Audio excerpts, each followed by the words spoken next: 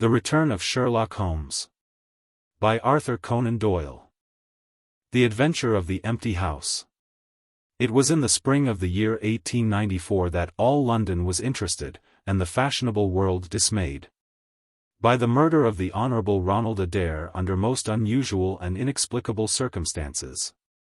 The public has already learned those particulars of the crime which came out in the police investigation, but a good deal was suppressed upon that occasion, since the case for the prosecution was so overwhelmingly strong that it was not necessary to bring forward all the facts. Only now, at the end of nearly 10 years, am I allowed to supply those missing links which make up the whole of that remarkable chain. The crime was of interest in itself, but that interest was as nothing to me compared to the inconceivable sequel, which afforded me the greatest shock and surprise of any event in my adventurous life. Even now, after this long interval, I find myself thrilling as I think of it, and feeling once more that sudden flood of joy, amazement, and incredulity which utterly submerged my mind. Let me say to that public, which has shown some interest in those glimpses which I have occasionally given them of the thoughts and actions of a very remarkable man, that they are not to blame me if I have not shared my knowledge with them, for I should have considered it my first duty to do so, had I not been barred by a positive prohibition from his own lips, which was only withdrawn upon the 3rd of last month. It can be imagined that my close intimacy with Sherlock Holmes had interested me deeply in crime, and that after his disappearance I never failed to read with care the various problems which came before the public. And I even attempted, more than once, for my own private satisfaction, to employ his methods in their solution, though with indifferent success. There was none, however, which appealed to me like this tragedy of Ronald Adair. As I read the evidence at the inquest, which led up to a verdict of wilful murder against some person or persons unknown, I realized more clearly than I had ever done the loss which the community had sustained by the death of Sherlock Holmes. There were points about this strange business which would, I was sure, have specially appealed to him, and the efforts of the police would have been supplemented, or more probably anticipated, by the trained observation and the alert mind of the first criminal agent in Europe. All day, as I drove upon my round, I turned over the case in my mind and found no explanation which appeared to me to be adequate. At the risk of telling a twice-told tale, I will recapitulate the facts as they were known to the public at the conclusion of the inquest. The Honourable Ronald Adair was the second son of the Earl of Maynooth, at that time governor of one of the Australian colonies. Adair's mother had returned from Australia to undergo the operation for cataract, and she, her son Ronald, and her daughter Hilda were living together at 427 Park Lane. The youth moved in the best society, had, so far as was known, no enemies and no particular vices. He had been engaged to Miss Edith Woodley, of Carstairs, but the engagement had been broken off by mutual consent some months before, and there was no sign that it had left any very profound feeling behind it. For the rest the man's life moved in a narrow and conventional circle, for his habits were quiet and his nature unemotional. Yet it was upon this easygoing young aristocrat that death came, in most strange and unexpected form, between the hours of 10 and 11:20 on the night of March 30, 1894. Ronald Adair was fond of cards, playing continually, but never for such stakes as would hurt him. He was a member of the Baldwin, the Cavendish, and the Bagatelle card clubs. It was shown that, after dinner on the day of his death, he had played a rubber of whist at the latter club. He had also played there in the afternoon. The evidence of those who had played with him, Mr. Murray, Sir John Hardy, and Colonel Moran, showed that the game was whist, and that there was a fairly equal fall of the cards.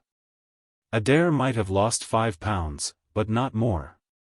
His fortune was a considerable one, and such a loss could not in any way affect him. He had played nearly every day at one club or other, but he was a cautious player, and usually rose a winner.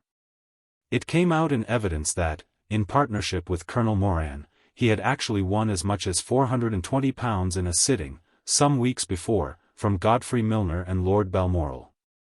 So much for his recent history as it came out at the inquest. On the evening of the crime, he returned from the club exactly at 10. His mother and sister were out spending the evening with a relation. The servant deposed that she heard him enter the front room on the second floor, generally used as his sitting room.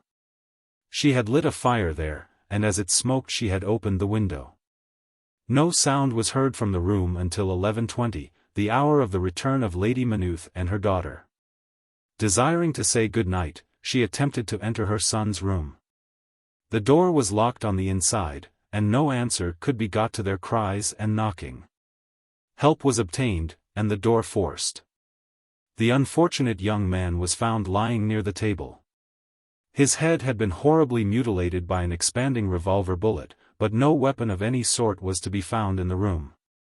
On the table lay 2 banknotes for £10 each and £17.10 in silver and gold, the money arranged in little piles of varying amount.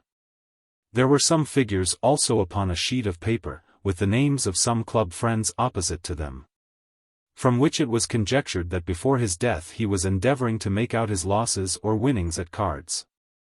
A minute examination of the circumstances served only to make the case more complex. In the first place, no reason could be given why the young man should have fastened the door upon the inside. There was the possibility that the murderer had done this, and had afterwards escaped by the window. The drop was at least 20 feet, however, and a bed of crocuses in full bloom lay beneath. Neither the flowers or the earth showed any sign of having been disturbed, nor were there any marks upon the narrow strip of grass which separated the house from the road. Apparently, therefore, it was the young man himself who had fastened the door. But how did he come by his death? No one could have climbed up to the window without leaving traces. Suppose a man had fired through the window, he would indeed be a remarkable shot who could with a revolver inflict so deadly a wound. Again, Park Lane is a frequented thoroughfare. There is a cab stand within 100 yards of the house. No one had heard a shot. And yet there was the dead man and there the revolver bullet, which had mushroomed out, as soft-nosed bullets will, and so inflicted a wound which must have caused instantaneous death. Such were the circumstances of the Park Lane mystery, which were further complicated by entire absence of motive, since, as I have said, young Adair was not known to have any enemy. And no attempt had been made to remove the money or valuables in the room. All day I turned these facts over in my mind, endeavouring to hit upon some theory which could reconcile them all, and to find that line of least resistance which my poor friend had declared to be the starting point of every investigation. I confess that I made little progress. In the evening I strolled across the park, and found myself about 6 o'clock at the Oxford Street end of Park Lane. A group of loafers upon the pavements, all staring up at a particular window, directed me to the house which I had come to see. A tall, thin man with coloured glasses, whom I strongly suspected of being a plainclothes detective, was pointing out some theory of his own, while the others crowded round to listen to what he said. I got as near him as I could, but his observation seemed to me to be absurd, so I withdrew again in some disgust. As I did so I struck against an elderly, deformed man, who had been behind me, and I knocked down several books which he was carrying. I remember that as I picked them up, I observed the title of one of them, The Origin of Tree Worship, and it struck me that the fellow must be some poor bibliophile, who, either as a trade or as a hobby, was a collector of obscure volumes. I endeavoured to apologize for the accident, but it was evident that these books which I had so unfortunately maltreated were very precious objects in the eyes of their owner.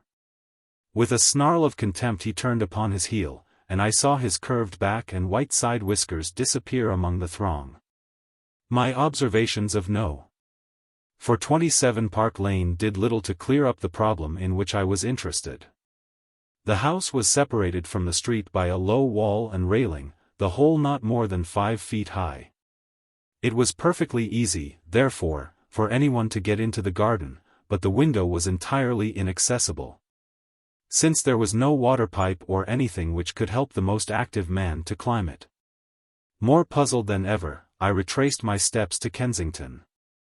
I had not been in my study 5 minutes when the maid entered to say that a person desired to see me. To my astonishment it was none other than my strange old book collector, his sharp, wizened face peering out from a frame of white hair, and his precious volumes, a dozen of them at least, wedged under his right arm. "You're surprised to see me, sir," said he, in a strange, croaking voice. I acknowledged that I was. "Well, I've a conscience, sir, and when I chanced to see you go into this house, as I came hobbling after you, I thought to myself, I'll just step in and see that kind gentleman, and tell him that if I was a bit gruff in my manner there was not any harm meant, and that I am much obliged to him for picking up my books." "You make too much of a trifle," said I. "May I ask how you knew who I was?"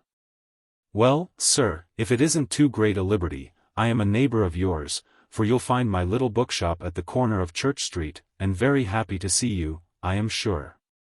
Maybe you collect yourself, sir. Here's British Birds, and Catullus, and the Holy War, a bargain, every one of them. With 5 volumes you could just fill that gap on that second shelf. It looks untidy, does it not, sir?" I moved my head to look at the cabinet behind me. When I turned again, Sherlock Holmes was standing smiling at me across my study table. I rose to my feet, stared at him for some seconds in utter amazement, and then it appears that I must have fainted for the first and the last time in my life.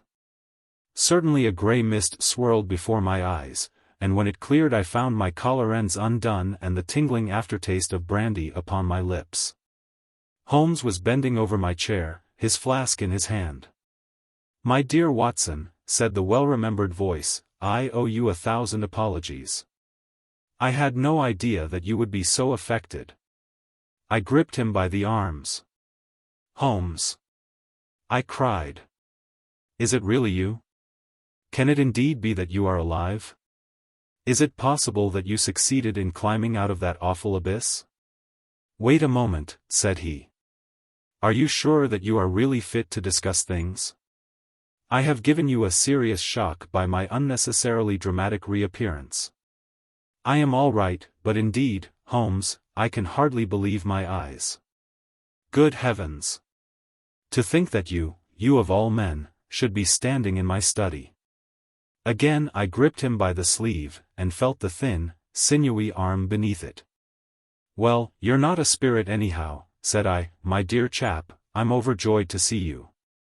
Sit down, and tell me how you came alive out of that dreadful chasm." He sat opposite to me, and lit a cigarette in his old, nonchalant manner.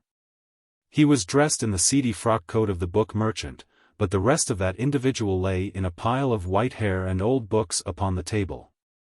Holmes looked even thinner and keener than of old, but there was a dead white tinge in his aquiline face which told me that his life recently had not been a healthy one. "I am glad to stretch myself, Watson," said he. "It is no joke when a tall man has to take a foot off his stature for several hours on end. Now, my dear fellow, in the matter of these explanations, we have, if I may ask for your cooperation, a hard and dangerous night's work in front of us. Perhaps it would be better if I gave you an account of the whole situation when that work is finished. I am full of curiosity. I should much prefer to hear now. You'll come with me tonight? When you like and where you like. This is, indeed, like the old days. We shall have time for a mouthful of dinner before we need go. Well, then, about that chasm. I had no serious difficulty in getting out of it, for the very simple reason that I never was in it." "You never were in it?" "No, Watson, I never was in it. My note to you was absolutely genuine. I had little doubt that I had come to the end of my career when I perceived the somewhat sinister figure of the late Professor Moriarty standing upon the narrow pathway which led to safety. I read an inexorable purpose in his grey eyes. I exchanged some remarks with him, therefore, and obtained his courteous permission to write the short note which you afterwards received. I left it with my cigarette box and my stick, and I walked along the pathway, Moriarty still at my heels. When I reached the end I stood at bay. He drew no weapon, but he rushed at me and threw his long arms around me. He knew that his own game was up, and was only anxious to revenge himself upon me. We tottered together upon the brink of the fall. I have some knowledge, however, of Baritsu, or the Japanese system of wrestling, which has more than once been very useful to me. I slipped through his grip, and he with a horrible scream kicked madly for a few seconds, and clawed the air with both his hands. But for all his efforts he could not get his balance, and over he went. With my face over the brink, I saw him fall for a long way. Then he struck a rock, bounded off, and splashed into the water. I listened with amazement to this explanation, which Holmes delivered between the puffs of his cigarette. "But the tracks?" I cried. "I saw, with my own eyes, that 2 went down the path and none returned. It came about in this way. The instant that the professor had disappeared, it struck me what a really extraordinarily lucky chance fate had placed in my way. I knew that Moriarty was not the only man who had sworn my death.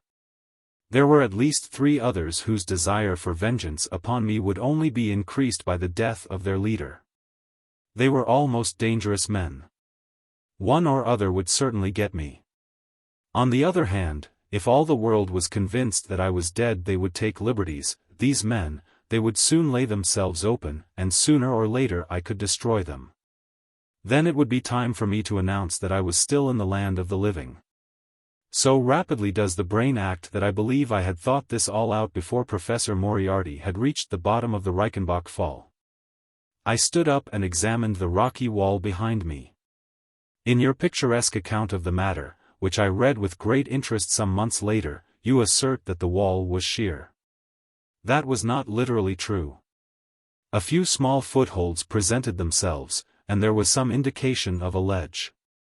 The cliff is so high that to climb it all was an obvious impossibility, and it was equally impossible to make my way along the wet path without leaving some tracks. I might, it is true, have reversed my boots, as I have done on similar occasions, but the sight of 3 sets of tracks in one direction would certainly have suggested a deception. On the whole, then, it was best that I should risk the climb.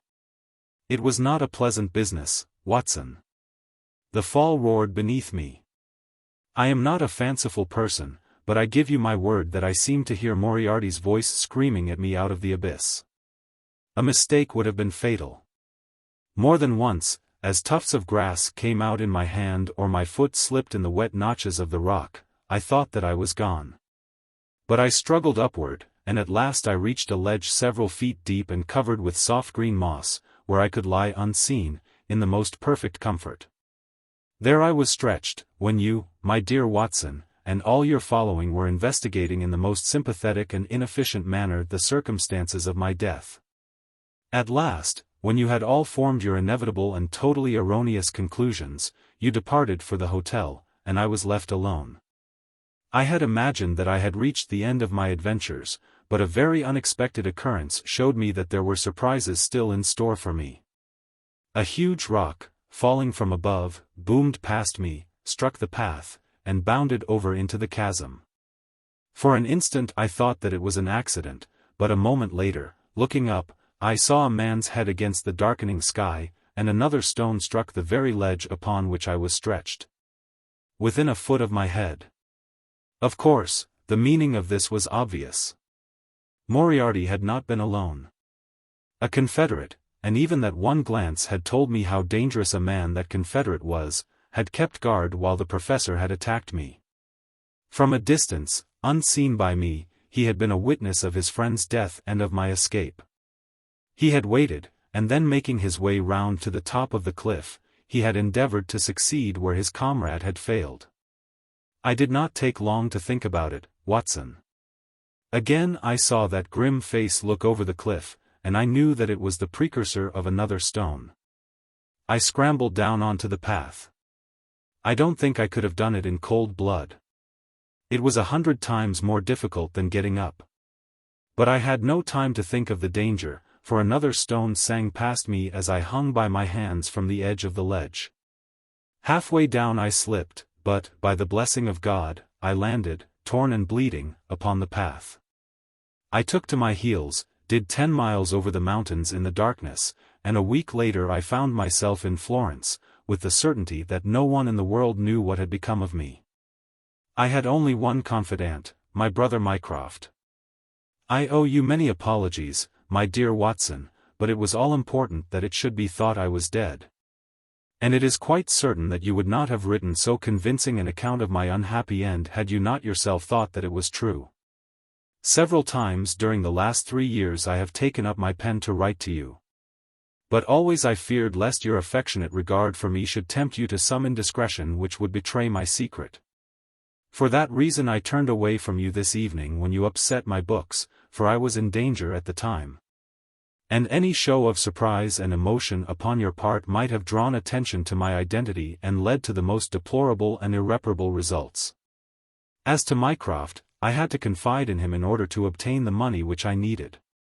The course of events in London did not run so well as I had hoped, for the trial of the Moriarty gang left 2 of its most dangerous members, my own most vindictive enemies, at liberty. I travelled for 2 years in Tibet, therefore, and amused myself by visiting Lhasa, and spending some days with the head Lama. You may have read of the remarkable explorations of a Norwegian named Sigerson, but I am sure that it never occurred to you that you were receiving news of your friend. I then passed through Persia, looked in at Mecca, and paid a short but interesting visit to the Khalifa at Khartoum, the results of which I have communicated to the Foreign Office. Returning to France, I spent some months in a research into the coal tar derivatives, which I conducted in a laboratory at Montpellier, in the south of France. Having concluded this to my satisfaction and learning that only one of my enemies was now left in London, I was about to return when my movements were hastened by the news of this very remarkable Park Lane mystery, which not only appealed to me by its own merits, but which seemed to offer some most peculiar personal opportunities. I came over at once to London, called in my own person at Baker Street, threw Mrs. Hudson into violent hysterics, and found that Mycroft had preserved my rooms and my papers exactly as they had always been. So it was, my dear Watson, that at 2 o'clock today I found myself in my old armchair in my own old room. And only wishing that I could have seen my old friend Watson in the other chair which he has so often adorned. Such was the remarkable narrative to which I listened on that April evening, a narrative which would have been utterly incredible to me had it not been confirmed by the actual sight of the tall, spare figure and the keen, eager face, which I had never thought to see again. In some manner he had learned of my own sad bereavement, and his sympathy was shown in his manner rather than in his words. "Work is the best antidote to sorrow, my dear Watson," said he. "And I have a piece of work for us both tonight which, if we can bring it to a successful conclusion, will in itself justify a man's life on this planet." In vain I begged him to tell me more. "You will hear and see enough before morning," he answered. "We have 3 years of the past to discuss. Let that suffice until 9:30, when we start upon the notable adventure of the empty house." It was indeed like old times when, at that hour, I found myself seated beside him in a hansom, my revolver in my pocket, and the thrill of adventure in my heart. Holmes was cold and stern and silent. As the gleam of the street lamps flashed upon his austere features, I saw that his brows were drawn down in thought and his thin lips compressed.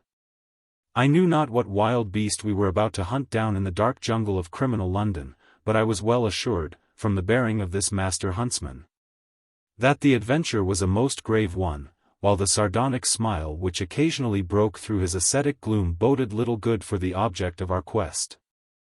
I had imagined that we were bound for Baker Street, but Holmes stopped the cab at the corner of Cavendish Square. I observed that as he stepped out he gave a most searching glance to right and left, and at every subsequent street corner he took the utmost pains to assure that he was not followed. Our route was certainly a singular one. Holmes's knowledge of the byways of London was extraordinary, and on this occasion he passed rapidly and with an assured step through a network of mews and stables, the very existence of which I had never known. We emerged at last into a small road, lined with old, gloomy houses, which led us into Manchester Street, and so to Blandford Street. Here he turned swiftly down a narrow passage, passed through a wooden gate into a deserted yard, and then opened with a key the back door of a house. We entered together, and he closed it behind us. The place was pitch dark, but it was evident to me that it was an empty house. Our feet creaked and crackled over the bare planking, and my outstretched hand touched a wall from which the paper was hanging in ribbons. Holmes's cold, thin fingers closed round my wrist and led me forward down a long hall, until I dimly saw the murky fanlight over the door. Here Holmes turned suddenly to the right and we found ourselves in a large, square, empty room, heavily shadowed in the corners, but faintly lit in the center from the lights of the street beyond. There was no lamp near, and the window was thick with dust, so that we could only just discern each other's figures within. My companion put his hand upon my shoulder and his lips close to my ear. "Do you know where we are?" he whispered. "Surely that is Baker Street," I answered, staring through the dim window. "Exactly. We are in Camden House, which stands opposite to our own old quarters. But why are we here?" "Because it commands so excellent a view of that picturesque pile. Might I trouble you, my dear Watson, to draw a little nearer to the window, taking every precaution not to show yourself? And then to look up at our old rooms, the starting point of so many of your little fairy tales? We will see if my 3 years of absence have entirely taken away my power to surprise you." I crept forward and looked across at the familiar window. As my eyes fell upon it, I gave a gasp and a cry of amazement. The blind was down, and a strong light was burning in the room. The shadow of a man who was seated in a chair within was thrown in hard, black outline upon the luminous screen of the window. There was no mistaking the poise of the head, the squareness of the shoulders, the sharpness of the features. The face was turned half round, and the effect was that of one of those black silhouettes which our grandparents loved to frame. It was a perfect reproduction of Holmes. So amazed was I that I threw out my hand to make sure that the man himself was standing beside me. He was quivering with silent laughter. "Well," said he. "Good heavens!" I cried. "It is marvelous. I trust that age doth not wither nor custom stale my infinite variety," said he, and I recognized in his voice the joy and pride which the artist takes in his own creation. "It really is rather like me, is it not? I should be prepared to swear that it was you. The credit of the execution is due to Monsieur Oscar Meunier, of Grenoble, who spent some days in doing the molding. It is a bust in wax. The rest I arranged myself during my visit to Baker Street this afternoon." "But why?" "Because, my dear Watson, I had the strongest possible reason for wishing certain people to think that I was there when I was really elsewhere." "And you thought the rooms were watched?" "I knew that they were watched." "By whom?" "By my old enemies, Watson. By the charming society whose leader lies in the Reichenbach Fall. You must remember that they knew, and only they knew, that I was still alive. Sooner or later they believed that I should come back to my rooms. They watched them continuously, and this morning they saw me arrive." "How do you know?" "Because I recognized their sentinel when I glanced out of my window. He is a harmless enough fellow, Parker by name, a garroter by trade, and a remarkable performer upon the Jew's harp. I cared nothing for him. But I cared a great deal for the much more formidable person who was behind him, the bosom friend of Moriarty, the man who dropped the rocks over the cliff. The most cunning and dangerous criminal in London. That is the man who is after me tonight, Watson, and that is the man who is quite unaware that we are after him." My friend's plans were gradually revealing themselves. From this convenient retreat, the watchers were being watched and the trackers tracked. That angular shadow up yonder was the bait, and we were the hunters. In silence we stood together in the darkness and watched the hurrying figures who passed and repassed in front of us. Holmes was silent and motionless. But I could tell that he was keenly alert, and that his eyes were fixed intently upon the stream of passers-by. It was a bleak and boisterous night and the wind whistled shrilly down the long street. Many people were moving to and fro, most of them muffled in their coats and cravats. Once or twice it seemed to me that I had seen the same figure before. And I especially noticed 2 men who appeared to be sheltering themselves from the wind in the doorway of a house some distance up the street. I tried to draw my companion's attention to them, but he gave a little ejaculation of impatience, and continued to stare into the street. More than once he fidgeted with his feet and tapped rapidly with his fingers upon the wall. It was evident to me that he was becoming uneasy, and that his plans were not working out altogether as he had hoped. At last, as midnight approached and the street gradually cleared, he paced up and down the room in uncontrollable agitation. I was about to make some remark to him, when I raised my eyes to the lighted window, and again experienced almost as great a surprise as before. I clutched Holmes's arm, and pointed upward. "The shadow has moved," I cried. It was indeed no longer the profile, but the back, which was turned towards us. 3 years had certainly not smoothed the asperities of his temper or his impatience with a less active intelligence than his own. "Of course it has moved," said he. "Am I such a farcical bungler, Watson, that I should erect an obvious dummy, and expect that some of the sharpest men in Europe would be deceived by it? We have been in this room 2 hours, and Mrs. Hudson has made some change in that figure 8 times, or once in every quarter of an hour. She works it from the front, so that her shadow may never be seen. Ah!"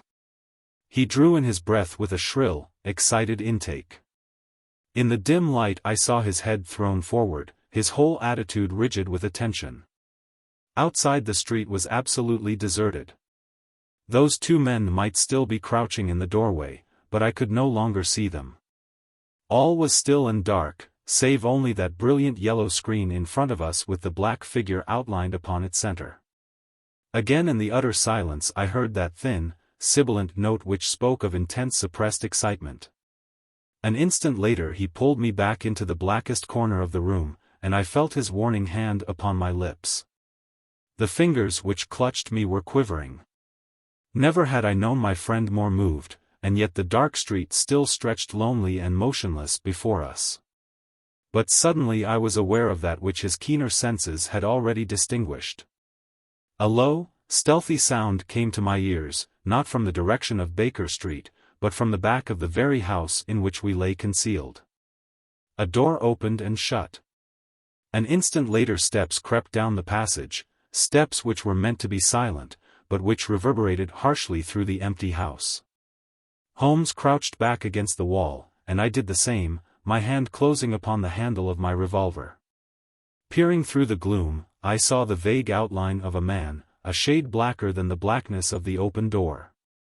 He stood for an instant, and then he crept forward, crouching, menacing, into the room. He was within 3 yards of us, this sinister figure, and I had braced myself to meet his spring, before I realized that he had no idea of our presence.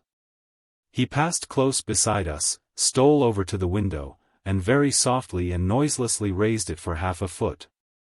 As he sank to the level of this opening, the light of the street, no longer dimmed by the dusty glass, fell full upon his face. The man seemed to be beside himself with excitement.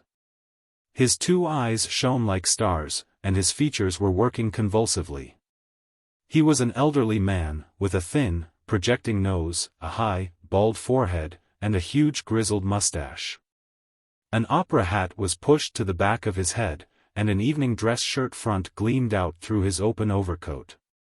His face was gaunt and swarthy, scored with deep, savage lines. In his hand he carried what appeared to be a stick, but as he laid it down upon the floor it gave a metallic clang. Then from the pocket of his overcoat he drew a bulky object, and he busied himself in some task which ended with a loud, sharp click, as if a spring or bolt had fallen into its place. Still kneeling upon the floor he bent forward and threw all his weight and strength upon some lever, with the result that there came a long, whirling, grinding noise, ending once more in a powerful click. He straightened himself then, and I saw that what he held in his hand was a sort of gun, with a curiously misshapen butt.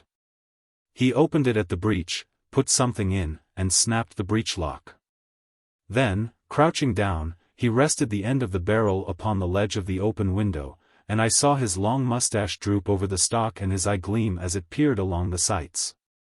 I heard a little sigh of satisfaction as he cuddled the butt into his shoulder, and saw that amazing target, the black man on the yellow ground, standing clear at the end of his foresight. For an instant he was rigid and motionless. Then his finger tightened on the trigger. There was a strange, loud whiz and a long, silvery tinkle of broken glass. At that instant Holmes sprang like a tiger onto the marksman's back, and hurled him flat upon his face. He was up again in a moment, and with convulsive strength he seized Holmes by the throat, but I struck him on the head with the butt of my revolver, and he dropped again upon the floor. I fell upon him, and as I held him my comrade blew a shrill call upon a whistle. There was the clatter of running feet upon the pavement, and 2 policemen in uniform, with 1 plainclothes detective, rushed through the front entrance and into the room. "That you, Lestrade?" said Holmes. "Yes, Mr. Holmes. I took the job myself. It's good to see you back in London, sir. I think you want a little unofficial help. 3 undetected murders in 1 year won't do, Lestrade. But you handled the Molesey mystery with less than your usual, that's to say, you handled it fairly well." We had all risen to our feet, our prisoner breathing hard, with a stalwart constable on each side of him. Already a few loiterers had begun to collect in the street. Holmes stepped up to the window, closed it, and dropped the blinds. Lestrade had produced 2 candles, and the policemen had uncovered their lanterns. I was able at last to have a good look at our prisoner. It was a tremendously virile and yet sinister face which was turned towards us. With the brow of a philosopher above and the jaw of a sensualist below, the man must have started with great capacities for good or for evil. But one could not look upon his cruel blue eyes, with their drooping, cynical lids, or upon the fierce, aggressive nose and the threatening, deep-lined brow, without reading nature's plainest danger signals. He took no heed of any of us, but his eyes were fixed upon Holmes's face with an expression in which hatred and amazement were equally blended. "You fiend," he kept on muttering. "You clever, clever fiend." "Ah, Colonel," said Holmes, arranging his rumpled collar. "Journeys end in lovers' meetings, as the old play says. I don't think I have had the pleasure of seeing you since you favored me with those attentions as I lay on the ledge above the Reichenbach fall." The colonel still stared at my friend like a man in a trance. "You cunning, cunning fiend," was all that he could say. "I have not introduced you yet," said Holmes. "This, gentlemen, is Colonel Sebastian Moran, once of Her Majesty's Indian Army, and the best heavy game shot that our Eastern Empire has ever produced. I believe I am correct, Colonel, in saying that your bag of tigers still remains unrivaled?" The fierce old man said nothing, but still glared at my companion. With his savage eyes and bristling mustache he was wonderfully like a tiger himself. "I wonder that my very simple stratagem could deceive so old a shikari," said Holmes. "It must be very familiar to you. Have you not tethered a young kid under a tree, lain above it with your rifle, and waited for the bait to bring up your tiger? This empty house is my tree, and you are my tiger. You have possibly had other guns in reserve in case there should be several tigers, or in the unlikely supposition of your own aim failing you. These," he pointed around, "are my other guns." The parallel is exact. Colonel Moran sprang forward with a snarl of rage, but the constables dragged him back. The fury upon his face was terrible to look at. "I confess that you had one small surprise for me," said Holmes. "I did not anticipate that you would yourself make use of this empty house and this convenient front window. I had imagined you as operating from the street, where my friend, Lestrade and his merry men were awaiting you. With that exception, all has gone as I expected." Colonel Moran turned to the official detective. "You may or may not have just cause for arresting me," said he, "but at least there can be no reason why I should submit to the gibes of this person. If I am in the hands of the law, let things be done in a legal way." "Well, that's reasonable enough," said Lestrade. "Nothing further you have to say, Mr. Holmes, before we go?" Holmes had picked up the powerful airgun from the floor, and was examining its mechanism. "An admirable and unique weapon," said he, "noiseless and of tremendous power. I knew von Herder, the blind German mechanic, who constructed it to the order of the late Professor Moriarty. For years I have been aware of its existence, though I have never before had the opportunity of handling it. I commend it very specially to your attention, Lestrade, and also the bullets which fit it. You can trust us to look after that, Mr. Holmes, said Lestrade, as the whole party moved towards the door. Anything further to say? Only to ask what charge you intend to prefer? What charge, sir? Why, of course, the attempted murder of Mr. Sherlock Holmes. Not so, Lestrade.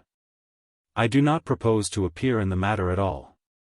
To you, and to you only, belongs the credit of the remarkable arrest which you have effected. Yes, Lestrade, I congratulate you. With your usual happy mixture of cunning and audacity, you have got him. Got him. Got whom, Mr. Holmes?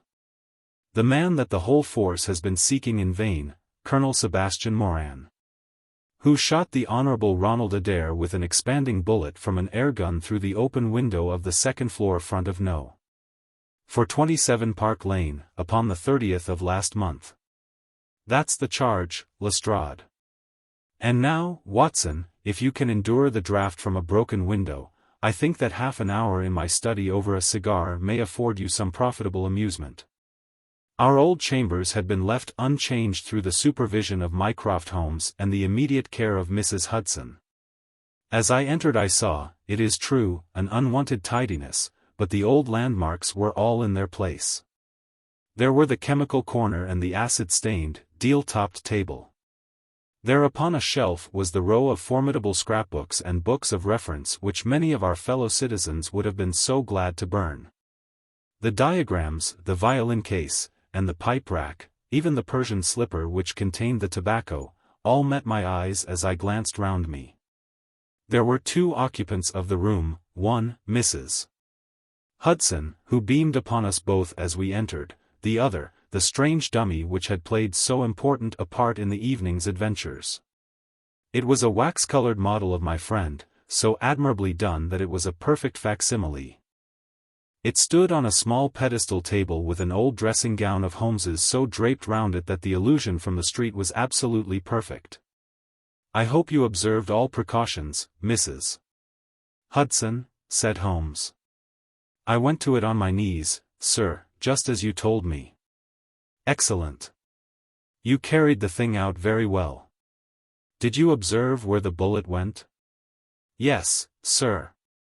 I'm afraid it has spoilt your beautiful bust, for it passed right through the head and flattened itself on the wall. I picked it up from the carpet. Here it is. Holmes held it out to me. A soft revolver bullet, as you perceive, Watson. There's genius in that, for who would expect to find such a thing fired from an air gun? All right, Mrs. Hudson. I am much obliged for your assistance.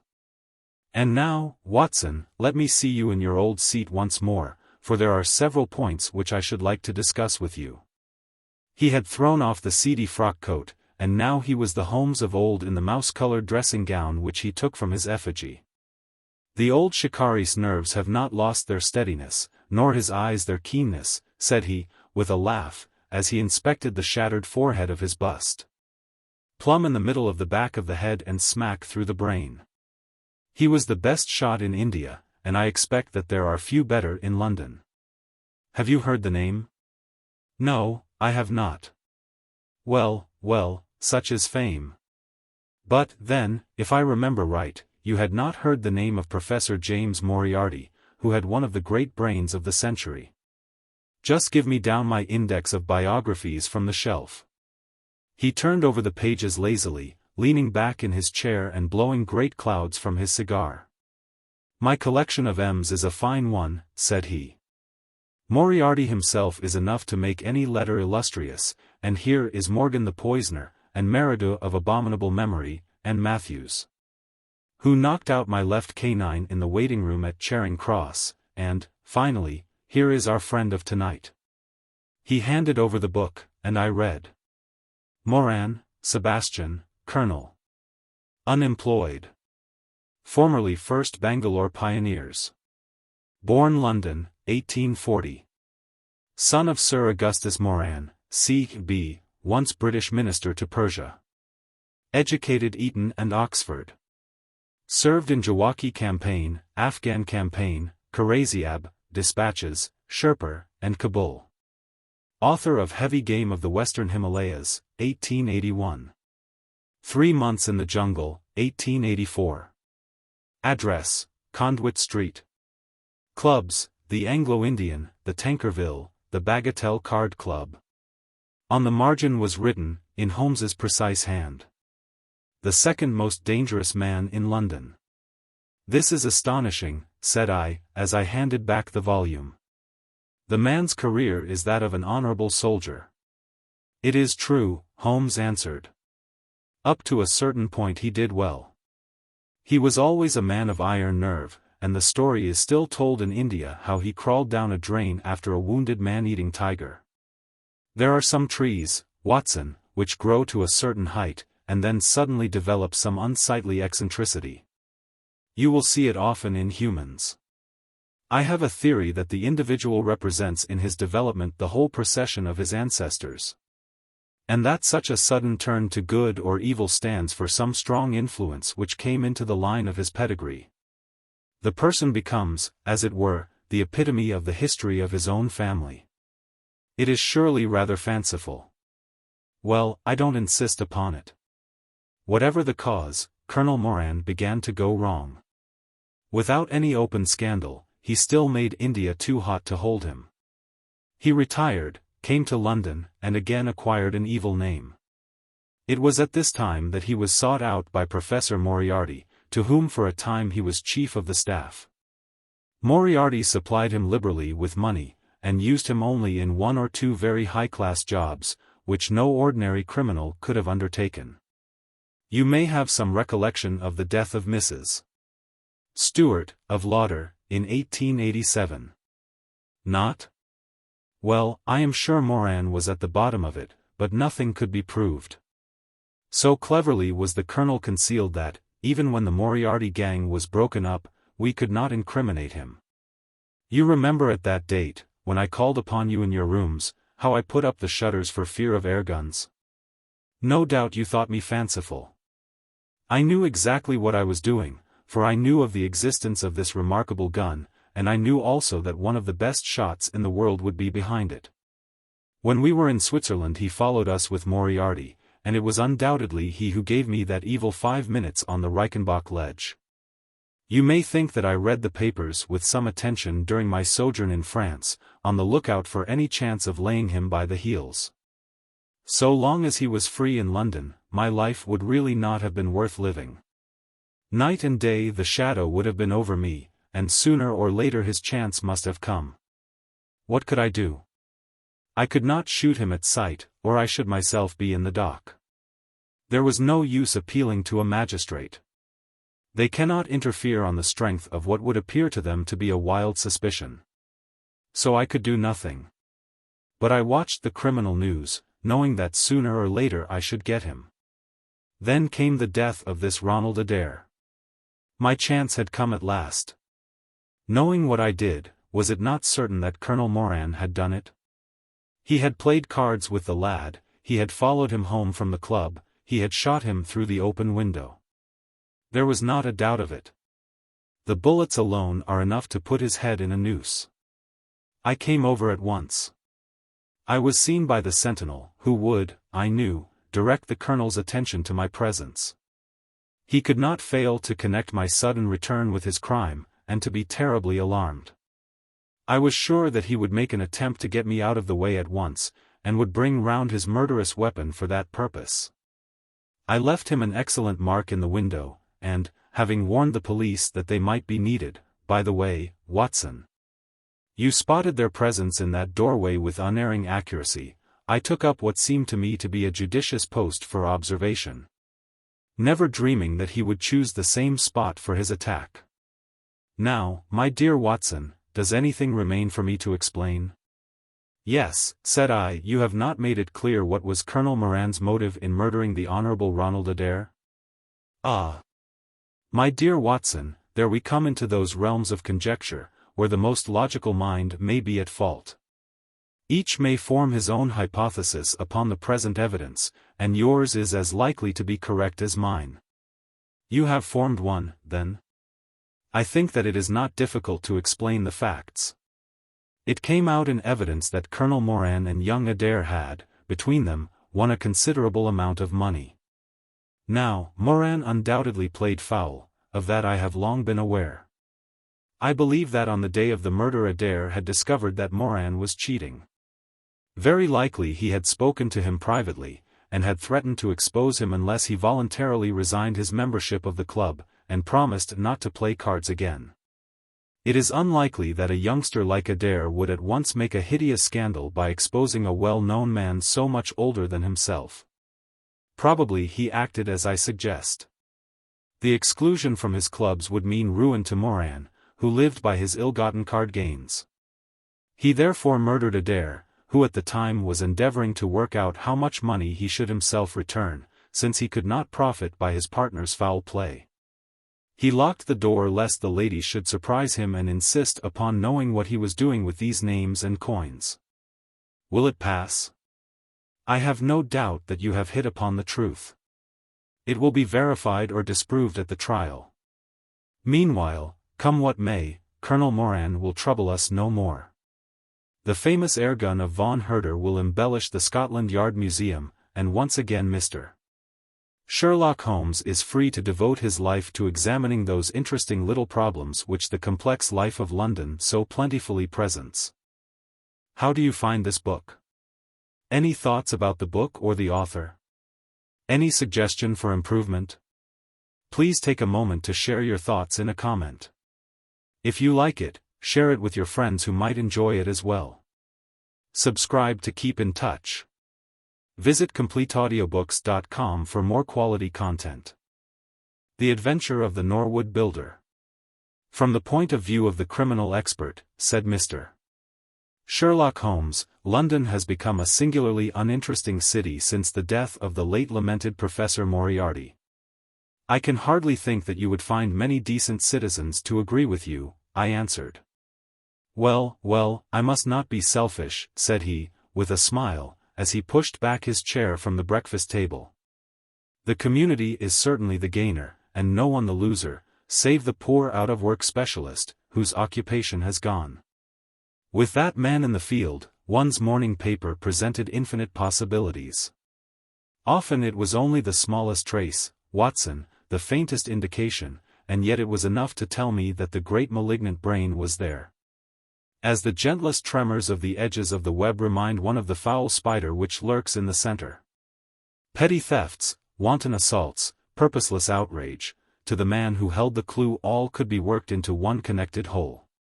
To the scientific student of the higher criminal world, no capital in Europe offered the advantages which London then possessed. But now, he shrugged his shoulders in humorous deprecation of the state of things which he had himself done so much to produce. At the time of which I speak, Holmes had been back for some months, and I at his request had sold my practice and returned to share the old quarters in Baker Street. A young doctor, named Werner, had purchased my small Kensington practice, and given with astonishingly little demur the highest price that I ventured to ask, an incident which only explained itself some years later. When I found that Werner was a distant relation of Holmes, and that it was my friend who had really found the money. Our months of partnership had not been so uneventful as he had stated, for I find, on looking over my notes, that this period includes the case of the papers of ex-President Murillo, and also the shocking affair of the Dutch steamship Friesland, which so nearly cost us both our lives. His cold and proud nature was always averse, however, from anything in the shape of public applause, and he bound me in the most stringent terms to say no further word of himself, his methods, or his successes, a prohibition which, as I have explained, has only now been removed. Mr. Sherlock Holmes was leaning back in his chair after his whimsical protest, and was unfolding his morning paper in a leisurely fashion, when our attention was arrested by a tremendous ring at the bell, followed immediately by a hollow drumming sound, as if someone were beating on the outer door with his fist. As it opened there came a tumultuous rush into the hall, rapid feet clattered up the stair, and an instant later a wild-eyed and frantic young man, pale, disheveled, and palpitating, burst into the room. He looked from one to the other of us, and under our gaze of inquiry he became conscious that some apology was needed for this unceremonious entry. "I'm sorry, Mr. Holmes," he cried. "You mustn't blame me. I am nearly mad. Mr. Holmes, I am the unhappy John Hector MacFarlane." He made the announcement as if the name alone would explain both his visit and its manner, but I could see, by my companion's unresponsive face, that it meant no more to him than to me. "Have a cigarette, Mr. MacFarlane," said he, pushing his case across. "I am sure that, with your symptoms, my friend Dr. Watson here would prescribe a sedative. The weather has been so very warm these last few days. Now, if you feel a little more composed, I should be glad if you would sit down in that chair, and tell us very slowly and quietly who you are, and what it is that you want. You mentioned your name, as if I should recognize it, but I assure you that, beyond the obvious facts that you are a bachelor, a solicitor, a Freemason, and an asthmatic, I know nothing whatever about you." Familiar as I was with my friend's methods, it was not difficult for me to follow his deductions, and to observe the untidiness of attire, the sheaf of legal papers, the watch charm, and the breathing which had prompted them. Our client, however, stared in amazement. "Yes, I am all that, Mr. Holmes, and, in addition, I am the most unfortunate man at this moment in London. For heaven's sake, don't abandon me, Mr. Holmes. If they come to arrest me before I have finished my story, make them give me time, so that I may tell you the whole truth. I could go to jail happy if I knew that you were working for me outside." "Arrest you," said Holmes. "This is really most Grady, most interesting. On what charge do you expect to be arrested?"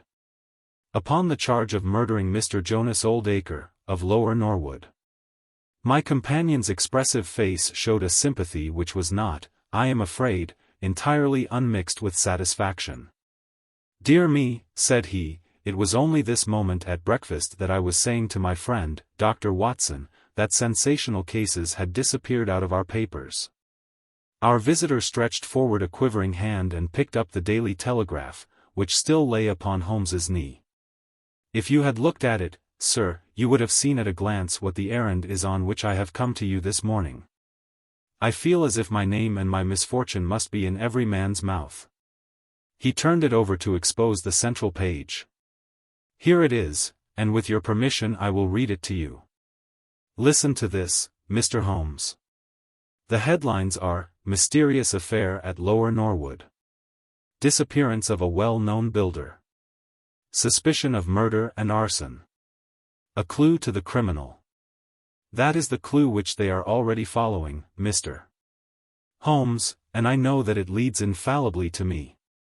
I have been followed from London Bridge Station, and I am sure that they are only waiting for the warrant to arrest me. It will break my mother's heart, it will break her heart." He wrung his hands in an agony of apprehension, and swayed backward and forward in his chair. I looked with interest upon this man, who was accused of being the perpetrator of a crime of violence. He was flaxen-haired and handsome, in a washed-out negative fashion, with frightened blue eyes, and a clean-shaven face, with a weak, sensitive mouth. His age may have been about 27, his dress and bearing that of a gentleman. From the pocket of his light summer overcoat protruded the bundle of endorsed papers which proclaimed his profession. "We must use what time we have," said Holmes. "Watson, would you have the kindness to take the paper and to read the paragraph in question?" Underneath the vigorous headlines which our client had quoted, I read the following suggestive narrative. "Late last night, or early this morning, an incident occurred at Lower Norwood which points, it is feared, to a serious crime. Mr. Jonas Oldacre is a well-known resident of that suburb, where he has carried on his business as a builder for many years. Mr.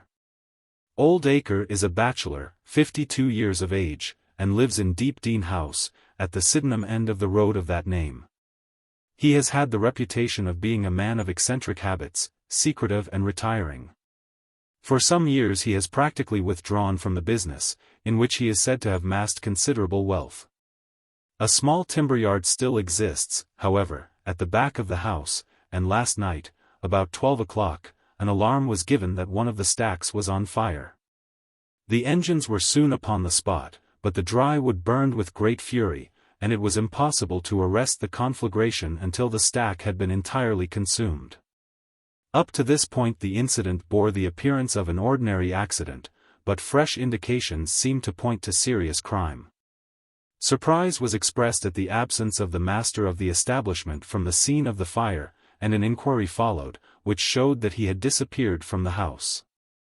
An examination of his room revealed that the bed had not been slept in, that a safe which stood in it was open, that a number of important papers were scattered about the room, and finally, that there were signs of a murderous struggle, slight traces of blood being found within the room, and an oaken walking stick, which also showed stains of blood upon the handle.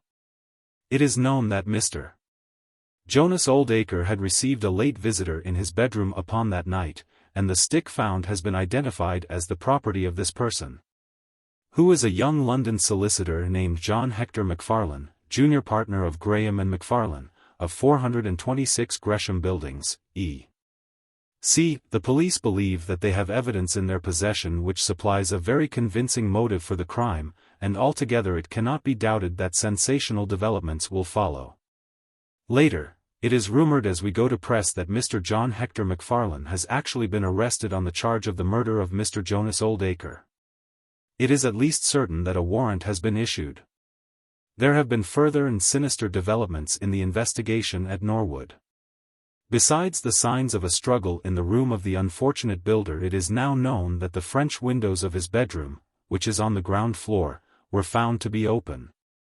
That there were marks as if some bulky object had been dragged across to the woodpile, and, finally, it is asserted that charred remains have been found among the charcoal ashes of the fire. The police theory is that a most sensational crime has been committed, that the victim was clubbed to death in his own bedroom, his papers rifled, and his dead body dragged across to the wood stack, which was then ignited so as to hide all traces of the crime. The conduct of the criminal investigation has been left in the experienced hands of Inspector Lestrade, of Scotland Yard, who is following up the clues with his accustomed energy and sagacity. Sherlock Holmes listened with closed eyes and fingertips together to this remarkable account. "The case has certainly some points of interest," said he, in his languid fashion. "May I ask, in the first place, Mr. Macfarlane, how it is that you are still at liberty, since there appears to be enough evidence to justify your arrest?" "I live at Torrington Lodge, Blackheath, with my parents, Mr. Holmes, but last night, having to do business very late with Mr. Jonas Oldacre, I stayed at an hotel in Norwood, and came to my business from there. I knew nothing of this affair until I was in the train, when I read what you have just heard.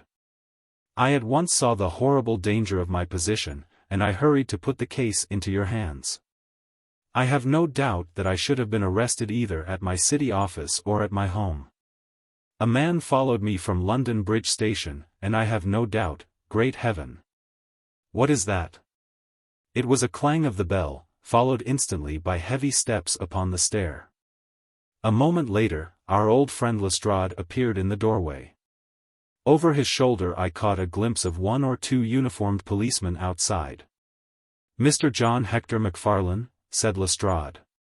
Our unfortunate client rose with a ghastly face. "I arrest you for the wilful murder of Mr. Jonas Oldacre, of Lower Norwood."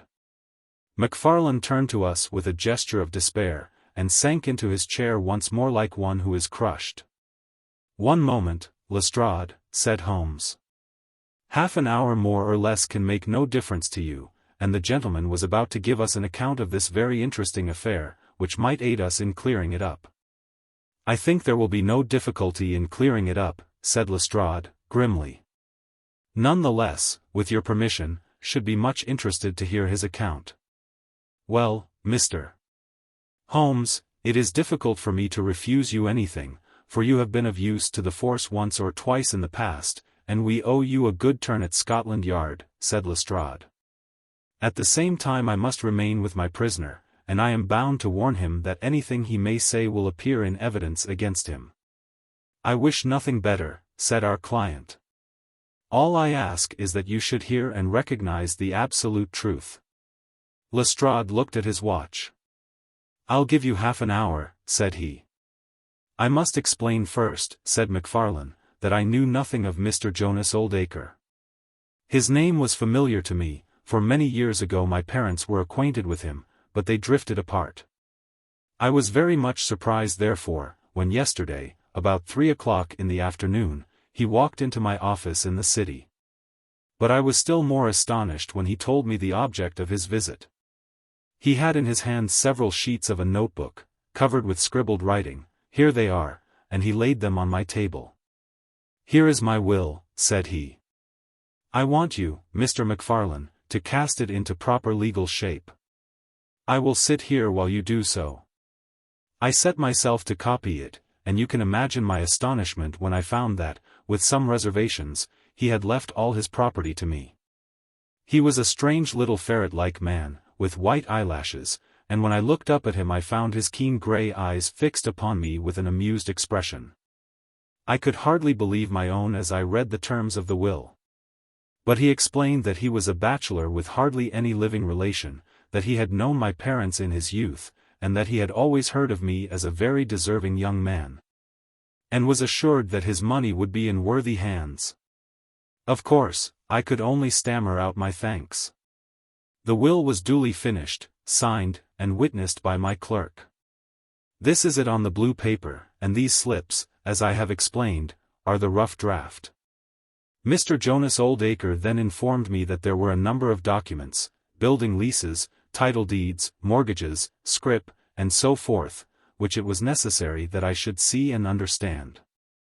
He said that his mind would not be easy until the whole thing was settled, and he begged me to come out to his house at Norwood that night, bringing the will with me, and to arrange matters. "Remember, my boy, not one word to your parents about the affair until everything is settled. We will keep it as a little surprise for them."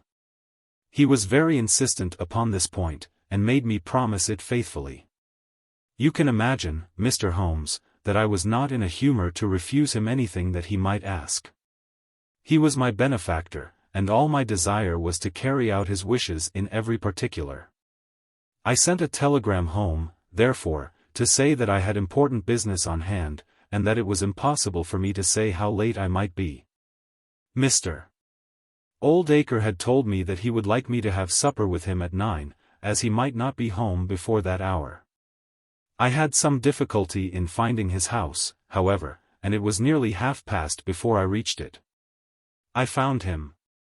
"One moment," said Holmes. "Who opened the door?" "A middle-aged woman, who was, I suppose, his housekeeper." "And it was she, I presume, who mentioned your name?" "Exactly," said MacFarlane. "Pray proceed."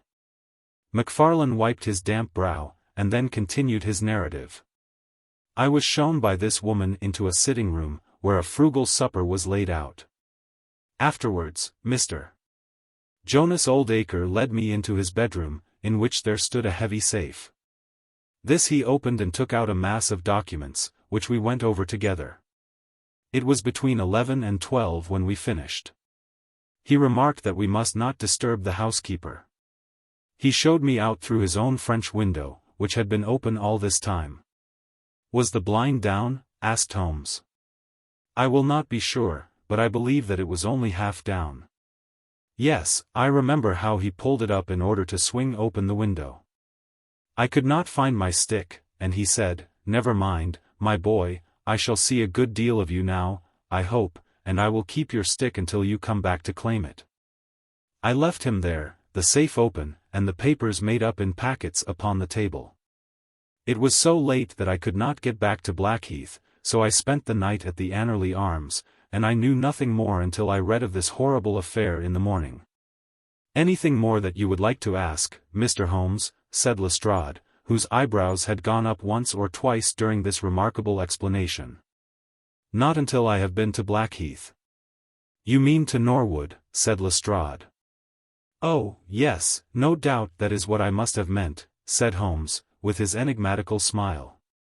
Lestrade had learned by more experiences than he would care to acknowledge that brain could cut through that which was impenetrable to him. I saw him look curiously at my companion. "I think I should like to have a word with you presently, Mr. Sherlock Holmes," said he. "Now, Mr. MacFarlane, 2 of my constables are at the door, and there is a 4-wheeler waiting." The wretched young man arose, and with a last beseeching glance at us walked from the room. The officers conducted him to the cab, but Lestrade remained. Holmes had picked up the pages which formed the rough draft of the will, and was looking at them with the keenest interest upon his face. "There are some points about that document, Lestrade, are there not?" said he, pushing them over. The official looked at them with a puzzled expression. "I can read the first few lines and these in the middle of the second page, and 1 or 2 at the end." "Those are as clear as print," said he, "but the writing in between is very bad, and there are 3 places where I cannot read it at all." "What do you make of that?" said Holmes. "Well, what do you make of it?" "That it was written in a train. The good writing represents stations, the bad writing movement, and the very bad writing passing over points. A scientific expert would pronounce at once that this was drawn up on a suburban line, since nowhere save in the immediate vicinity of a great city could there be so quick a succession of points. Granting that his whole journey was occupied in drawing up the will, then the train was an express, only stopping once between Norwood and London Bridge." Lestrade began to laugh. "You are too many for me when you begin to get on your theories, Mr. Holmes," said he. "How does this bear on the case?" "Well, it corroborates the young man's story to the extent that the will was drawn up by Jonas Oldacre in his journey yesterday. It is curious, is it not? That a man should draw up so important a document in so haphazard a fashion. It suggests that he did not think it was going to be of much practical importance. If a man drew up a will which he did not intend ever to be effective, he might do it so." "Well, he drew up his own death warrant at the same time," said Lestrade. "Oh, you think so? Don't you? Well, it is quite possible, but the case is not clear to me yet." "Not clear? Well, if that isn't clear, what could be clear? Here is a young man who learns suddenly that, if a certain older man dies, he will succeed to a fortune. What does he do? He says nothing to anyone, but he arranges that he shall go out on some pretext to see his client that night. He waits until the only other person in the house is in bed, and then in the solitude of a man's room he murders him, burns his body in the woodpile, and departs to a neighboring hotel. The bloodstains in the room and also on the stick are very slight. It is probable that he imagined his crime to be a bloodless one, and hoped that if the body were consumed it would hide all traces of the method of his death, traces which, for some reason, must have pointed to him. Is not all this obvious? It strikes me, my good Lestrade, as being just a trifle too obvious," said Holmes. "You do not add imagination to your other great qualities, but if you could for one moment put yourself in the place of this young man, would you choose the very night after the will had been made to commit your crime? Would it not seem dangerous to you to make so very close a relation between the 2 incidents? Again, would you choose an occasion when you are known to be in the house, when a servant has let you in? And, finally, would you take the great pains to conceal the body, and yet leave your own stick as a sign that you were the criminal? Confess, Lestrade, that all this is very unlikely. As to the stick, Mr. Holmes, you know as well as I do that a criminal is often flurried, and does such things, which a cool man would avoid. He was very likely afraid to go back to the room. Give me another theory that would fit the facts." "I could very easily give you half a dozen," said Holmes. "Here for example, is a very possible and even probable one. I make you a free present of it. The older man is showing documents which are of evident value. A passing tramp sees them through the window, the blind of which is only half down. Exit the solicitor. Enter the tramp. He seizes a stick, which he observes there, kills Oldacre, and departs after burning the body. Why should the tramp burn the body? For the matter of that, why should MacFarlane? To hide some evidence. Possibly the tramp wanted to hide that any murder at all had been committed. And why did the tramp take nothing? Because they were papers that he could not negotiate. Lestrade shook his head, though it seemed to me that his manner was less absolutely assured than before. Well, Mr.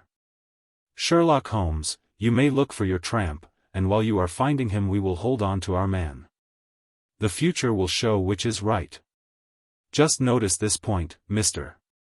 Holmes, that so far as we know, none of the papers were removed, and that the prisoner is the one man in the world who had no reason for removing them, since he was heir at law.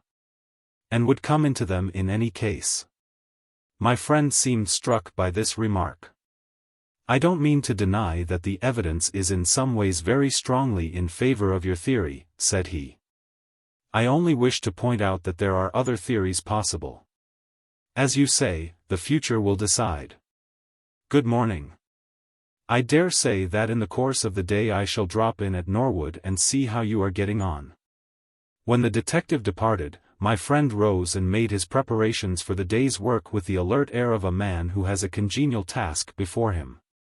My first movement, Watson, said he, as he bustled into his frock coat, must, as I said, be in the direction of Blackheath. And why not Norwood?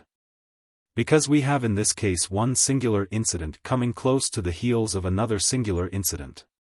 The police are making the mistake of concentrating their attention upon the second, because it happens to be the one which is actually criminal. But it is evident to me that the logical way to approach the case is to begin by trying to throw some light upon the first incident, the curious will, so suddenly made, and to so unexpected an heir. It may do something to simplify what followed. No, my dear fellow, I don't think you can help me. There is no prospect of danger, or I should not dream of stirring out without you. I trust that when I see you in the evening, I will be able to report that I have been able to do something for this unfortunate youngster, who has thrown himself upon my protection. It was late when my friend returned, and I could see, by a glance at his haggard and anxious face, that the high hopes with which he had started had not been fulfilled. For an hour he droned away upon his violin, endeavoring to soothe his own ruffled spirits. At last he flung down the instrument, and plunged into a detailed account of his misadventures. It's all going wrong, Watson, all as wrong as it can go. I kept a bold face before Lestrade, but, upon my soul, I believe that for once the fellow is on the right track and we are on the wrong. All my instincts are one way, and all the facts are the other. And I much fear that British juries have not yet attained that pitch of intelligence when they will give the preference to my theories over Lestrade's facts. Did you go to Blackheath? Yes, Watson, I went there, and I found very quickly that the late lamented old acre was a pretty considerable blackguard. The father was away in search of his son. The mother was at home, a little, fluffy, blue-eyed person, in a tremor of fear and indignation. Of course, she would not admit even the possibility of his guilt. But she would not express either surprise or regret over the fate of old Acre. On the contrary, she spoke of him with such bitterness that she was unconsciously considerably strengthening the case of the police for, of course. If her son had heard her speak of the man in this fashion, it would predispose him towards hatred and violence. He was more like a malignant and cunning ape than a human being, said she, and he always was, ever since he was a young man. You knew him at that time? Said I. Yes, I knew him well, in fact, he was an old suitor of mine. Thank heaven that I had the sense to turn away from him and to marry a better, if poorer, man. I was engaged to him, Mr. Holmes, when I heard a shocking story of how he had turned a cat loose in an aviary, and I was so horrified at his brutal cruelty that I would have nothing more to do with him. She rummaged in a bureau, and presently she produced a photograph of a woman, shamefully defaced and mutilated with a knife. That is my own photograph, she said. He sent it to me in that state, with his curse, upon my wedding morning. Well, said I, at least he has forgiven you now, since he has left all his property to your son. Neither my son nor I want anything from Jonas Oldacre, dead or alive, she cried, with a proper spirit. There is a God in heaven, Mr. Holmes, and that same God who has punished that wicked man will show, in his own good time, that my son's hands are guiltless of his blood. Well, I tried 1 or 2 leads, but could get at nothing which would help our hypothesis, and several points which would make against it. I gave it up at last and off I went to Norwood. This place, Deep Dean House, is a big modern villa of staring brick, standing back in its own grounds, with a laurel-clumped lawn in front of it. To the right and some distance back from the road was the timber yard which had been the scene of the fire. Here's a rough plan on a leaf of my notebook. This window on the left is the one which opens into Oldacre's room. You can look into it from the road, you see. That is about the only bit of consolation I have had today. Lestrade was not there, but his head constable did the honors.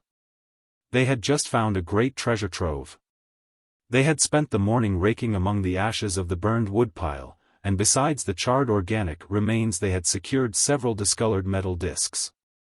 I examined them with care, and there was no doubt that they were trouser buttons. I even distinguished that one of them was marked with the name of Hyams, who was Oldacre's tailor. I then worked the lawn very carefully for signs and traces, but this drought has made everything as hard as iron. Nothing was to be seen save that some body or bundle had been dragged through a low privet hedge which is in a line with the woodpile. All that, of course, fits in with the official theory. I crawled about the lawn with an August sun on my back, but I got up at the end of an hour no wiser than before. Well, after this fiasco I went into the bedroom and examined that also. The blood-stains were very slight, mere smears and discolorations, but undoubtedly fresh. The stick had been removed, but there also the marks were slight. There is no doubt about the stick belonging to our client. He admits it. Footmarks of both men could be made out on the carpet, but none of any third person, which again is a trick for the other side. They were piling up their score all the time and we were at a standstill. Only one little gleam of hope did I get, and yet it amounted to nothing. I examined the contents of the safe, most of which had been taken out and left on the table.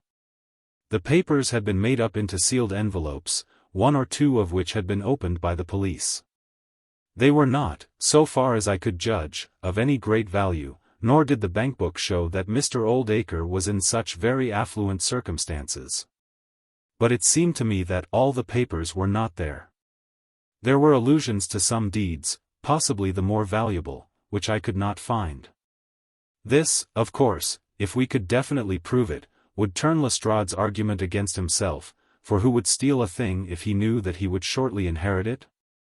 Finally, having drawn every other cover and picked up no scent, I tried my luck with the housekeeper. Mrs. Lexington is her name, a little, dark, silent person, with suspicious and sidelong eyes. She could tell us something if she would, I am convinced of it. But she was as close as wax. Yes, she had let Mr. MacFarlane in at 9:30. She wished her hand had withered before she had done so. She had gone to bed at 10:30. Her room was at the other end of the house, and she could hear nothing of what had passed. Mr. MacFarlane had left his hat, and to the best of her belief his stick, in the hall. She had been awakened by the alarm of fire. Her poor, dear master had certainly been murdered. Had he any enemies? Well, every man had enemies, but Mr. Oldacre kept himself very much to himself, and only met people in the way of business. She had seen the buttons, and was sure that they belonged to the clothes which he had worn last night. The woodpile was very dry, for it had not rained for a month. It burned like tinder, and by the time she reached the spot, nothing could be seen but flames. She and all the firemen smelled the burned flesh from inside it. She knew nothing of the papers, nor of Mr. Oldacre's private affairs. So, my dear Watson, there's my report of a failure. And yet, he clenched his thin hands in a paroxysm of conviction, I know it's all wrong. I feel it in my bones. There is something that has not come out, and that housekeeper knows it. There was a sort of sulky defiance in her eyes, which only goes with guilty knowledge. However, there's no good talking any more about it, Watson. But unless some lucky chance comes our way, I fear that the Norwood disappearance case will not figure in that chronicle of our successes which I foresee that a patient public will sooner or later have to endure. Surely, said I, the man's appearance would go far with any jury? That is a dangerous argument, my dear Watson. You remember that terrible murderer, Bert Stevens, who wanted us to get him off in '87? Was there ever a more mild-mannered, Sunday-school young man? It is true. Unless we succeed in establishing an alternative theory, this man is lost. You can hardly find a flaw in the case which can now be presented against him, and all further investigation has served to strengthen it. By the way, there is one curious little point about those papers which may serve us as the starting point for an inquiry. On looking over the bank book, I found that the low state of the balance was principally due to large checks which have been made out during the last year to Mr. Cornelius. I confess that I should be interested to know who this Mr. Cornelius may be with whom a retired builder has such very large transactions. Is it possible that he has had a hand in the affair? Cornelius might be a broker, but we have found no scrip to correspond with these large payments. Failing any other indication, my researches must now take the direction of an inquiry at the bank for the gentleman who has cashed these checks. But I fear, my dear fellow, that our case will end ingloriously by Lestrade hanging our client, which will certainly be a triumph for Scotland Yard. I do not know how far Sherlock Holmes took any sleep that night, but when I came down to breakfast I found him pale and harassed, his bright eyes the brighter for the dark shadows round them. The carpet round his chair was littered with cigarette ends and with the early editions of the morning papers. An open telegram lay upon the table. "What do you think of this, Watson?" he asked, tossing it across. It was from Norwood, and ran as follows. Important fresh evidence to hand. Macfarlane's guilt definitely established. Advise you to abandon case. Lestrade. This sounds serious, said I. It is Lestrade's little cockadoodle of victory, Holmes answered, with a bitter smile. And yet it may be premature to abandon the case. After all, important fresh evidence is a two-edged thing, and may possibly cut in a very different direction to that which Lestrade imagines. Take your breakfast, Watson, and we will go out together and see what we can do. I feel as if I shall need your company and your moral support today. My friend had no breakfast himself, for it was one of his peculiarities that in his more intense moments he would permit himself no food. And I have known him presume upon his iron strength until he has fainted from pure inanition. At present I cannot spare energy and nerve force for digestion, he would say in answer to my medical remonstrances. I was not surprised, therefore, when this morning he left his untouched meal behind him, and started with me for Norwood. A crowd of morbid sightseers were still gathered round Deepdene House, which was just such a suburban villa as I had pictured.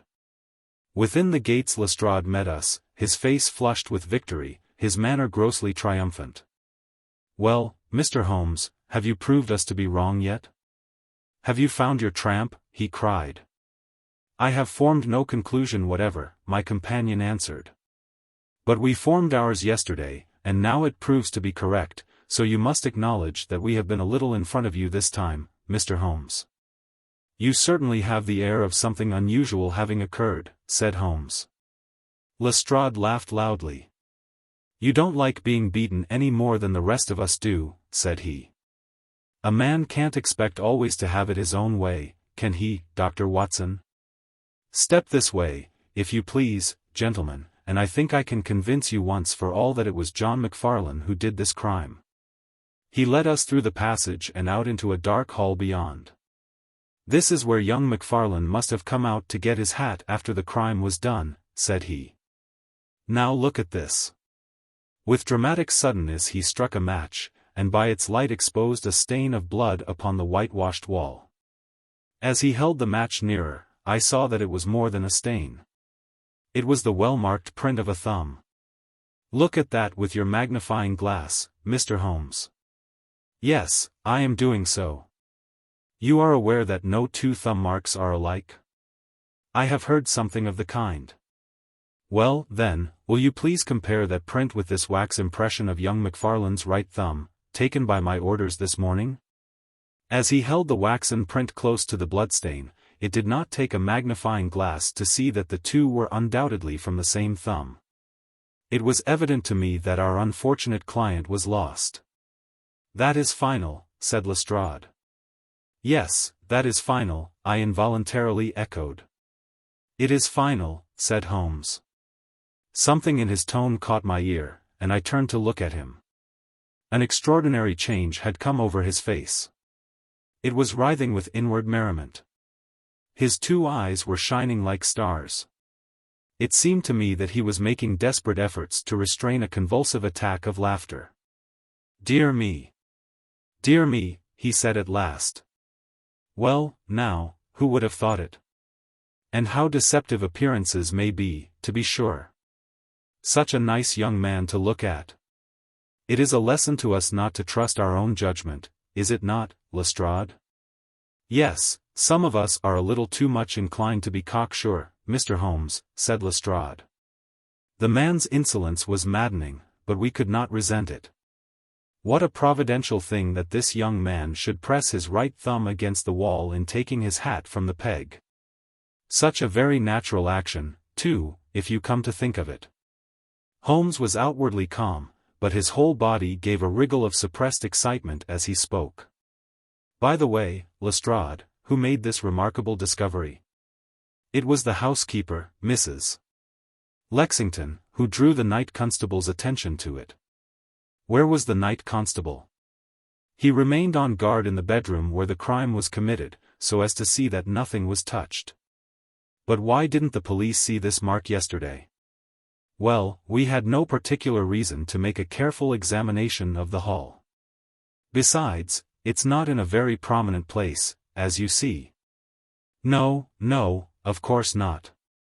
I suppose there is no doubt that the mark was there yesterday? Lestrade looked at Holmes as if he thought he was going out of his mind.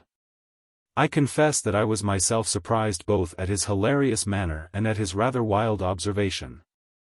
I don't know whether you think that Macfarlane came out of jail in the dead of the night in order to strengthen the evidence against himself, said Lestrade. I leave it to any expert in the world whether that is not the mark of his thumb. It is unquestionably the mark of his thumb. There, that's enough, said Lestrade. I am a practical man, Mr. Holmes, and when I have got my evidence I come to my conclusions. If you have anything to say, you will find me writing my report in the sitting-room. Holmes had recovered his equanimity, though I still seemed to detect gleams of amusement in his expression. Dear me, this is a very sad development, Watson, is it not? Said he. And yet there are singular points about it which hold out some hopes for our client. I am delighted to hear it, said I, heartily. I was afraid it was all up with him. I would hardly go so far as to say that, my dear Watson. The fact is that there is one really serious flaw in this evidence to which our friend attaches so much importance. Indeed, Holmes. What is it?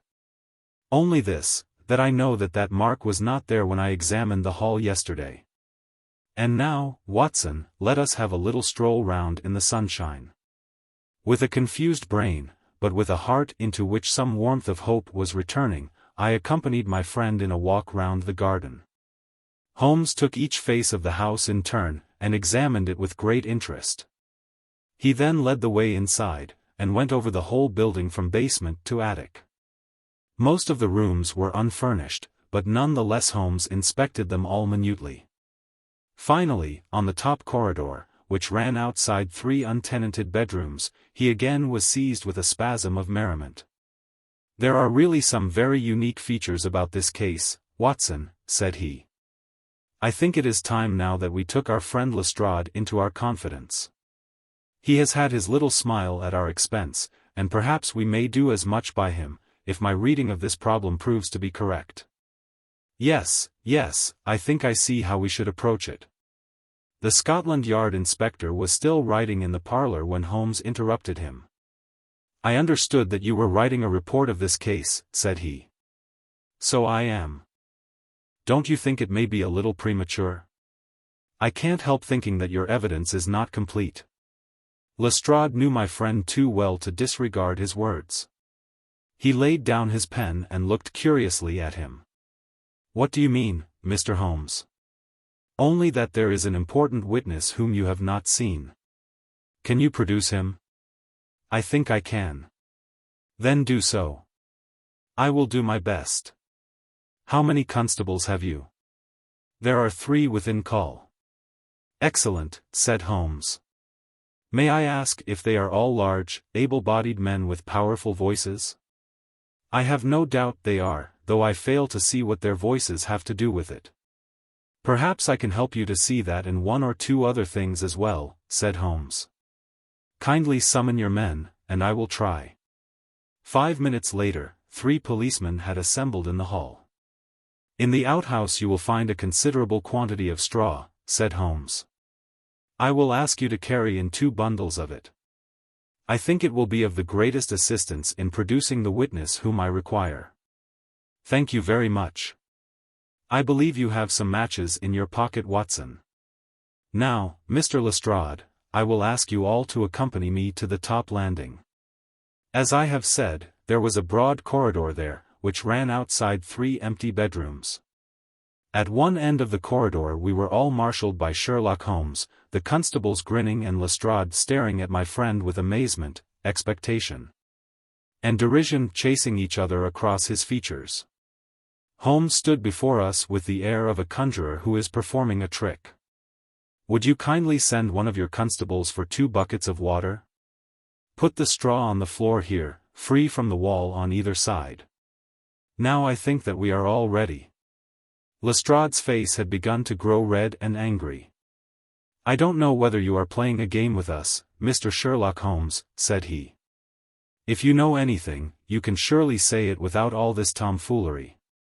I assure you, my good Lestrade, that I have an excellent reason for everything that I do. You may possibly remember that you chaffed me a little, some hours ago, when the sun seemed on your side of the hedge, so you must not grudge me a little pomp and ceremony now. Might I ask you, Watson, to open that window, and then to put a match to the edge of the straw?" I did so, and driven by the draught a coil of grey smoke swirled down the corridor, while the dry straw crackled and flamed. "Now we must see if we can find this witness for you, Lestrade. Might I ask you all to join in the cry of 'Fire'? Now then, 1, 2, 3. Fire," we all yelled. "Thank you. I will trouble you once again. Fire. Just once more, gentlemen, and all together. Fire." The shout must have rung over Norwood. It had hardly died away when an amazing thing happened. A door suddenly flew open out of what appeared to be solid wall at the end of the corridor, and a little, wizened man darted out of it, like a rabbit out of its burrow. "Capital," said Holmes, calmly. "Watson, a bucket of water over the straw." "That will do. Lestrade, allow me to present you with your principal missing witness, Mr. Jonas Oldacre." The detective stared at the newcomer with blank amazement. The latter was blinking in the bright light of the corridor, and peering at us and at the smoldering fire. It was an odious face, crafty, vicious, malignant, with shifty, light grey eyes and white lashes. "What's this, then?" said Lestrade, at last. "What have you been doing all this time, eh?" Oldacre gave an uneasy laugh, shrinking back from the furious red face of the angry detective. "I have done no harm." "No harm? You have done your best to get an innocent man hanged. If it wasn't for this gentleman here, I am not sure that you would not have succeeded." The wretched creature began to whimper. "I am sure, sir, it was only my practical joke." "Oh. A joke, was it? You won't find the laugh on your side, I promise you. Take him down, and keep him in the sitting room until I come. Mr. Holmes," he continued, when they had gone, "I could not speak before the constables, but I don't mind saying, in the presence of Dr. Watson, that this is the brightest thing that you have done yet, though it is a mystery to me how you did it. You have saved an innocent man's life, and you have prevented a very grave scandal, which would have ruined my reputation in the force." Holmes smiled, and clapped Lestrade upon the shoulder. "Instead of being ruined, my good sir, you will find that your reputation has been enormously enhanced. Just make a few alterations in that report which you were writing, and they will understand how hard it is to throw dust in the eyes of Inspector Lestrade. And you don't want your name to appear?" "Not at all. The work is its own reward. Perhaps I shall get the credit also at some distant day, when I permit my zealous historian to lay out his foolscap once more, Watson. Well, now, let us see where this rat has been lurking." A lathan plaster partition had been run across the passage 6 feet from the end, with a door cunningly concealed in it. It was lit within by slits under the eaves. A few articles of furniture and a supply of food and water were within, together with a number of books and papers. "There's the advantage of being a builder," said Holmes, as we came out.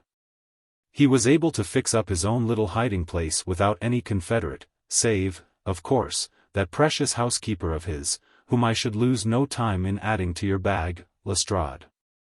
"I'll take your advice. But how did you know of this place, Mr. Holmes?" "I made up my mind that the fellow was in hiding in the house. When I paced one corridor and found it 6 feet shorter than the corresponding one below, it was pretty clear where he was. I thought he had not the nerve to lie quiet before an alarm of fire. We could, of course, have gone in and taken him, but it amused me to make him reveal himself. Besides, I owed you a little mystification, Lestrade, for your chaff in the morning." "Well, sir, you certainly got equal with me on that. But how in the world did you know that he was in the house at all?" "The thumb mark, Lestrade. You said it was final. And so it was, in a very different sense. I knew it had not been there the day before. I pay a good deal of attention to matters of detail, as you may have observed, and I had examined the hall, and was sure that the wall was clear. Therefore, it had been put on during the night." "But how?" "Very simply. When those packets were sealed up, Jonas Oldacre got Macfarlane to secure one of the seals by putting his thumb upon the soft wax. It would be done so quickly and so naturally, that I dare say the young man himself has no recollection of it. Very likely it just so happened, and Oldacre had himself no notion of the use he would put it to. Brooding over the case in that den of his, it suddenly struck him what absolutely damning evidence he could make against Macfarlane by using that thumb mark. It was the simplest thing in the world for him to take a wax impression from the seal, to moisten it in as much blood as he could get from a pinprick, and to put the mark upon the wall during the night, either with his own hand or with that of his housekeeper. If you examine among those documents which he took with him into his retreat, I will lay you a wager that you find the seal with the thumb mark upon it." "Wonderful," said Lestrade. "Wonderful. It's all as clear as crystal, as you put it. But what is the object of this deep deception, Mr. Holmes?" It was amusing to me to see how the detective's overbearing manner had changed suddenly to that of a child asking questions of its teacher. "Well, I don't think that is very hard to explain. A very deep, malicious, vindictive person is the gentleman who is now waiting us downstairs. You know that he was once refused by Macfarlane's mother? You don't. I told you that you should go to Blackheath first and Norwood afterwards. Well, this injury, as he would consider it, has rankled in his wicked, scheming brain, and all his life he has longed for vengeance, but never seen his chance. During the last year or two, things have gone against him, secret speculation, I think, and he finds himself in a bad way. He determines to swindle his creditors, and for this purpose he pays large checks to a certain Mr. Cornelius, who is, I imagine, himself under another name.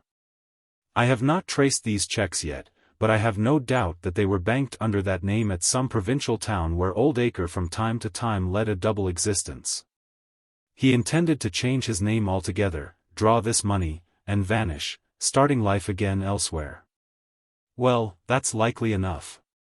It would strike him that in disappearing he might throw all pursuit off his track, and at the same time have an ample and crushing revenge upon his old sweetheart. If he could give the impression that he had been murdered by her only child.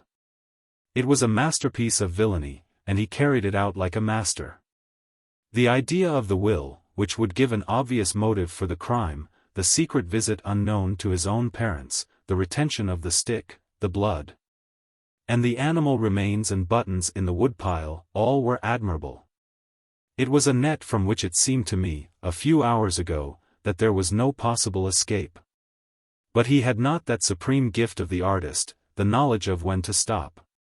He wished to improve that which was already perfect, to draw the rope tighter yet round the neck of his unfortunate victim, and so he ruined all. Let us descend, Lestrade. There are just one or two questions that I would ask him. The malignant creature was seated in his own parlour, with a policeman upon each side of him. It was a joke, my good sir, a practical joke, nothing more, he whined incessantly. I assure you, sir, that I simply concealed myself in order to see the effect of my disappearance. And I am sure that you would not be so unjust as to imagine that I would have allowed any harm to befall poor young Mr. MacFarlane. That's for a jury to decide, said Lestrade. Anyhow, we shall have you on a charge of conspiracy, if not for attempted murder. And you'll probably find that your creditors will impound the banking account of Mr. Cornelius, said Holmes. The little man started, and turned his malignant eyes upon my friend. I have to thank you for a good deal, said he. Perhaps I'll pay my debt some day. Holmes smiled indulgently. I fancy that, for some few years, you will find your time very fully occupied, said he. By the way, what was it you put into the woodpile besides your old trousers? A dead dog, or rabbits, or what? You won't tell? Dear me, how very unkind of you. Well, I dare say that a couple of rabbits would account both for the blood and for the charred ashes. If ever you write an account, Watson, you can make rabbits serve your turn. The Adventure of the Dancing Men. Holmes had been seated for some hours in silence with his long, thin back curved over a chemical vessel in which he was brewing a particularly malodorous product. His head was sunk upon his breast, and he looked from my point of view like a strange, lank bird, with dull grey plumage and a black topknot. So, Watson, said he, suddenly, you do not propose to invest in South African securities? I gave a start of astonishment. Accustomed as I was to Holmes's curious faculties, this sudden intrusion into my most intimate thoughts was utterly inexplicable. How on earth do you know that? I asked. He wheeled round upon his stool, with a steaming test tube in his hand, and a gleam of amusement in his deep-set eyes. Now, Watson, confess yourself utterly taken aback, said he. I am. I ought to make you sign a paper to that effect. Why? Because in 5 minutes you will say that it is all so absurdly simple. I am sure that I shall say nothing of the kind.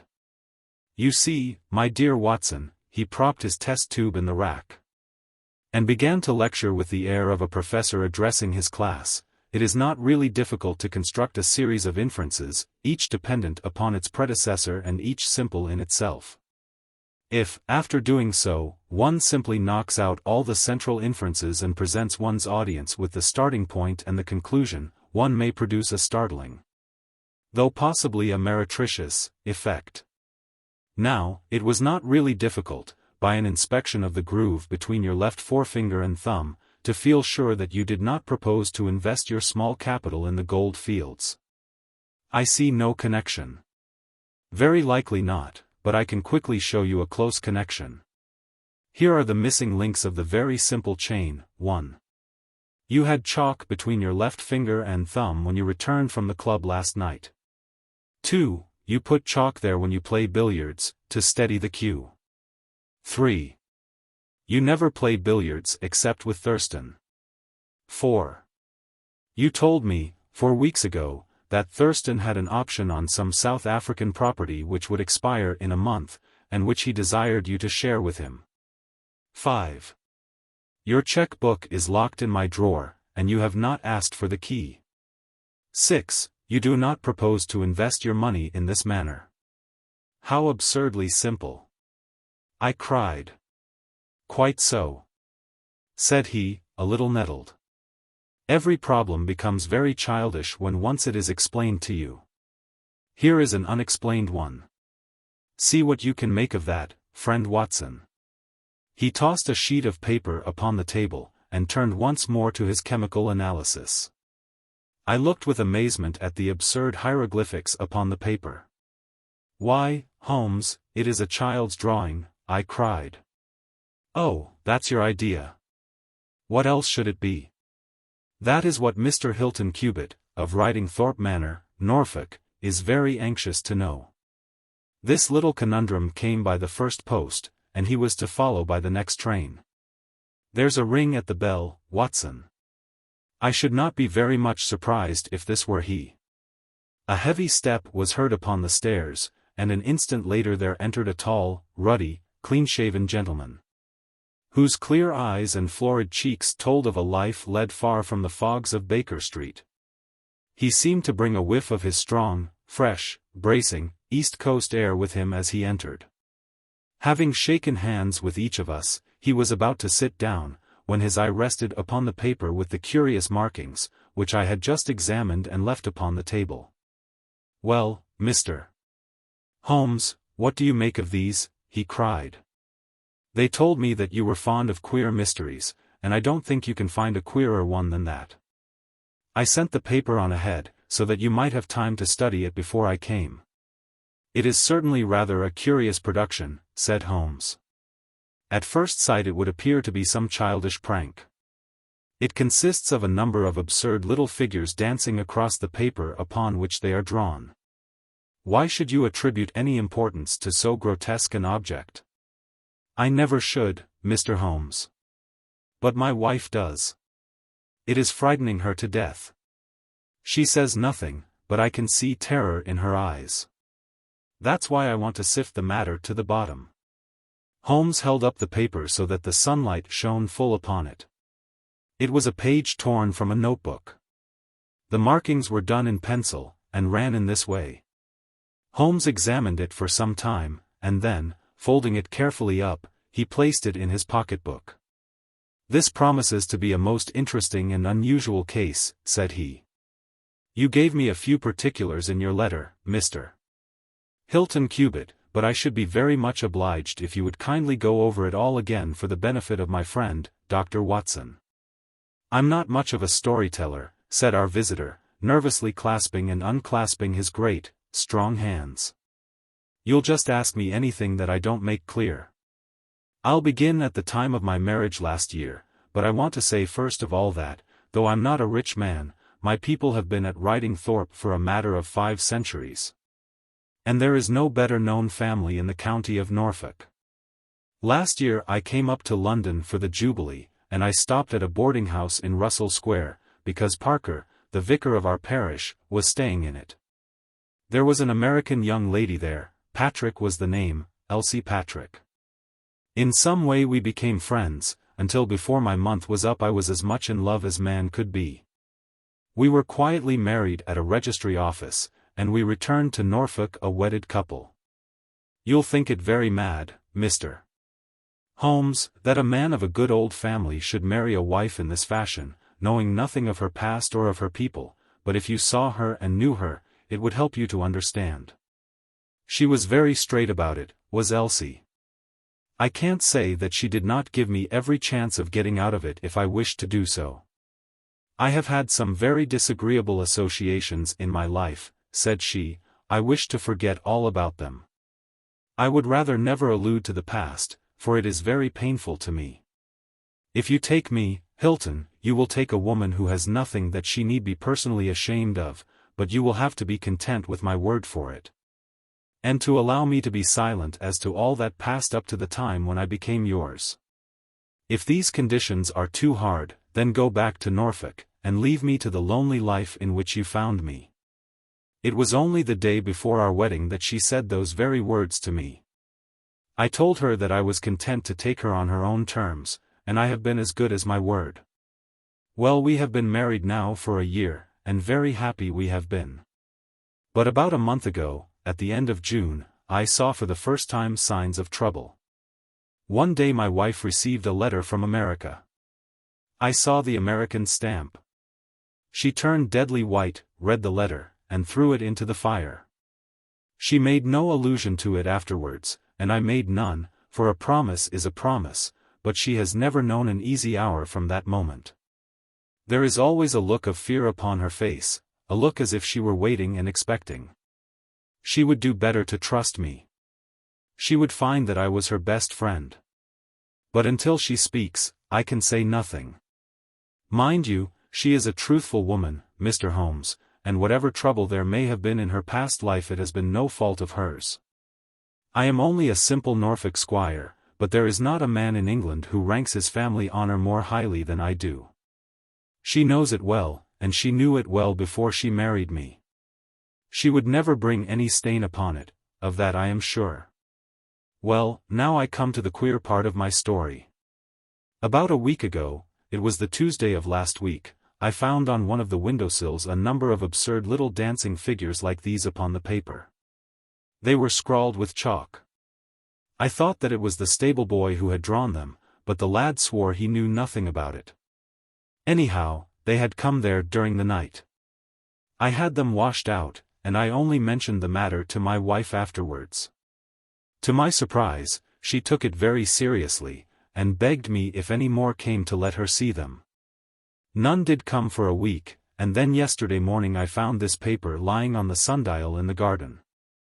I showed it to Elsie, and down she dropped in a dead faint.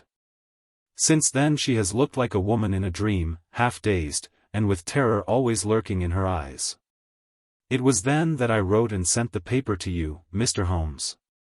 It was not a thing that I could take to the police, for they would have laughed at me, but you will tell me what to do. I am not a rich man, but if there is any danger threatening my little woman, would spend my last copper to shield her. He was a fine creature, this man of the old English soil, simple, straight, and gentle, with his great, earnest blue eyes and broad, comely face. His love for his wife and his trust in her shone in his features. Holmes had listened to his story with the utmost attention, and now he sat for some time in silent thought. "Don't you think, Mr. Cubitt," said he, at last, "that your best plan would be to make a direct appeal to your wife, and to ask her to share her secret with you?" Hilton Cubitt shook his massive head. "A promise is a promise, Mr. Holmes. If Elsie wished to tell me she would. If not, it is not for me to force her confidence. But I am justified in taking my own line, and I will. Then I will help you with all my heart. In the first place, have you heard of any strangers being seen in your neighborhood?" "No.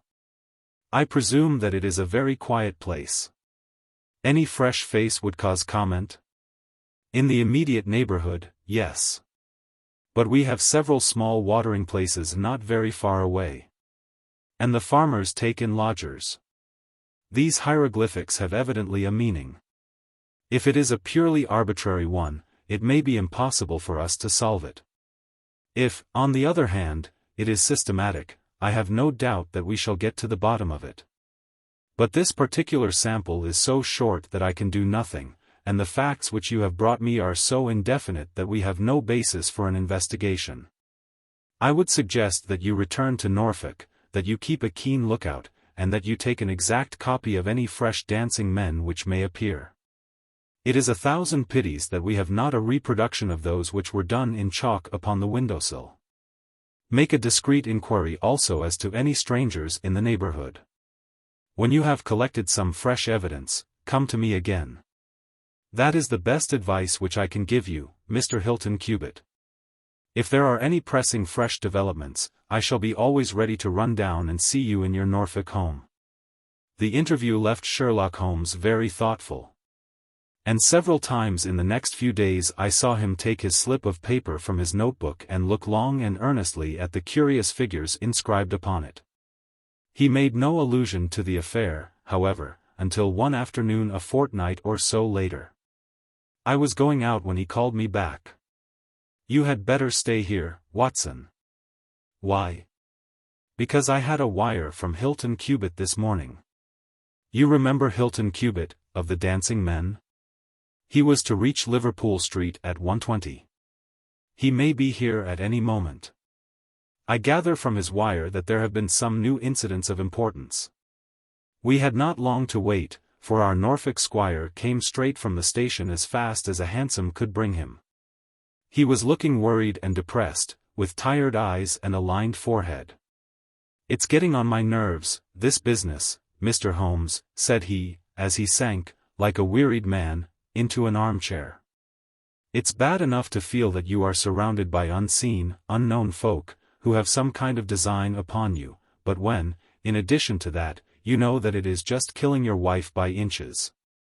Then it becomes as much as flesh and blood can endure. She's wearing away under it, just wearing away before my eyes."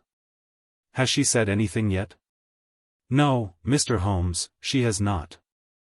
And yet there have been times when the poor girl has wanted to speak, and yet could not quite bring herself to take the plunge.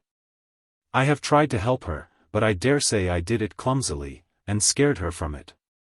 She has spoken about my old family, and our reputation in the county, and our pride in our unsullied honor, and I always felt it was leading to the point. But somehow it turned off before we got there." "But you have found out something for yourself?" "A good deal, Mr. Holmes. I have several fresh dancing men pictures for you to examine, and, what is more important, I have seen the fellow." "What, the man who draws them?"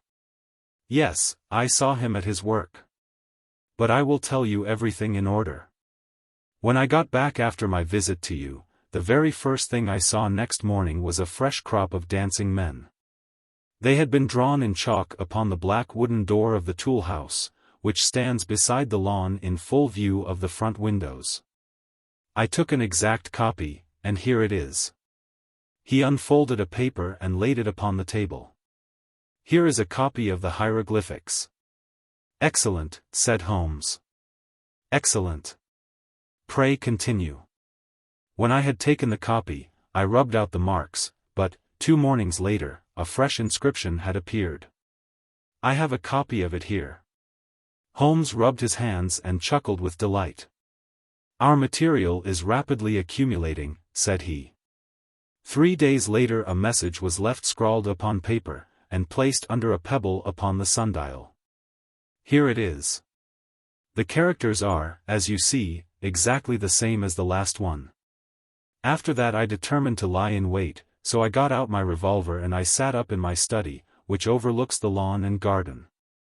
About 2 in the morning I was seated by the window, all being dark save for the moonlight outside, when I heard steps behind me, and there was my wife in her dressing gown. She implored me to come to bed.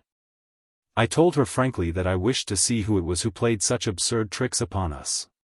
She answered that it was some senseless practical joke, and that I should not take any notice of it. "If it really annoys you, Hilton, we might go and travel, you and I, and so avoid this nuisance." "What, be driven out of our own house by a practical joker?" said I. "Why, we should have the whole county laughing at us." "Well, come to bed," said she, "and we can discuss it in the morning." Suddenly, as she spoke, I saw her white face grow whiter yet in the moonlight, and her hand tightened upon my shoulder. Something was moving in the shadow of the tool house. I saw a dark, creeping figure which crawled round the corner and squatted in front of the door. Seizing my pistol, I was rushing out, when my wife threw her arms round me and held me with convulsive strength. I tried to throw her off, but she clung to me most desperately. At last I got clear, but by the time I had opened the door and reached the house the creature was gone. He had left a trace of his presence, however, for there on the door was the very same arrangement of dancing men which had already twice appeared, and which I have copied on that paper. There was no other sign of the fellow anywhere, though I ran all over the grounds. And yet the amazing thing is that he must have been there all the time, for when I examined the door again in the morning, he had scrawled some more of his pictures under the line which I had already seen. Have you that fresh drawing? Yes, it is very short, but I made a copy of it, and here it is." Again he produced a paper. The new dance was in this form.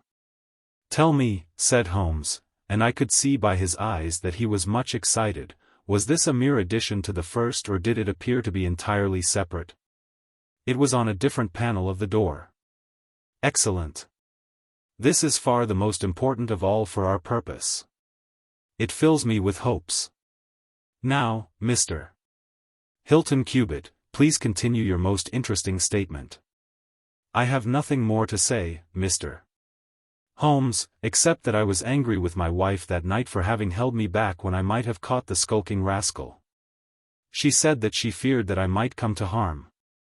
For an instant it had crossed my mind that perhaps what she really feared was that he might come to harm, for I could not doubt that she knew who this man was, and what he meant by these strange signals. But there is a tone in my wife's voice, Mr. Holmes, and a look in her eyes which forbid doubt, and I am sure that it was indeed my own safety that was in her mind. There's the whole case, and now I want your advice as to what I ought to do.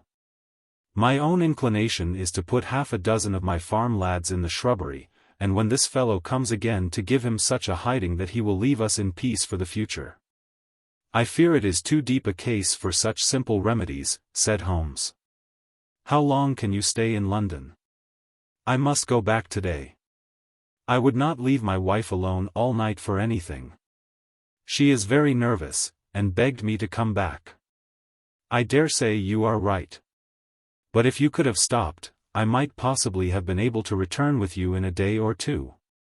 Meanwhile you will leave me these papers, and I think that it is very likely that I shall be able to pay you a visit shortly and to throw some light upon your case." Sherlock Holmes preserved his calm professional manner until our visitor had left us, although it was easy for me, who knew him so well, to see that he was profoundly excited. The moment that Hilton Cubitt's broad back had disappeared through the door my comrade rushed to the table, laid out all the slips of paper containing dancing men in front of him, and threw himself into an intricate and elaborate calculation. For 2 hours I watched him as he covered sheet after sheet of paper with figures and letters, so completely absorbed in his task that he had evidently forgotten my presence. Sometimes he was making progress and whistled and sang at his work, sometimes he was puzzled, and would sit for long spells with a furrowed brow and a vacant eye. Finally he sprang from his chair with a cry of satisfaction, and walked up and down the room rubbing his hands together. Then he wrote a long telegram upon a cable form. "If my answer to this is as I hope, you will have a very pretty case to add to your collection, Watson," said he. "I expect that we shall be able to go down to Norfolk tomorrow, and to take our friend some very definite news as to the secret of his annoyance." I confess that I was filled with curiosity, but I was aware that Holmes liked to make his disclosures at his own time and in his own way. So I waited until it should suit him to take me into his confidence. But there was a delay in that answering telegram, and 2 days of impatience followed, during which Holmes pricked up his ears at every ring of the bell. On the evening of the 2nd there came a letter from Hilton Cubitt. All was quiet with him, save that a long inscription had appeared that morning upon the pedestal of the sundial. He enclosed a copy of it, which is here reproduced. Holmes bent over this grotesque frieze for some minutes, and then suddenly sprang to his feet with an exclamation of surprise and dismay. His face was haggard with anxiety. "We have let this affair go far enough," said he. "Is there a train to North Walsham tonight?" I turned up the timetable. The last had just gone. "Then we shall breakfast early and take the very first in the morning," said Holmes. "Our presence is most urgently needed. Ah! Here is our expected cablegram. One moment, Mrs. Hudson, there may be an answer. No, that is quite as I expected. This message makes it even more essential that we should not lose an hour in letting Hilton Cubitt know how matters stand. For it is a singular and a dangerous web in which our simple Norfolk squire is entangled." So, indeed, it proved, and as I come to the dark conclusion of a story which had seemed to me to be only childish and bizarre, I experience once again the dismay and horror with which I was filled. Would that I had some brighter ending to communicate to my readers, but these are the chronicles of fact. And I must follow to their dark crisis the strange chain of events which for some days made Ridingthorpe Manor a household word through the length and breadth of England. We had hardly alighted at North Walsham, and mentioned the name of our destination, when the station-master hurried towards us. "I suppose that you are the detectives from London," said he. A look of annoyance passed over Holmes's face. "What makes you think such a thing?" "Because Inspector Martin from Norwich has just passed through." "But maybe you are the surgeons." "She's not dead, or wasn't by last accounts." "You may be in time to save her yet, though it be for the gallows." Holmes's brow was dark with anxiety. "We are going to Ridingthorpe Manor," said he, "but we have heard nothing of what has passed there." "It's a terrible business," said the station-master. "They are shot, both Mr. Hilton Cubitt and his wife. She shot him and then herself, so the servants say. He's dead and her life is despaired of. Dear, dear, one of the oldest families in the county of Norfolk, and one of the most honored." Without a word Holmes hurried to a carriage, and during the long 7 miles drive he never opened his mouth. Seldom have I seen him so utterly despondent. He had been uneasy during all our journey from town, and I had observed that he had turned over the morning papers with anxious attention. But now this sudden realization of his worst fears left him in a blank melancholy. He leaned back in his seat, lost in gloomy speculation. Yet there was much around to interest us, for we were passing through as singular a countryside as any in England, where a few scattered cottages represented the population of today, while on every hand enormous square-towered churches bristled up from the flat green landscape and told of the glory and prosperity of old East Anglia. At last the violet rim of the German Ocean appeared over the green edge of the Norfolk coast, and the driver pointed with his whip to 2 old brick and timber gables which projected from a grove of trees. "That's Ridingthorpe Manor," said he.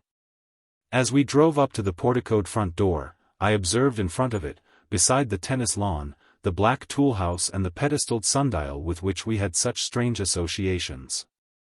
A dapper little man, with a quick, alert manner and a waxed mustache, had just descended from a high dog-cart. He introduced himself as Inspector Martin, of the Norfolk Constabulary, and he was considerably astonished when he heard the name of my companion. "Why, Mr. Holmes, the crime was only committed at 3 this morning. How could you hear of it in London and get to the spot as soon as I? I anticipated it. I came in the hope of preventing it." "Then you must have important evidence, of which we are ignorant, for they were said to be a most united couple." "I have only the evidence of the dancing men," said Holmes. "I will explain the matter to you later.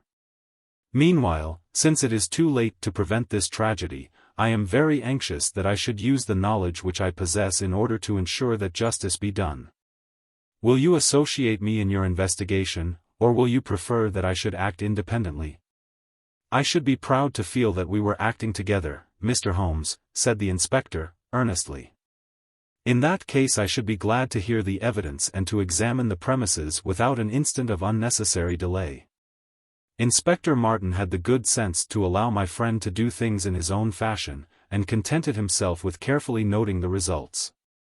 The local surgeon, an old, white-haired man, had just come down from Mrs. Hilton Cubitt's room, and he reported that her injuries were serious, but not necessarily fatal.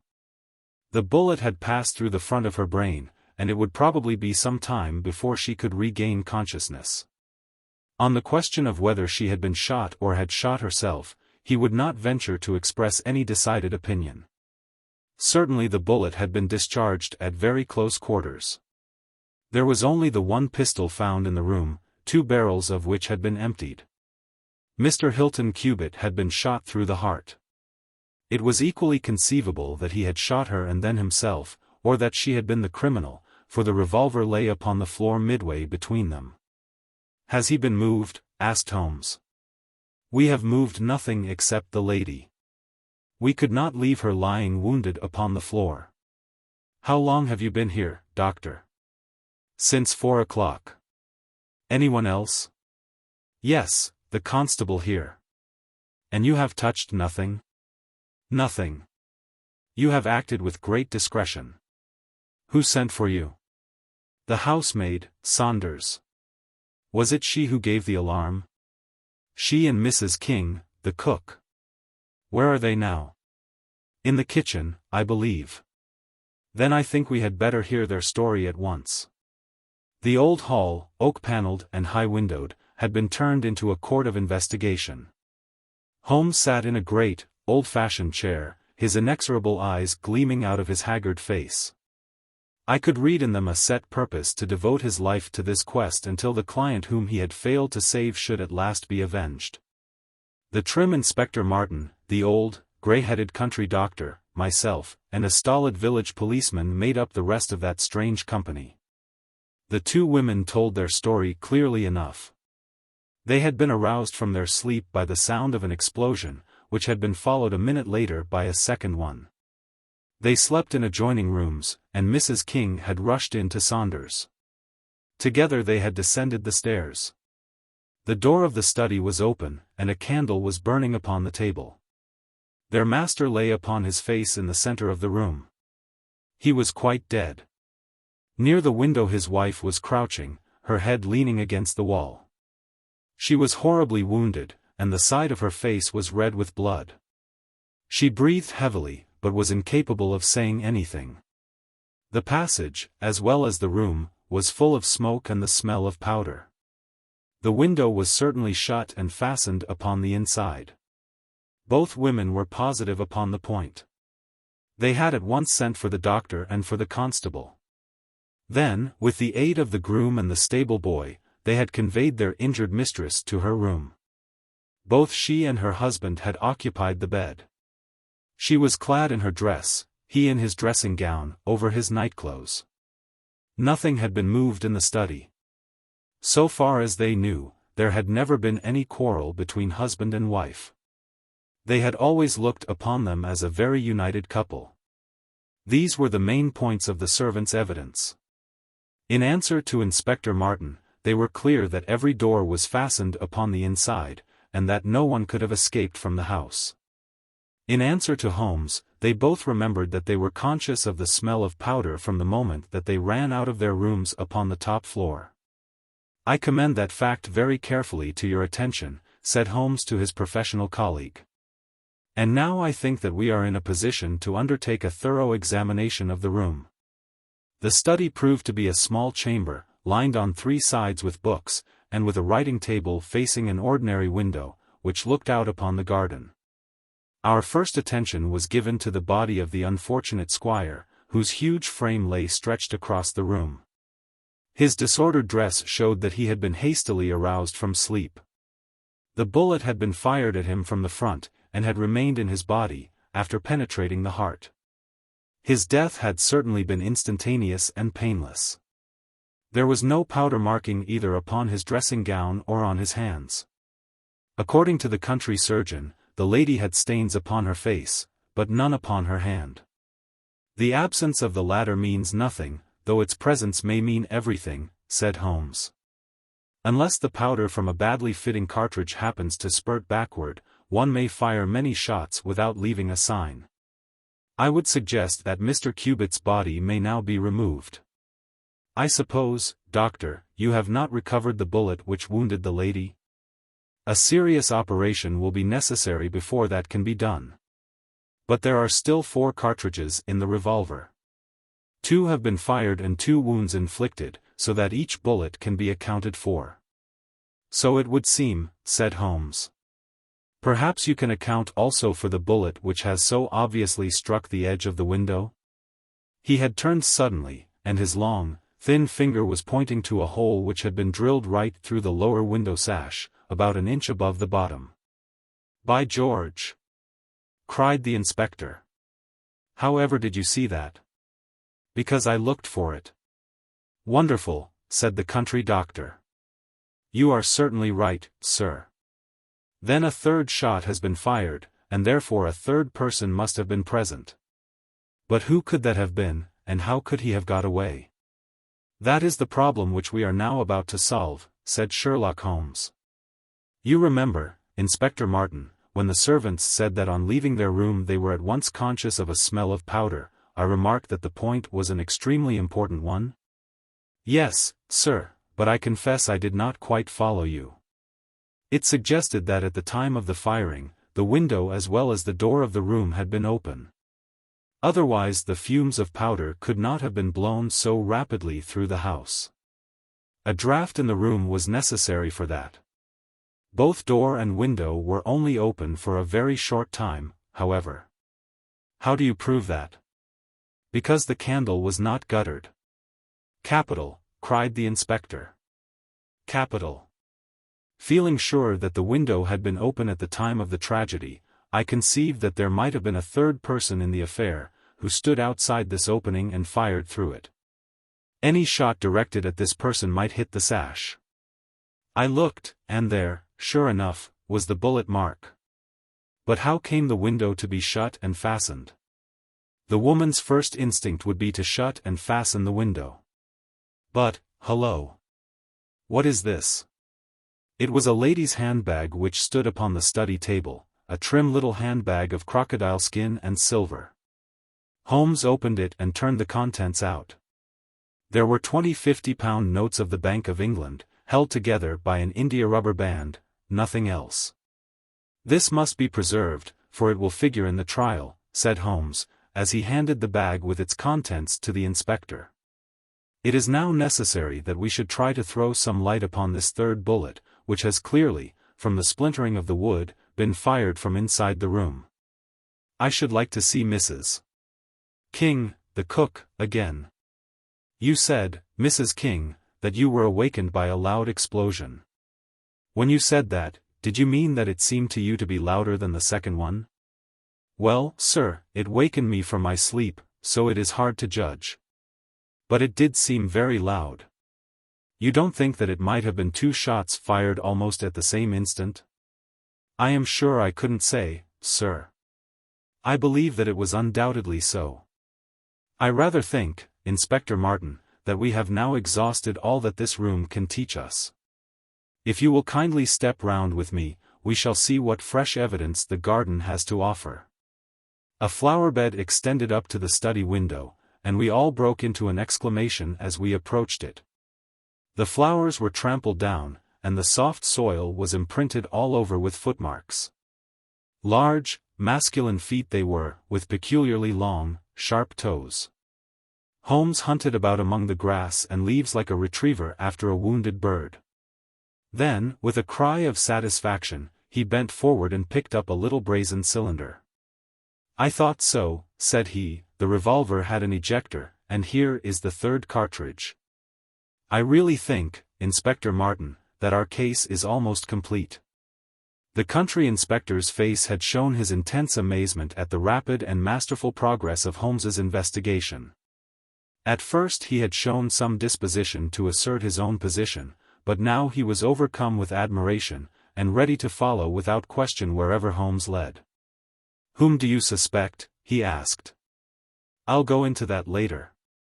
There are several points in this problem which I have not been able to explain to you yet. Now that I have got so far, I had best proceed on my own lines, and then clear the whole matter up once and for all. Just as you wish, Mr. Holmes, so long as we get our man. I have no desire to make mysteries, but it is impossible at the moment of action to enter into long and complex explanations. I have the threads of this affair all in my hand. Even if this lady should never recover consciousness, we can still reconstruct the events of last night and ensure that justice be done. First of all, I wish to know whether there is any inn in this neighborhood known as Elridge's. The servants were cross-questioned, but none of them had heard of such a place. The stable boy threw a light upon the matter by remembering that a farmer of that name lived some miles off, in the direction of East Ruston. Is it a lonely farm? Very lonely, sir. Perhaps they have not heard yet of all that happened here during the night? Maybe not, sir. Holmes thought for a little, and then a curious smile played over his face. Saddle a horse, my lad, said he. I shall wish you to take a note to Elridge's farm. He took from his pocket the various slips of the dancing men. With these in front of him, he worked for some time at the study table. Finally he handed a note to the boy, with directions to put it into the hands of the person to whom it was addressed, and especially to answer no questions of any sort which might be put to him.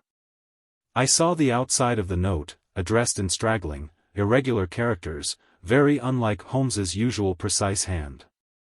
It was consigned to Mr. Abe Slaney, Elridge's Farm, East Ruston, Norfolk. "I think, Inspector," Holmes remarked, "that you would do well to telegraph for an escort, as, if my calculations prove to be correct, you may have a particularly dangerous prisoner to convey to the county jail. The boy who takes this note could no doubt forward your telegram.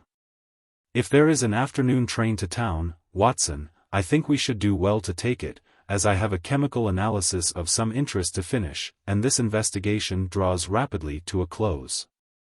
When the youth had been dispatched with the note, Sherlock Holmes gave his instructions to the servants. If any visitor were to call asking for Mrs.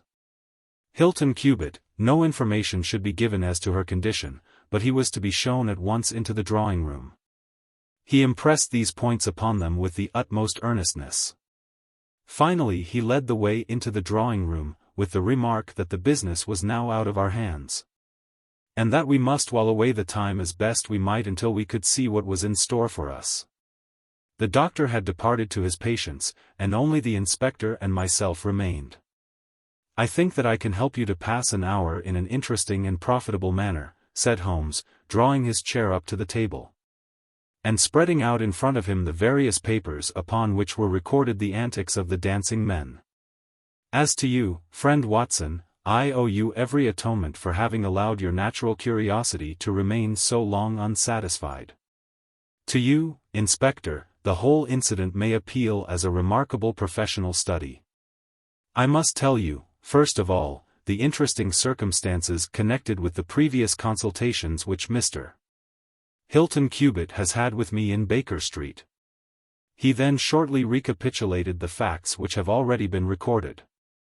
"I have here in front of me these singular productions, at which one might smile, had they not proved themselves to be the forerunners of so terrible a tragedy.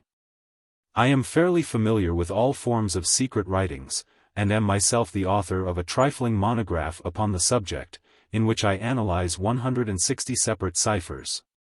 But I confess that this is entirely new to me. The object of those who invented the system has apparently been to conceal that these characters convey a message, and to give the idea that they are the mere random sketches of children. Having once recognized, however, that the symbols stood for letters, and having applied the rules which guide us in all forms of secret writings, the solution was easy enough. The first message submitted to me was so short that it was impossible for me to do more than to say, with some confidence, that the symbol stood for E. As you are aware, E is the most common letter in the English alphabet, and it predominates to so marked an extent that even in a short sentence one would expect to find it most often. Out of 15 symbols in the first message, 4 were the same, so it was reasonable to set this down as E. It is true that in some cases the figure was bearing a flag, and in some cases not, but it was probable, from the way in which the flags were distributed, that they were used to break the sentence up into words. I accepted this as a hypothesis, and noted that E was represented by. But now came the real difficulty of the inquiry. The order of the English letters after E is by no means well marked, and any preponderance which may be shown in an average of a printed sheet may be reversed in a single short sentence. Speaking roughly, T, A, O, I, N, S, H, R, D, and L are the numerical order in which letters occur, but T, A, O, and I are very nearly abreast of each other, and it would be an endless task to try each combination until a meaning was arrived at. I therefore waited for fresh material. In my second interview with Mr. Hilton Cubitt he was able to give me 2 other short sentences and 1 message, which appeared, since there was no flag, to be a single word. Here are the symbols. Now, in the single word I have already got the 2 E's coming second and fourth in a word of 5 letters. It might be sever, or lever, or never. There can be no question that the latter as a reply to an appeal is far the most probable, and the circumstances pointed to its being a reply written by the lady. Accepting it as correct, we are now able to say that the symbols stand respectively for N, V, and R. Even now I was in considerable difficulty, but a happy thought put me in possession of several other letters. It occurred to me that if these appeals came, as I expected, from someone who had been intimate with the lady in her early life, a combination which contained two E's with three letters between might very well stand for the name Elsie. On examination I found that such a combination formed the termination of the message, which was 3 times repeated. It was certainly some appeal to Elsie. In this way I had got my L, S, and I. But what appeal could it be?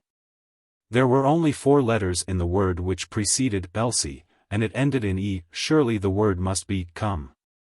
I tried all other 4 letters ending in E, but could find none to fit the case. So now I was in possession of C, O, and M, and I was in a position to attack the first message once more, dividing it into words and putting dots for each symbol which was still unknown. So treated, it worked out in this fashion. .m.air, esl.ne. Now the first letter can only be A, which is a most useful discovery, since it occurs no fewer than 3 times in this short sentence, and the H is also apparent in the second word. Now it becomes am here A.E. slain. Or, filling in the obvious vacancies in the name. Am here Abe Slaney. I had so many letters now that I could proceed with considerable confidence to the second message, which worked out in this fashion. A. Elre.es. Here I could only make sense by putting T and G for the missing letters, and supposing that the name was that of some house or inn at which the writer was staying. Inspector Martin and I had listened with the utmost interest to the full and clear account of how my friend had produced results which had led to so complete a command over our difficulties. "What did you do then, sir?" asked the inspector. I had every reason to suppose that this Abe Slaney was an American, since Abe is an American contraction, and since a letter from America had been the starting point of all the trouble. I had also every cause to think that there was some criminal secret in the matter. The lady's allusions to her past, and her refusal to take her husband into her confidence, both pointed in that direction. I therefore cabled to my friend, Wilson Hogreave, of the New York Police Bureau, who has more than once made use of my knowledge of London crime. I asked him whether the name of Abe Slaney was known to him. Here is his reply: the most dangerous crook in Chicago. On the very evening upon which I had his answer, Hilton Cubitt sent me the last message from Slaney. Working with known letters, it took this form. Elsie.re are to meet thy go.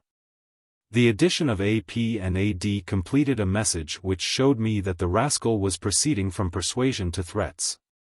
And my knowledge of the crooks of Chicago prepared me to find that he might very rapidly put his words into action. I at once came to Norfolk with my friend and colleague, Dr. Watson, but, unhappily, only in time to find that the worst had already occurred. "It is a privilege to be associated with you in the handling of a case," said the inspector, warmly. "You will excuse me, however, if I speak frankly to you. You are only answerable to yourself, but I have to answer to my superiors. If this Abe Slaney, living at Elridge's, is indeed the murderer, and if he has made his escape while I am seated here, should certainly get into serious trouble. You need not be uneasy. He will not try to escape." "How do you know?" "To fly would be a confession of guilt." "Then let us go arrest him. I expect him here every instant." "But why should he come?" "Because I have written and asked him." "But this is incredible, Mr. Holmes. Why should he come because you have asked him? Would not such a request rather rouse his suspicions and cause him to fly?" "I think I have known how to frame the letter," said Sherlock Holmes. "In fact, if I am not very much mistaken, here is the gentleman himself coming up the drive." A man was striding up the path which led to the door. He was a tall, handsome, swarthy fellow, clad in a suit of grey flannel, with a Panama hat, a bristling black beard, and a great, aggressive hooked nose, and flourishing a cane as he walked. He swaggered up the path as if the place belonged to him, and we heard his loud, confident peal at the bell. "I think, gentlemen," said Holmes, quietly, "that we had best take up our position behind the door. Every precaution is necessary when dealing with such a fellow. You will need your handcuffs, Inspector. You can leave the talking to me." We waited in silence for a minute, one of those minutes which one can never forget. Then the door opened and the man stepped in. In an instant Holmes clapped a pistol to his head, and Martin slipped the handcuffs over his wrists. It was all done so swiftly and deftly that the fellow was helpless before he knew that he was attacked. He glared from one to the other of us with a pair of blazing black eyes.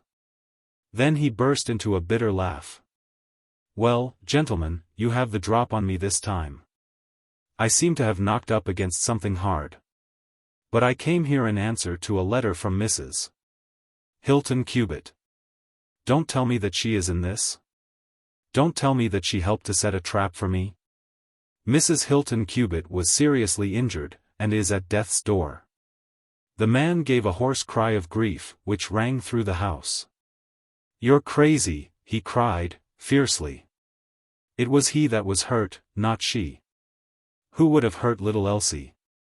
I may have threatened her, God forgive me, but I would not have touched a hair of her pretty head. Take it back, you. Say that she is not hurt. She was found badly wounded, by the side of her dead husband." He sank with a deep groan on the settee and buried his face in his manacled hands. For 5 minutes he was silent. Then he raised his face once more, and spoke with the cold composure of despair. "I have nothing to hide from you, gentlemen," said he. "If I shot the man he had his shot at me, and there's no murder in that. But if you think I could have hurt that woman, then you don't know either me or her. I tell you, there was never a man in this world loved a woman more than I loved her. I had a right to her. She was pledged to me years ago. Who was this Englishman that he should come between us? I tell you that I had the first right to her, and that I was only claiming my own. She broke away from your influence when she found the man that you are," said Holmes, sternly. "She fled from America to avoid you, and she married an honorable gentleman in England. You dogged her and followed her and made her life a misery to her, in order to induce her to abandon the husband whom she loved and respected in order to fly with you, whom she feared and hated. You have ended by bringing about the death of a noble man and driving his wife to suicide. That is your record in this business, Mr. Abe Slaney, and you will answer for it to the law. If Elsie dies, I care nothing what becomes of me," said the American. He opened one of his hands, and looked at a note crumpled up in his palm. "See here, mister," he cried, with a gleam of suspicion in his eyes, "you're not trying to scare me over this, are you? If the lady is hurt as bad as you say, who was it that wrote this note?" He tossed it forward on to the table. "I wrote it, to bring you here." "You wrote it?" "There was no one on earth outside the joint who knew the secret of the dancing men." "How came you to write it?" "What one man can invent another can discover," said Holmes. "There is a cab coming to convey you to Norwich, Mr. Slaney. But meanwhile, you have time to make some small reparation for the injury you have wrought. Are you aware that Mrs.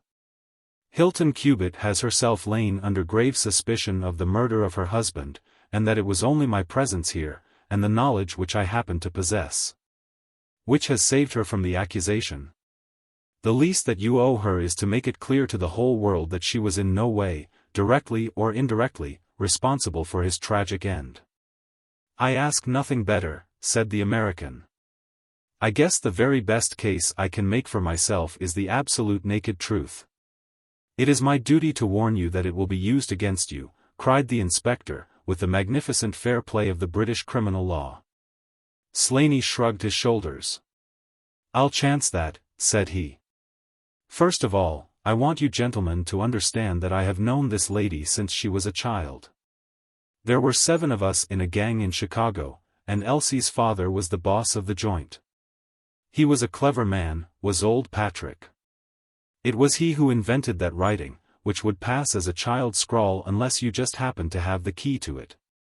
Well, Elsie learned some of our ways, but she couldn't stand the business, and she had a bit of honest money of her own, so she gave us all the slip and got away to London.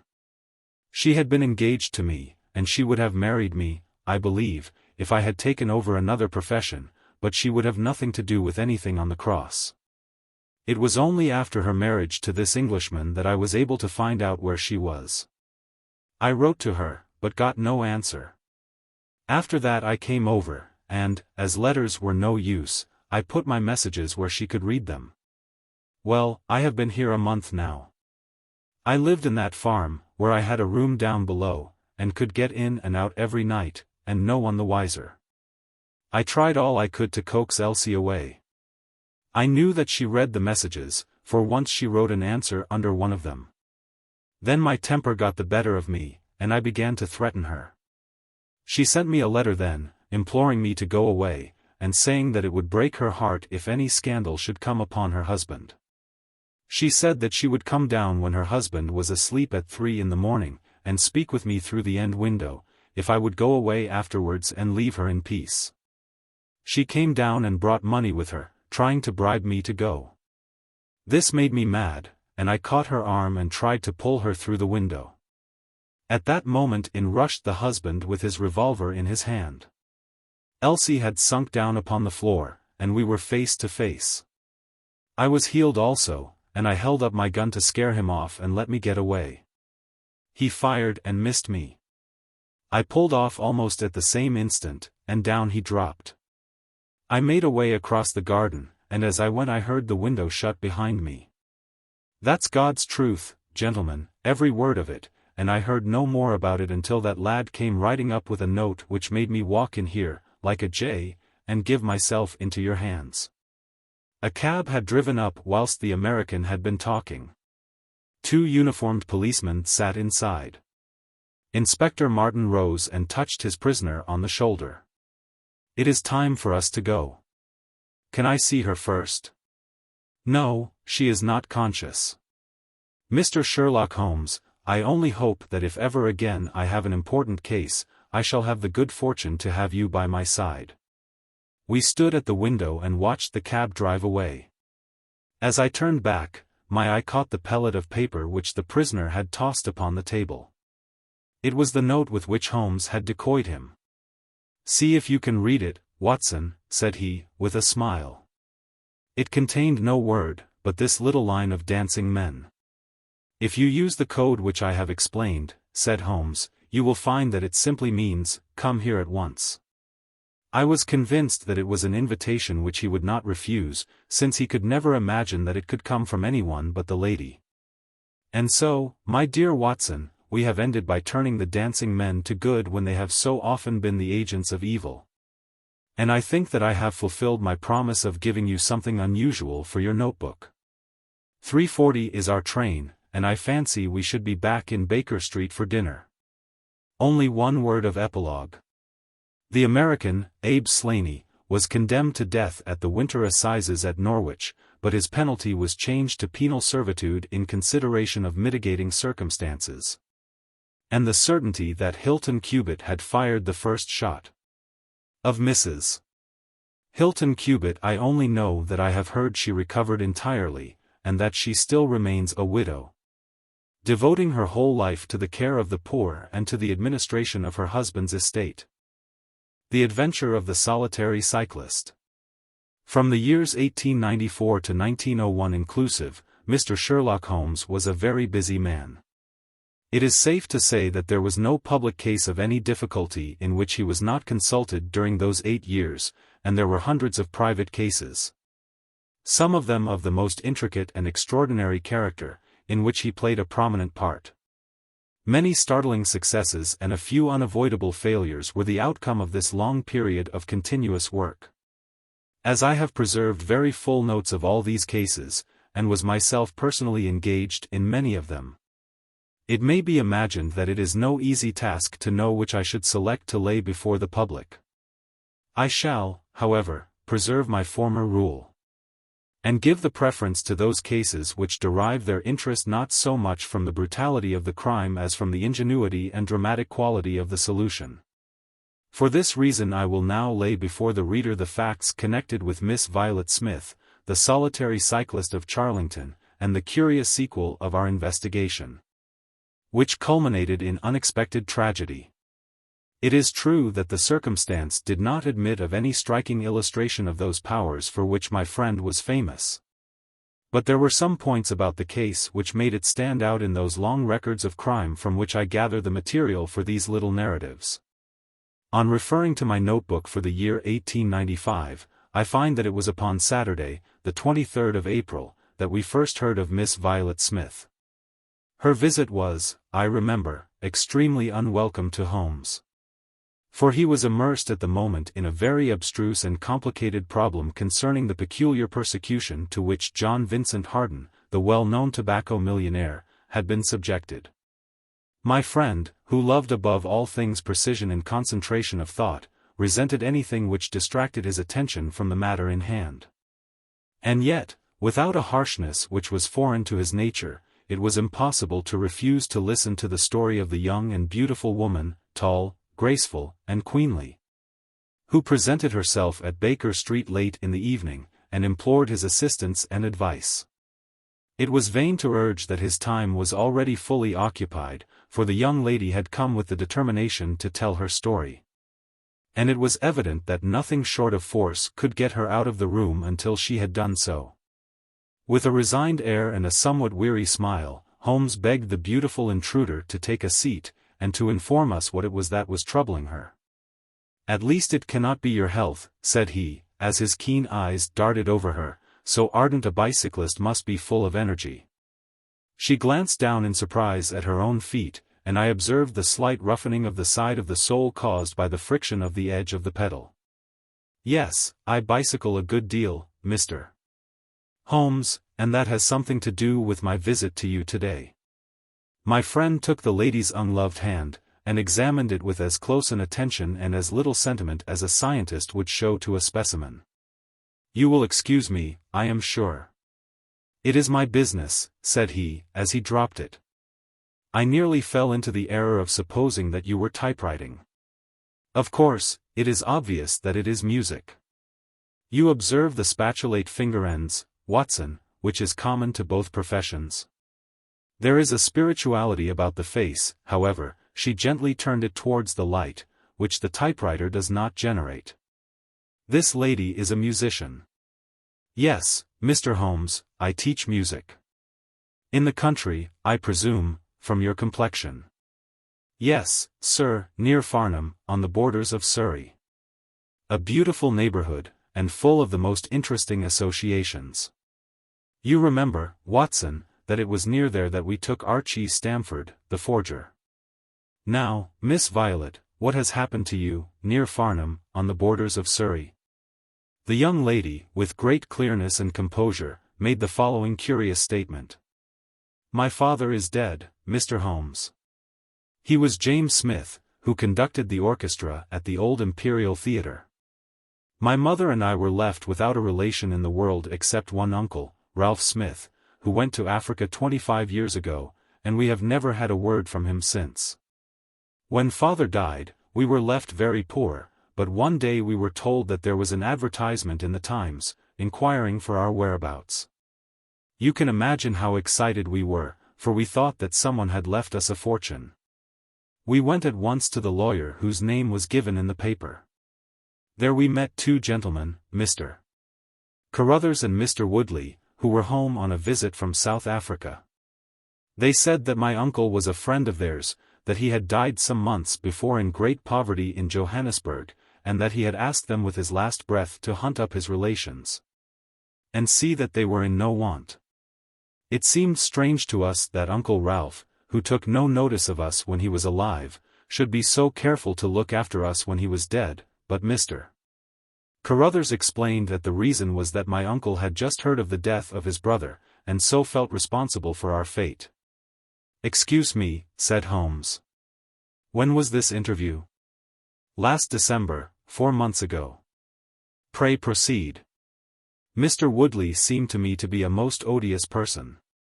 He was forever making eyes at me, a coarse, puffy-faced, red-moustached young man, with his hair plastered down on each side of his forehead.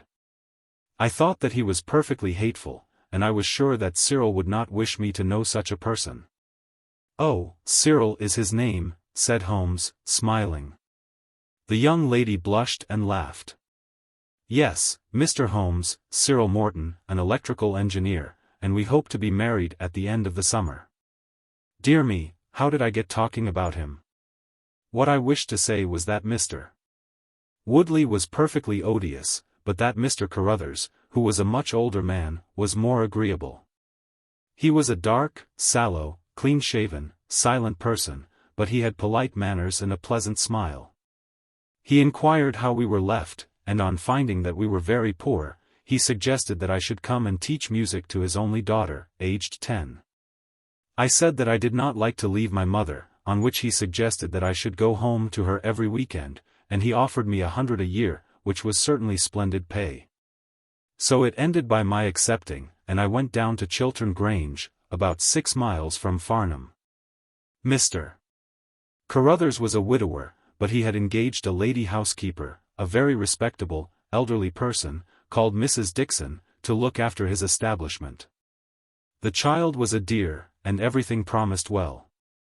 Mr. Carruthers was very kind and very musical, and we had most pleasant evenings together. Every weekend I went home to my mother in town. The first flaw in my happiness was the arrival of the red-moustached Mr. Woodley. He came for a visit of a week, and oh! It seemed 3 months to me. He was a dreadful person, a bully to everyone else, but to me something infinitely worse.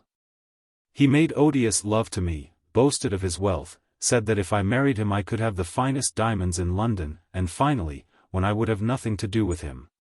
He seized me in his arms one day after dinner, he was hideously strong, and swore that he would not let me go until I had kissed him. Mr. Carruthers came in and tore him from me, on which he turned upon his own host, knocking him down and cutting his face open. That was the end of his visit, as you can imagine. Mr. Carruthers apologized to me next day, and assured me that I should never be exposed to such an insult again. I have not seen Mr. Woodley since. And now, Mr. Holmes, I come at last to the special thing which has caused me to ask your advice today.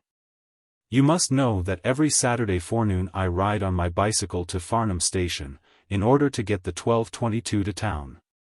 The road from Chiltern Grange is a lonely one, and at one spot it is particularly so. For it lies for over a mile between Charlington Heath upon one side and the woods which lie round Charlington Hall upon the other. You could not find a more lonely tract of road anywhere, and it is quite rare to meet so much as a cart, or a peasant, until you reach the high road near Crooksbury Hill. 2 weeks ago I was passing this place, when I chanced to look back over my shoulder, and about 200 yards behind me I saw a man, also on a bicycle. He seemed to be a middle-aged man, with a short, dark beard. I looked back before I reached Farnham, but the man was gone, so I thought no more about it. But you can imagine how surprised I was, Mr. Holmes, when, on my return on the Monday, I saw the same man on the same stretch of road. My astonishment was increased when the incident occurred again, exactly as before, on the following Saturday and Monday. He always kept his distance and did not molest me in any way, but still it certainly was very odd. I mentioned it to Mr. Carruthers, who seemed interested in what I said, and told me that he had ordered a horse and trap, so that in future I should not pass over these lonely roads without some companion. The horse and trap were to have come this week, but for some reason they were not delivered, and again I had to cycle to the station. That was this morning. You can think that I looked out when I came to Charlington Heath, and there, sure enough, was the man, exactly as he had been the 2 weeks before. He always kept so far from me that I could not clearly see his face, but it was certainly someone whom I did not know. He was dressed in a dark suit with a cloth cap. The only thing about his face that I could clearly see was his dark beard. Today I was not alarmed, but I was filled with curiosity, and I determined to find out who he was and what he wanted. I slowed down my machine, but he slowed down his. Then I stopped altogether, but he stopped also. Then I laid a trap for him. There is a sharp turning of the road, and I pedaled very quickly round this, and then I stopped and waited. I expected him to shoot round and pass me before he could stop. But he never appeared. Then I went back and looked round the corner. I could see a mile of road, but he was not on it. To make it the more extraordinary, there was no side road at this point down which he could have gone. Holmes chuckled and rubbed his hands. "This case certainly presents some features of its own," said he. "How much time elapsed between your turning the corner and your discovery that the road was clear?" 2 or 3 minutes. "Then he could not have retreated down the road, and you say that there are no side roads?" "None." "Then he certainly took a footpath on one side or the other. It could not have been on the side of the heath, or I should have seen him. So, by the process of exclusion, we arrive at the fact that he made his way toward Charlington Hall, which, as I understand, is situated in its own grounds on one side of the road. Anything else?" "Nothing, Mr. Holmes, save that I was so perplexed that I felt I should not be happy until I had seen you and had your advice." Holmes sat in silence for some little time. "Where is the gentleman to whom you are engaged?" he asked at last. "He is in the Midland Electrical Company, at Coventry." "He would not pay you a surprise visit?" "Oh, Mr. Holmes. As if I should not know him. Have you had any other admirers?" "Several before I knew Cyril." "And since?" "There was this dreadful man, Woodley, if you can call him an admirer." "No one else?" Our fair client seemed a little confused. "Who was he?" asked Holmes. "Oh, it may be a mere fancy of mine, but it had seemed to me sometimes that my employer, Mr. Carruthers, takes a great deal of interest in me. We are thrown rather together. I play his accompaniments in the evening. He has never said anything. He is a perfect gentleman. But a girl always knows." "Ha!" Holmes looked grave. "What does he do for a living?" "He is a rich man." "No carriages or horses?"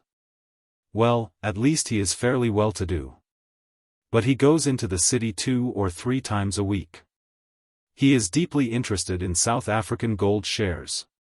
You will let me know any fresh development, Miss Smith. I am very busy just now, but I will find time to make some inquiries into your case. In the meantime, take no step without letting me know. Goodbye, and I trust that we shall have nothing but good news from you." "It is part of the settled order of nature that such a girl should have followers," said Holmes, as he pulled at his meditative pipe, "but for choice not on bicycles in lonely country roads. Some secretive lover, beyond all doubt. But there are curious and suggestive details about the case, Watson." "That he should appear only at that point?" "Exactly. Our first effort must be to find who are the tenants of Charlington Hall. Then, again, how about the connection between Carruthers and Woodley, since they appear to be men of such a different type? How came they both to be so keen upon looking up Ralph Smith's relations? One more point. What sort of a menage is it which pays double the market price for a governess but does not keep a horse, although 6 miles from the station? Odd, Watson, very odd. You will go down? No, my dear fellow, you will go down. This may be some trifling intrigue, and I cannot break my other important research for the sake of it. On Monday you will arrive early at Farnham.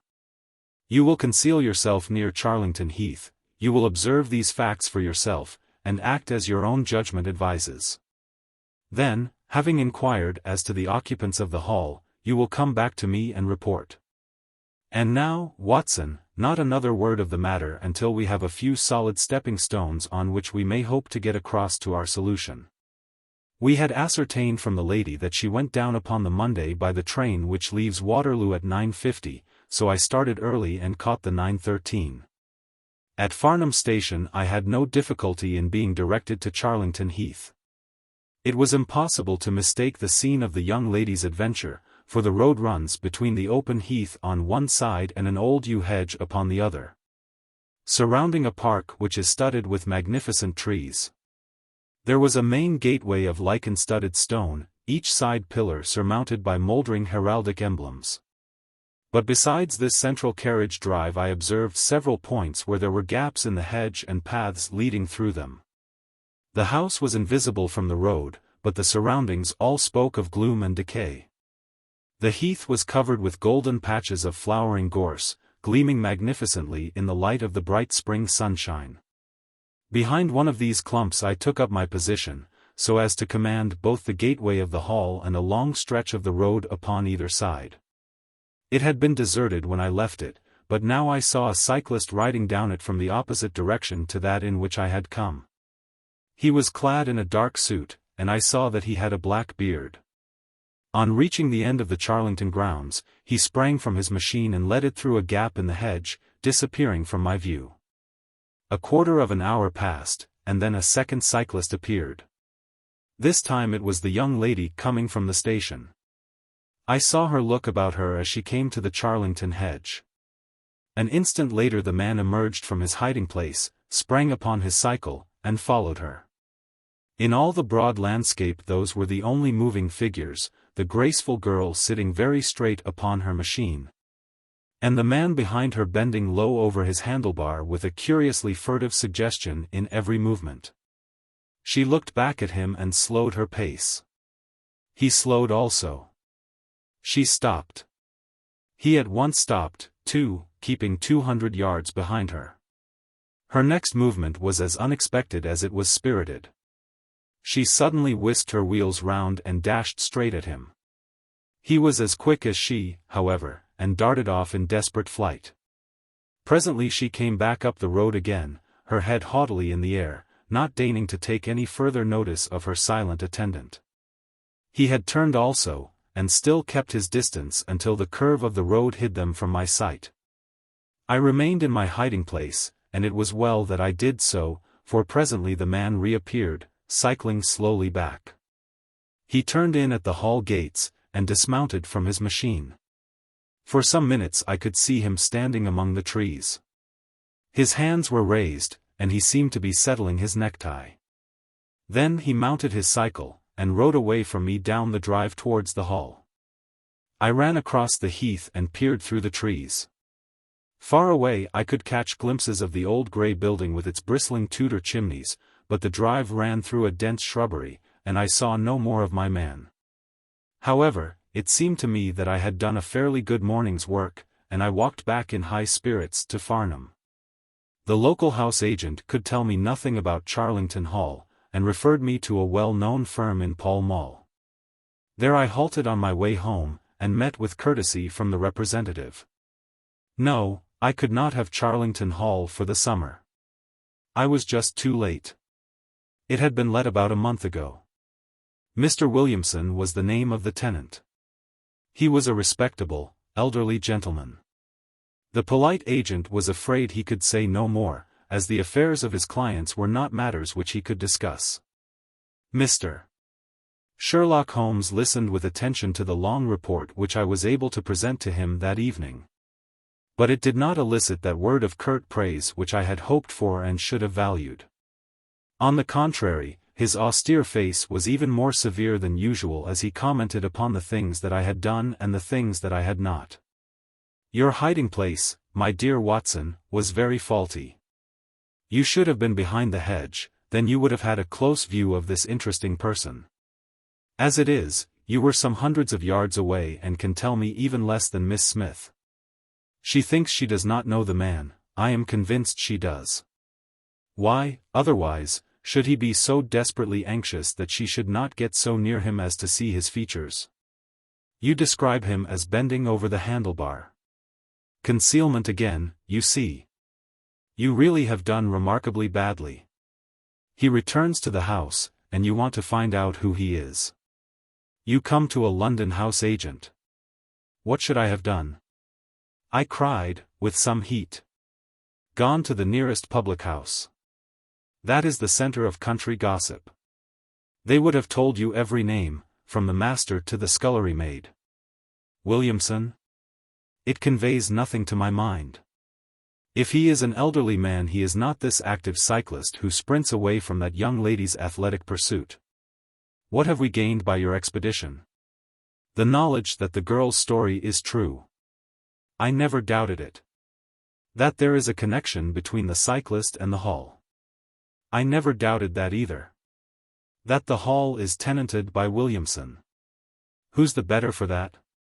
Well, my dear sir, don't look so depressed. We can do little more until next Saturday, and in the meantime I may make 1 or 2 inquiries myself. Next morning, we had a note from Miss Smith, recounting shortly and accurately the very incidents which I had seen. But the pith of the letter lay in the postscript. I am sure that you will respect my confidence, Mr. Holmes, when I tell you that my place here has become difficult, owing to the fact that my employer has proposed marriage to me. I am convinced that his feelings are most deep and most honorable. At the same time, my promise is of course given. He took my refusal very seriously, but also very gently. You can understand, however, that the situation is a little strained. Our young friend seems to be getting into deep waters, said Holmes, thoughtfully, as he finished the letter. The case certainly presents more features of interest and more possibility of development than I had originally thought. I should be none the worse for a quiet, peaceful day in the country, and I am inclined to run down this afternoon and test 1 or 2 theories which I have formed. Holmes's quiet day in the country had a singular termination, for he arrived at Baker Street late in the evening, with a cut lip and a discolored lump upon his forehead. Besides a general air of dissipation which would have made his own person the fitting object of a Scotland Yard investigation. He was immensely tickled by his own adventures and laughed heartily as he recounted them. I get so little active exercise that it is always a treat, said he. You are aware that I have some proficiency in the good old British sport of boxing. Occasionally, it is of service. Today, for example, I should have come to very ignominious grief without it. I begged him to tell me what had occurred. I found that country pub which I had already recommended to your notice, and there I made my discreet inquiries. I was in the bar, and a garrulous landlord was giving me all that I wanted. Williamson is a white-bearded man, and he lives alone with a small staff of servants at the hall. There is some rumor that he is or has been a clergyman, but 1 or 2 incidents of his short residence at the hall struck me as peculiarly unecclesiastical. I have already made some inquiries at a clerical agency, and they tell me that there was a man of that name in orders, whose career has been a singularly dark one. The landlord further informed me that there are usually weekend visitors, a warm lot, sir, at the hall, and especially one gentleman with a red mustache, Mr. Woodley by name, who was always there. We had got as far as this, when who should walk in but the gentleman himself, who had been drinking his beer in the taproom and had heard the whole conversation. Who was I? What did I want? What did I mean by asking questions? He had a fine flow of language, and his adjectives were very vigorous. He ended a string of abuse by a vicious backhander, which I failed to entirely avoid. The next few minutes were delicious. It was a straight left against a slogging ruffian. I emerged as you see me. Mr. Woodley went home in a cart. So ended my country trip, and it must be confessed that, however enjoyable, my day on the Surrey border has not been much more profitable than your own. The Thursday brought us another letter from our client. You will not be surprised, Mr. Holmes, said she, to hear that I am leaving Mr. Carruthers's employment. Even the high pay cannot reconcile me to the discomforts of my situation. On Saturday I come up to town, and I do not intend to return. Mr. Carruthers has got a trap, and so the dangers of the lonely road, if there ever were any dangers, are now over. As to the special cause of my leaving, it is not merely the strained situation with Mr. Carruthers, but it is the reappearance of that odious man, Mr. Woodley. He was always hideous, but he looks more awful than ever now, for he appears to have had an accident and he is much disfigured. I saw him out of the window, but I am glad to say I did not meet him. He had a long talk with Mr. Carruthers, who seemed much excited afterwards.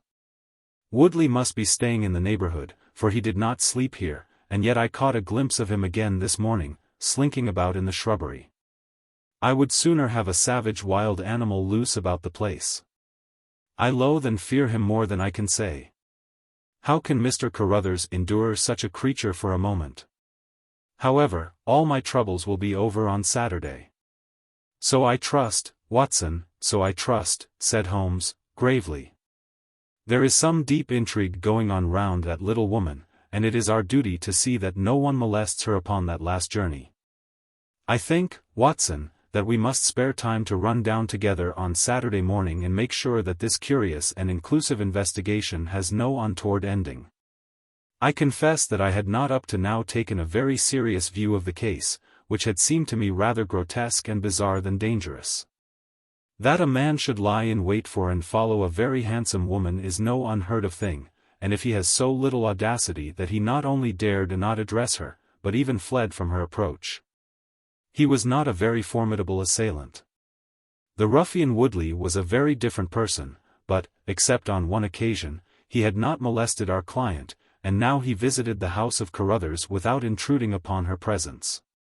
The man on the bicycle was doubtless a member of those weekend parties at the hall of which the publican had spoken, but who he was, or what he wanted, was as obscure as ever. It was the severity of Holmes's manner and the fact that he slipped a revolver into his pocket before leaving our rooms which impressed me with the feeling that tragedy might prove to lurk behind this curious train of events.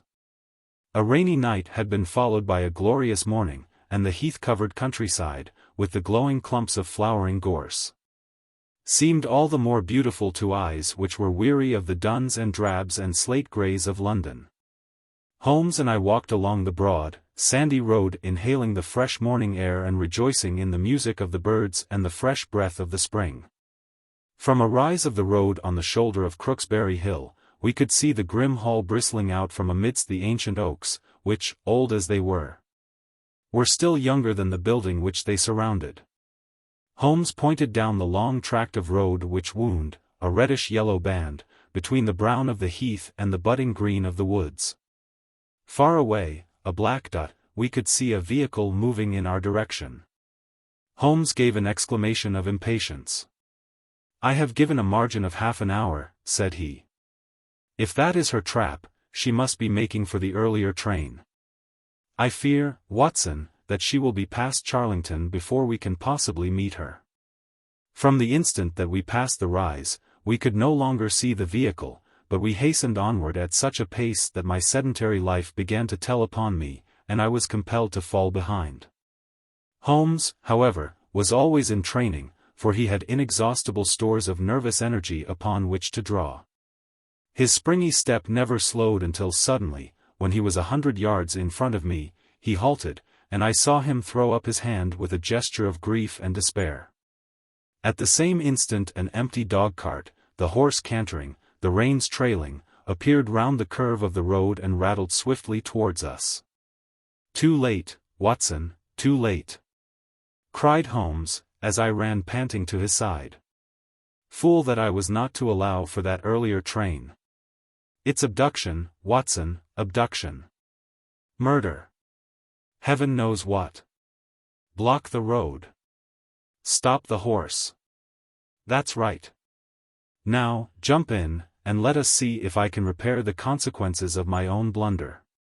We had sprung into the dog-cart, and Holmes, after turning the horse, gave it a sharp cut with the whip, and we flew back along the road. As we turned the curve, the whole stretch of road between the hall and the heath was opened up. I grasped Holmes's arm. "That's the man," I gasped. A solitary cyclist was coming towards us. His head was down and his shoulders rounded, as he put every ounce of energy that he possessed onto the pedals. He was flying like a racer. Suddenly he raised his bearded face, saw us close to him, and pulled up, springing from his machine. That coal-black beard was in singular contrast to the pallor of his face, and his eyes were as bright as if he had a fever. He stared at us and at the dog-cart.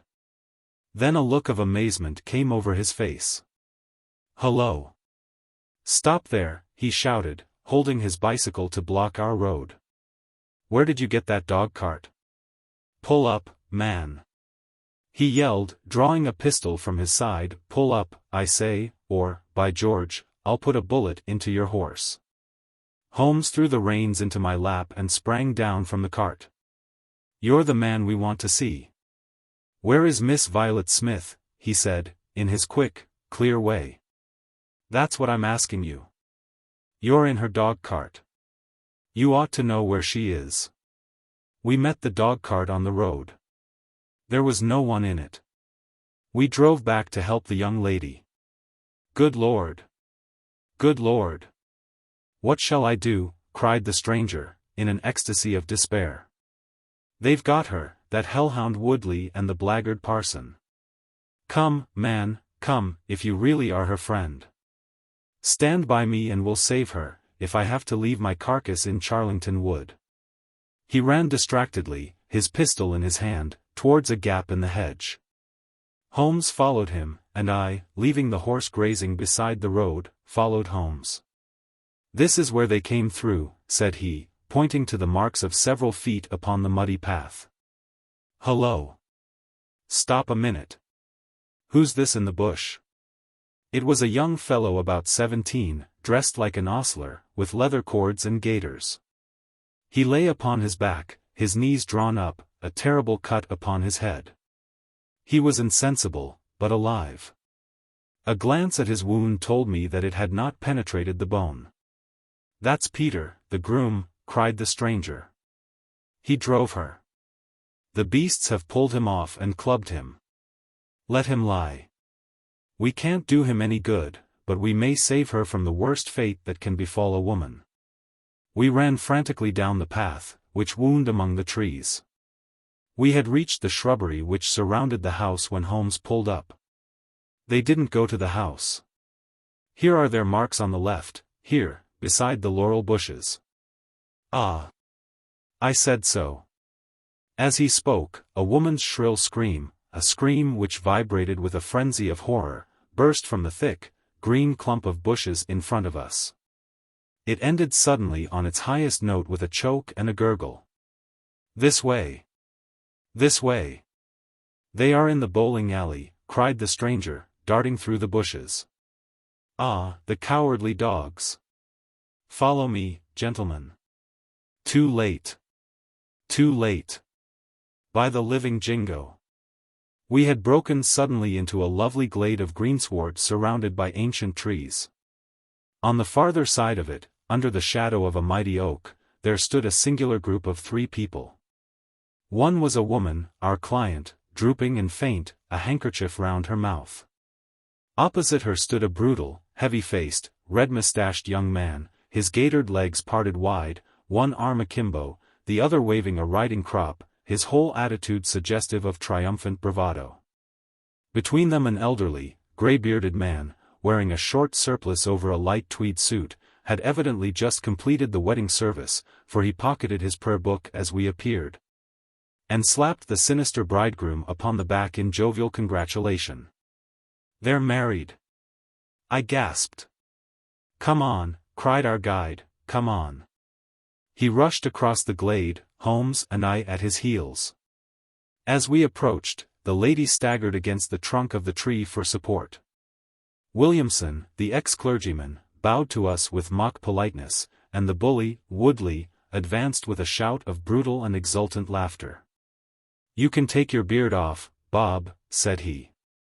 "I know you, right enough.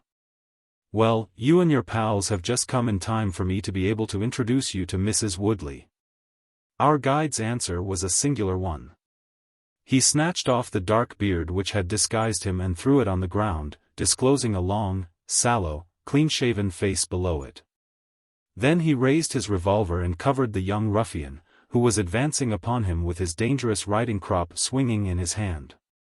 "Yes," said our ally, "I am Bob Carruthers, and I'll see this woman righted, if I have to swing for it. I told you what I'd do if you molested her, and, by the Lord, I'll be as good as my word. You're too late. she's my wife. No, she's your widow. His revolver cracked, and I saw the blood spurt from the front of Woodley's waistcoat. He spun round with a scream and fell upon his back, his hideous red face turning suddenly to a dreadful mottled pallor. The old man, still clad in his surplice, burst into such a string of foul oaths as I have never heard, and pulled out a revolver of his own, but, before he could raise it, he was looking down the barrel of Holmes's weapon. "Enough of this," said my friend, coldly. "Drop that pistol. Watson, pick it up. Hold it to his head. Thank you. You, Carruthers, give me that revolver. We'll have no more violence. Come, hand it over." "Who are you, then?" "My name is Sherlock Holmes." "Good Lord. You have heard of me, I see. I will represent the official police until their arrival. Here, you." He shouted to a frightened groom, who had appeared at the edge of the glade. "Come here. Take this note as hard as you can ride to Farnham." He scribbled a few words upon a leaf from his notebook. "Give it to the superintendent at the police station.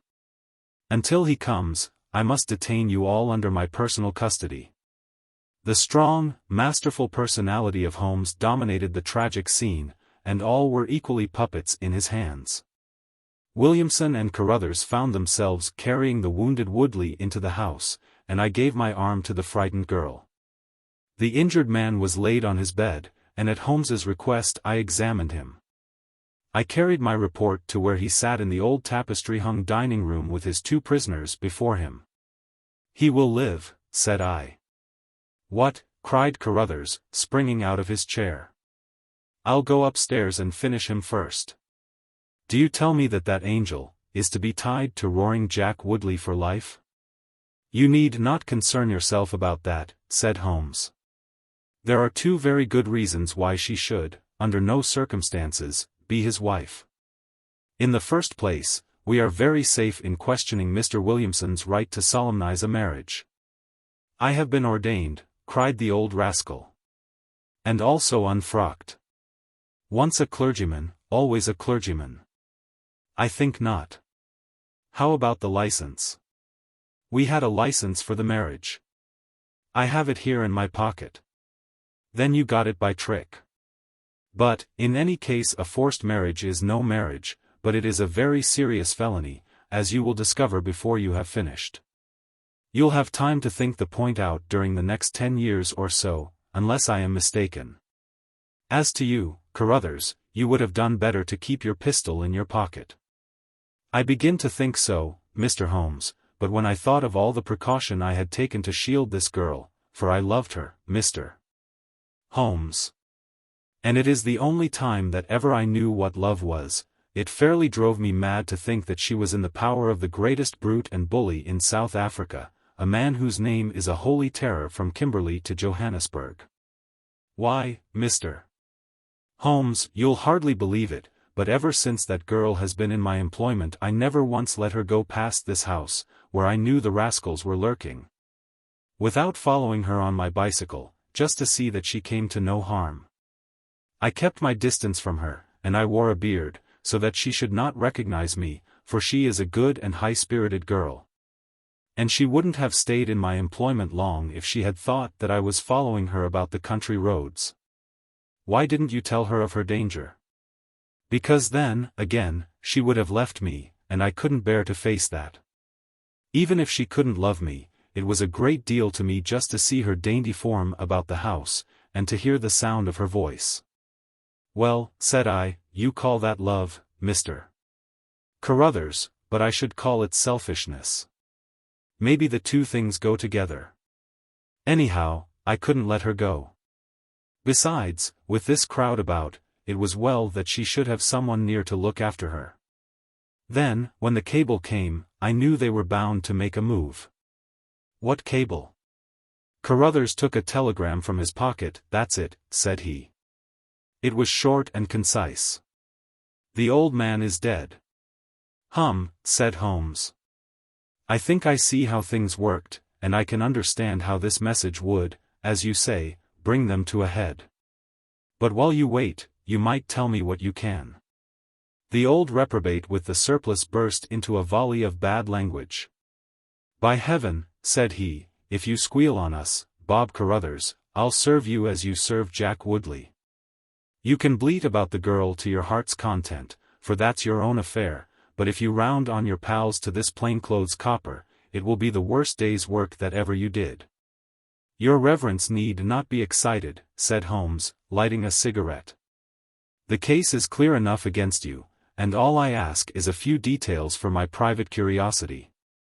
However, if there's any difficulty in your telling me, I'll do the talking, and then you will see how far you have a chance of holding back your secrets.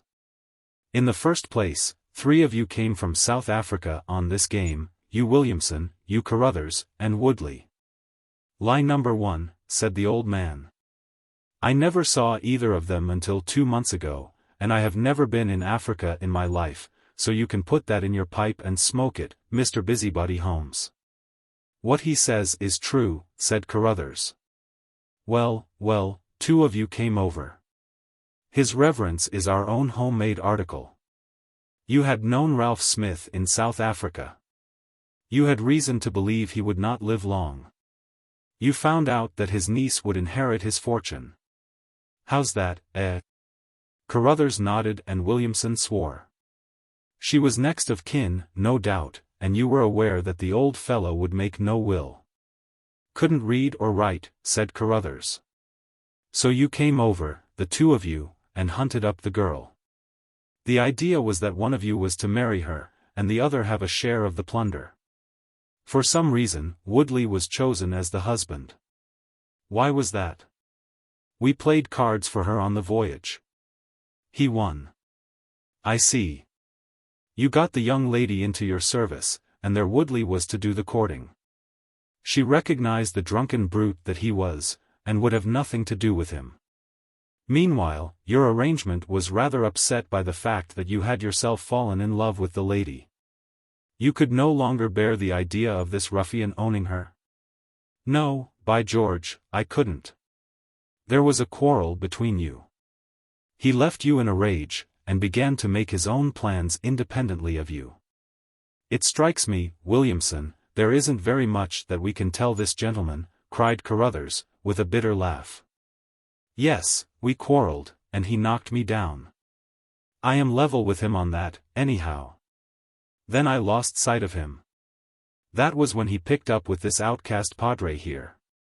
I found that they had set up housekeeping together at this place on the line that she had to pass for the station. I kept my eye on her after that, for I knew there was some devilry in the wind. I saw them from time to time, for I was anxious to know what they were after. 2 days ago Woodley came up to my house with this cable, which showed that Ralph Smith was dead. He asked me if I would stand by the bargain. I said I would not. He asked me if I would marry the girl myself and give him a share. I said I would willingly do so, but that she would not have me. He said, let us get her married first and after a week or 2 she may see things a bit different. I said I would have nothing to do with violence. So he went off cursing, like the foul-mouthed blackguard that he was, and swearing that he would have her yet. She was leaving me this weekend, and I had got a trap to take her to the station, but I was so uneasy in my mind that I followed her on my bicycle. She had got a start, however, and before I could catch her, the mischief was done. The first thing I knew about it was when I saw you 2 gentlemen driving back in her dog-cart." Holmes rose and tossed the end of his cigarette into the grate. "I have been very obtuse, Watson," said he. "When in your report you said that you had seen the cyclist as you thought arrange his necktie in the shrubbery, that alone should have told me all. However, we may congratulate ourselves upon a curious and, in some respects, a unique case. I perceive 3 of the county constabulary in the drive, and I am glad to see that the little ostler is able to keep pace with them. So it is likely that neither he nor the interesting bridegroom will be permanently damaged by their morning's adventures. I think, Watson, that in your medical capacity, you might wait upon Miss Smith and tell her that if she is sufficiently recovered, we shall be happy to escort her to her mother's home. If she is not quite convalescent, you will find that a hint that we were about to telegraph to a young electrician in the Midlands would probably complete the cure. As to you, Mr. Carruthers, I think that you have done what you could to make amends for your share in an evil plot. There is my card, sir, and if my evidence can be of help in your trial, it shall be at your disposal. In the whirl of our incessant activity, it has often been difficult for me, as the reader has probably observed, to round off my narratives, and to give those final details which the curious might expect. Each case has been the prelude to another, and the crisis once over, the actors have passed forever out of our busy lives. I find, however, a short note at the end of my manuscript dealing with this case, in which I have put it upon record that Miss Violet Smith did indeed inherit a large fortune, and that she is now the wife of Cyril Morton, the senior partner of Morton and Kennedy, the famous Westminster electricians.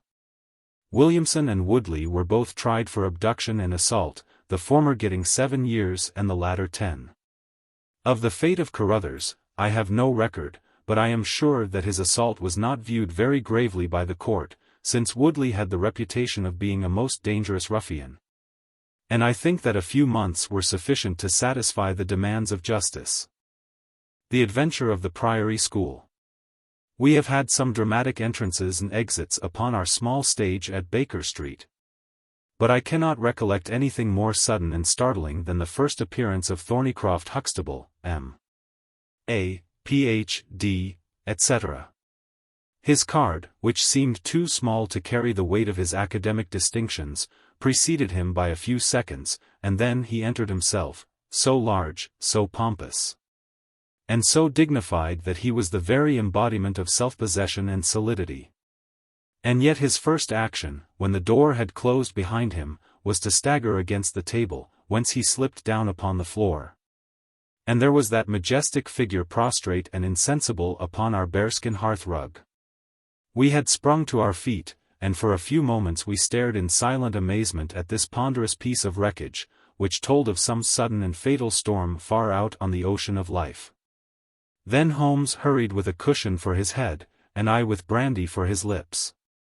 The heavy, white face was seamed with lines of trouble, the hanging pouches under the closed eyes were leaden in color, the loose mouth drooped dolorously at the corners. The rolling chins were unshaven. Collar and shirt bore the grime of a long journey, and the hair bristled unkempt from the well-shaped head. It was a sorely stricken man who lay before us. "What is it, Watson?" asked Holmes. "Absolute exhaustion, possibly mere hunger and fatigue," said I, with my finger on the thready pulse, where the stream of life trickled thin and small. "Return ticket from Mackleton, in the north of England," said Holmes, drawing it from the watch-pocket. "It is not 12 o'clock yet. He has certainly been an early starter." The puckered eyelids had begun to quiver, and now a pair of vacant grey eyes looked up at us. An instant later the man had scrambled on to his feet, his face crimson with shame. "Forgive this weakness, Mr. Holmes, I have been a little overwrought." "Thank you, if I might have a glass of milk and a biscuit, I have no doubt that I should be better. I came personally, Mr. Holmes, in order to ensure that you would return with me. I feared that no telegram would convince you of the absolute urgency of the case. When you are quite restored." "I am quite well again.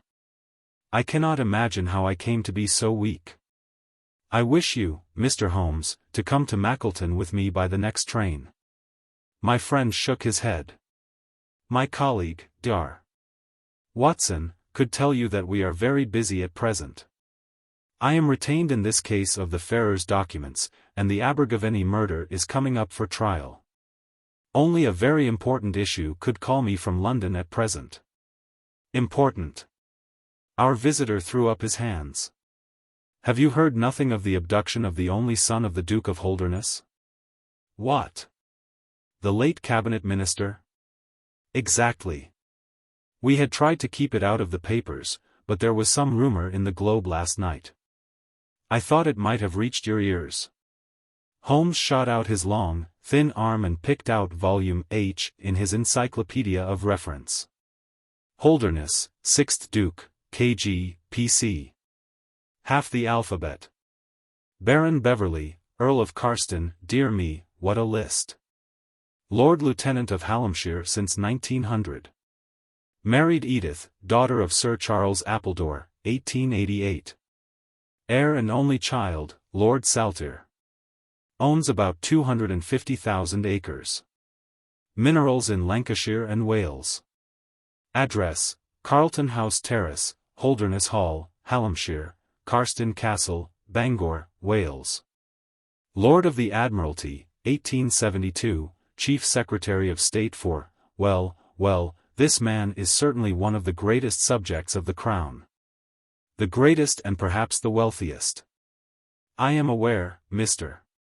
Holmes, that you take a very high line in professional matters, and that you are prepared to work for the work's sake. I may tell you, however, that His Grace has already intimated that a cheque for £5,000 will be handed over to the person who can tell him where his son is. And another 1,000 to him who can name the man or men who have taken him. It is a princely offer, said Holmes. Watson, I think that we shall accompany Dr. Huxtable back to the north of England. And now, Dr. Huxtable, when you have consumed that milk, you will kindly tell me what has happened, when it happened, how it happened, and, finally, what Dr. Thornycroft Huxtable, of the Priory School, near Mackleton, has to do with the matter. And why he comes 3 days after an event, the state of your chin gives the date, to ask for my humble services. Our visitor had consumed his milk and biscuits. The light had come back to his eyes and the color to his cheeks, as he set himself with great vigor and lucidity to explain the situation. I must inform you, gentlemen, that the Priory is a preparatory school, of which I am the founder and principal. Huxtable's sidelights on Horace may possibly recall my name to your memories. The Priory is, without exception, the best and most select preparatory school in England. Lord Leverstoke, the Earl of Blackwater, Sir Cathcart Soames, they all have entrusted their sons to me. But I felt that my school had reached its zenith when, weeks ago, the Duke of Holderness sent Mr. James Wilder, his secretary, with intimation that young Lord Saltire, 10 years old, his only son and heir, was about to be committed to my charge. Little did I think that this would be the prelude to the most crushing misfortune of my life. On May 1st the boy arrived, that being the beginning of the summer term. He was a charming youth, and he soon fell into our ways. I may tell you, I trust that I am not indiscreet, but half-confidences are absurd in such a case, that he was not entirely happy at home. It is an open secret that the Duke's married life had not been a peaceful one, and the matter had ended in a separation by mutual consent, the Duchess taking up her residence in the south of France. This had occurred very shortly before, and the boy's sympathies are known to have been strongly with his mother. He moped after her departure from Holderness Hall, and it was for this reason that the Duke desired to send him to my establishment. In a fortnight the boy was quite at home with us and was apparently absolutely happy. He was last seen on the night of May 13th, that is, the night of last Monday. His room was on the second floor and was approached through another larger room, in which 2 boys were sleeping. These boys saw and heard nothing, so that it is certain that young Saltire did not pass out that way. His window was open, and there is a stout ivy plant leading to the ground. We could trace no footmarks below, but it is sure that this is the only possible exit. His absence was discovered at 7 o'clock on Tuesday morning. His bed had been slept in. He had dressed himself fully, before going off, in his usual school suit of black Eton jacket and dark grey trousers. There were no signs that anyone had entered the room, and it is quite certain that anything in the nature of cries or a struggle would have been heard, since Caunter, the elder boy in the inner room, is a very light sleeper. When Lord Saltire's disappearance was discovered, I at once called a roll of the whole establishment, boys, masters, and servants. It was then that we ascertained that Lord Saltire had not been alone in his flight. Heidegger, the German master, was missing. His room was on the second floor, at the farther end of the building, facing the same way as Lord Saltire's. His bed had also been slept in, but he had apparently gone away partly dressed, since his shirt and socks were lying on the floor. He had undoubtedly let himself down by the ivy, for we could see the marks of his feet where he had landed on the lawn. His bicycle was kept in a small shed beside this lawn, and it also was gone. He had been with me for 2 years, and came with the best references, but he was a silent, morose man, not very popular either with masters or boys. No trace could be found of the fugitives, and now, on Thursday morning, we are as ignorant as we were on Tuesday. Inquiry was, of course, made at once at Holderness Hall. It is only a few miles away, and we imagine that, in some sudden attack of homesickness, he had gone back to his father, but nothing had been heard of him. The Duke is greatly agitated, and, as to me, you have seen yourselves the state of nervous prostration to which the suspense and the responsibility have reduced me. Mr. Holmes, if ever you put forward your full powers, I implore you to do so now, for never in your life could you have a case which is more worthy of them. Sherlock Holmes had listened with the utmost intentness to the statement of the unhappy schoolmaster. His drawn brows and the deep furrow between them showed that he needed no exhortation to concentrate all his attention upon a problem which, apart from the tremendous interests involved, must appeal so directly to his love of the complex and the unusual. He now drew out his notebook and jotted down 1 or 2 memoranda.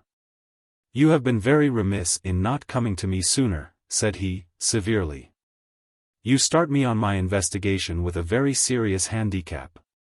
It is inconceivable, for example, that this ivy and this lawn would have yielded nothing to an expert observer. I am not to blame, Mr. Holmes." His Grace was extremely desirous to avoid all public scandal. He was afraid of his family unhappiness being dragged before the world. He has a deep horror of anything of the kind. "But there has been some official investigation?" "Yes, sir, and it has proved most disappointing. An apparent clue was at once obtained, since a boy and a young man were reported to have been seen leaving a neighboring station by an early train. Only last night we had news that the couple had been hunted down in Liverpool, and they proved to have no connection whatever with the matter in hand. Then it was that in my despair and disappointment, after a sleepless night, I came straight to you by the early train. I suppose the local investigation was relaxed while this false clue was being followed up? It was entirely dropped. So that 3 days have been wasted. The affair has been most deplorably handled. I feel it and admit it. And yet the problem should be capable of ultimate solution. I shall be very happy to look into it. Have you been able to trace any connection between the missing boy and this German master?" "None at all." "Was he in the master's class?" "No, he never exchanged a word with him, so far as I know." "That is certainly very singular. Had the boy a bicycle?" "No." "Was any other bicycle missing?" "No." "Is that certain?" "Quite." "Well, now, you do not mean to seriously suggest that this German rode off upon a bicycle in the dead of the night, bearing the boy in his arms?" "Certainly not." "Then what is the theory in your mind?" "The bicycle may have been a blind. It may have been hidden somewhere, and the pair gone off on foot." "Quite so, but it seems rather an absurd blind, does it not?" "Were there other bicycles in this shed?" "Several." "Would he not have hidden a couple, had he desired to give the idea that they had gone off upon them?" "I suppose he would." "Of course he would. The blind theory won't do. But the incident is an admirable starting point for an investigation. After all, a bicycle is not an easy thing to conceal or to destroy. One other question. Did anyone call to see the boy on the day before he disappeared?" "No." "Did he get any letters?" "Yes, 1 letter." "From whom?" "From his father." "Do you open the boy's letters?" "No." "How do you know it was from the father?" "The coat of arms was on the envelope, and it was addressed in the Duke's peculiar stiff hand. Besides, the Duke remembers having written." "When had he a letter before that?" Not for several days. Had he ever won from France? No, never. You see the point of my questions, of course. Either the boy was carried off by force or he went of his own free will. In the latter case, you would expect that some prompting from outside would be needed to make so young a lad do such a thing.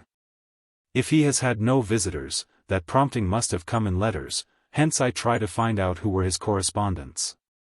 I fear I cannot help you much. His only correspondent, so far as I know, was his own father, who wrote to him on the very day of his disappearance. Were the relations between father and son very friendly? His Grace is never very friendly with anyone. He is completely immersed in large public questions, and is rather inaccessible to all ordinary emotions. But he was always kind to the boy in his own way. But the sympathies of the latter were with the mother? Yes. Did he say so? No. The Duke, then? Good heaven, no. Then how could you know?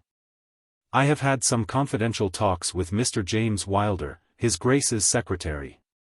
It was he who gave me the information about Lord Salter's feelings. I see. By the way, that last letter of the Duke's, was it found in the boy's room after he was gone? No, he had taken it with him. I think, Mr. Holmes, it is time that we were leaving for Euston. I will order a four-wheeler. In a quarter of an hour, we shall be at your service. If you are telegraphing home, Mr. Huxtable, it would be well to allow the people in your neighbourhood to imagine that the inquiry is still going on in Liverpool, or wherever else that red herring led your pack. In the meantime I will do a little quiet work at your own doors, and perhaps the scent is not so cold but that two old hounds like Watson and myself may get a sniff of it. That evening found us in the cold, bracing atmosphere of the Peak Country, in which Dr. Huxtable's famous school is situated. It was already dark when we reached it. A card was lying on the hall table, and the butler whispered something to his master, who turned to us with agitation in every heavy feature. "The Duke is here," said he. "The Duke and Mr. Wilder are in the study. Come, gentlemen, and I will introduce you." I was, of course, familiar with the pictures of the famous statesman, but the man himself was very different from his representation. He was a tall and stately person, scrupulously dressed, with a drawn, thin face, and a nose which was grotesquely curved and long. His complexion was of a dead pallor, which was more startling by contrast with a long, dwindling beard of vivid red, which flowed down over his white waistcoat with his watch chain gleaming through its fringe. Such was the stately presence who looked stonily at us from the centre of Dr. Huxtable's hearth-rug. Beside him stood a very young man, whom I understood to be Wilder, the private secretary. He was small, nervous, alert with intelligent light blue eyes and mobile features. It was he who at once, in an incisive and positive tone, opened the conversation. "I called this morning, Dr. Huxtable, too late to prevent you from starting for London. I learned that your object was to invite Mr. Sherlock Holmes to undertake the conduct of this case. His Grace is surprised, Dr. Huxtable, that you should have taken such a step without consulting him. When I learned that the police had failed. His Grace is by no means convinced that the police have failed. But surely, Mr. Wilder, you are well aware, Dr. Huxtable, that His Grace is particularly anxious to avoid all public scandal. He prefers to take as few people as possible into his confidence. The matter can be easily remedied," said the browbeaten doctor. "Mr. Sherlock Holmes can return to London by the morning train." "Hardly that, doctor, hardly that," said Holmes, in his blandest voice. "This northern air is invigorating and pleasant, so I propose to spend a few days upon your moors, and to occupy my mind as best I may. Whether I have the shelter of your roof or of the village inn is, of course, for you to decide." I could see that the unfortunate doctor was in the last stage of indecision, from which he was rescued by the deep, sonorous voice of the red-bearded Duke, which boomed out like a dinner gong. "I agree with Mr. Wilder, Dr. Huxtable, that you would have done wisely to consult me. But since Mr. Holmes has already been taken into your confidence, it would indeed be absurd that we should not avail ourselves of his services. Far from going to the inn, Mr. Holmes, I should be pleased if you would come and stay with me at Holderness Hall. I thank your Grace. For the purposes of my investigation, I think that it would be wiser for me to remain at the scene of the mystery. Just as you like, Mr. Holmes. Any information which Mr. Wilder or I can give you is, of course, at your disposal. It will probably be necessary for me to see you at the hall, said Holmes. I would only ask you now, sir, whether you have formed any explanation in your own mind as to the mysterious disappearance of your son? No, sir, I have not. Excuse me if I allude to that which is painful to you, but I have no alternative. Do you think that the Duchess had anything to do with the matter? The great minister showed perceptible hesitation. I do not think so, he said, at last. The other most obvious explanation is that the child has been kidnapped for the purpose of levying ransom. You have not had any demand of the sort? No, sir. One more question, Your Grace. I understand that you wrote to your son upon the day when this incident occurred. No, I wrote upon the day before. Exactly. But he received it on that day? Yes. Was there anything in your letter which might have unbalanced him or induced him to take such a step? No, sir, certainly not. Did you post that letter yourself? The nobleman's reply was interrupted by his secretary, who broke in with some heat. His Grace is not in the habit of posting letters himself, said he. This letter was laid with others upon the study table, and I myself put them in the post-bag. You are sure this one was among them? Yes, I observed it. How many letters did your Grace write that day? 20 or 30. I have a large correspondence. But surely this is somewhat irrelevant? Not entirely, said Holmes. For my own part, the Duke continued, I have advised the police to turn their attention to the south of France. I have already said that I do not believe that the Duchess would encourage so monstrous an action, but the lad had the most wrong-headed opinions, and it is possible that he may have fled to her. Aided and abetted by this German. I think, Dr. Huxtable, that we will now return to the hall. I could see that there were other questions which Holmes would have wished to put, but the nobleman's abrupt manner showed that the interview was at an end. It was evident that to his intensely aristocratic nature this discussion of his intimate family affairs with a stranger was most abhorrent. And that he feared lest every fresh question would throw a fiercer light into the discreetly shadowed corners of his ducal history. When the nobleman and his secretary had left, my friend flung himself at once with characteristic eagerness into the investigation. The boy's chamber was carefully examined, and yielded nothing save the absolute conviction that it was only through the window that he could have escaped. The German master's room and effects gave no further clue. In his case a trailer of ivy had given way under his weight, and we saw by the light of a lantern the mark on the lawn where his heels had come down. That one dint in the short, green grass was the only material witness left of this inexplicable nocturnal flight. Sherlock Holmes left the house alone, and only returned after 11. He had obtained a large ordnance map of the neighborhood, and this he brought into my room, where he laid it out on the bed, and, having balanced the lamp in the middle of it, he began to smoke over it, and occasionally to point out objects of interest with the reeking amber of his pipe. Holmes' map of the neighborhood of the school. This case grows upon me, Watson, said he. There are decidedly some points of interest in connection with it. In this early stage, I want you to realize those geographical features which may have a good deal to do with our investigation. Look at this map. This dark square is the Priory School. I'll put a pin in it. Now, this line is the main road. You see that it runs east and west past the school, and you see also that there is no side road for a mile either way. If these two folk passed away by road, it was this road. Exactly. By a singular and happy chance, we are able to some extent to check what passed along this road during the night in question. At this point, where my pipe is now resting, a county constable was on duty from 12 to 6. It is, as you perceive, the first crossroad on the east side. This man declares that he was not absent from his post for an instant, and he is positive that neither boy nor man could have gone that way unseen. I have spoken with this policeman tonight and he appears to me to be a perfectly reliable person. That blocks this end. We have now to deal with the other. There is an inn here, the Red Bull, the landlady of which was ill. She had sent to Mackleton for a doctor, but he did not arrive until morning, being absent at another case.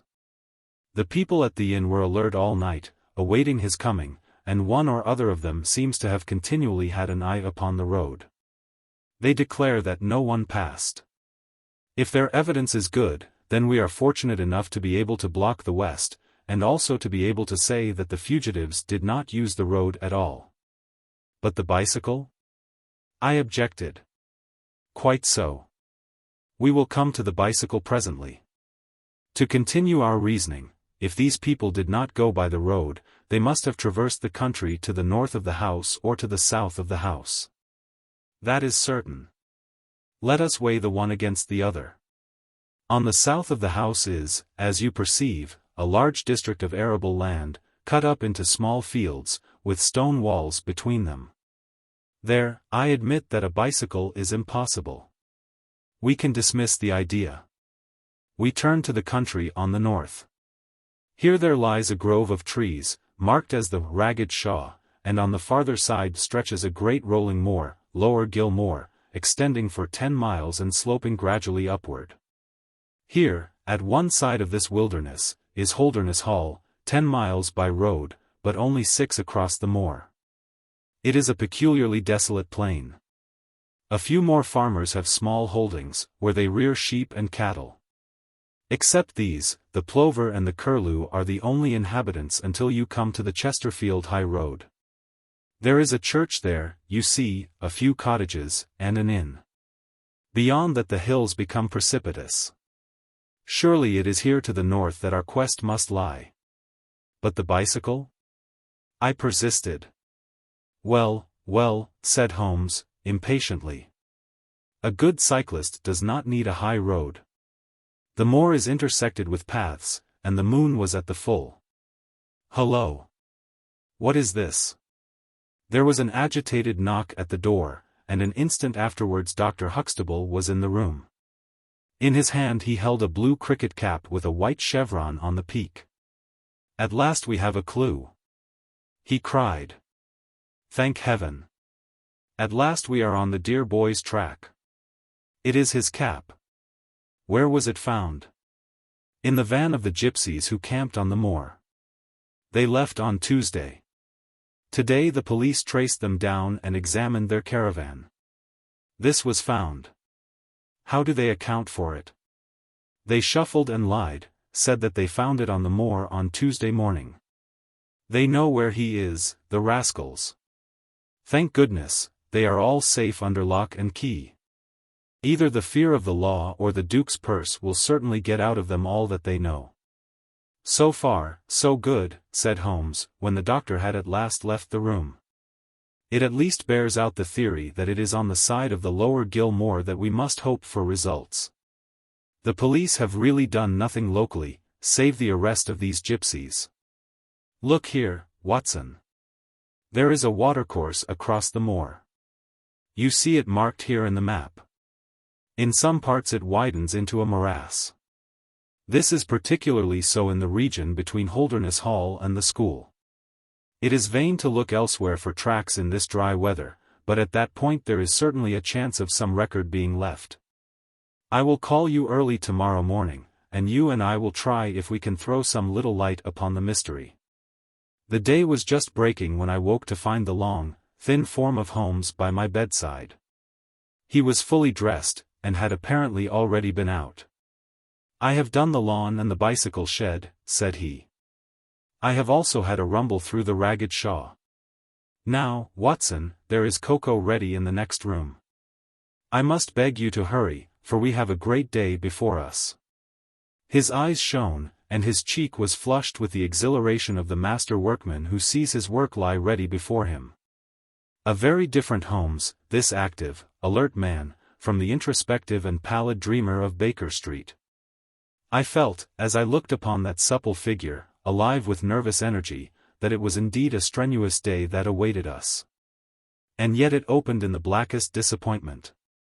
With high hopes we struck across the peaty, russet moor, intersected with 1,000 sheep paths, until we came to the broad, light green belt which marked the morass between us and Holderness. Certainly, if the lad had gone homeward, he must have passed this, and he could not pass it without leaving his traces. But no sign of him or the German could be seen. With a darkening face my friend strode along the margin, eagerly observant of every muddy stain upon the mossy surface.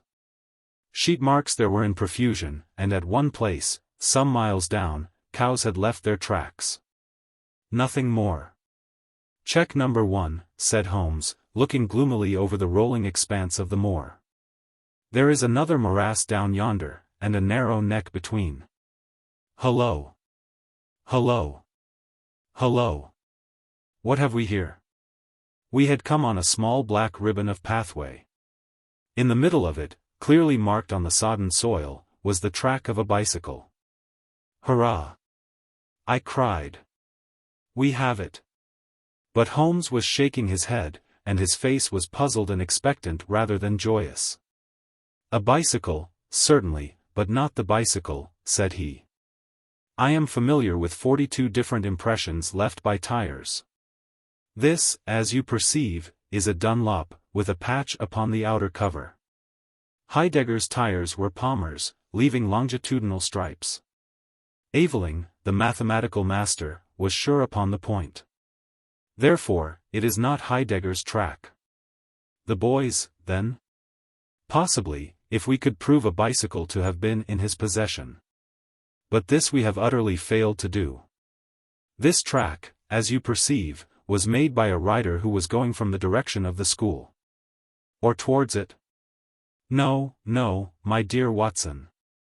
The more deeply sunk impression is, of course, the hind wheel, upon which the weight rests. You perceive several places where it has passed across and obliterated the more shallow mark of the front one. It was undoubtedly heading away from the school. It may or may not be connected with our inquiry, but we will follow it backwards before we go any farther. We did so, and at the end of a few hundred yards lost the tracks as we emerged from the boggy portion of the moor. Following the path backwards, we picked out another spot, where a spring trickled across it. Here, once again, was the mark of the bicycle, though nearly obliterated by the hoofs of cows. After that there was no sign, but the path ran right on into Ragged Shaw, the wood which backed on to the school. From this wood the cycle must have emerged. Holmes sat down on a boulder and rested his chin in his hands. I had smoked 2 cigarettes before he moved. "Well, well," said he, at last. "It is, of course, possible that a cunning man might change the tires of his bicycle in order to leave unfamiliar tracks. A criminal who was capable of such a thought is a man whom I should be proud to do business with. We will leave this question undecided and hark back to our morass again, for we have left a good deal unexplored. We continued our systematic survey of the edge of the sodden portion of the moor, and soon our perseverance was gloriously rewarded. Right across the lower part of the bog lay a miry path. Holmes gave a cry of delight as he approached it. An impression like a fine bundle of telegraph wires ran down the center of it. It was the Palmer tires. "Here is her Heidegger, sure enough," cried Holmes, exultantly. "My reasoning seems to have been pretty sound, Watson. I congratulate you. But we have a long way still to go. Kindly walk clear of the path. Now let us follow the trail. I fear that it will not lead very far." We found, however, as we advanced that this portion of the moor is intersected with soft patches, and, though we frequently lost sight of the track, we always succeeded in picking it up once more. "Do you observe," said Holmes, that the rider is now undoubtedly forcing the pace? There can be no doubt of it. Look at this impression, where you get both tires clear. The one is as deep as the other. That can only mean that the rider is throwing his weight onto the handlebar, as a man does when he is sprinting. By Jove! He has had a fall. There was a broad, irregular smudge covering some yards of the track. Then there were a few footmarks, and the tire reappeared once more. A side slip, I suggested. Holmes held up a crumpled branch of flowering gorse. To my horror I perceived that the yellow blossoms were all dabbled with crimson. On the path, too, and among the heather were dark stains of clotted blood. Bad, said Holmes. Bad. Stand clear, Watson. Not an unnecessary footstep. What do I read here? He fell wounded, he stood up, he remounted, he proceeded. But there is no other track. Cattle on this side path. He was surely not gored by a bull? Impossible. But I see no traces of anyone else. We must push on, Watson. Surely, with stains as well as the track to guide us, he cannot escape us now. Our search was not a very long one. The tracks of the tire began to curve fantastically upon the wet and shining path. Suddenly, as I looked ahead, the gleam of metal caught my eye from amid the thick gorse bushes. Out of them we dragged a bicycle, palmer-tired, one pedal bent, and the whole front of it horribly smeared and slobbered with blood. On the other side of the bushes a shoe was projecting. We ran round, and there lay the unfortunate rider. He was a tall man, full-bearded, with spectacles, one glass of which had been knocked out. The cause of his death was a frightful blow upon the head, which had crushed in part of his skull. That he could have gone on after receiving such an injury said much for the vitality and courage of the man. He wore shoes, but no socks, and his open coat disclosed a nightshirt beneath it. It was undoubtedly the German master. Holmes turned the body over reverently, and examined it with great attention. He then sat in deep thought for a time, and I could see by his ruffled brow that this grim discovery had not, in his opinion, advanced us much in our inquiry. It is a little difficult to know what to do, Watson, said he, at last. My own inclinations are to push this inquiry on, for we have already lost so much time that we cannot afford to waste another hour. On the other hand, we are bound to inform the police of the discovery, and to see that this poor fellow's body is looked after. I could take a note back. But I need your company and assistance. Wait a bit. There is a fellow cutting peat up yonder. Bring him over here, and he will guide the police. I brought the peasant across, and Holmes dispatched the frightened man with a note to Dr. Huxtable. Now, Watson, said he, we have picked up 2 clues this morning. One is the bicycle with the Palmer tire, and we see what that has led to. The other is the bicycle with the patched Dunlop. Before we start to investigate that, let us try to realize what we do know, so as to make the most of it, and to separate the essential from the accidental. First of all, I wish to impress upon you that the boy certainly left of his own free will. He got down from his window and he went off, either alone or with someone. That is sure. I assented. Well, now, let us turn to this unfortunate German master. The boy was fully dressed when he fled. Therefore, he foresaw what he would do. But the German went without his socks. He certainly acted on very short notice. Undoubtedly. Why did he go? Because, from his bedroom window, he saw the flight of the boy, because he wished to overtake him and bring him back. He seized his bicycle, pursued the lad, and in pursuing him met his death. So it would seem. Now I come to the critical part of my argument. The natural action of a man in pursuing a little boy would be to run after him. He would know that he could overtake him. But the German does not do so. He turns to his bicycle. I am told that he was an excellent cyclist. He would not do this, if he did not see that the boy had some swift means of escape. The other bicycle. Let us continue our reconstruction. He meets his death 5 miles from the school, not by a bullet, mark you, which even a lad might conceivably discharge, but by a savage blow dealt by a vigorous arm. The lad, then, had a companion in his flight. And the flight was a swift one, since it took 5 miles before an expert cyclist could overtake them. Yet we survey the ground round the scene of the tragedy. What do we find? A few cattle tracks, nothing more. I took a wide sweep round, and there is no path within 50 yards. Another cyclist could have had nothing to do with the actual murder, nor were there any human footmarks. Holmes, I cried, this is impossible. Admirable, he said. A most illuminating remark. It is impossible as I state it, and therefore I must in some respect have stated it wrong. Yet you saw for yourself. Can you suggest any fallacy? He could not have fractured his skull in a fall? In a morass, Watson. I am at my wit's end. Tut, tut, we have solved some worse problems. At least we have plenty of material, if we can only use it. Come, then, and, having exhausted the Palmer, let us see what the Dunlop with the patched cover has to offer us. We picked up the track and followed it onward for some distance, but soon the moor rose into a long, heather-tufted curve, and we left the watercourse behind us. No further help from tracks could be hoped for.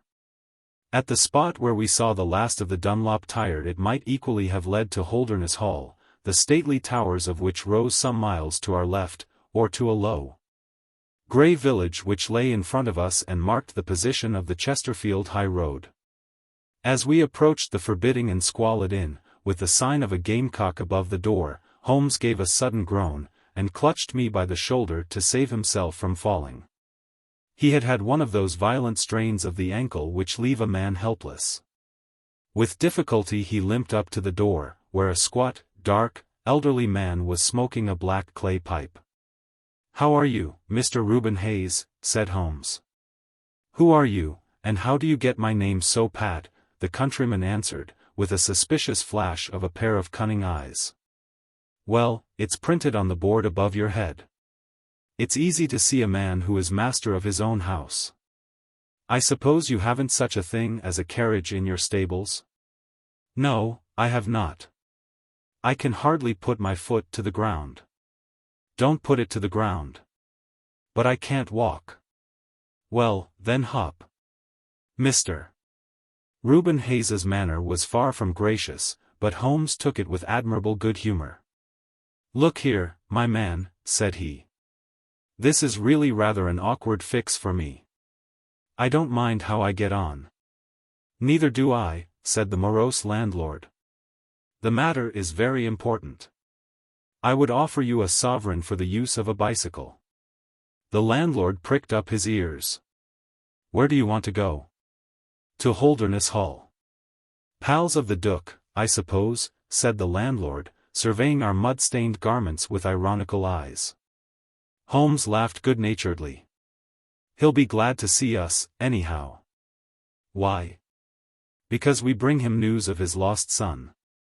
The landlord gave a very visible start. "What, you're on his track?" "He has been heard of in Liverpool. They expect to get him every hour." Again a swift change passed over the heavy, unshaven face. His manner was suddenly genial.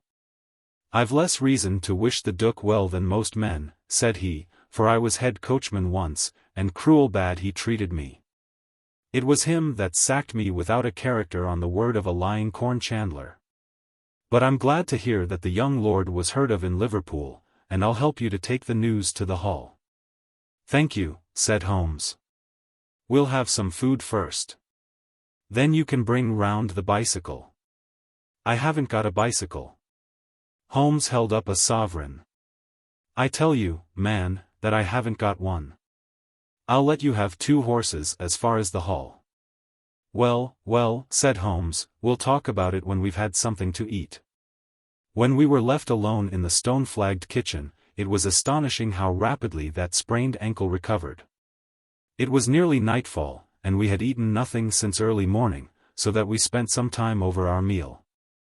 Holmes was lost in thought, and once or twice he walked over to the window and stared earnestly out. It opened onto a squalid courtyard. In the far corner was a smithy, where a grimy lad was at work. On the other side were the stables. Holmes had sat down again after one of these excursions, when he suddenly sprang out of his chair with a loud exclamation. "By heaven, Watson, I believe that I've got it," he cried. "Yes, yes, it must be so. Watson, do you remember seeing any cow tracks today?" "Yes, several." "Where?" "Well, everywhere. They were at the morass, and again on the path, and again near where poor Heidegger met his death."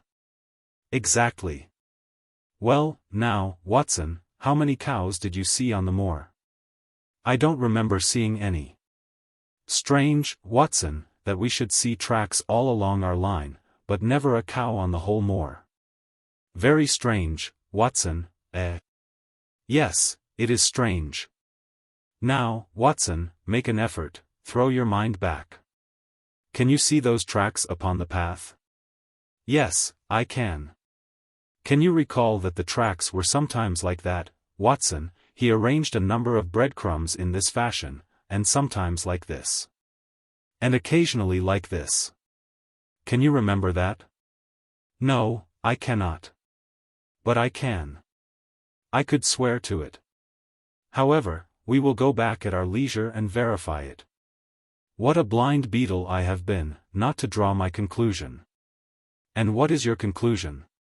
"Only that it is a remarkable cow which walks, canters, and gallops." "By George! Watson, it was no brain of a country publican that thought out such a blind as that. The coast seems to be clear, save for that lad in the smithy.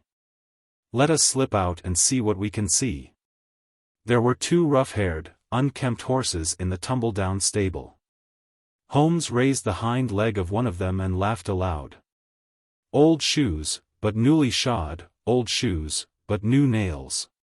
This case deserves to be a classic. Let us go across to the smithy." The lad continued his work without regarding us.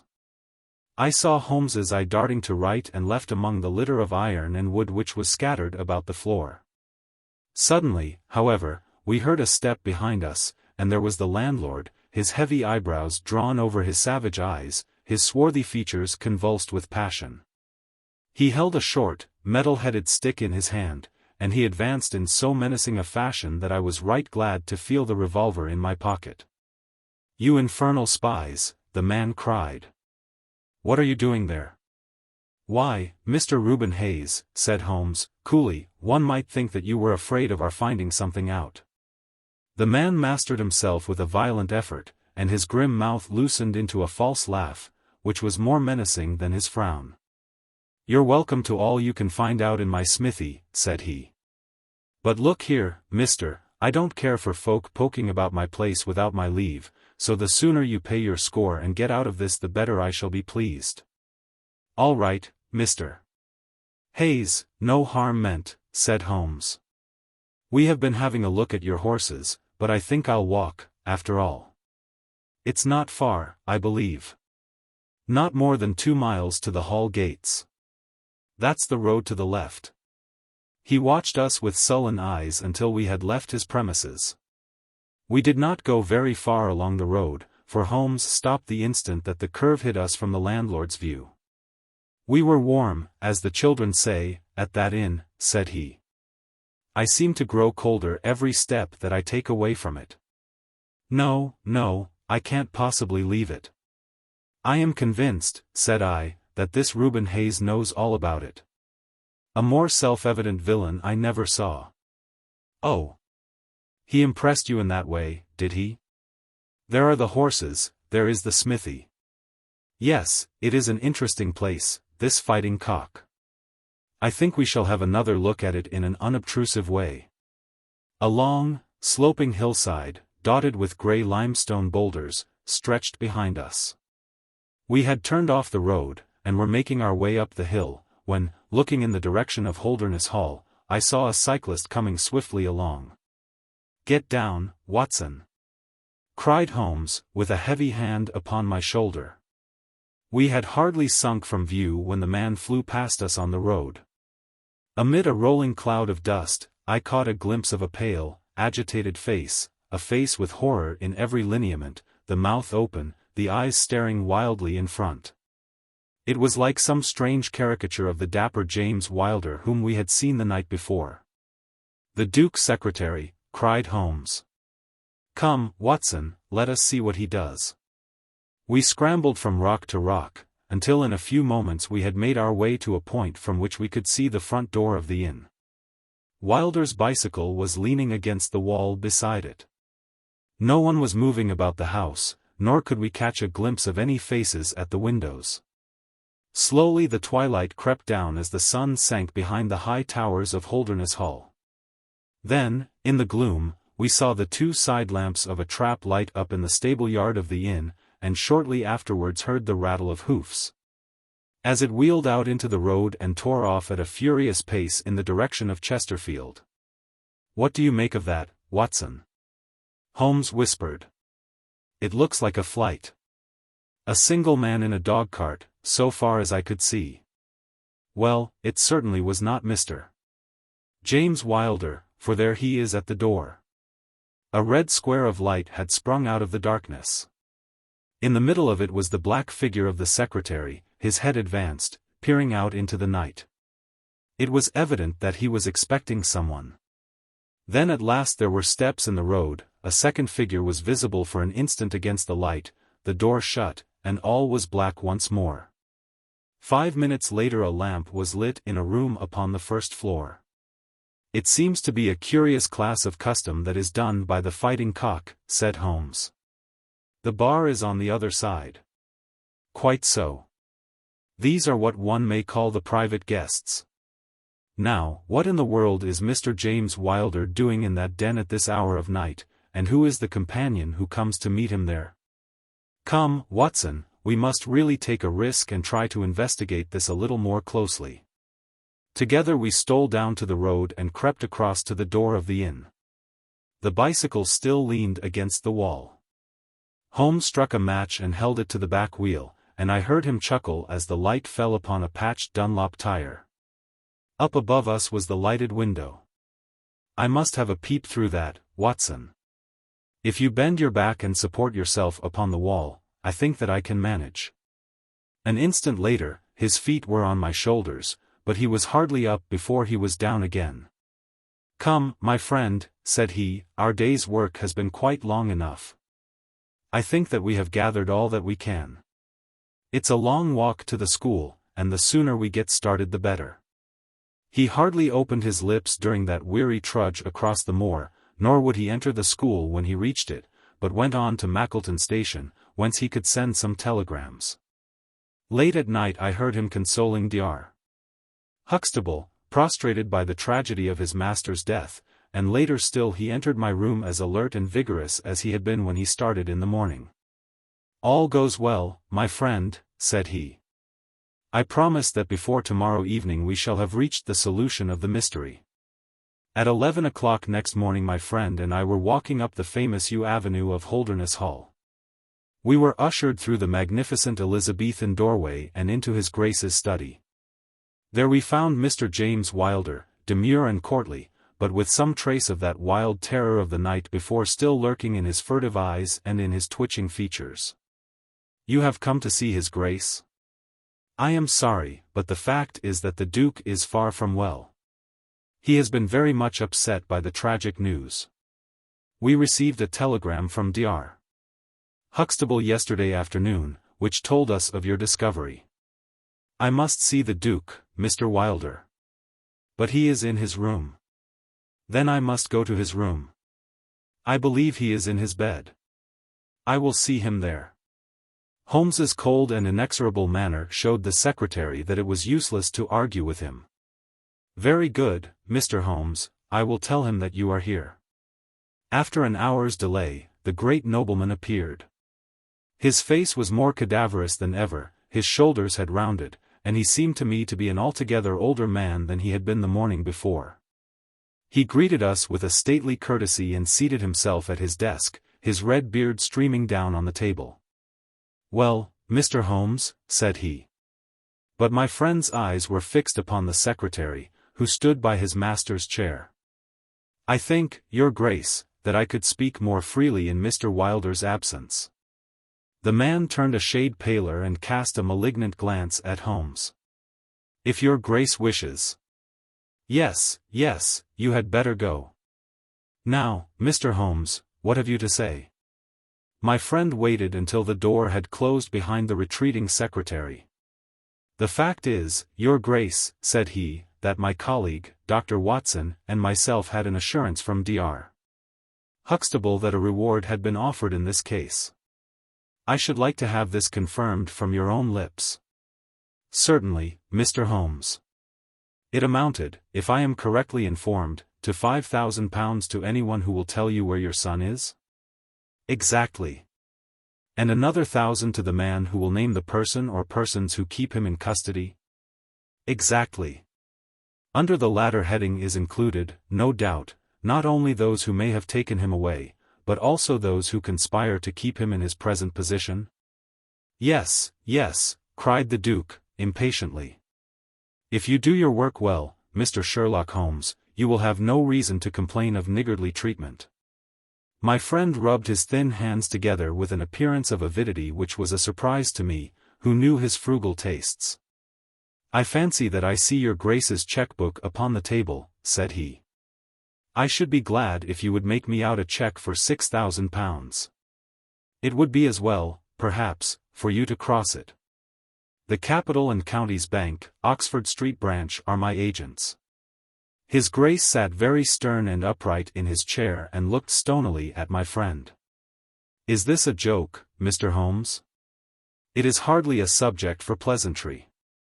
"Not at all, Your Grace. I was never more earnest in my life." "What do you mean, then?"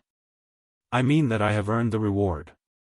I know where your son is, and I know some, at least, of those who are holding him." The Duke's beard had turned more aggressively red than ever against his ghastly white face. "Where is he?" he gasped. "He is, or was last night, at the Fighting Cock Inn, about 2 miles from your park gate." The Duke fell back in his chair. "And whom do you accuse?" Sherlock Holmes's answer was an astounding one.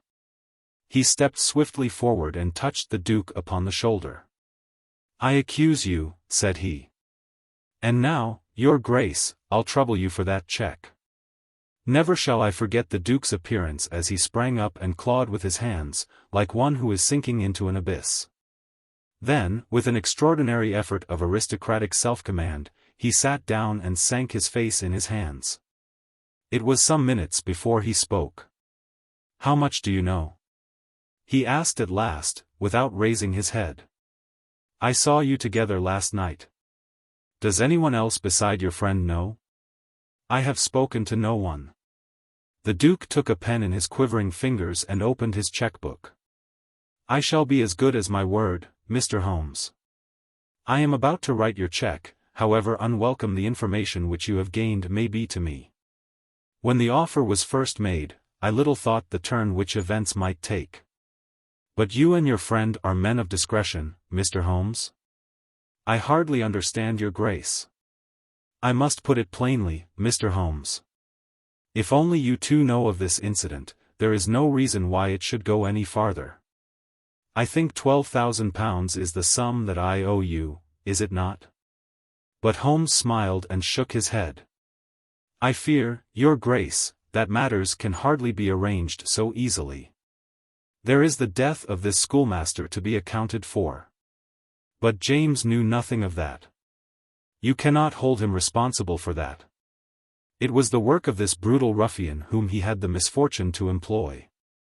I must take the view, Your Grace, that when a man embarks upon a crime, he is morally guilty of any other crime which may spring from it." "Morally, Mr. Holmes. No doubt you are right. But surely not in the eyes of the law. A man cannot be condemned for a murder at which he was not present, and which he loathes and abhors as much as you do.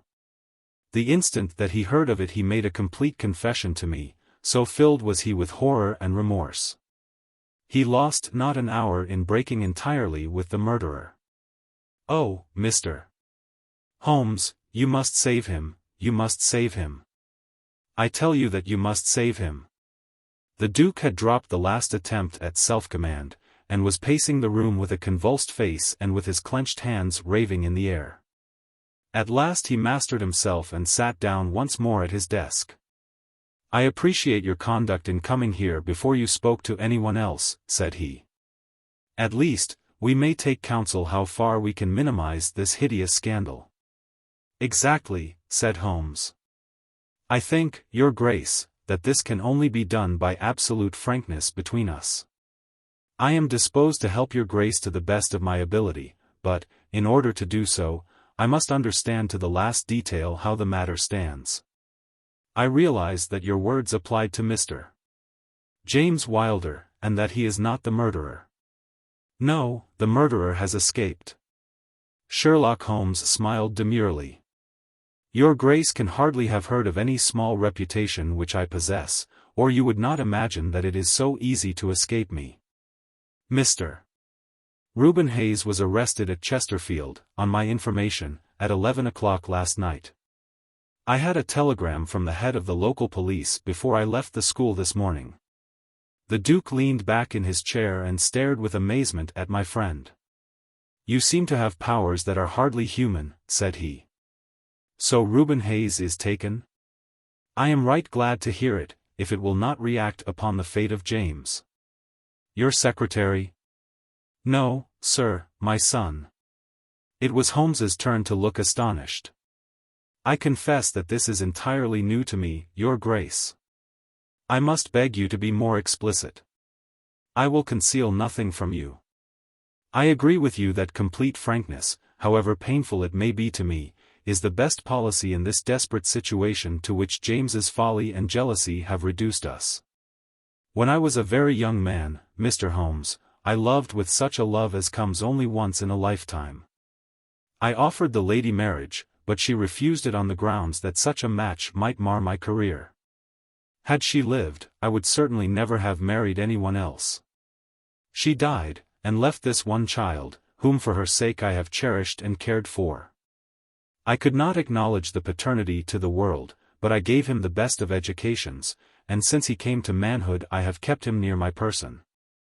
He surmised my secret, and has presumed ever since upon the claim which he has upon me, and upon his power of provoking a scandal which would be abhorrent to me. His presence had something to do with the unhappy issue of my marriage. Above all, he hated my young legitimate heir from the first with a persistent hatred. You may well ask me why, under these circumstances, I still kept James under my roof.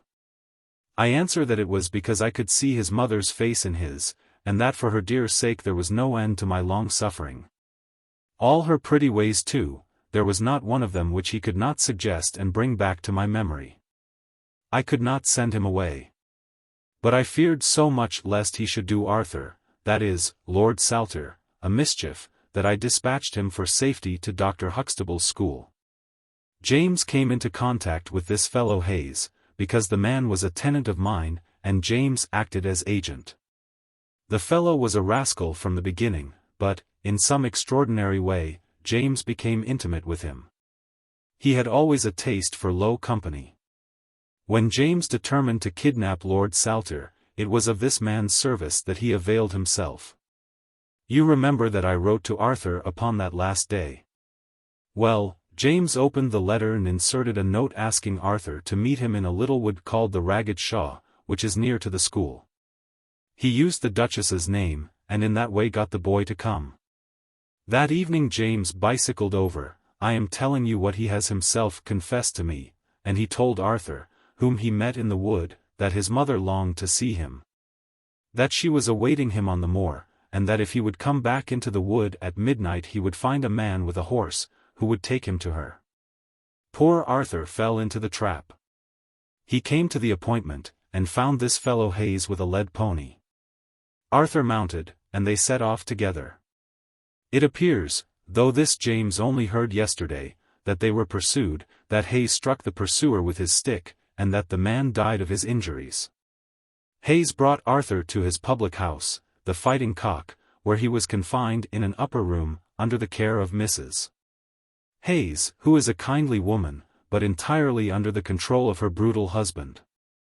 Well, Mr. Holmes, that was the state of affairs when I first saw you 2 days ago. I had no more idea of the truth than you. You will ask me what was James's motive in doing such a deed. I answer that there was a great deal which was unreasoning and fanatical in the hatred which he bore my heir. In his view he should himself have been heir of all my estates, and he deeply resented those social laws which made it impossible. At the same time, he had a definite motive also. He was eager that I should break the entail, and he was of opinion that it lay in my power to do so. He intended to make a bargain with me, to restore Arthur if I would break the entail, and so make it possible for the estate to be left to him by will. He knew well that I should never willingly invoke the aid of the police against him. I say that he would have proposed such a bargain to me, but he did not actually do so, for events moved too quickly for him, and he had not time to put his plans into practice. What brought all his wicked scheme to wreck was your discovery of this man Heidegger's dead body.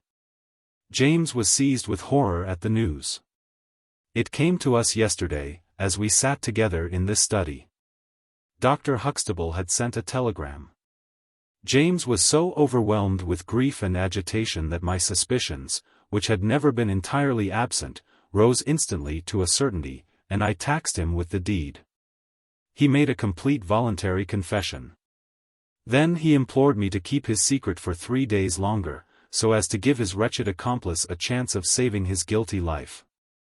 I yielded, as I have always yielded, to his prayers, and instantly James hurried off to the Fighting Cock to warn Hayes and give him the means of flight.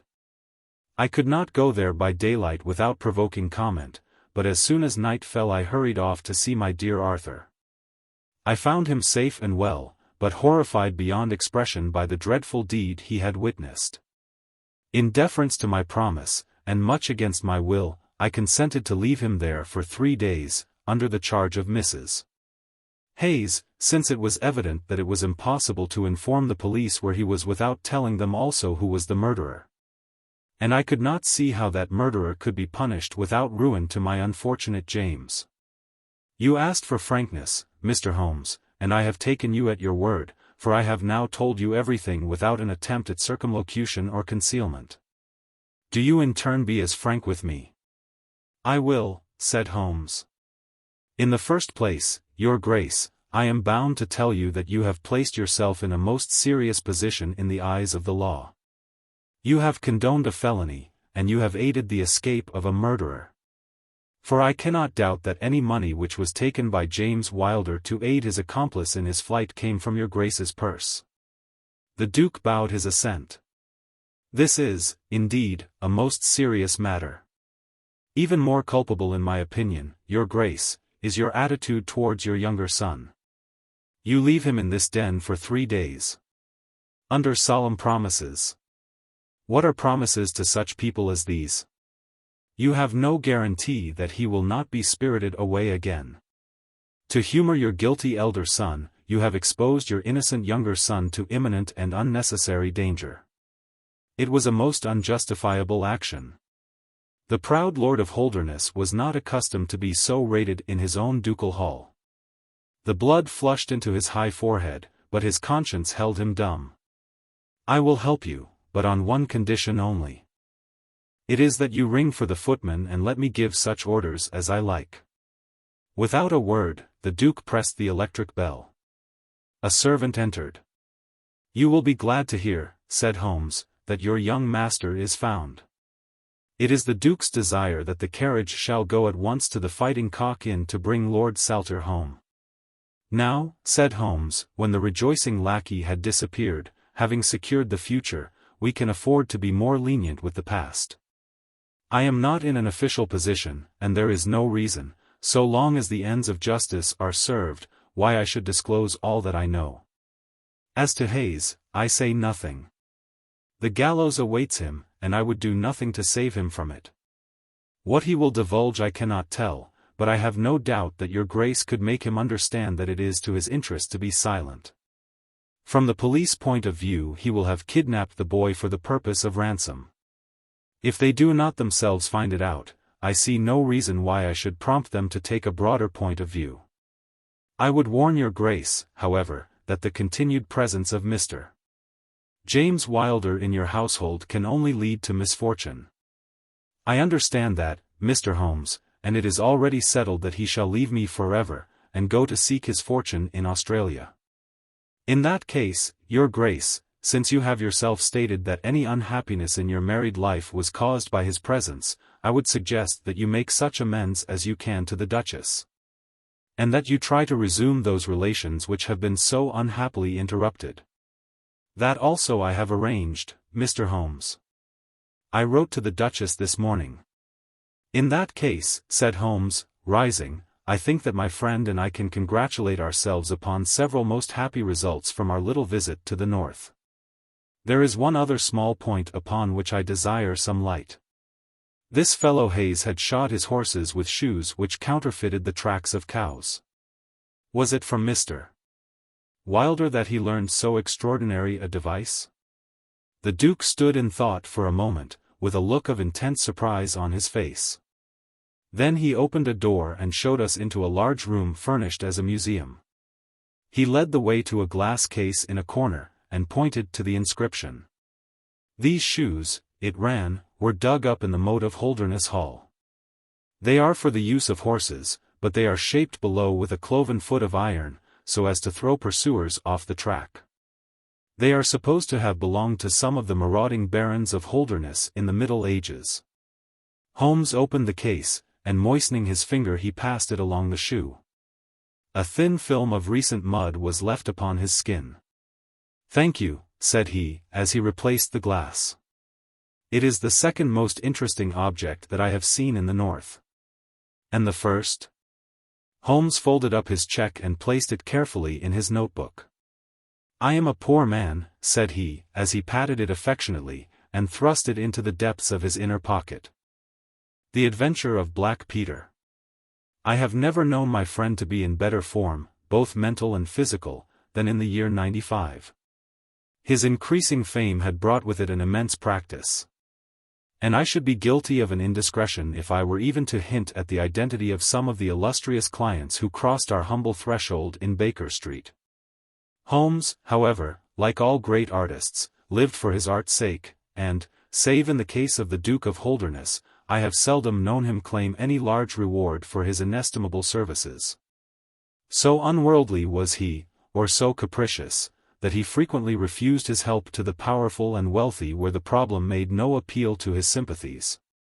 While he would devote weeks of most intense application to the affairs of some humble client whose case presented those strange and dramatic qualities which appealed to his imagination and challenged his ingenuity. In this memorable year in '95, a curious and incongruous succession of cases had engaged his attention. Ranging from his famous investigation of the sudden death of Cardinal Tosca, an inquiry which was carried out by him at the express desire of His Holiness the Pope, down to his arrest of Wilson, the notorious canary trainer, which removed a plague spot from the East End of London. Close on the heels of these two famous cases came the tragedy of Woodman's Lee, and the very obscure circumstances which surrounded the death of Captain Peter Carey.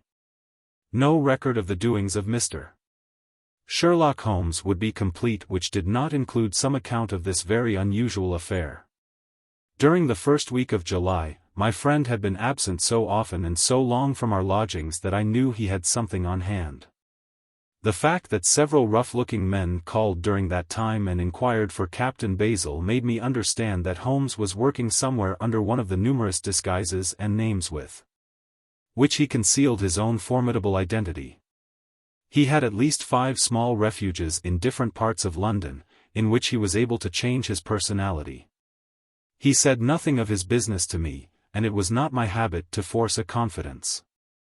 The first positive sign which he gave me of the direction which his investigation was taking was an extraordinary one.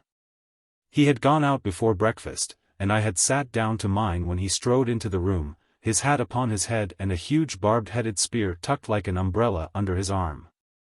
Good gracious, Holmes! I cried.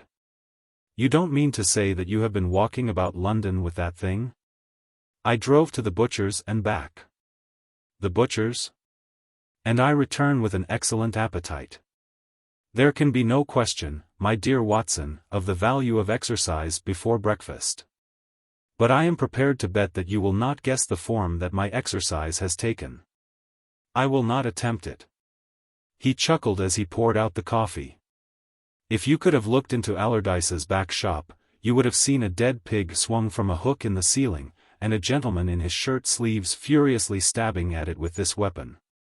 I was that energetic person, and I have satisfied myself that by no exertion of my strength can I transfix the pig with a single blow. Perhaps you would care to try? Not for worlds. But why were you doing this? Because it seemed to me to have an indirect bearing upon the mystery of Woodman's Lee. Ah, Hopkins, I got your wire last night, and I have been expecting you. Come and join us. Our visitor was an exceedingly alert man, 30 years of age, dressed in a quiet tweed suit, but retaining the erect bearing of one who was accustomed to official uniform. I recognized him at once as Stanley Hopkins, a young police inspector, for whose future Holmes had high hopes. While he in turn professed the admiration and respect of a pupil for the scientific methods of the famous amateur. Hopkins's brow was clouded, and he sat down with an air of deep dejection. No, thank you, sir. I breakfasted before I came round. I spent the night in town, for I came up yesterday to report. And what had you to report? Failure, sir, absolute failure. You have made no progress? None. Dear me. I must have a look at the matter. I wish to heavens that you would, Mr. Holmes. It's my first big chance, and I am at my wit's end. For goodness sake, come down and lend me a hand. Well, it just happens that I have already read all the available evidence, including the report of the inquest, with some care. By the way, what do you make of that tobacco pouch, found on the scene of the crime? Is there no clue there? Hopkins looked surprised. It was the man's own pouch, sir. His initials were inside it. And it was of sealskin, and he was an old sealer. But he had no pipe. No, sir, we could find no pipe. Indeed, he smoked very little, and yet he might have kept some tobacco for his friends. No doubt. I only mention it because, if I had been handling the case, should have been inclined to make that the starting point of my investigation. However, my friend, Dr. Watson, knows nothing of this matter, and I should be none the worse for hearing the sequence of events once more. Just give us some short sketches of the essentials. Stanley Hopkins drew a slip of paper from his pocket. I have a few dates here which will give you the career of the dead man, Captain Peter Carey. He was born in 45, 50 years of age. He was a most daring and successful seal and whale fisher. In 1883 he commanded the steam sealer Sea Unicorn, of Dundee. He had then had several successful voyages in succession, and in the following year, 1884, he retired. After that he travelled for some years, and finally he bought a small place called Woodman's Lee, near Forest Row, in Sussex. There he has lived for 6 years, and there he died just a week ago today. There were some most singular points about the man. In ordinary life, he was a strict Puritan, a silent, gloomy fellow. His household consisted of his wife, his daughter, aged 20, and 2 female servants. These last were continually changing, for it was never a very cheery situation, and sometimes it became past all bearing. The man was an intermittent drunkard, and when he had the fit on him he was a perfect fiend. He has been known to drive his wife and daughter out of doors in the middle of the night and flog them through the park until the whole village outside the gates was aroused by their screams. He was summoned once for a savage assault upon the old vicar, who had called upon him to remonstrate with him upon his conduct. In short, Mr. Holmes, you would go far before you found a more dangerous man than Peter Carey, and I have heard that he bore the same character when he commanded his ship. He was known in the trade as Black Peter, and the name was given him, not only on account of his swarthy features and the color of his huge beard, but for the humors which were the terror of all around him. I need not say that he was loathed and avoided by every one of his neighbors, and that I have not heard one single word of sorrow about his terrible end. You must have read in the account of the inquest about the man's cabin, Mr. Holmes, but perhaps your friend here has not heard of it. He had built himself a wooden outhouse. He always called it the cabin, a few hundred yards from his house, and it was here that he slept every night. It was a little, single-roomed hut, 16 feet by 10. He kept the key in his pocket, made his own bed, cleaned it himself, and allowed no other foot to cross the threshold. There are small windows on each side, which were covered by curtains and never opened. One of these windows was turned towards the high road, and when the light burned in it at night the folk used to point it out to each other and wonder what Black Peter was doing in there.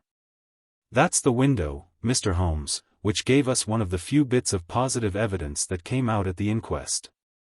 You remember that a stonemason, named Slater, walking from Forest Row about 1 o'clock in the morning, 2 days before the murder, stopped as he passed the grounds and looked at the square of light still shining among the trees.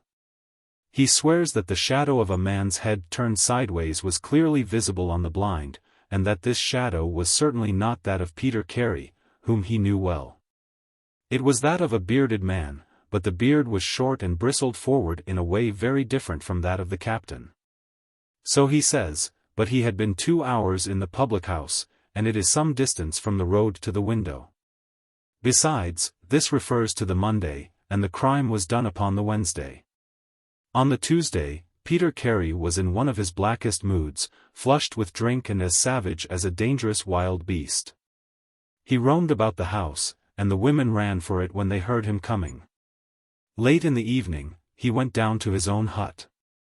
About 2 o'clock the following morning, his daughter, who slept with her window open, heard a most fearful yell from that direction. But it was no unusual thing for him to bawl and shout when he was in drink, so no notice was taken. On rising at 7, one of the maids noticed that the door of the hut was open. But so great was the terror which the man caused that it was midday before anyone would venture down to see what had become of him. Peeping into the open door, they saw a sight which sent them flying, with white faces, into the village. Within an hour, I was on the spot and had taken over the case. Well, I have fairly steady nerves, as you know, Mr. Holmes, but I give you my word, that I got a shake when I put my head into that little house. It was droning like a harmonium with the flies and bluebottles, and the floor and walls were like a slaughterhouse. He had called it a cabin, and a cabin it was, sure enough, for you would have thought that you were in a ship. There was a bunk at one end, a sea chest, maps and charts, a picture of the sea unicorn, a line of logbooks on a shelf, all exactly as one would expect to find it in a captain's room. And there, in the middle of it, was the man himself, his face twisted like a lost soul in torment, and his great brindled beard stuck upward in his agony.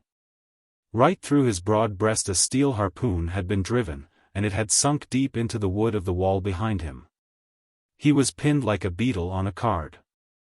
Of course, he was quite dead, and had been so from the instant that he had uttered that last yell of agony. I know your methods, sir, and I applied them. Before I permitted anything to be moved, I examined most carefully the ground outside, and also the floor of the room. There were no footmarks. Meaning that you saw none? I assure you, sir, that there were none. My good Hopkins, I have investigated many crimes, but I have never yet seen one which was committed by a flying creature. As long as the criminal remains upon 2 legs, so long must there be some indentation, some abrasion, some trifling displacement which can be detected by the scientific searcher. It is incredible that this blood-bespattered room contained no trace which could have aided us. I understand, however, from the inquest that there were some objects which you failed to overlook? The young inspector winced at my companion's ironical comments. I was a fool not to call you in at the time, Mr. Holmes. However, that's past praying for now. Yes, there were several objects in the room which called for special attention. One was the harpoon with which the deed was committed. It had been snatched down from a rack on the wall. Two others remained there, and there was a vacant place for the third. On the stock was engraved, SSC Unicorn, Dundee. This seemed to establish that the crime had been done in a moment of fury, and that the murderer had seized the first weapon which came in his way. The fact that the crime was committed at 2 in the morning, and yet Peter Carey was fully dressed, suggested that he had an appointment with the murderer. Which is borne out by the fact that a bottle of rum and 2 dirty glasses stood upon the table.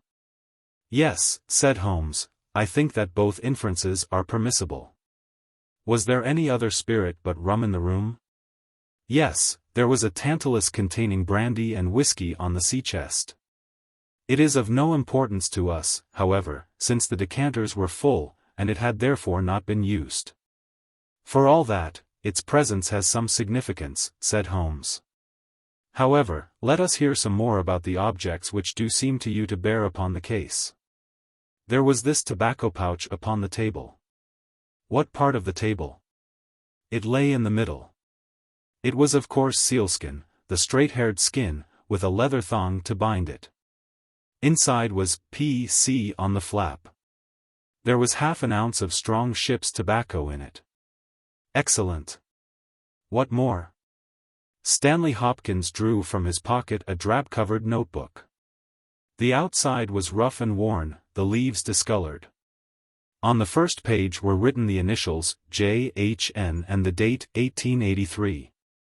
Holmes laid it on the table and examined it in his minute way, while Hopkins and I gazed over each shoulder. On the second page were the printed letters C.P.R. And then came several sheets of numbers. Another heading was Argentine, another Costa Rica, and another San Paulo, each with pages of signs and figures after it. What do you make of these? Asked Holmes. They appear to be lists of stock exchange securities. I thought that J.H.N. were the initials of a broker, and that C.P.R. may have been his client. Try Canadian Pacific Railway, said Holmes. Stanley Hopkins swore between his teeth, and struck his thigh with his clenched hand. What a fool I have been, he cried. Of course, it is as you say.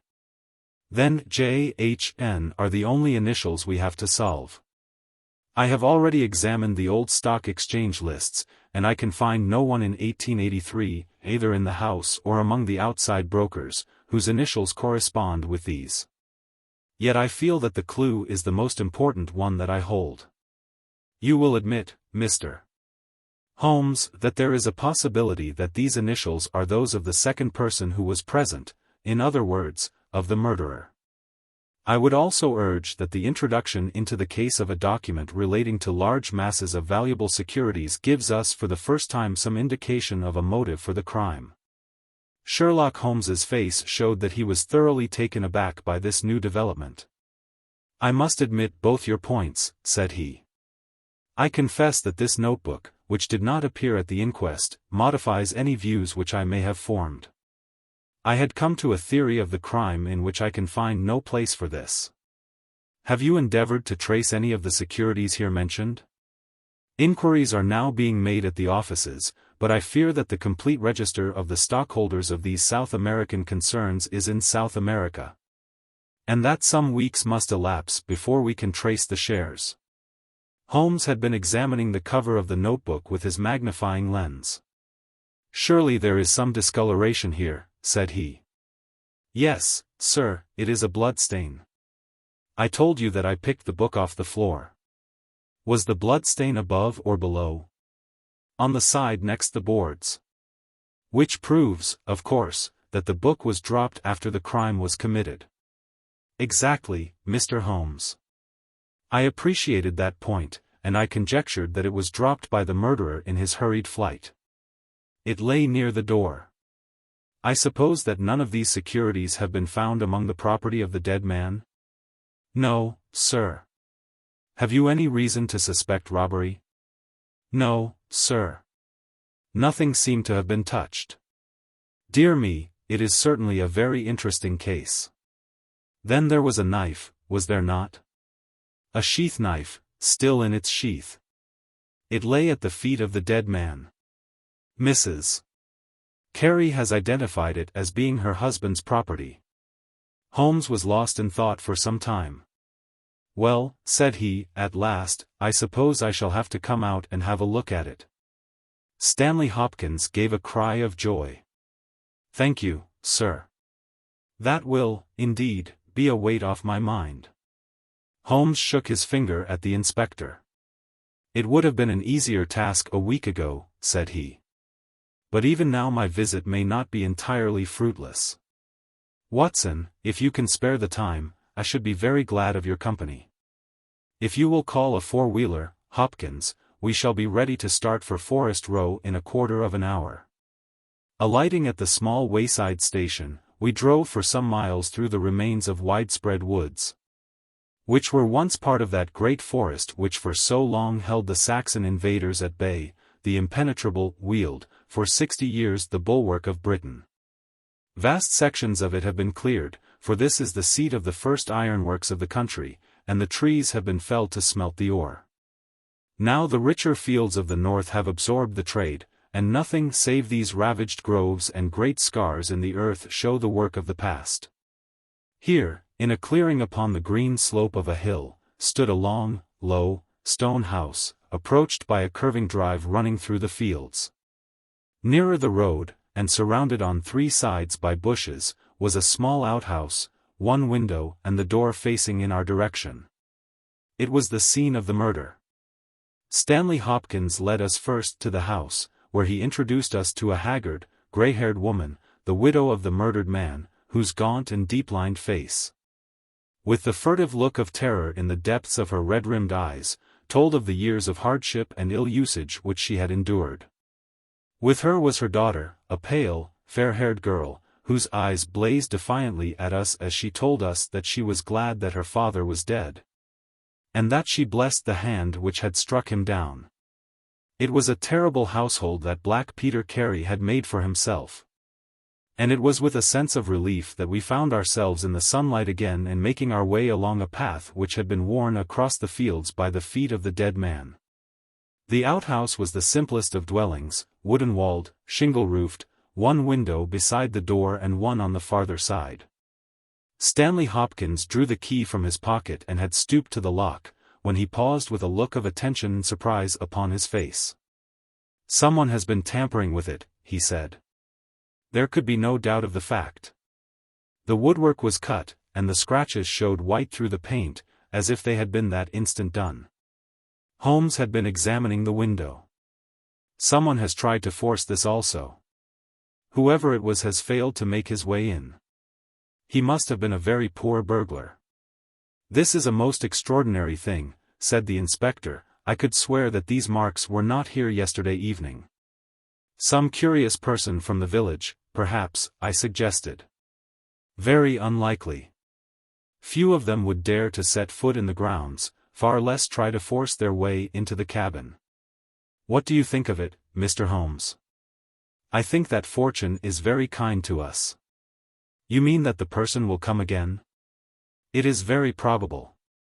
He came expecting to find the door open. He tried to get in with the blade of a very small penknife. He could not manage it. What would he do?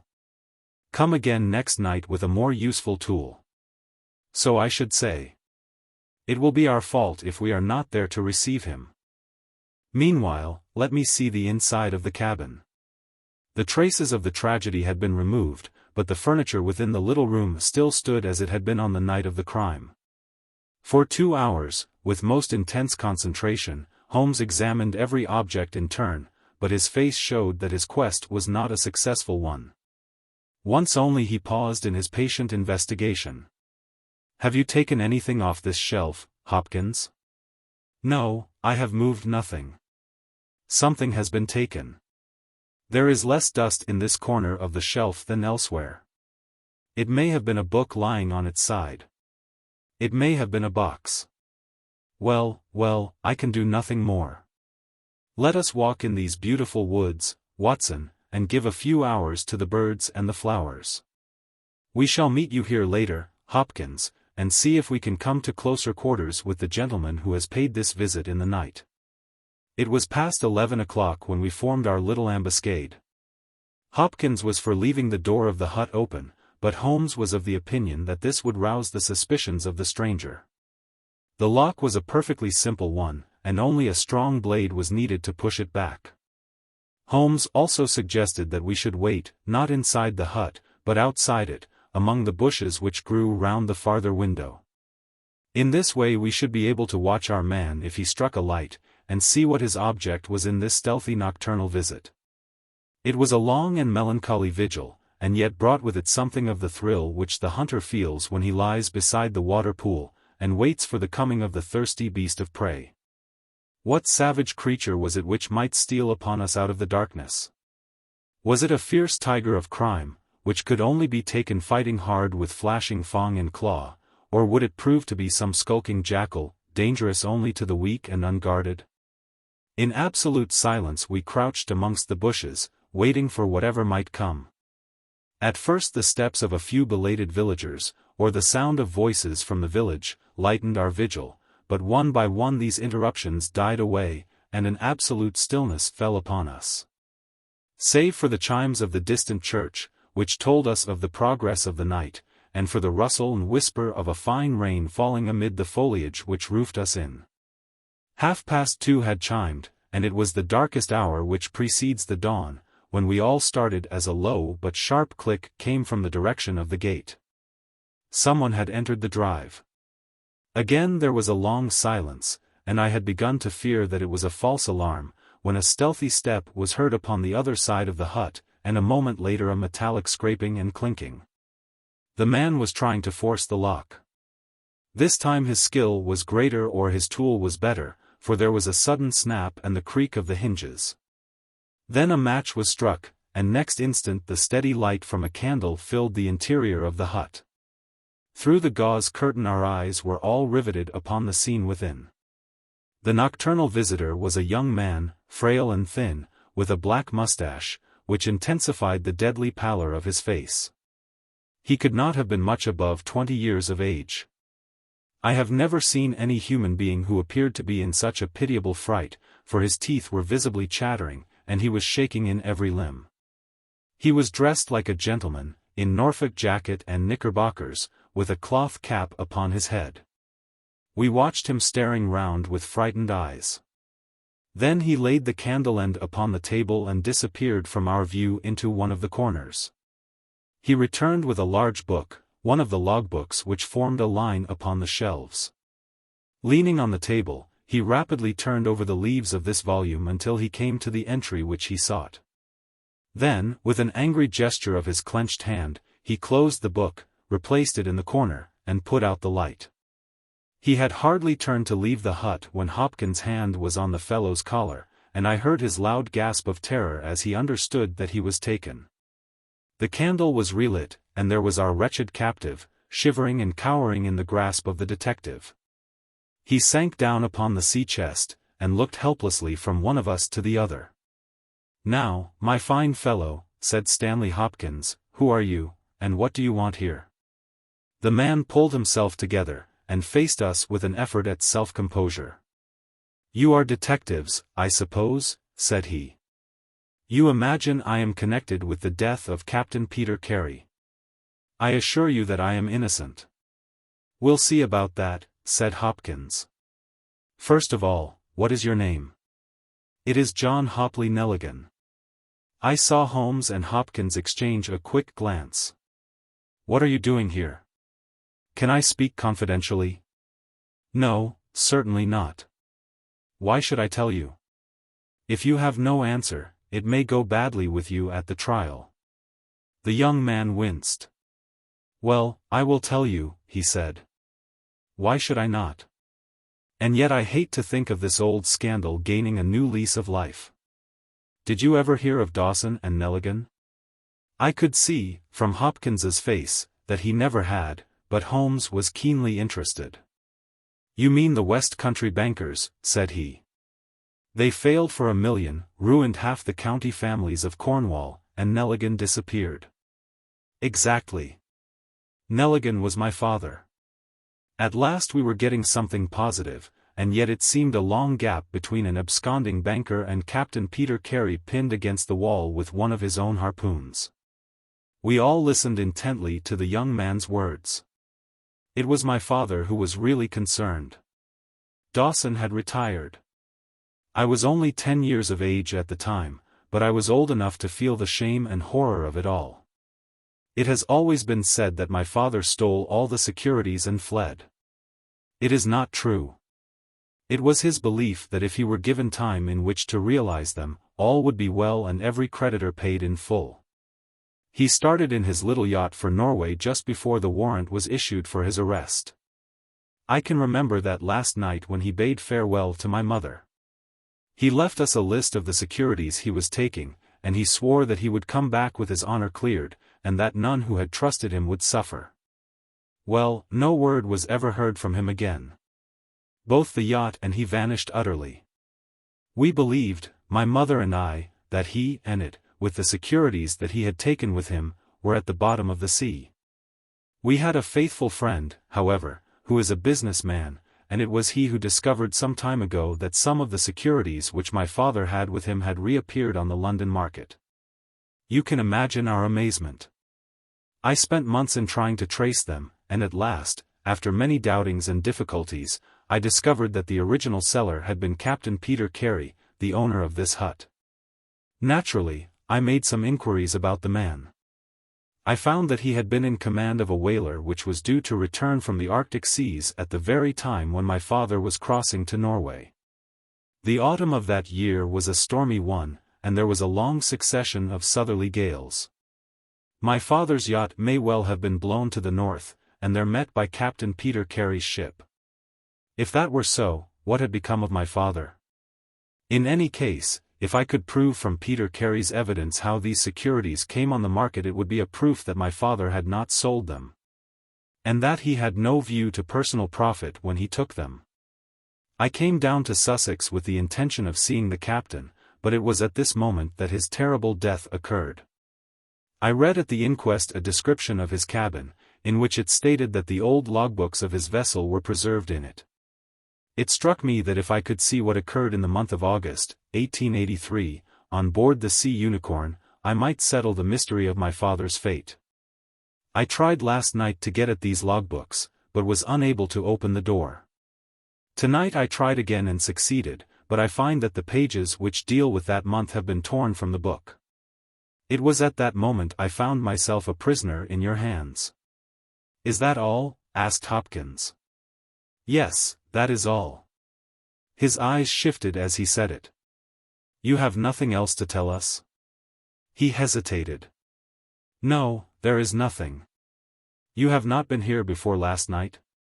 No. Then how do you account for that? Cried Hopkins, as he held up the damning notebook, with the initials of our prisoner on the first leaf and the bloodstain on the cover. The wretched man collapsed. He sank his face in his hands, and trembled all over.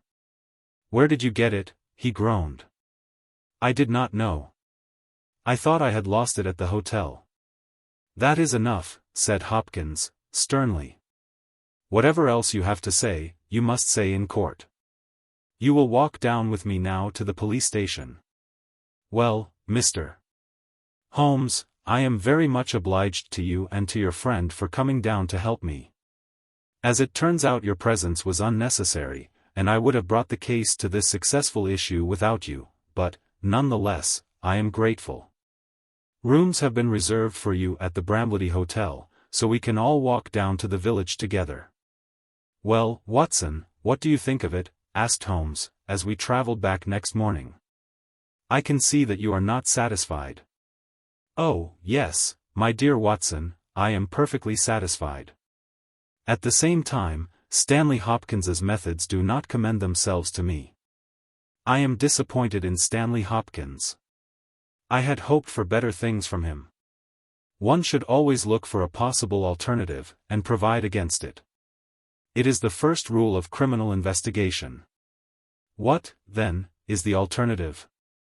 The line of investigation which I have myself been pursuing. It may give us nothing.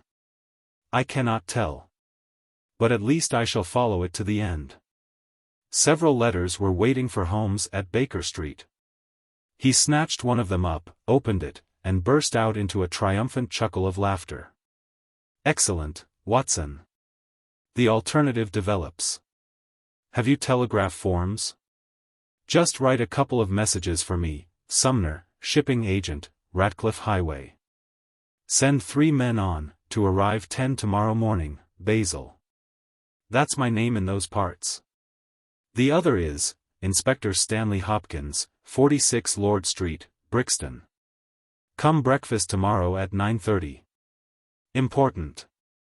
Wire if unable to come, Sherlock Holmes. There, Watson, this infernal case has haunted me for 10 days. I hereby banish it completely from my presence. Tomorrow, I trust that we shall hear the last of it forever. Sharp at the hour named Inspector Stanley Hopkins appeared, and we sat down together to the excellent breakfast which Mrs. Hudson had prepared. The young detective was in high spirits at his success. You really think that your solution must be correct? Asked Holmes. I could not imagine a more complete case. It did not seem to me conclusive. You astonish me, Mr. Holmes. What more could one ask for? Does your explanation cover every point? Undoubtedly. I find that young Nelligan arrived at the Bramblety Hotel on the very day of the crime. He came on the pretense of playing golf. His room was on the ground floor, and he could get out when he liked. That very night he went down to Woodman's Lee, saw Peter Carey at the hut, quarrelled with him, and killed him with the harpoon. Then, horrified by what he had done, he fled out of the hut, dropping the notebook which he had brought with him in order to question Peter Carey about these different securities. You may have observed that some of them were marked with ticks, and the others, the great majority, were not.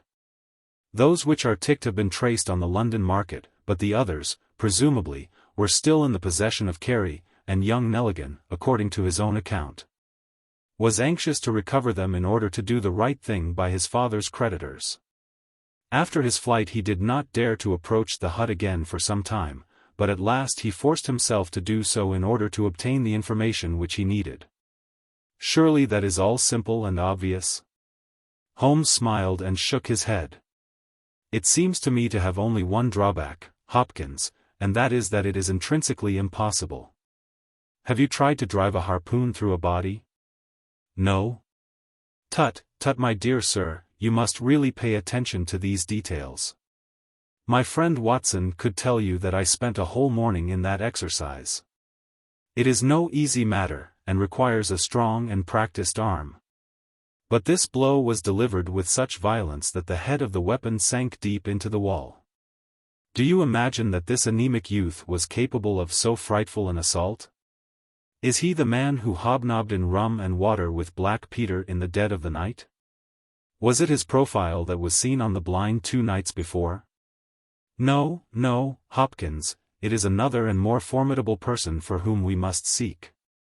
The detective's face had grown longer and longer during Holmes's speech. His hopes and his ambitions were all crumbling about him. But he would not abandon his position without a struggle. You can't deny that Nelligan was present that night, Mr. Holmes. The book will prove that. I fancy that I have evidence enough to satisfy a jury, even if you are able to pick a hole in it. Besides, Mr. Holmes, I have laid my hand upon my man. As to this terrible person of yours, where is he? I rather fancy that he is on the stair, said Holmes, serenely. I think, Watson, that you would do well to put that revolver where you can reach it. He rose and laid a written paper upon a side table. Now we are ready, said he. There had been some talking in gruff voices outside, and now Mrs. Hudson opened the door to say that there were 3 men inquiring for Captain Basil. Show them in one by one, said Holmes. The first who entered was a little Ribston pippin of a man, with ruddy cheeks and fluffy white side whiskers. Holmes had drawn a letter from his pocket. What name? he asked.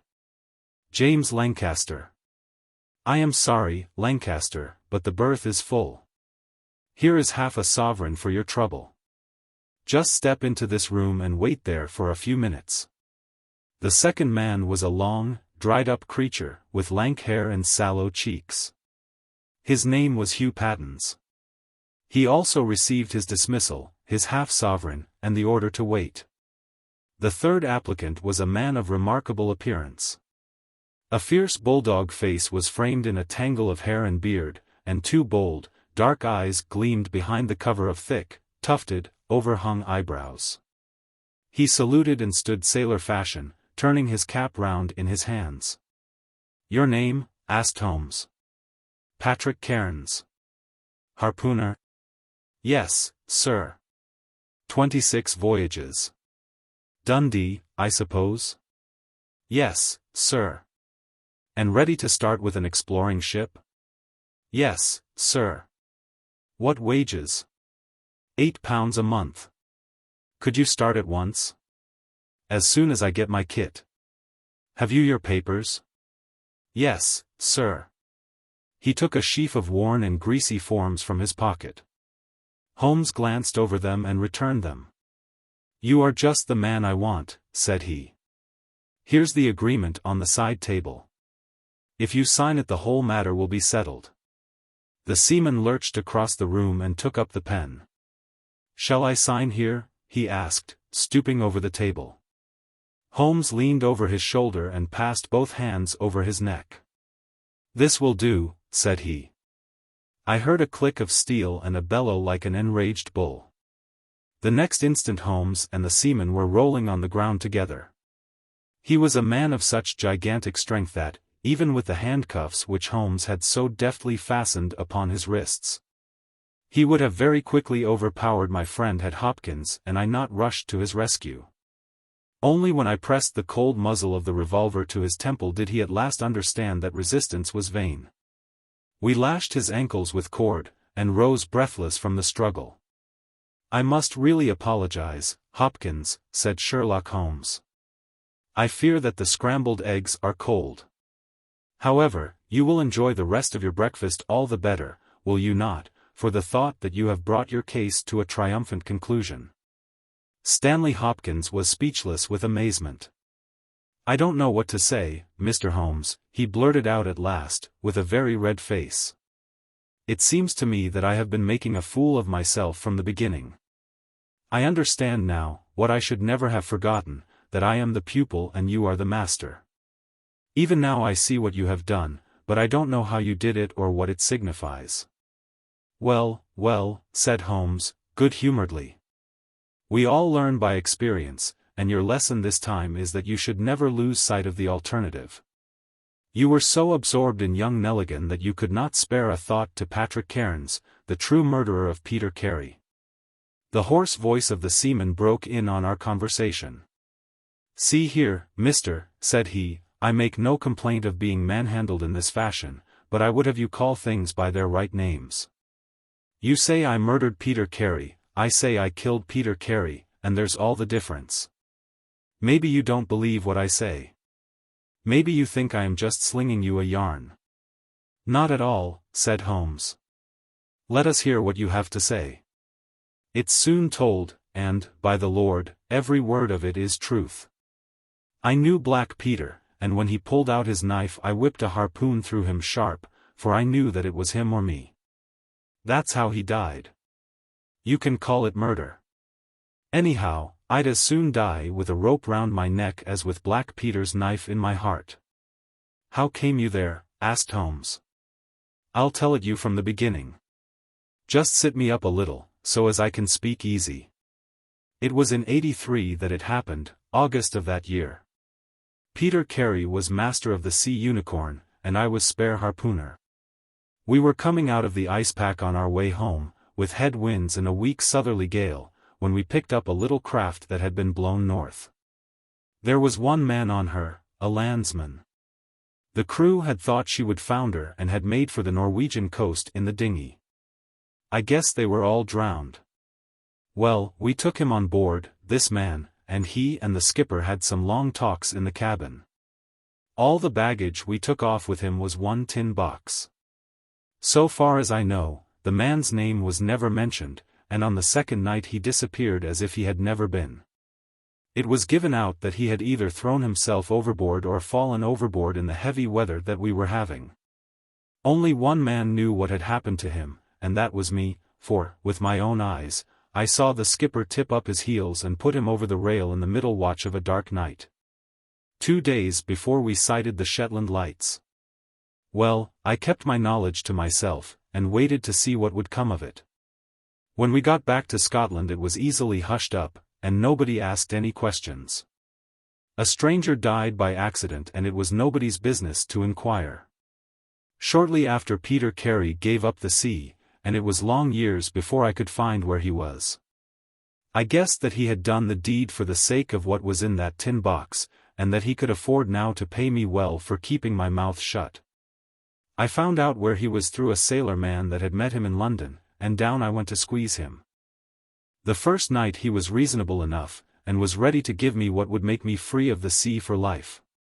We were to fix it all 2 nights later.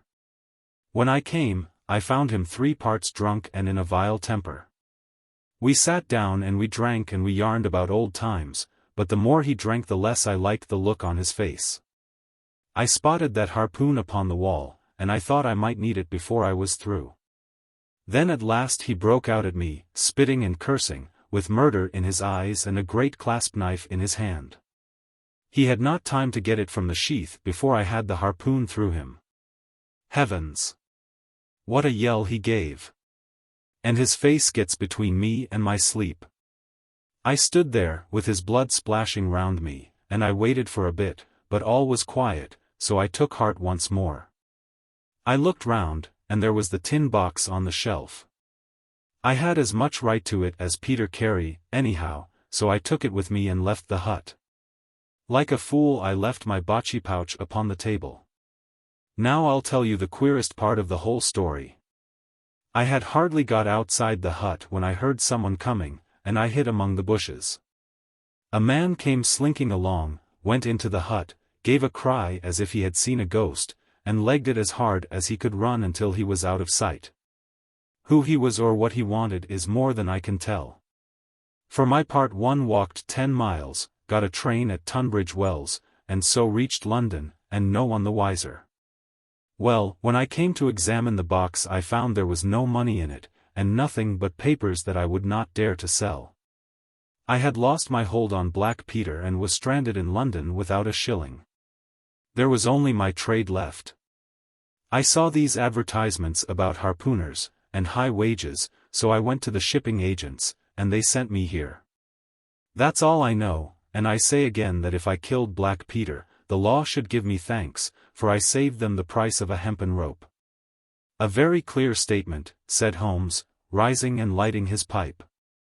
I think, Hopkins, that you should lose no time in conveying your prisoner to a place of safety. This room is not well adapted for a cell, and Mr. Patrick Cairns occupies too large a proportion of our carpet. Mr. Holmes, said Hopkins, I do not know how to express my gratitude. Even now I do not understand how you attained this result. Simply by having the good fortune to get the right clue from the beginning. It is very possible if I had known about this notebook it might have led away my thoughts, as it did yours. But all I heard pointed in the one direction. The amazing strength, the skill in the use of the harpoon, the rum and water, the sealskin tobacco pouch with the coarse tobacco, all these pointed to a seaman, and one who had been a whaler.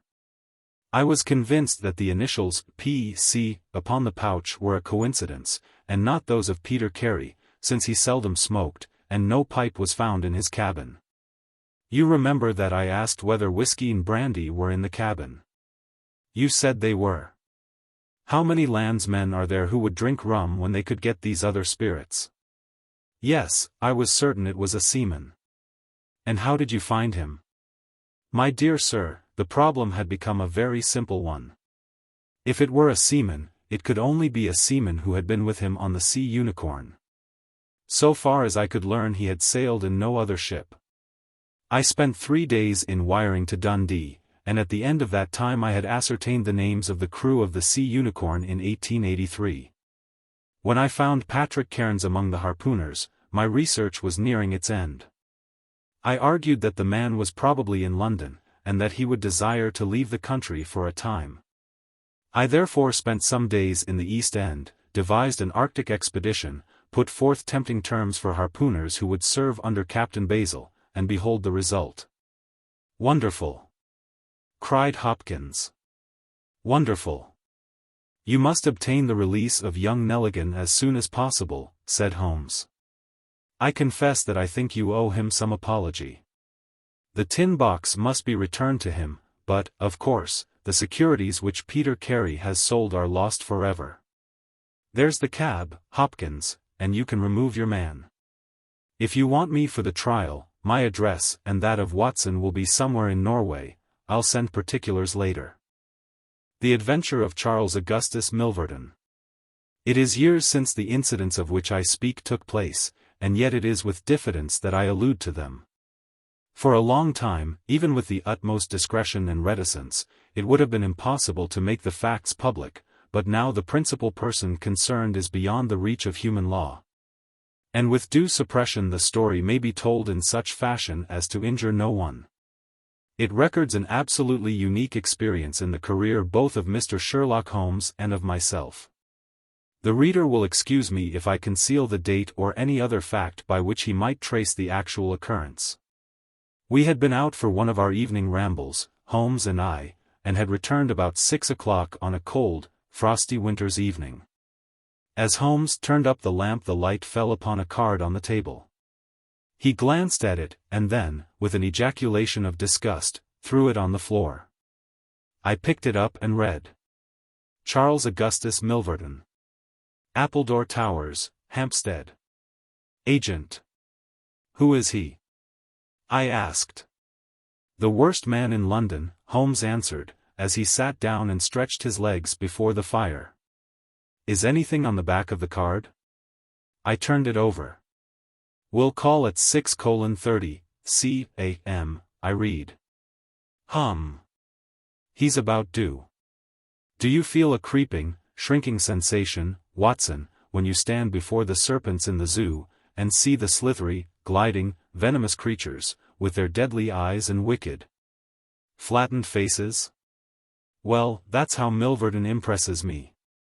I've had to do with 50 murderers in my career, but the worst of them never gave me the repulsion which I have for this fellow.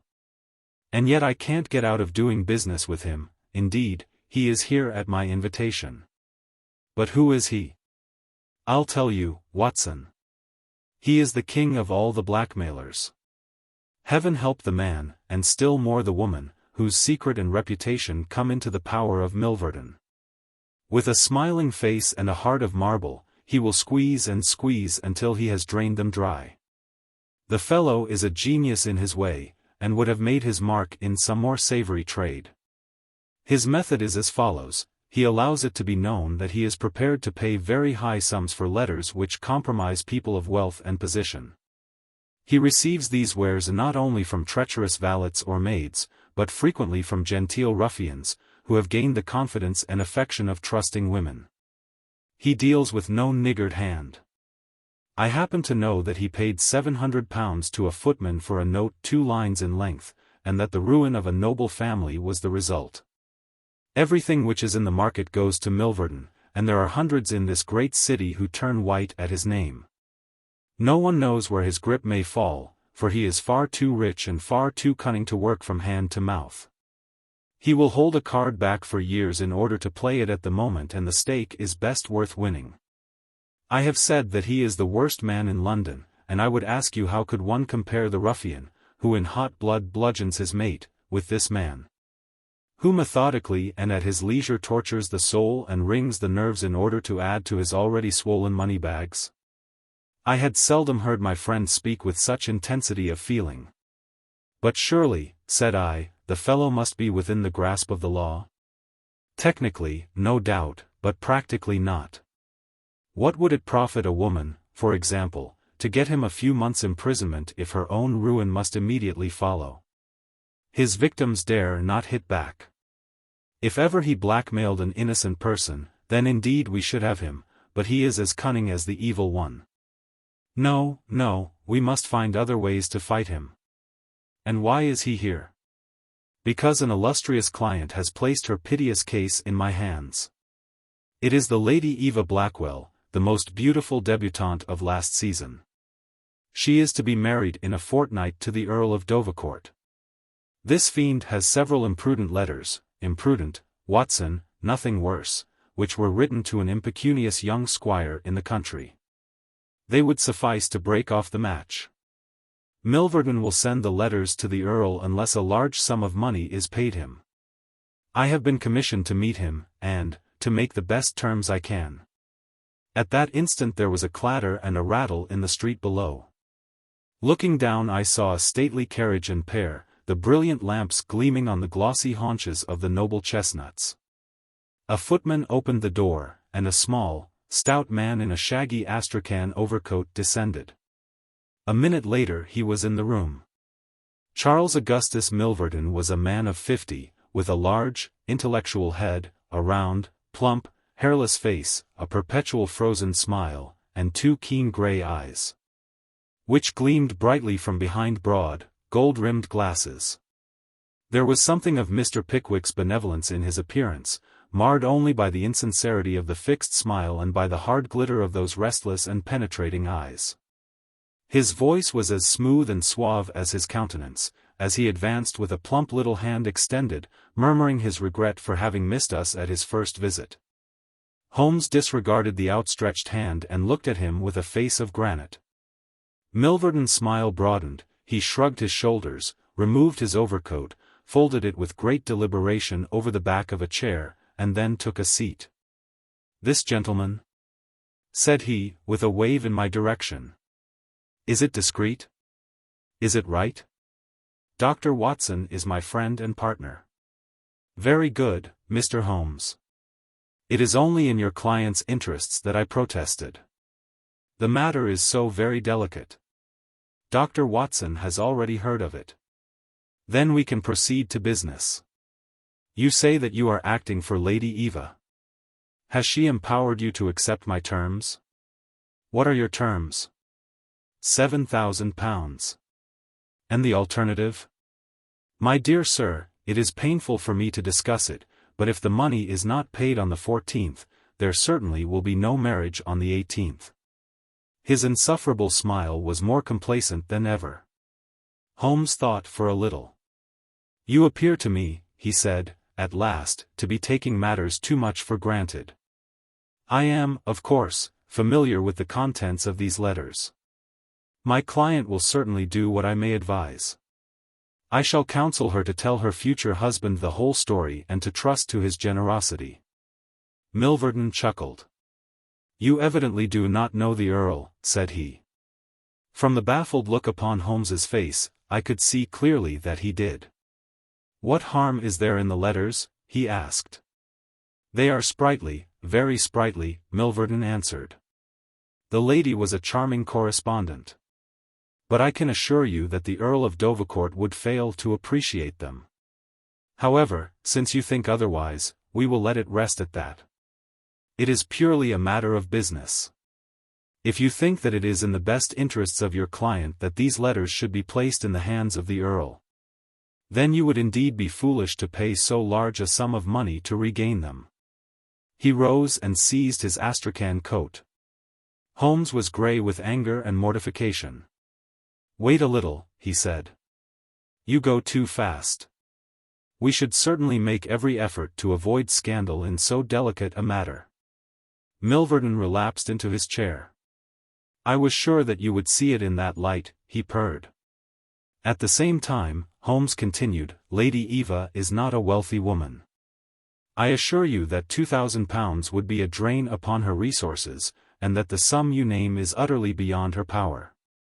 I beg, therefore, that you will moderate your demands, and that you will return the letters at the price I indicate, which is, I assure you, the highest that you can get." Milverton's smile broadened and his eyes twinkled humorously. "I am aware that what you say is true about the lady's resources," said he.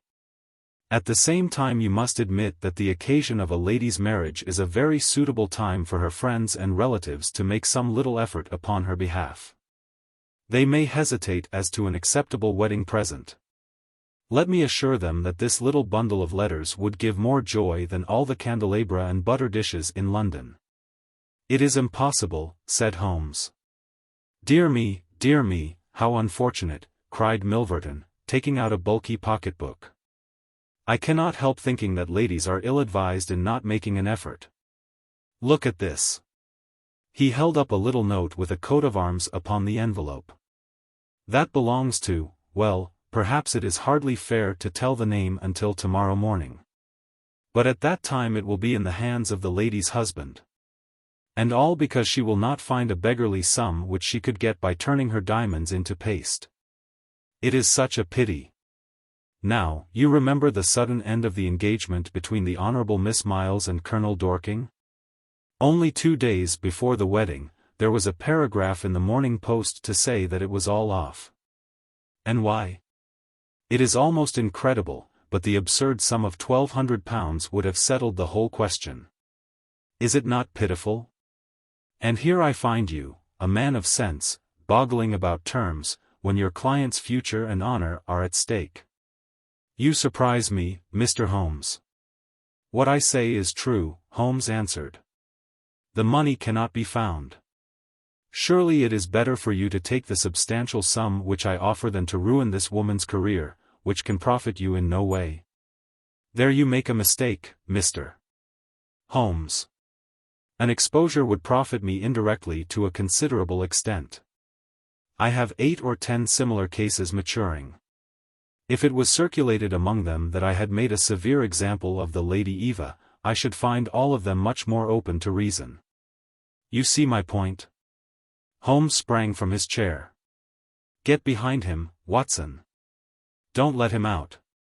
Now, sir, let us see the contents of that notebook. Milverton had glided as quick as a rat to the side of the room and stood with his back against the wall. Mr. Holmes, Mr. Holmes, he said, turning the front of his coat and exhibiting the butt of a large revolver, which projected from the inside pocket. I have been expecting you to do something original. This has been done so often, and what good has ever come from it? I assure you that I am armed to the teeth, and I am perfectly prepared to use my weapons, knowing that the law will support me. Besides, your supposition that I would bring the letters here in a notebook is entirely mistaken. I would do nothing so foolish. And now, gentlemen, I have 1 or 2 little interviews this evening, and it is a long drive to Hampstead. He stepped forward, took up his coat, laid his hand on his revolver, and turned to the door. I picked up a chair, but Holmes shook his head, and I laid it down again. With a bow, a smile, and a twinkle, Milverton was out of the room, and a few moments after we heard the slam of the carriage door and the rattle of the wheels as he drove away. Holmes sat motionless by the fire, his hands buried deep in his trouser pockets, his chin sunk upon his breast, his eyes fixed upon the glowing embers. For half an hour he was silent and still. Then, with the gesture of a man who has taken his decision, he sprang to his feet and passed into his bedroom. A little later a rakish young workman, with a goatee beard and a swagger, lit his clay pipe at the lamp before descending into the street. I'll be back some time, Watson, said he, and vanished into the night. I understood that he had opened his campaign against Charles Augustus Milverton, but I little dreamed the strange shape which that campaign was destined to take. For some days Holmes came and went at all hours in this attire, but beyond a remark that his time was spent at Hampstead, and that it was not wasted, I knew nothing of what he was doing. At last, however, on a wild, tempestuous evening, when the wind screamed and rattled against the windows, he returned from his last expedition. And having removed his disguise he sat before the fire and laughed heartily in his silent inward fashion. You would not call me a marrying man, Watson? No, indeed. You'll be interested to hear that I'm engaged. My dear fellow. I congrat. To Milverton's housemaid. Good heavens, Holmes. I wanted information, Watson. Surely you have gone too far. It was a most necessary step. I am a plumber with a rising business, Escott, by name. I have walked out with her each evening, and I have talked with her. Good heavens, those talks! However, I have got all I wanted. I know Milverton's house as I know the palm of my hand. But the girl, Holmes? He shrugged his shoulders. You can't help it, my dear Watson. You must play your cards as best you can when such a stake is on the table. However, I rejoice to say that I have a hated rival, who will certainly cut me out the instant that my back is turned. What a splendid night it is! You like this weather? It suits my purpose. Watson, I mean to burgle Milverton's house tonight. I had a catching of the breath, and my skin went cold at the words, which were slowly uttered in a tone of concentrated resolution. As a flash of lightning in the night shows up in an instant every detail of a wild landscape, so at one glance I seemed to see every possible result of such an action, the detection, the capture. The honored career ending in irreparable failure and disgrace, my friend himself lying at the mercy of the odious Milverton. For heaven's sake, Holmes, think what you are doing, I cried. My dear fellow, I have given it every consideration. I am never precipitate in my actions, nor would I adopt so energetic and, indeed, so dangerous a course, if any other were possible. Let us look at the matter clearly and fairly. I suppose that you will admit that the action is morally justifiable, though technically criminal. To burgle his house is no more than to forcibly take his pocketbook, an action in which you were prepared to aid me. I turned it over in my mind. Yes, I said, it is morally justifiable so long as our object is to take no articles save those which are used for an illegal purpose. Exactly. Since it is morally justifiable, I have only to consider the question of personal risk. Surely a gentleman should not lay much stress upon this, when a lady is in most desperate need of his help? You will be in such a false position. Well, that is part of the risk. There is no other possible way of regaining these letters. The unfortunate lady has not the money, and there are none of her people in whom she could confide. Tomorrow is the last day of grace, and unless we can get the letters tonight, this villain will be as good as his word and will bring about her ruin. I must, therefore, abandon my client to her fate, or I must play this last card. Between ourselves, Watson, it's a sporting duel between this fellow Milverton and me. He had, as you saw, the best of the first exchanges, but my self-respect and my reputation are concerned to fight it to a finish.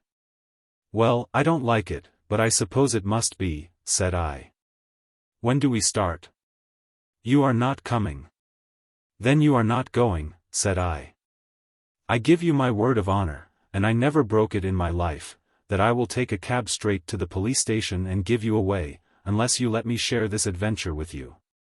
You can't help me. How do you know that? You can't tell what may happen. Anyway, my resolution is taken. Other people besides you have self-respect, and even reputations. Holmes had looked annoyed, but his brow cleared, and he clapped me on the shoulder. Well, well, my dear fellow, be it so. We have shared this same room for some years, and it would be amusing if we ended by sharing the same cell.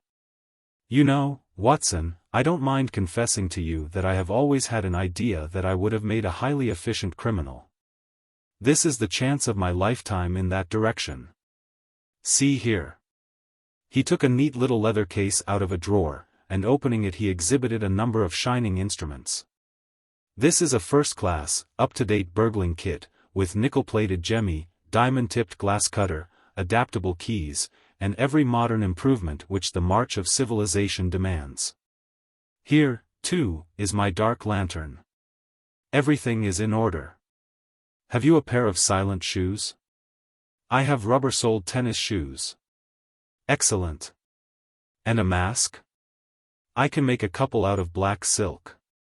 I can see that you have a strong, natural turn for this sort of thing. Very good, do you make the masks? We shall have some cold supper before we start. It is now 9:30. At 11 we shall drive as far as Church Row. It is a quarter of an hour's walk from there to Appledore Towers. We shall be at work before midnight. Milverton is a heavy sleeper, and retires punctually at 10:30. With any luck we should be back here by 2, with the Lady Eva's letters in my pocket. Holmes and I put on our dress clothes, so that we might appear to be two theatregoers homeward bound. In Oxford Street we picked up a hansom and drove to an address in Hampstead.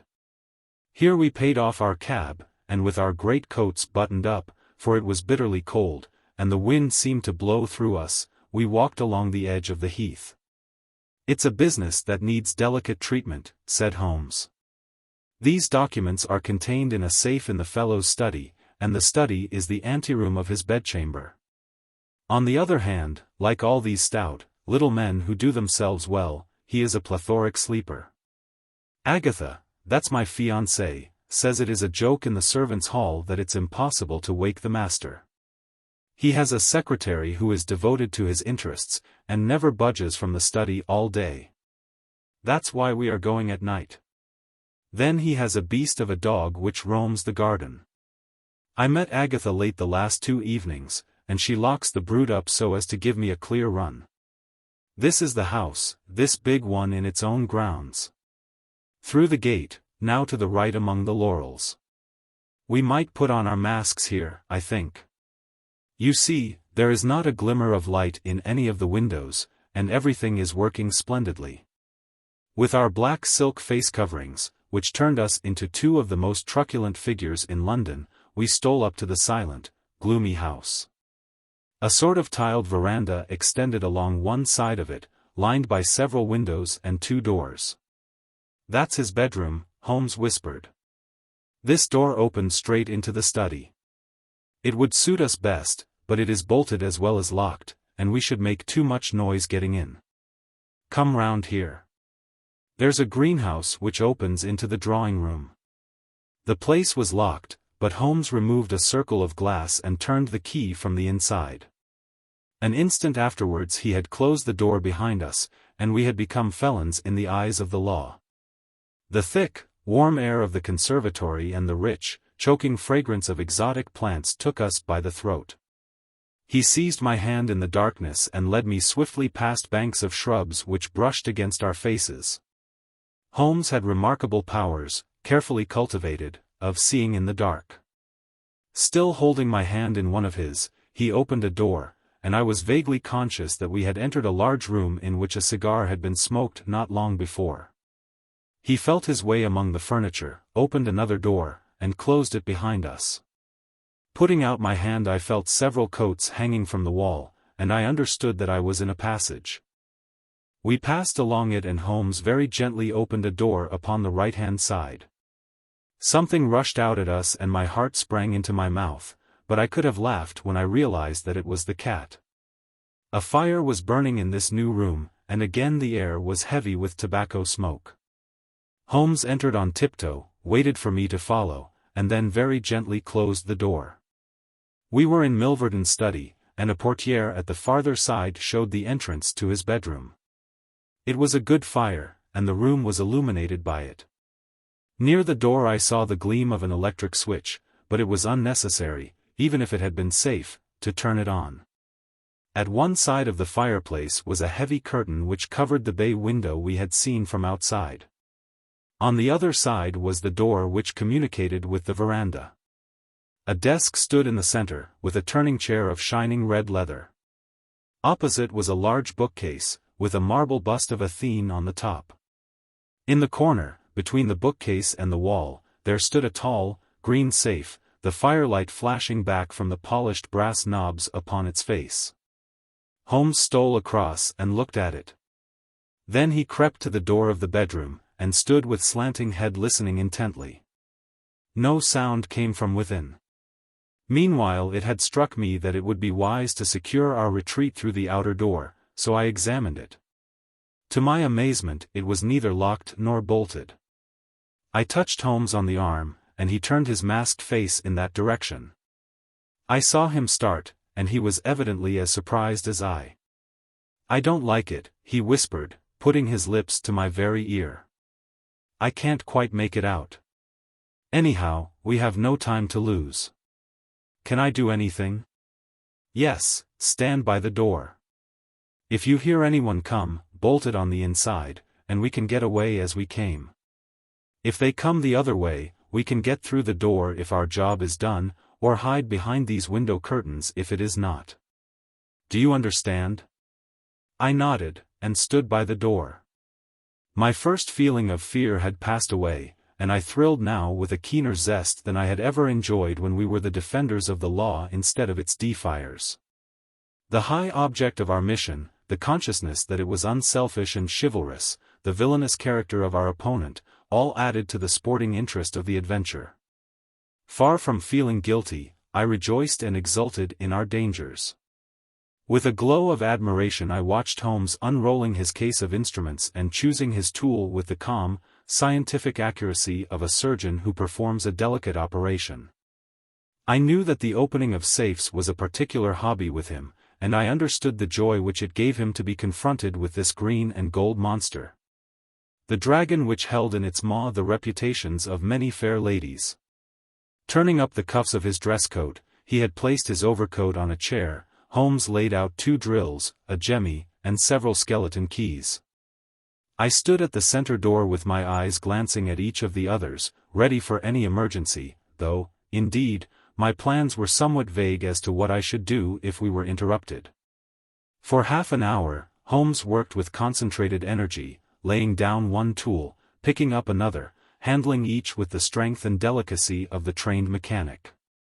Finally I heard a click. The broad green door swung open, and inside I had a glimpse of a number of paper packets, each tied, sealed, and inscribed. Holmes picked one out, but it was as hard to read by the flickering fire, and he drew out his little dark lantern, for it was too dangerous, with Milverton in the next room, to switch on the electric light. Suddenly I saw him halt, listen intently, and then in an instant he had swung the door of the safe to, picked up his coat, stuffed his tools into the pockets, and darted behind the window curtain, motioning me to do the same. It was only when I had joined him there that I heard what had alarmed his quicker senses. There was a noise somewhere within the house. A door slammed in the distance. Then a confused, dull murmur broke itself into the measured thud of heavy footsteps rapidly approaching. They were in the passage outside the room. They paused at the door. The door opened. There was a sharp snick as the electric light was turned on. The door closed once more, and the pungent reek of a strong cigar was borne to our nostrils. Then the footsteps continued backward and forward, within a few yards of us. Finally there was a creak from a chair, and the footsteps ceased. Then a key clicked in a lock, and I heard the rustle of papers. So far I had not dared to look out, but now I gently parted the division of the curtains in front of me and peeped through. From the pressure of Holmes's shoulder against mine, I knew that he was sharing my observations. Right in front of us, and almost within our reach, was the broad, rounded back of Milverton. It was evident that we had entirely miscalculated his movements, that he had never been to his bedroom, but that he had been sitting up in some smoking or billiard room in the farther wing of the house, the windows of which we had not seen. His broad, grizzled head, with its shining patch of baldness, was in the immediate foreground of our vision. He was leaning far back in the red leather chair, his legs outstretched, a long, black cigar projecting at an angle from his mouth. He wore a semi-military smoking jacket, claret-colored, with a black velvet collar. In his hand he held a long, legal document which he was reading in an indolent fashion, blowing rings of tobacco smoke from his lips as he did so. There was no promise of a speedy departure in his composed bearing and his comfortable attitude. I felt Holmes's hand steal into mine and give me a reassuring shake, as if to say that the situation was within his powers, and that he was easy in his mind. I was not sure whether he had seen what was only too obvious from my position, that the door of the safe was imperfectly closed, and that Milverton might at any moment observe it. In my own mind I had determined that if I were sure, from the rigidity of his gaze, that it had caught his eye, I would at once spring out, throw my great coat over his head, pinion him. and leave the rest to Holmes. But Milverton never looked up. He was languidly interested by the papers in his hand, and page after page was turned as he followed the argument of the lawyer. At least, I thought, when he has finished the document and the cigar he will go to his room, but before he had reached the end of either, there came a remarkable development, which turned our thoughts into quite another channel. Several times I had observed that Milverton looked at his watch, and once he had risen and sat down again, with a gesture of impatience. The idea, however, that he might have an appointment at so strange an hour never occurred to me until a faint sound reached my ears from the veranda outside.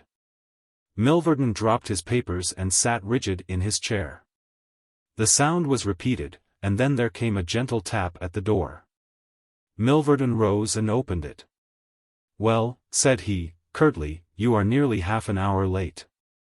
So this was the explanation of the unlocked door and of the nocturnal vigil of Milverton. There was the gentle rustle of a woman's dress. I had closed the slit between the curtains as Milverton's face had turned in our direction, but now I ventured very carefully to open it once more. He had resumed his seat, the cigar still projecting at an insolent angle from the corner of his mouth. In front of him, in the full glare of the electric light, there stood a tall, slim, dark woman, a veil over her face, a mantle drawn round her chin. Her breath came quick and fast, and every inch of the lithe figure was quivering with strong emotion. "Well," said Milverton, "you made me lose a good night's rest, my dear. I hope you'll prove worth it. You couldn't come any other time, eh?" The woman shook her head. "Well, if you couldn't, you couldn't. If the Countess is a hard mistress, you have your chance to get level with her now. Bless the girl, what are you shivering about? That's right. Pull yourself together. Now, let us get down to business." He took a notebook from the drawer of his desk. "You say that you have 5 letters which compromise the Countess d'Albert. You want to sell them. I want to buy them. So far so good. It only remains to fix a price. I should want to inspect the letters, of course. If they are really good specimens, great heavens, is it you?" The woman, without a word, had raised her veil and dropped the mantle from her chin. It was a dark, handsome, clear-cut face which confronted Milverton, a face with a curved nose, strong, dark eyebrows shading hard, glittering eyes, and a straight, thin-lipped mouth set in a dangerous smile. "It is I," she said, "the woman whose life you have ruined." Milverton laughed, but fear vibrated in his voice. "You were so very obstinate," said he. "Why did you drive me to such extremities? I assure you I wouldn't hurt a fly of my own accord, but every man has his business, and what was I to do? I put the price well within your means. You would not pay. So you sent the letters to my husband, and he, the noblest gentleman that ever lived, a man whose boots I was never worthy to lace, he broke his gallant heart and died. You remember that last night, when I came through that door, I begged and prayed you for mercy, and you laughed in my face as you are trying to laugh now.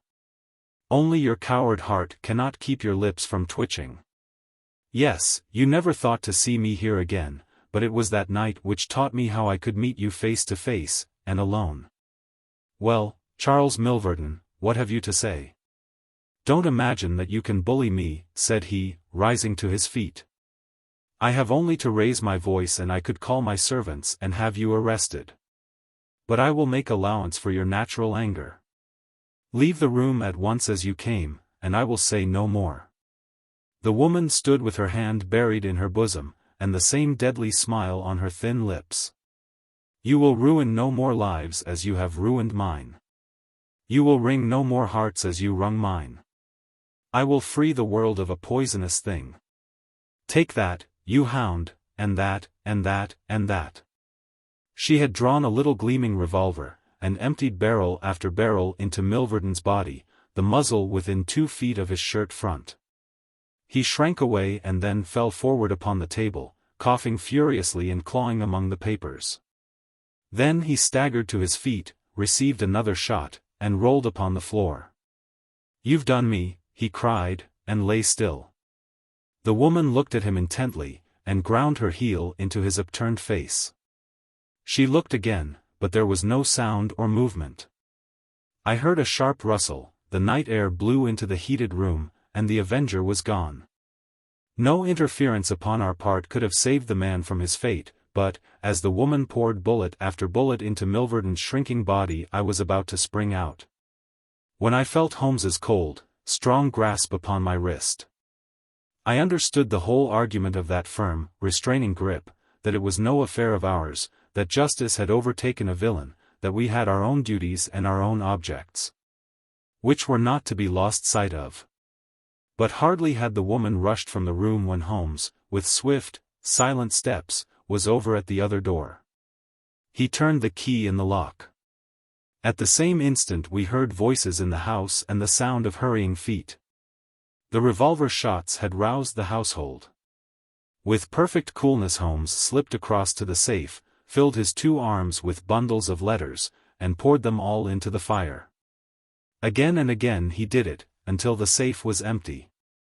Someone turned the handle and beat upon the outside of the door. Holmes looked swiftly round.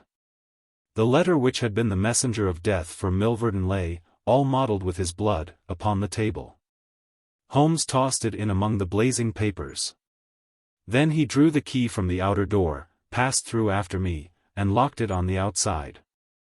"This way, Watson," said he, "we can scale the garden wall in this direction." I could not have believed that an alarm could have spread so swiftly. Looking back, the huge house was one blaze of light. The front door was open, and figures were rushing down the drive. The whole garden was alive with people, and one fellow raised a view-hallo as we emerged from the veranda and followed hard at our heels. Holmes seemed to know the grounds perfectly, and he threaded his way swiftly among a plantation of small trees, I close at his heels, and our foremost pursuer panting behind us. It was a 6-foot wall which barred our path, but he sprang to the top and over. As I did the same I felt the hand of the man behind me grab at my ankle, but I kicked myself free and scrambled over a grass-strewn coping. I fell upon my face among some bushes, but Holmes had me on my feet in an instant, and together we dashed away across the huge expanse of Hampstead Heath. We had run 2 miles, I suppose, before Holmes at last halted and listened intently. All was absolute silence behind us. We had shaken off our pursuers and were safe. We had breakfasted and were smoking our morning pipe on the day after the remarkable experience which I have recorded, when Mr. Lestrade, of Scotland Yard, very solemn and impressive, was ushered into our modest sitting-room. "Good morning, Mr. Holmes," said he, "good morning. May I ask if you are very busy just now?" "Not too busy to listen to you. I thought that, perhaps, if you had nothing particular on hand, you might care to assist us in a most remarkable case, which occurred only last night at Hampstead." "Dear me," said Holmes. "What was that?" "A murder, a most dramatic and remarkable murder. I know how keen you are upon these things, and I would take it as a great favor if you would step down to Appledore Towers, and give us the benefit of your advice. It is no ordinary crime. We have had our eyes upon this Mr. Milverton for some time, and, between ourselves, he was a bit of a villain. He is known to have held papers which he used for blackmailing purposes. These papers have all been burned by the murderers. No article of value was taken, as it is probable that the criminals were men of good position, whose sole object was to prevent social exposure." "Criminals?" said Holmes. "Plural?" "Yes, there were 2 of them. They were as nearly as possible captured red-handed. We have their footmarks, we have their description, it's 10 to 1 that we trace them. The first fellow was a bit too active, but the second was caught by the under-gardener, and only got away after a struggle. He was a middle-sized, strongly built man, square jaw, thick neck, mustache, a mask over his eyes." "That's rather vague," said Sherlock Holmes. It might be a description of Watson." "It's true," said the inspector, with amusement. "It might be a description of Watson." "Well, I'm afraid I can't help you, Lestrade," said Holmes. "The fact is that I knew this fellow Milverton, that I considered him one of the most dangerous men in London, and that I think there are certain crimes which the law cannot touch. And which therefore, to some extent, justify private revenge. No, it's no use arguing. I have made up my mind. My sympathies are with the criminals rather than with the victim, and I will not handle this case." Holmes had not said one word to me about the tragedy which we had witnessed, but I observed all the morning that he was in his most thoughtful mood, and he gave me the impression, from his vacant eyes and his abstracted manner, of a man who is striving to recall something to his memory. We were in the middle of our lunch, when he suddenly sprang to his feet. "By Jove, Watson, I've got it," he cried. "Take your hat. Come with me." He hurried at his top speed down Baker Street and along Oxford Street, until we had almost reached Regent Circus. "Here, on the left hand, there stands a shop window filled with photographs of the celebrities and beauties of the day." Holmes's eyes fixed themselves upon one of them, and following his gaze I saw the picture of a regal and stately lady in court dress, with a high diamond tiara upon her noble head. I looked at that delicately curved nose, at the marked eyebrows, at the straight mouth, and the strong little chin beneath it. Then I caught my breath as I read the time-honored title of the great nobleman and statesman whose wife she had been. My eyes met those of Holmes, and he put his finger to his lips as we turned away from the window. The Adventure of the Six Napoleons. It was no very unusual thing for Mr. Lestrade, of Scotland Yard, to look in upon us of an evening, and his visits were welcome to Sherlock Holmes. For they enabled him to keep in touch with all that was going on at the police headquarters. In return for the news which Lestrade would bring, Holmes was always ready to listen with attention to the details of any case upon which the detective was engaged, and was able occasionally, without any active interference, to give some hint or suggestion drawn from his own vast knowledge and experience. On this particular evening, Lestrade had spoken of the weather and the newspapers. Then he had fallen silent, puffing thoughtfully at his cigar. Holmes looked keenly at him. "Anything remarkable on hand?" he asked. "Oh, no, Mr. Holmes, nothing very particular." "Then tell me about it." Lestrade laughed. "Well, Mr. Holmes, there is no use denying that there is something on my mind. And yet it is such an absurd business, that I hesitated to bother you about it. On the other hand, although it is trivial, it is undoubtedly queer, and I know that you have a taste for all that is out of the common. But, in my opinion, it comes more in Dr. Watson's line than ours." "Disease?" said I. "Madness, anyhow. And a queer madness, too. You wouldn't think there was anyone living at this time of day who had such a hatred of Napoleon I that he would break any image of him that he could see." Holmes sank back in his chair. "That's no business of mine," said he. "Exactly. That's what I said. But then, when the man commits burglary in order to break images which are not his own, that brings it away from the doctor and on to the policeman." Holmes sat up again. "Burglary. This is more interesting. Let me hear the details." Lestrade took out his official notebook and refreshed his memory from its pages. "The first case reported was 4 days ago," said he. "It was at the shop of Morse Hudson, who has a place for the sale of pictures and statues in the Kennington Road. The assistant had left the front shop for an instant, when he heard a crash, and hurrying in he found a plaster bust of Napoleon, which stood with several other works of art upon the counter, lying shivered into fragments. He rushed out into the road, but, although several passers-by declared that they had noticed a man run out of the shop, he could neither see anyone nor could he find any means of identifying the rascal. It seemed to be one of those senseless acts of hooliganism which occur from time to time, and it was reported to the constable on the beat as such. The plaster cast was not worth more than a few shillings, and the whole affair appeared to be too childish for any particular investigation. The second case, however, was more serious, and also more singular. It occurred only last night. In Kennington Road, and within a few hundred yards of Morse Hudson's shop, there lives a well-known medical practitioner, named Dr. Barnicot, who has one of the largest practices upon the south side of the Thames. His residence and principal consulting room is at Kennington Road, but he has a branch surgery and dispensary at Lower Brixton Road, 2 miles away. This Dr. Barnicot is an enthusiastic admirer of Napoleon, and his house is full of books, pictures, and relics of the French Emperor. Some little time ago he purchased from Morse Hudson 2 duplicate plaster casts of the famous head of Napoleon by the French sculptor, Devine.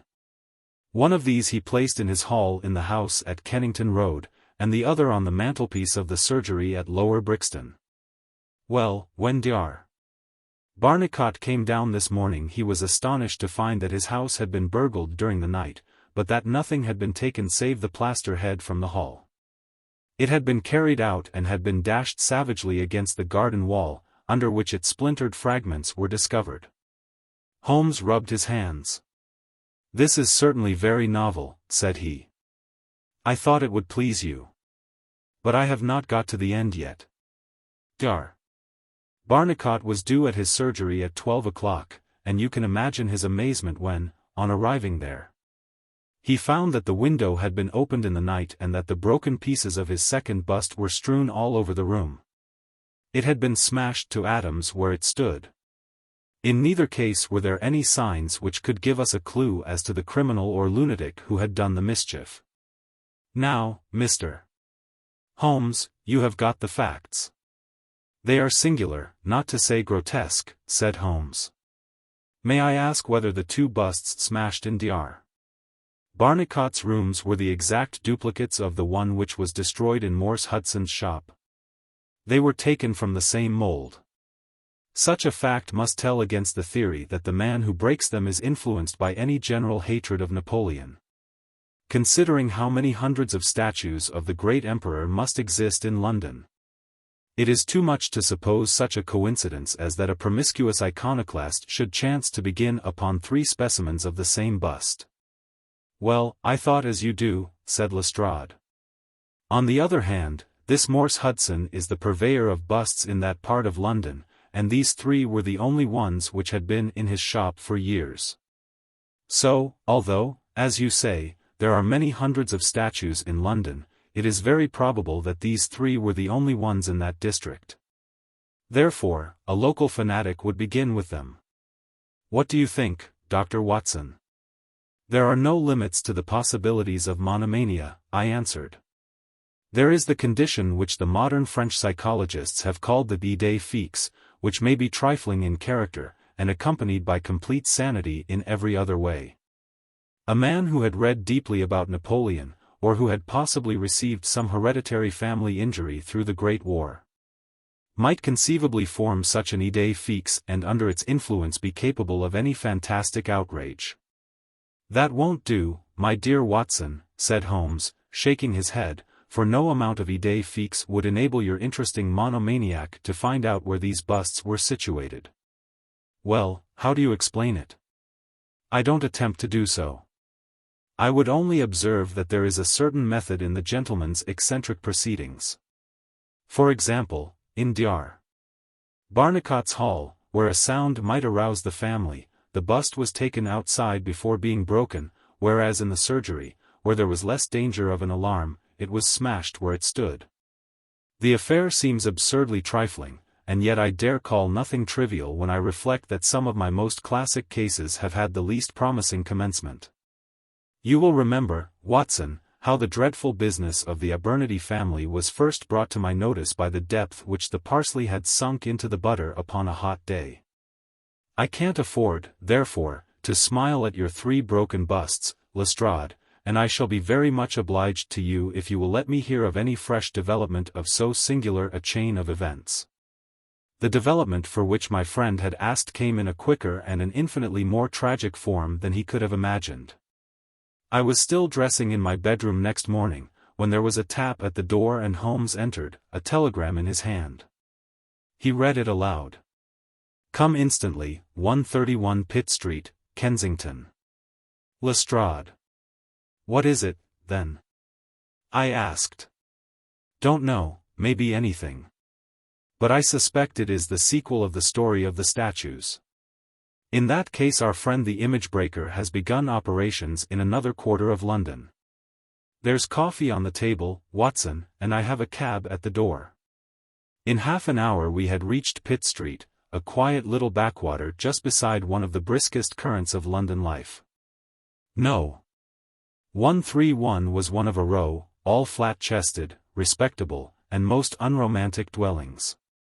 As we drove up, we found the railings in front of the house lined by a curious crowd. Holmes whistled. By George! It's attempted murder at the least.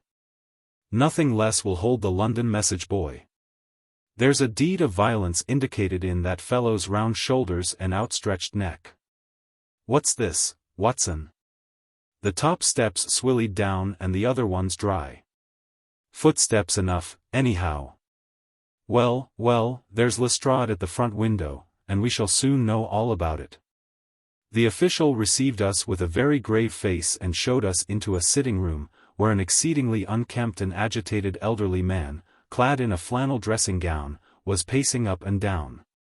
He was introduced to us as the owner of the house, Mr. Horace Harker, of the Central Press Syndicate. It's the Napoleon bust business again, said Lestrade. You seemed interested last night, Mr. Holmes, so I thought perhaps you would be glad to be present now that the affair has taken a very much graver turn. What has it turned to, then? To murder. Mr. Harker, will you tell these gentlemen exactly what has occurred? The man in the dressing gown turned upon us with a most melancholy face. It's an extraordinary thing, said he, that all my life I have been collecting other people's news. And now that a real piece of news has come my own way I am so confused and bothered that I can't put two words together.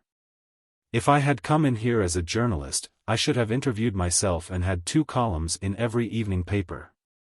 As it is, I am giving away valuable copy by telling my story over and over to a string of different people, and I can make no use of it myself.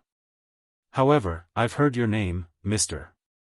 Sherlock Holmes, and if you'll only explain this queer business, I shall be paid for my trouble in telling you the story.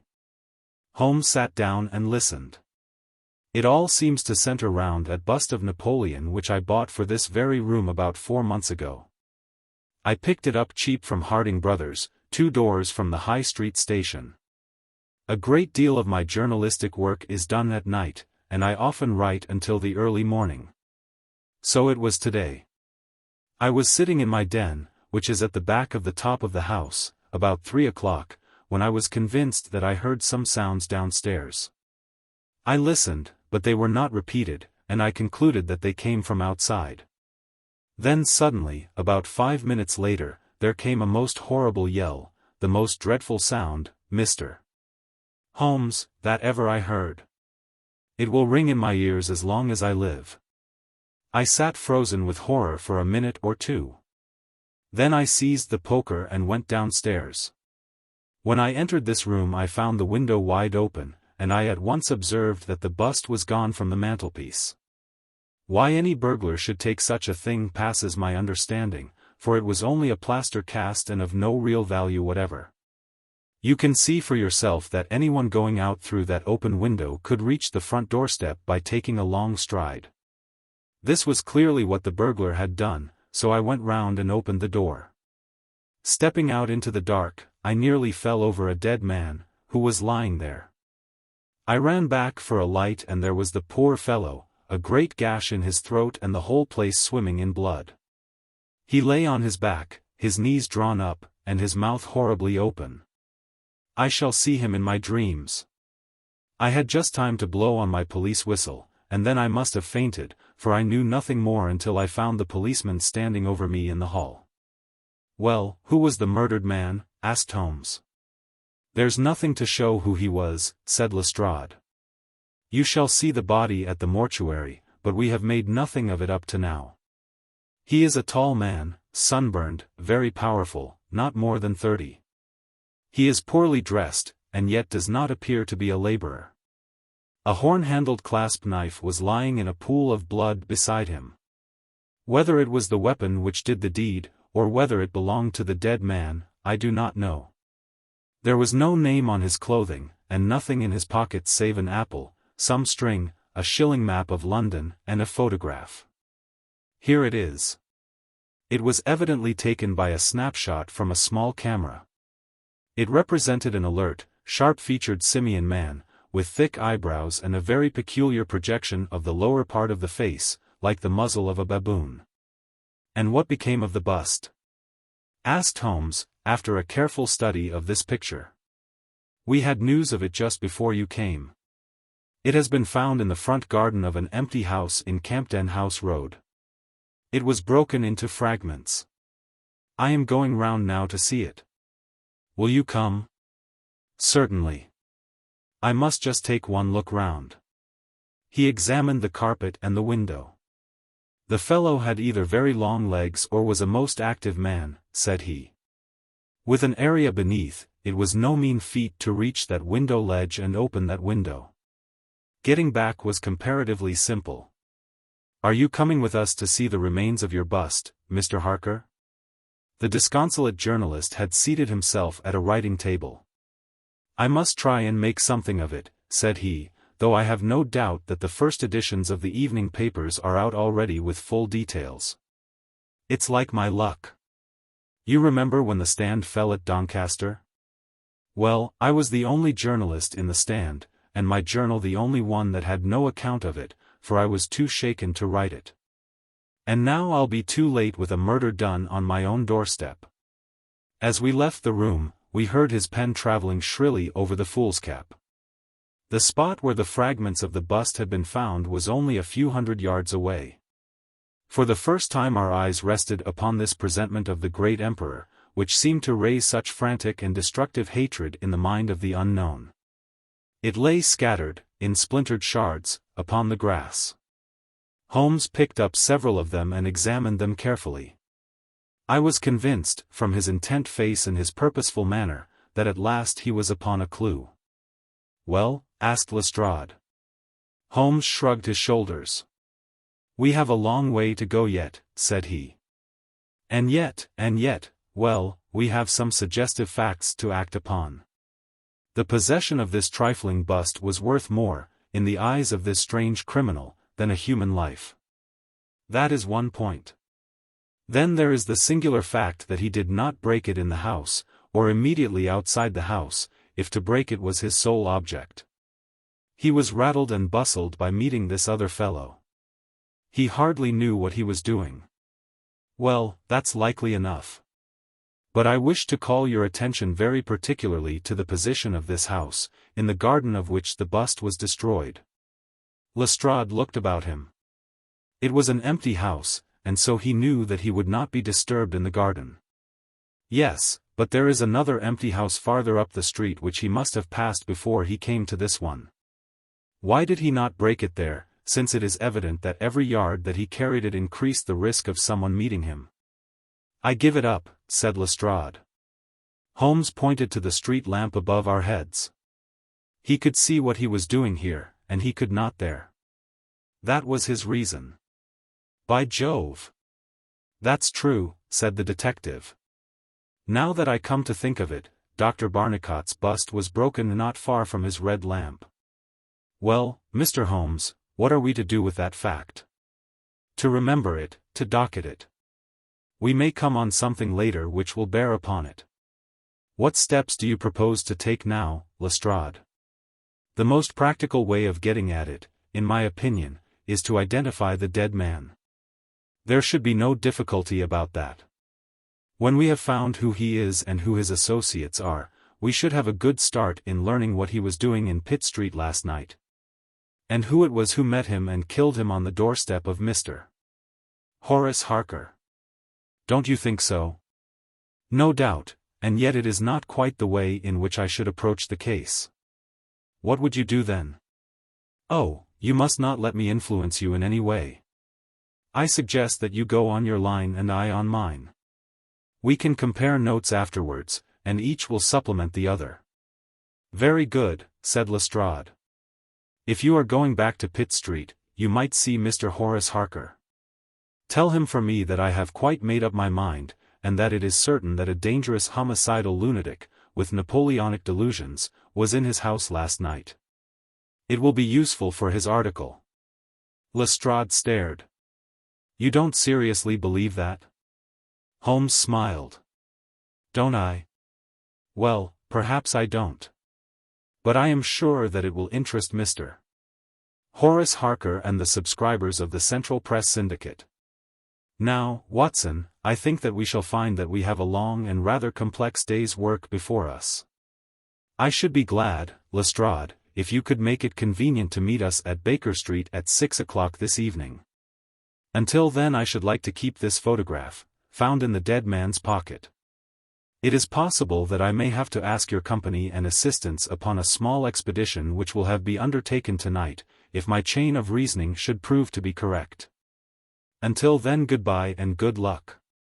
Sherlock Holmes and I walked together to the High Street, where we stopped at the shop of Harding Brothers, whence the bust had been purchased. A young assistant informed us that Mr. Harding would be absent until afternoon, and that he was himself a newcomer, who could give us no information. Holmes's face showed his disappointment and annoyance. Well, we can't expect to have it all our own way, Watson," he said, at last. "We must come back in the afternoon, if Mr. Harding will not be here until then. I am, as you have no doubt surmised, endeavoring to trace these busts to their source, in order to find if there is not something peculiar which may account for their remarkable fate. Let us make for Mr. Morse Hudson, of the Kennington Road, and see if he can throw any light upon the problem." A drive of an hour brought us to the picture dealer's establishment. He was a small, stout man with a red face and a peppery manner. "Yes, sir. On my very counter, sir," said he. "What we pay rates and taxes for I don't know, when any ruffian can come in and break one's goods. Yes, sir, it was I who sold Dr. Barnicot his 2 statues. Disgraceful, sir. A nihilist plot, that's what I make it. No one but an anarchist would go about breaking statues. Red Republicans, that's what I call them. Who did I get the statues from? I don't see what that has to do with it. Well, if you really want to know, I got them from Gelder and Company, in Church Street, Stepney. They are a well-known house in the trade, and have been this 20 years. How many had I? 3, 2 and 1 are 3, 2 of Dr. Barnicot's, and 1 smashed in broad daylight on my own counter. Do I know that photograph?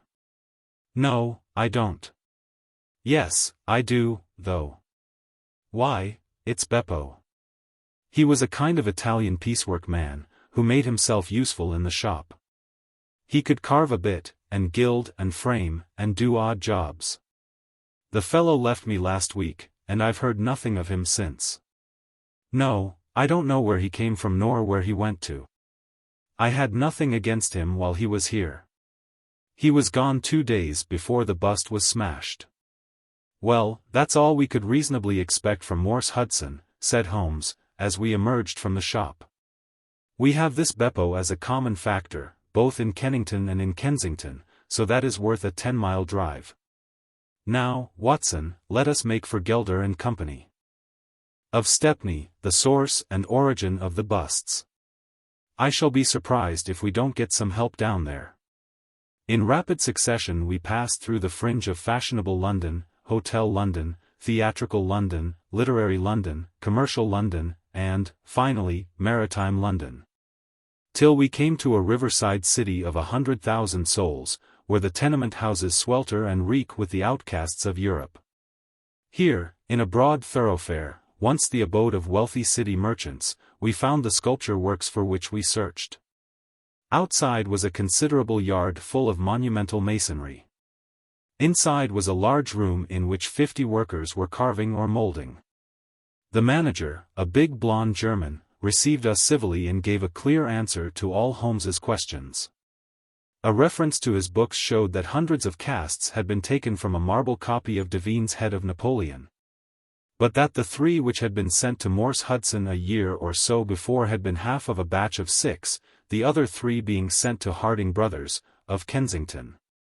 There was no reason why those 6 should be different from any of the other casts. He could suggest no possible cause why anyone should wish to destroy them. In fact, he laughed at the idea.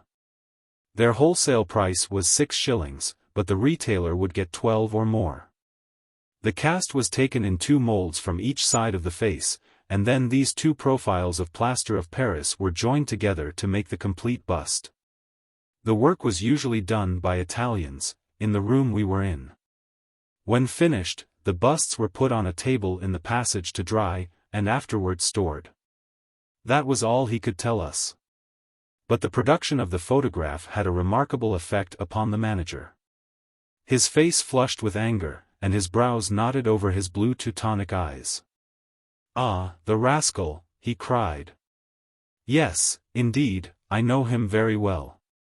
This has always been a respectable establishment, and the only time that we have ever had the police in it was over this very fellow. It was more than a year ago now. He knifed another Italian in the street, and then he came to the works with the police on his heels, and he was taken here. Beppo was his name, his second name I never knew. Serve me right for engaging a man with such a face. But he was a good workman, one of the best. What did he get? The man lived and he got off with a year. I have no doubt he is out now, but he has not dared to show his nose here. We have a cousin of his here, and I dare say he could tell you where he is." "No, no," cried Holmes, "not a word to the cousin, not a word, I beg of you. The matter is very important, and the farther I go with it, the more important it seems to grow. When you referred in your ledger to the sale of those casts, I observed that the date was June 3rd of last year. Could you give me the date when Beppo was arrested?" "I could tell you roughly by the pay list," the manager answered. "Yes," he continued, after some turning over of pages, "he was paid last on May 20th. "Thank you," said Holmes. "I don't think that I need intrude upon your time and patience any more." With a last word of caution that he should say nothing as to our researches, we turned our faces westward once more. The afternoon was far advanced before we were able to snatch a hasty luncheon at a restaurant. A newsbill at the entrance announced, "Kensington Outrage. Murder by a madman," and the contents of the paper showed that Mr. Horace Harker had got his account into print after all. 2 columns were occupied with a highly sensational and flowery rendering of the whole incident. Holmes propped it against the cruet stand and read it while he ate. Once or twice he chuckled. "This is all right, Watson," said he. "Listen to this. It is satisfactory to know that there can be no difference of opinion upon this case, since Mr. Lestrade, one of the most experienced members of the official force, and Mr. Sherlock Holmes, the well-known consulting expert, have each come to the conclusion that the grotesque series of incidents, which have ended in so tragic a fashion, arise from lunacy rather than from deliberate crime. No explanation save mental aberration can cover the facts. The press, Watson, is a most valuable institution, if you only know how to use it. And now, if you have quite finished, we will hark back to Kensington and see what the manager of Harding Brothers has to say on the matter. The founder of that great emporium proved to be a brisk, crisp little person, very dapper and quick, with a clear head and a ready tongue. "Yes, sir, I have already read the account in the evening papers. Mr. Horace Harker is a customer of ours. We supplied him with the bust some months ago. We ordered 3 busts of that sort from Gelder and Company, of Stepney. They are all sold now." "To whom?" "Oh, I dare say by consulting our sales book we could very easily tell you. Yes, we have the entries here. One to Mr. Harker you see, and one to Mr. Josiah Brown, of Laburnum Lodge, Laburnum Vale, Chiswick, and one to Mr. Sandiford, of Lower Grove Road, Reading. No, I have never seen this face which you show me in the photograph. You would hardly forget it, would you, sir, for I've seldom seen an uglier. Have we any Italians on the staff?" Yes, sir, we have several among our workpeople and cleaners. I dare say they might get a peep at that sales book if they wanted to. There is no particular reason for keeping a watch upon that book. Well, it's a very strange business, and I hope that you will let me know if anything comes of your inquiries. Holmes had taken several notes during Mr. Harding's evidence, and I could see that he was thoroughly satisfied by the turn which affairs were taking. He made no remark, however, save that, unless we hurried, we should be late for our appointment with Lestrade. Sure enough, when we reached Baker Street the detective was already there, and we found him pacing up and down in a fever of impatience. His look of importance showed that his day's work had not been in vain. "Well?" he asked. "What luck, Mr. Holmes?" "We have had a very busy day, and not entirely a wasted one," my friend explained. "We have seen both the retailers and also the wholesale manufacturers. I can trace each of the busts now from the beginning." "The busts?" cried Lestrade. Well, you have your own methods, Mr. Sherlock Holmes, and it is not for me to say a word against them, but I think I have done a better day's work than you. I have identified the dead man." "You don't say so?" "And found a cause for the crime." "Splendid. We have an inspector who makes a specialty of Saffron Hill and the Italian Quarter. Well, this dead man had some Catholic emblem round his neck, and that, along with his color, made me think he was from the south. Inspector Hill knew him the moment he caught sight of him. His name is Pietro Vinucci, from Naples, and he is one of the greatest cutthroats in London. He is connected with the Mafia, which, as you know, is a secret political society, enforcing its decrees by murder. Now, you see how the affair begins to clear up. The other fellow is probably an Italian also, and a member of the Mafia. He has broken the rules in some fashion. Pietro is set upon his track. Probably the photograph we found in his pocket is the man himself, so that he may not knife the wrong person. He dogs the fellow, he sees him enter a house, he waits outside for him, and in the scuffle he receives his own death wound. How is that, Mr. Sherlock Holmes?" Holmes clapped his hands approvingly. "Excellent, Lestrade, excellent," he cried. "But I didn't quite follow your explanation of the destruction of the busts." "The busts? You never can get those busts out of your head. After all, that is nothing, petty larceny, 6 months at the most. It is the murder that we are really investigating, and I tell you that I am gathering all the threads into my hands. And the next stage is a very simple one. I shall go down with Hill to the Italian Quarter, find the man whose photograph we have got, and arrest him on the charge of murder. Will you come with us?" "I think not. I fancy we can attain our end in a simpler way." "I can't say for certain, because it all depends, it all depends upon a factor which is completely outside our control. But I have great hopes, in fact, the betting is exactly 2-1, that if you will come with us tonight I shall be able to help you to lay him by the heels." "In the Italian Quarter?" "No, I fancy Chiswick is an address which is more likely to find him. If you will come with me to Chiswick tonight, Lestrade, I'll promise to go to the Italian Quarter with you tomorrow, and no harm will be done by the delay. And now I think that a few hours' sleep would do us all good, for I do not propose to leave before 11 o'clock, and it is unlikely that we shall be back before morning. You'll dine with us, Lestrade, and then you are welcome to the sofa until it is time for us to start. In the meantime, Watson, I should be glad if you would ring for an express messenger, for I have a letter to send and it is important that it should go at once." Holmes spent the evening in rummaging among the files of the old daily papers with which one of our lumber rooms was packed. When at last he descended, it was with triumph in his eyes, but he said nothing to either of us as to the result of his researches. For my own part, I had followed step by step the methods by which he had traced the various windings of this complex case, and, though I could not yet perceive the goal which we would reach, I understood clearly that Holmes expected this grotesque criminal to make an attempt upon the 2 remaining busts, one of which, I remembered, was at Chiswick. No doubt the object of our journey was to catch him in the very act, and I could not but admire the cunning with which my friend had inserted a wrong clue in the evening paper, so as to give the fellow the idea that he could continue his scheme with impunity. I was not surprised when Holmes suggested that I should take my revolver with me. He had himself picked up the loaded hunting crop, which was his favorite weapon. A four-wheeler was at the door at 11, and in it we drove to a spot at the other side of Hammersmith Bridge. Here the cabman was directed to wait. A short walk brought us to a secluded road fringed with pleasant houses, each standing in its own grounds. In the light of a street lamp we read "Laburnum Villa" upon the gatepost of one of them. The occupants had evidently retired to rest, for all was dark save for a fanlight over the hall door, which shed a single blurred circle onto the garden path.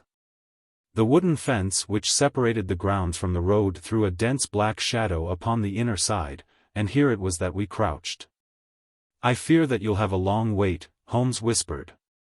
"We may thank our stars that it is not raining. I don't think we can even venture to smoke to pass the time. However, it's a 2-to-1 chance that we get something to pay us for our trouble." It proved, however, that our vigil was not to be so long as Holmes had led us to fear, and it ended in a very sudden and singular fashion. In an instant, without the least sound to warn us of his coming, the garden gate swung open, and a lithe, dark figure, as swift and active as an ape, rushed up the garden path. We saw it whisk past the light thrown from over the door and disappear against the black shadow of the house. There was a long pause, during which we held our breath, and then a very gentle creaking sound came to our ears. The window was being opened. The noise ceased, and again there was a long silence. The fellow was making his way into the house. We saw the sudden flash of a dark lantern inside the room. What he sought was evidently not there, for again we saw the flash through another blind, and then through another. "Let us get to the open window. We will nab him as he climbs out," Lestrade whispered. But before we could move, the man had emerged again. As he came out into the glimmering patch of light, we saw that he carried something white under his arm. He looked stealthily all round him.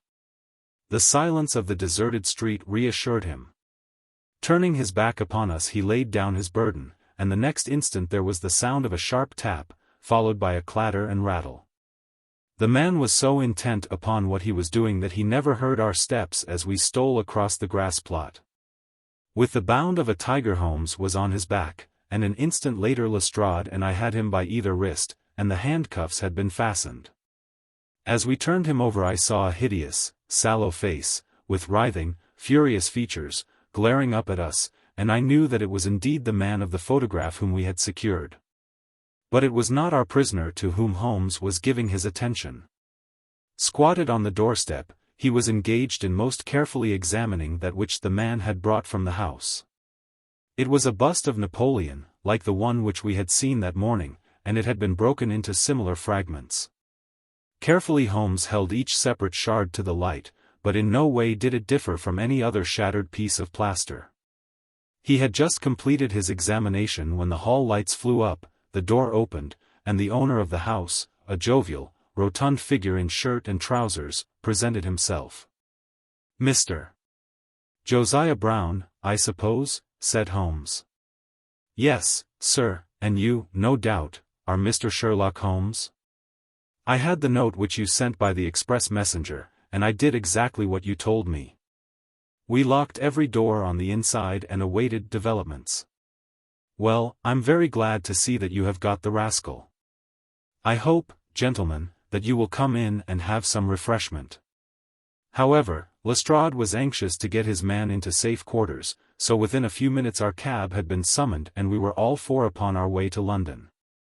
Not a word would our captive say, but he glared at us from the shadow of his matted hair, and once, when my hand seemed within his reach, he snapped at it like a hungry wolf. We stayed long enough at the police station to learn that a search of his clothing revealed nothing save a few shillings and a long sheath knife, the handle of which bore copious traces of recent blood. "That's all right," said Lestrade, as we parted. He'll knows all these gentry, and he will give a name to him. You'll find that my theory of the Mafia will work out all right.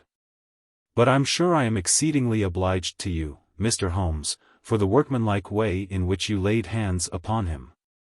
I don't quite understand it all yet. I fear it is rather too late an hour for explanations, said Holmes. Besides, there are one or two details which are not finished off, and it is one of those cases which are worth working out to the very end.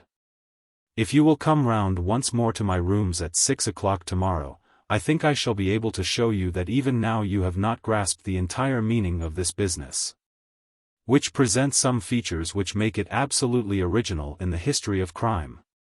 If ever I permit you to chronicle any more of my little problems, Watson, I foresee that you will enliven your pages by an account of the singular adventure of the Napoleonic busts.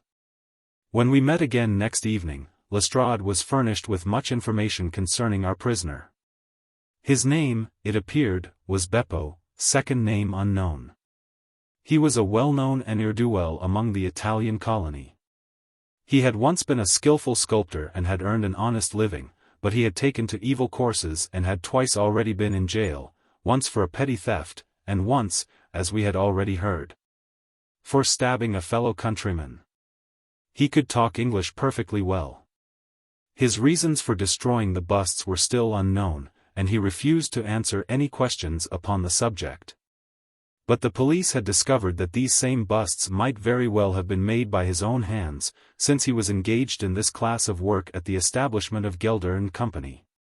To all this information, much of which we already knew, Holmes listened with polite attention, but I, who knew him so well, could clearly see that his thoughts were elsewhere. And I detected a mixture of mingled uneasiness and expectation beneath that mask which he was wont to assume. At last he started in his chair, and his eyes brightened. There had been a ring at the bell. A minute later we heard steps upon the stairs, and an elderly red-faced man with grizzled side whiskers was ushered in. In his right hand he carried an old-fashioned carpet-bag, which he placed upon the table. "Is Mr. Sherlock Holmes here?" My friend bowed and smiled. "Mr. Sandiford, of Reading, I suppose?" said he. "Yes, sir, I fear that I am a little late, but the trains were awkward." "You wrote to me about a bust that is in my possession." "Exactly. I have your letter here. You said, 'I desire to possess a copy of Devine's Napoleon, and am prepared to pay you £10 for the one which is in your possession.'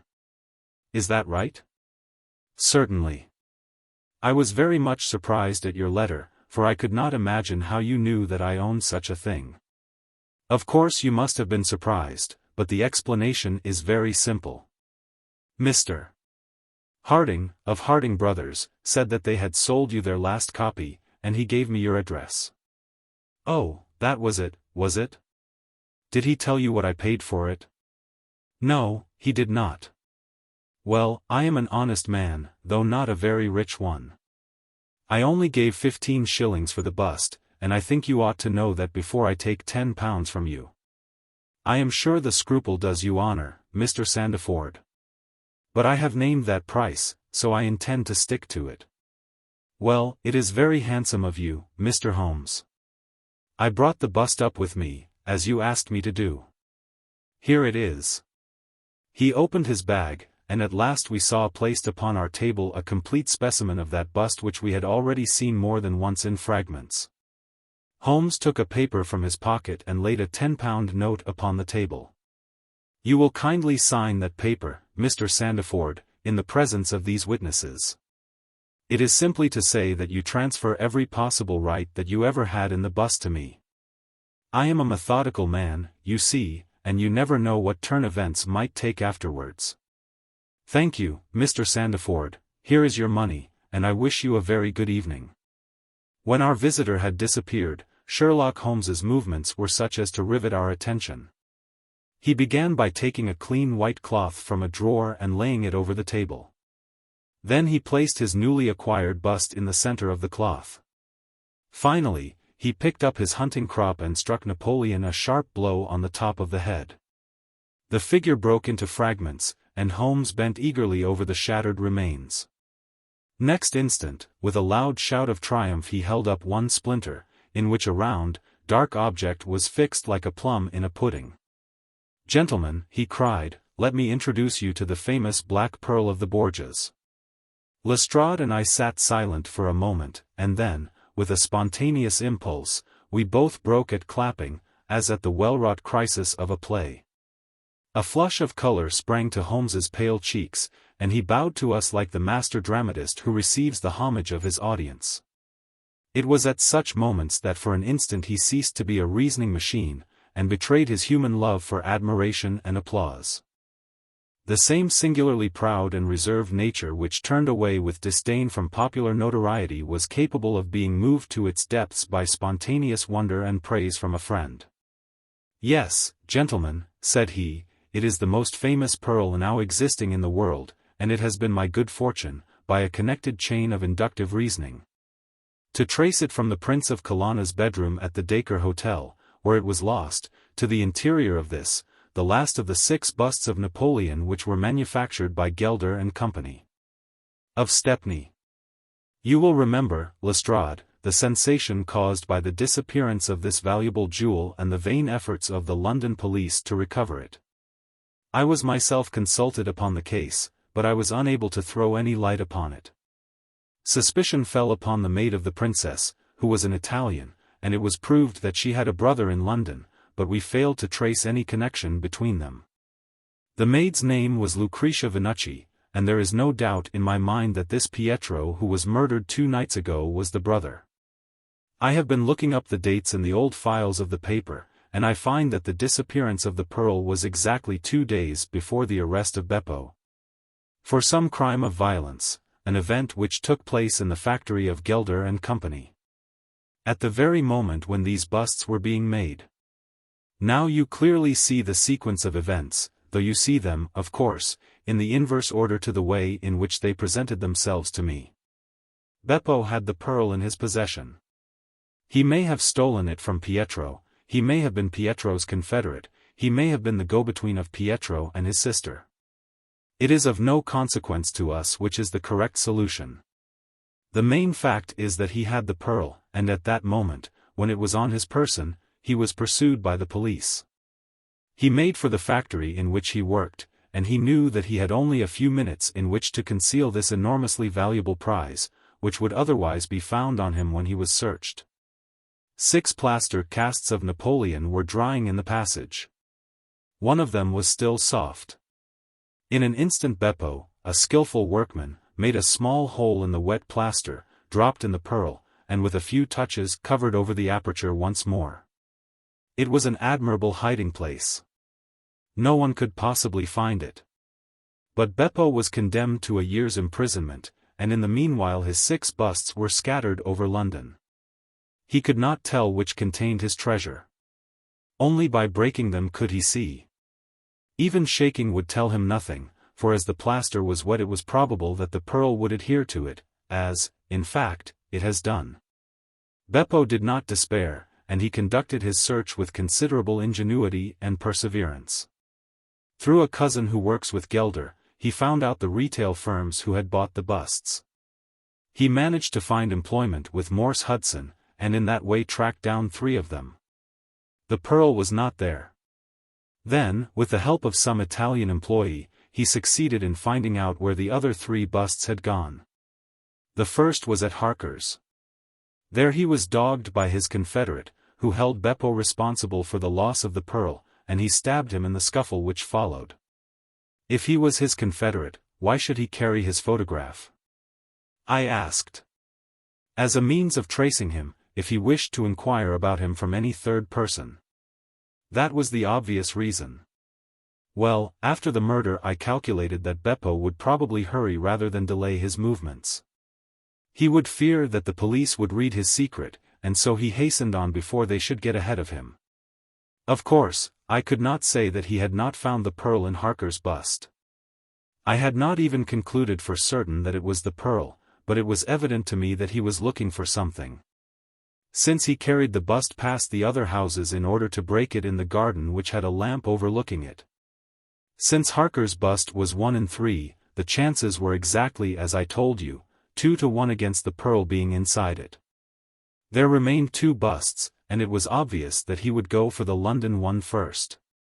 I warned the inmates of the house, so as to avoid a second tragedy, and we went down, with the happiest results. By that time, of course, I knew for certain that it was the Borgia pearl that we were after. The name of the murdered man linked the one event with the other. There only remained a single bust, the reading one, and the pearl must be there. I bought it in your presence from the owner, and there it lies. We sat in silence for a moment. Well, said Lestrade, I've seen you handle a good many cases, Mr. Holmes, but I don't know that I ever knew a more workmanlike one than that. We're not jealous of you at Scotland Yard. No, sir, we are very proud of you, and if you come down tomorrow, there's not a man, from the oldest inspector to the youngest constable, who wouldn't be glad to shake you by the hand. Thank you, said Holmes. Thank you, and as he turned away, it seemed to me that he was more nearly moved by the softer human emotions than I had ever seen him. A moment later he was the cold and practical thinker once more.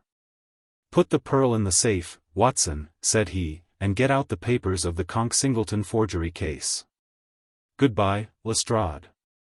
If any little problem comes your way, I shall be happy, if I can, to give you a hint or two as to its solution.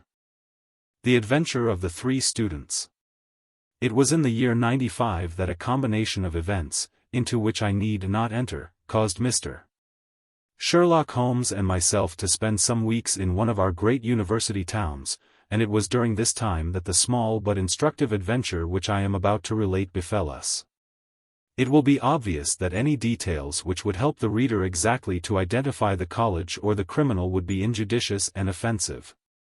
So painful a scandal may well be allowed to die out. With due discretion the incident itself may, however, be described, since it serves to illustrate some of those qualities for which my friend was remarkable. I will endeavor, in my statement, to avoid such terms as would serve to limit the events to any particular place, or give a clue as to the people concerned. We were residing at the time in furnished lodgings close to a library where Sherlock Holmes was pursuing some laborious researches in early English charters, researches which led to results so striking that they may be the subject of one of my future narratives. Here it was that one evening we received a visit from an acquaintance, Mr. Hilton Soames, tutor and lecturer at the College of St. Luke's. Mr. Soames was a tall, spare man, of a nervous and excitable temperament.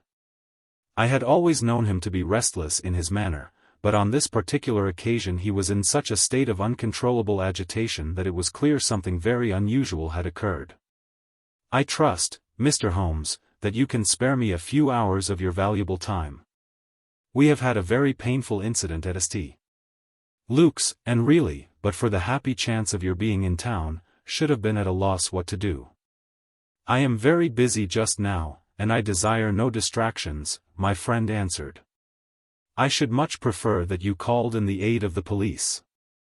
No, no, my dear sir, such a course is utterly impossible. When once the law is evoked it cannot be stayed again, and this is just one of those cases where, for the credit of the college, it is most essential to avoid scandal. Your discretion is as well known as your powers, and you are the one man in the world who can help me. I beg you, Mr. Holmes, to do what you can. My friend's temper had not improved since he had been deprived of the congenial surroundings of Baker Street. Without his scrapbooks, his chemicals, and his homely untidiness, he was an uncomfortable man. He shrugged his shoulders in ungracious acquiescence, while our visitor in hurried words and with much excitable gesticulation poured forth his story. I must explain to you, Mr. Holmes, that tomorrow is the first day of the examination for the Fortescue Scholarship. I am one of the examiners. My subject is Greek, and the first of the papers consists of a large passage of Greek translation which the candidate has not seen. This passage is printed on the examination paper, and it would naturally be an immense advantage if the candidate could prepare it in advance. For this reason, great care is taken to keep the paper secret. Today, about 3 o'clock, the proofs of this paper arrived from the printers. The exercise consists of half a chapter of Thucydides. I had to read it over carefully, as the text must be absolutely correct. At 4:30 my task was not yet completed. I had, however, promised to take tea in a friend's rooms, so I left the proof upon my desk. I was absent rather more than an hour. You are aware, Mr. Holmes, that our college doors are double, a green baize one within and a heavy oak one without.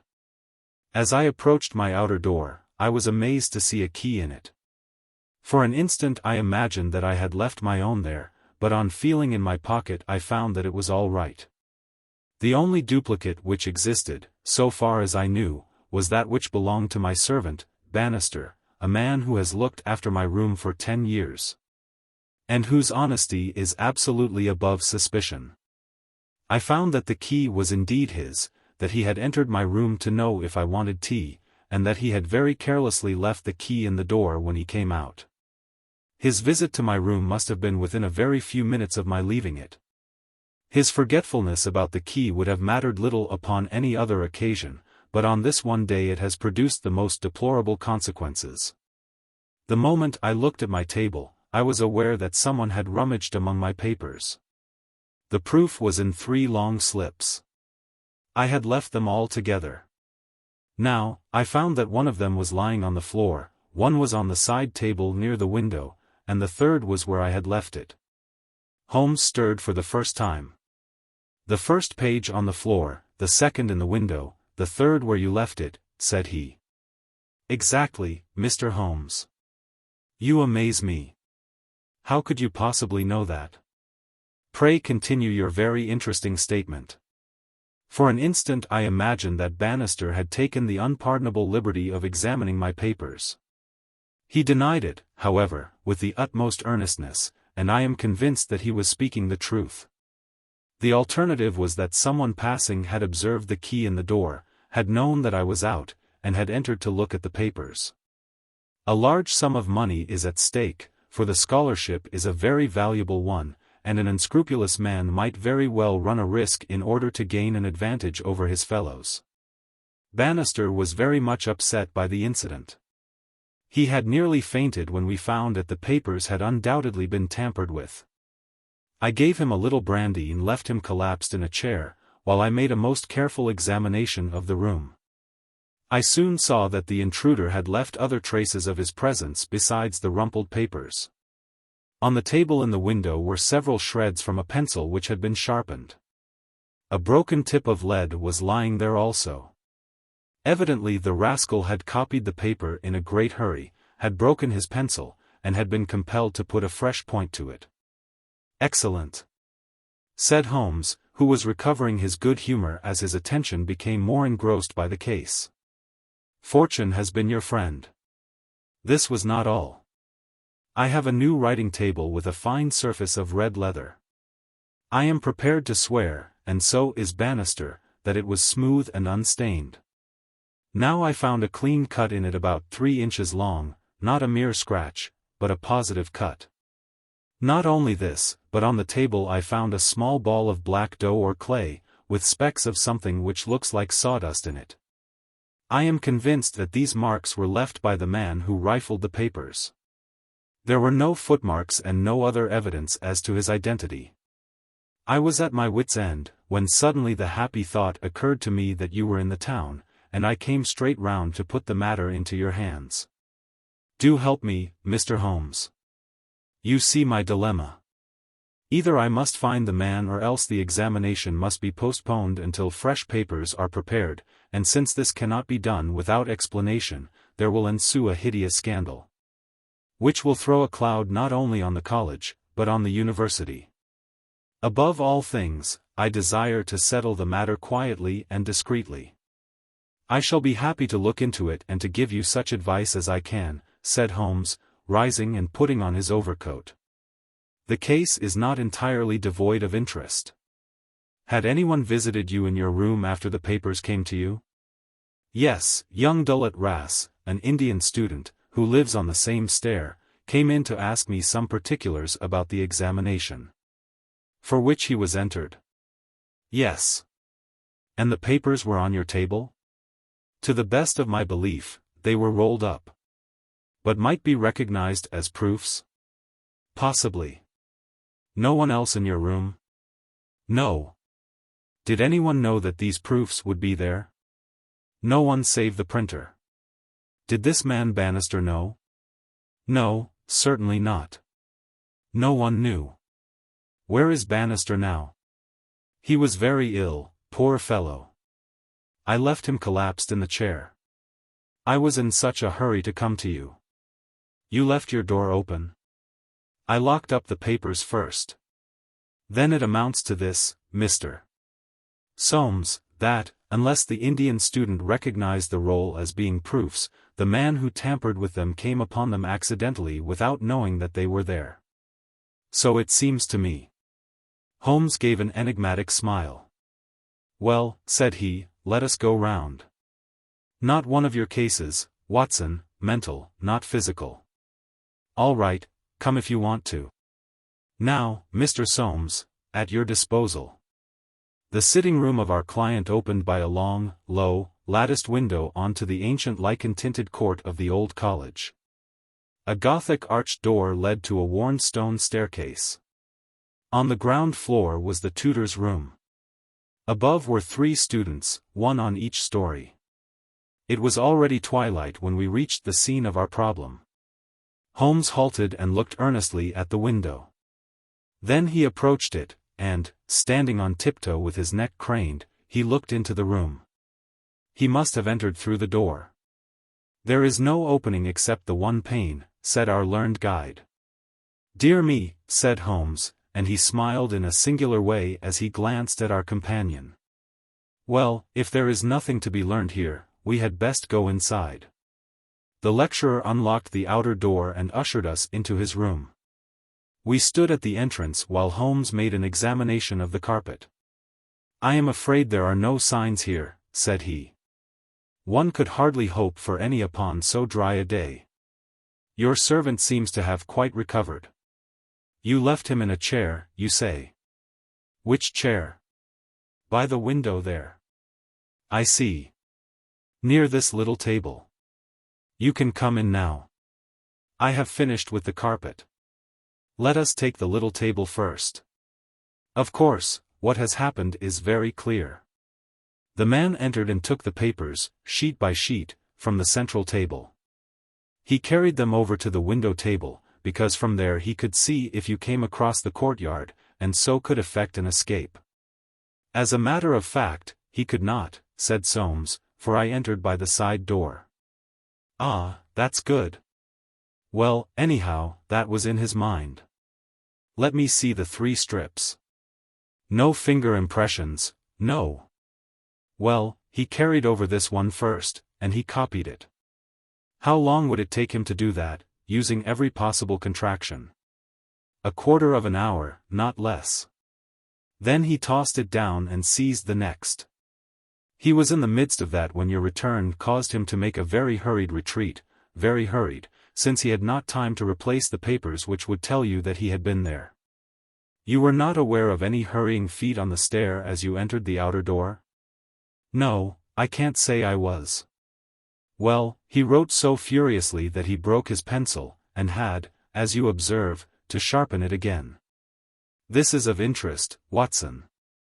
The pencil was not an ordinary one. It was above the usual size, with a soft lead, the outer color was dark blue, the maker's name was printed in silver lettering, and the piece remaining is only about 1.5 inches long. Look for such a pencil, Mr. Soames, and you have got your man. When I add that he possesses a large and very blunt knife, you have an additional aid. Mr. Soames was somewhat overwhelmed by this flood of information. I can follow the other points, said he, but really, in this matter of the length. Holmes held out a small chip with the letters NN and a space of clear wood after them. You see? No, I fear that even now. Watson, I have always done you an injustice. There are others. What could this NN be? It is at the end of a word. You are aware that Johann Faber is the most common maker's name. Is it not clear that there is just as much of the pencil left as usually follows the Johann? He held the small table sideways to the electric light. I was hoping that if the paper on which he wrote was thin, some trace of it might come through upon this polished surface. No, I see nothing. I don't think there is anything more to be learned here. Now for the central table. This small pellet is, I presume, the black, doughy mass you spoke of. Roughly pyramidal in shape and hollowed out, I perceive. As you say, there appear to be grains of sawdust in it. Dear me, this is very interesting. And the cut, a positive tear, I see. It began with a thin scratch and ended in a jagged hole. I am much indebted to you for directing my attention to this case, Mr. Soames. Where does that door lead to? To my bedroom. Have you been in it since your adventure? No, I came straight away for you. I should like to have a glance round. What a charming, old-fashioned room. Perhaps you will kindly wait a minute, until I have examined the floor. No, I see nothing. What about this curtain? You hang your clothes behind it. If anyone were forced to conceal himself in this room he must do it there, since the bed is too low and the wardrobe too shallow. No one there, I suppose? As Holmes drew the curtain I was aware, from some little rigidity and alertness of his attitude, that he was prepared for an emergency. As a matter of fact, the drawn curtain disclosed nothing but 3 or 4 suits of clothes hanging from a line of pegs. Holmes turned away, and stooped suddenly to the floor. "Hullo! What's this?" said he. It was a small pyramid of black, putty-like stuff, exactly like the one upon the table of the study. Holmes held it out on his open palm in the glare of the electric light. "Your visitor seems to have left traces in your bedroom as well as in your sitting room, Mr. Soames. What could he have wanted there? I think it is clear enough. You came back by an unexpected way, and so he had no warning until you were at the very door. What could he do?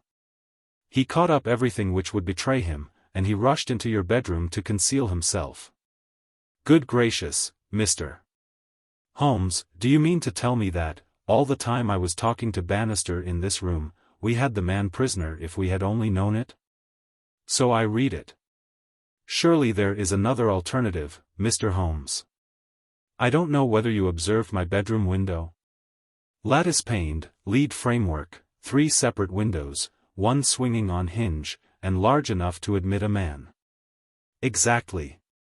And it looks out on an angle of the courtyard so as to be partly invisible.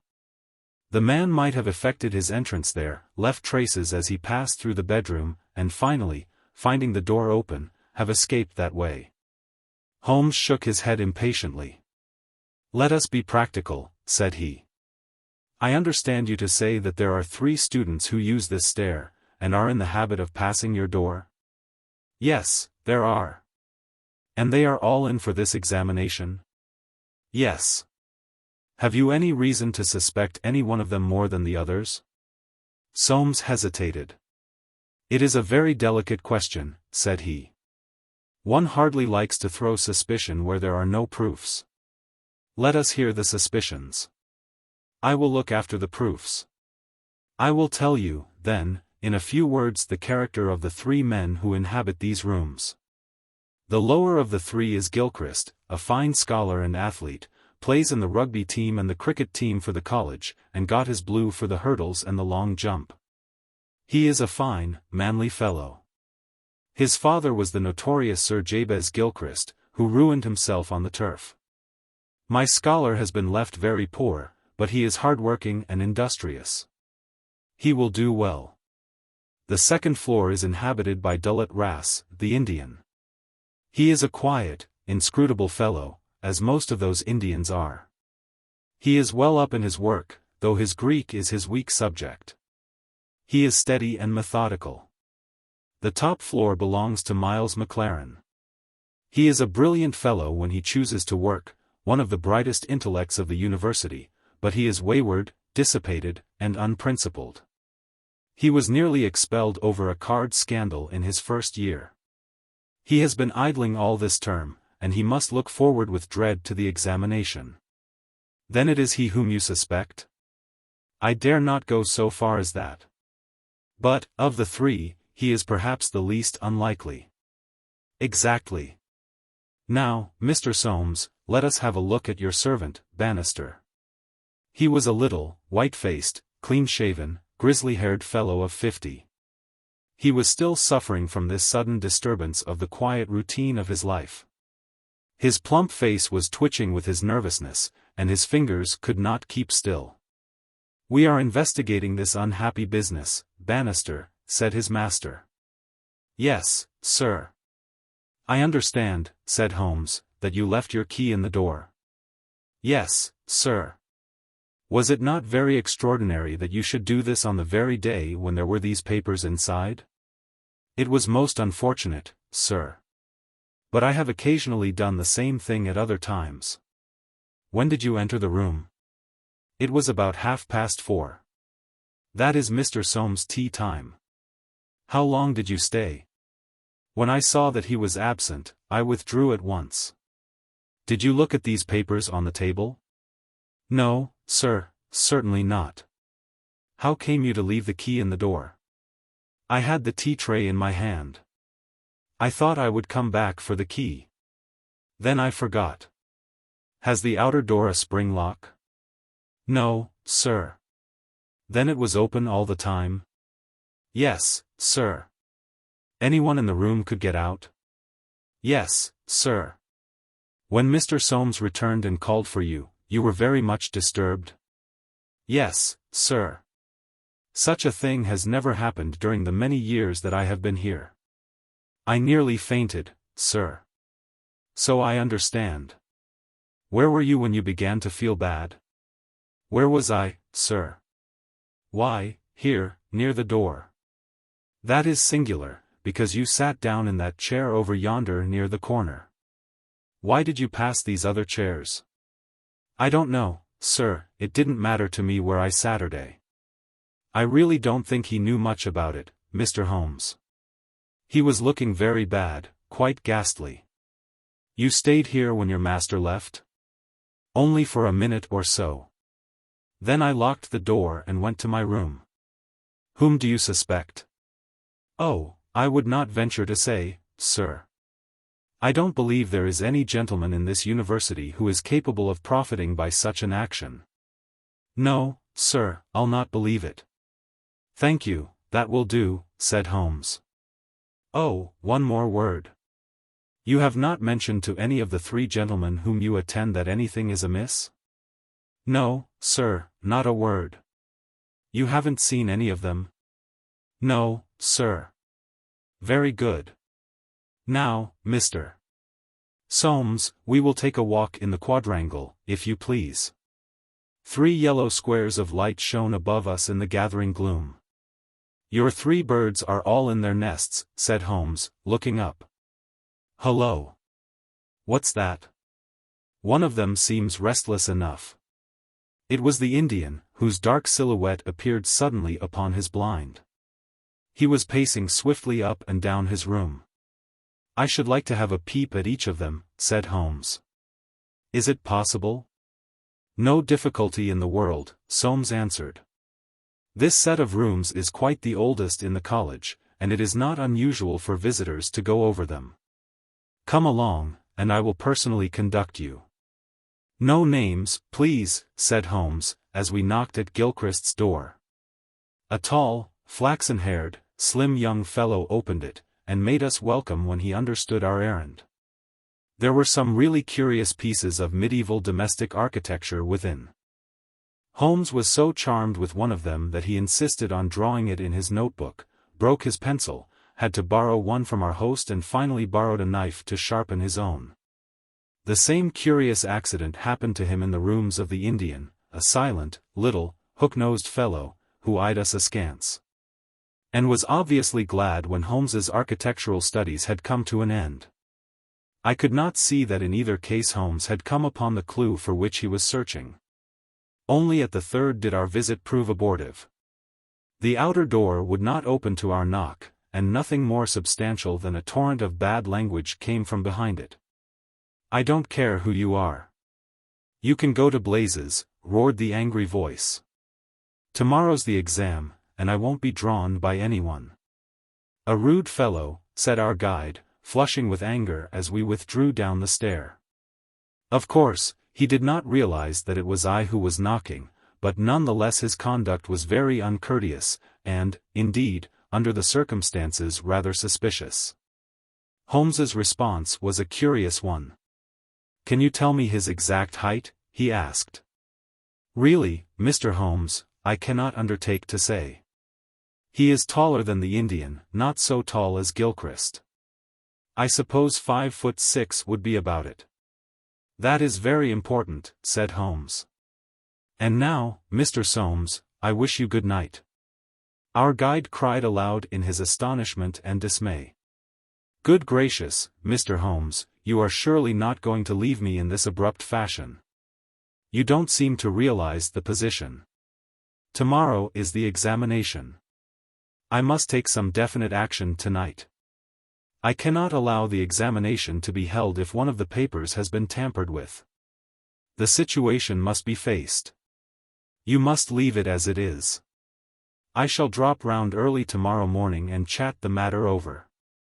It is possible that I may be in a position then to indicate some course of action. Meanwhile, you change nothing, nothing at all." "Very good, Mr. Holmes. You can be perfectly easy in your mind. We shall certainly find some way out of your difficulties. I will take the black clay with me, also the pencil cuttings. Goodbye." When we were out in the darkness of the quadrangle, we again looked up at the windows. The Indian still paced his room. The others were invisible. "Well, Watson, what do you think of it?" Holmes asked, as we came out into the main street. "Quite a little parlor game, sort of three-card trick, is it not? There are your 3 men. It must be one of them. You take your choice. Which is yours?" "The foul-mouthed fellow at the top. He is the one with the worst record. And yet that Indian was a sly fellow also. Why should he be pacing his room all the time? There is nothing in that. Many men do it when they are trying to learn anything by heart." He looked at us in a queer way. "So would you, if a flock of strangers came in on you when you were preparing for an examination next day, and every moment was of value?" "No, I see nothing in that. Pencils, too, and knives, all was satisfactory. But that fellow does puzzle me." "Who?" "Why, Bannister, the servant. What's his game in the matter? He impressed me as being a perfectly honest man." "So he did me. That's the puzzling part. Why should a perfectly honest man— well, here's a large stationer's. We shall begin our researches here." There were only 4 stationers of any consequences in the town, and at each Holmes produced his pencil chips, and bid high for a duplicate. All were agreed that one could be ordered, but that it was not a usual size of pencil and that it was seldom kept in stock. My friend did not appear to be depressed by his failure, but shrugged his shoulders in half-humorous resignation. "No good, my dear Watson. This, the best and only final clue, has run to nothing. But, indeed, I have little doubt that we can build up a sufficient case without it. By Jove! My dear fellow, it is nearly 9, and the landlady babbled of green peas at 7:30. What with your eternal tobacco, Watson, and your irregularity at meals, I expect that you will get notice to quit, and that I shall share your downfall, not, however, before we have solved the problem of the nervous tutor, the careless servant, and the 3 enterprising students." Holmes made no further allusion to the matter that day, though he sat lost in thought for a long time after our belated dinner. At 8 in the morning, he came into my room just as I finished my toilet. "Well, Watson," said he, "it is time we went down to St. Luke's. Can you do without breakfast?" "Certainly. Soames will be in a dreadful fidget until we are able to tell him something positive." "Have you anything positive to tell him?" "I think so. You have formed a conclusion? Yes, my dear Watson, I have solved the mystery. But what fresh evidence could you have got? Aha! It is not for nothing that I have turned myself out of bed at the untimely hour of 6.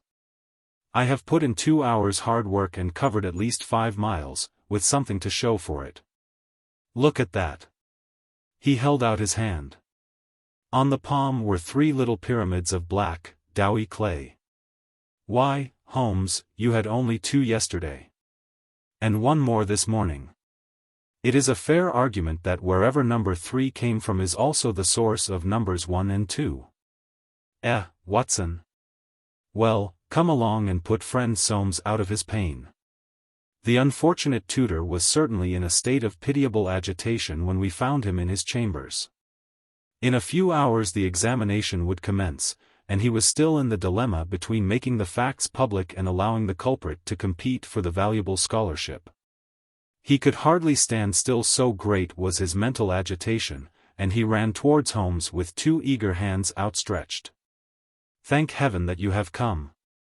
I feared that you had given it up in despair. What am I to do? Shall the examination proceed? Yes, let it proceed, by all means. But this rascal? He shall not compete. You know him? I think so. If this matter is not to become public, we must give ourselves certain powers and resolve ourselves into a small private court-martial. You there, if you please, Soames. Watson, you here. I'll take the armchair in the middle. I think that we are now sufficiently imposing to strike terror into a guilty breast. Kindly ring the bell. Bannister entered, and shrank back in evident surprise and fear at our judicial appearance. You will kindly close the door, said Holmes. Now, Bannister, will you please tell us the truth about yesterday's incident? The man turned white to the roots of his hair. I have told you everything, sir. Nothing to add? Nothing at all, sir. Well, then, I must make some suggestions to you. When you sat down on that chair yesterday, did you do so in order to conceal some object which would have shown who had been in the room? Bannister's face was ghastly. No, sir, certainly not. It is only a suggestion, said Holmes, suavely. I frankly admit that I am unable to prove it. But it seems probable enough, since the moment that Mr. Soames's back was turned, you released the man who was hiding in that bedroom. Bannister licked his dry lips. There was no man, sir. Ah, that's a pity, Bannister. Up to now you may have spoken the truth, but now I know that you have lied. The man's face set in sullen defiance. There was no man, sir. Come, Bannister. No, sir, there was no one. In that case, you can give us no further information. Would you please remain in the room? Stand over there near the bedroom door. Now, Soames, I am going to ask you to have the great kindness to go up to the room of young Gilchrist, and to ask him to step down into yours. An instant later the tutor returned, bringing with him the student. He was a fine figure of a man, tall, lithe, and agile, with a springy step and a pleasant, open face. His troubled blue eyes glanced at each of us, and finally rested with an expression of blank dismay upon Bannister in the farther corner. Just close the door, said Holmes. Now, Mr. Gilchrist, we are all quite alone here, and no one need ever know one word of what passes between us. We can be perfectly frank with each other. We want to know, Mr. Gilchrist, how you, an honorable man, ever came to commit such an action as that of yesterday. The unfortunate young man staggered back, and cast a look full of horror and reproach at Bannister. No, Mr. Gilchrist, sir, I never said a word, never one word, cried the servant. No, but you have now, said Holmes. Now, sir, you must see that after Bannister's words your position is hopeless, and that your only chance lies in a frank confession. For a moment Gilchrist, with upraised hand, tried to control his writhing features. The next he had thrown himself on his knees beside the table, and burying his face in his hands, he had burst into a storm of passionate sobbing. "Come, come," said Holmes, kindly, "it is human to err, and at least no one can accuse you of being a callous criminal. Perhaps it would be easier for you if I were to tell Mr. Soames what occurred, and you can check me where I am wrong. Shall I do so?" "Well, well, don't trouble to answer. Listen, and see that I do you no injustice. From the moment, Mr. Soames, that you said to me that no one, not even Bannister, could have told that the papers were in your room, the case began to take a definite shape in my mind. The printer one could, of course, dismiss. He could examine the papers in his own office. The Indian I also thought nothing of. If the proofs were in a roll, he could not possibly know what they were. On the other hand, it seemed an unthinkable coincidence that a man should dare to enter the room, and that by chance on that very day the papers were on the table. I dismissed that. The man who entered knew that the papers were there. How did he know? When I approached your room, I examined the window. You amused me by supposing that I was contemplating the possibility of someone having in broad daylight, under the eyes of all these opposite rooms, forced himself through it. Such an idea was absurd. I was measuring how tall a man would need to be in order to see, as he passed, what papers were on the central table. I am 6 feet high, and I could do it with an effort. No one less than that would have a chance. Already you see I had reason to think that, if one of your 3 students was a man of unusual height, he was the most worth watching of the 3. I entered, and I took you into my confidence as to the suggestions of the side table. Of the center table I could make nothing, until in your description of Gilchrist you mentioned that he was a long-distance jumper. Then the whole thing came to me in an instant, and I only needed certain corroborative proofs, which I speedily obtained. What happened was this young fellow had employed his afternoon at the athletic grounds, where he had been practicing the jump. He returned carrying his jumping shoes, which are provided, as you are aware, with several sharp spikes. As he passed your window he saw, by means of his great height, these proofs upon your table, and conjectured what they were.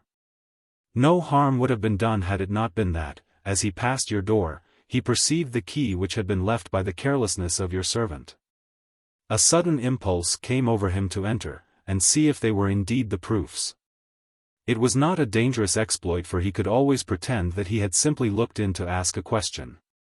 Well, when he saw that they were indeed the proofs, it was then that he yielded to temptation. He put his shoes on the table. What was it you put on that chair near the window? Gloves, said the young man. Holmes looked triumphantly at Bannister. He put his gloves on the chair, and he took the proofs, sheet by sheet, to copy them. He thought the tutor must return by the main gate and that he would see him. As we know, he came back by the side gate. Suddenly he heard him at the very door. There was no possible escape. He forgot his gloves, but he caught up his shoes and darted into the bedroom. You observe that the scratch on that table is slight at one side, but deepens in the direction of the bedroom door. That in itself is enough to show us that the shoe had been drawn in that direction, and that the culprit had taken refuge there. The earth round the spike had been left on the table, and a second sample was loosened and fell in the bedroom. I may add that I walked out to the athletic grounds this morning, saw that tenacious black clay is used in the jumping pit and carried away a specimen of it, together with some of the fine tan or sawdust which is strewn over it to prevent the athlete from slipping. Have I told the truth, Mr. Gilchrist? The student had drawn himself erect. Yes, sir, it is true, said he. Good heavens! Have you nothing to add? Cried Soames. Yes, sir, I have, but the shock of this disgraceful exposure has bewildered me. I have a letter here, Mr. Soames, which I wrote to you early this morning in the middle of a restless night. It was before I knew that my sin had found me out. Here it is, sir. You will see that I have determined not to go in for the examination. I have been offered a commission in the Rhodesian police, and I am going out to South Africa at once. "I am indeed pleased to hear that you did not intend to profit by your unfair advantage," said Soames. "But why did you change your purpose?" Gilchrist pointed to Bannister. "There is the man who set me in the right path," said he. "Come now, Bannister," said Holmes. "It will be clear to you, from what I have said, that only you could have let this young man out, since you were left in the room, and must have locked the door when you went out. As to his escaping by that window, it was incredible.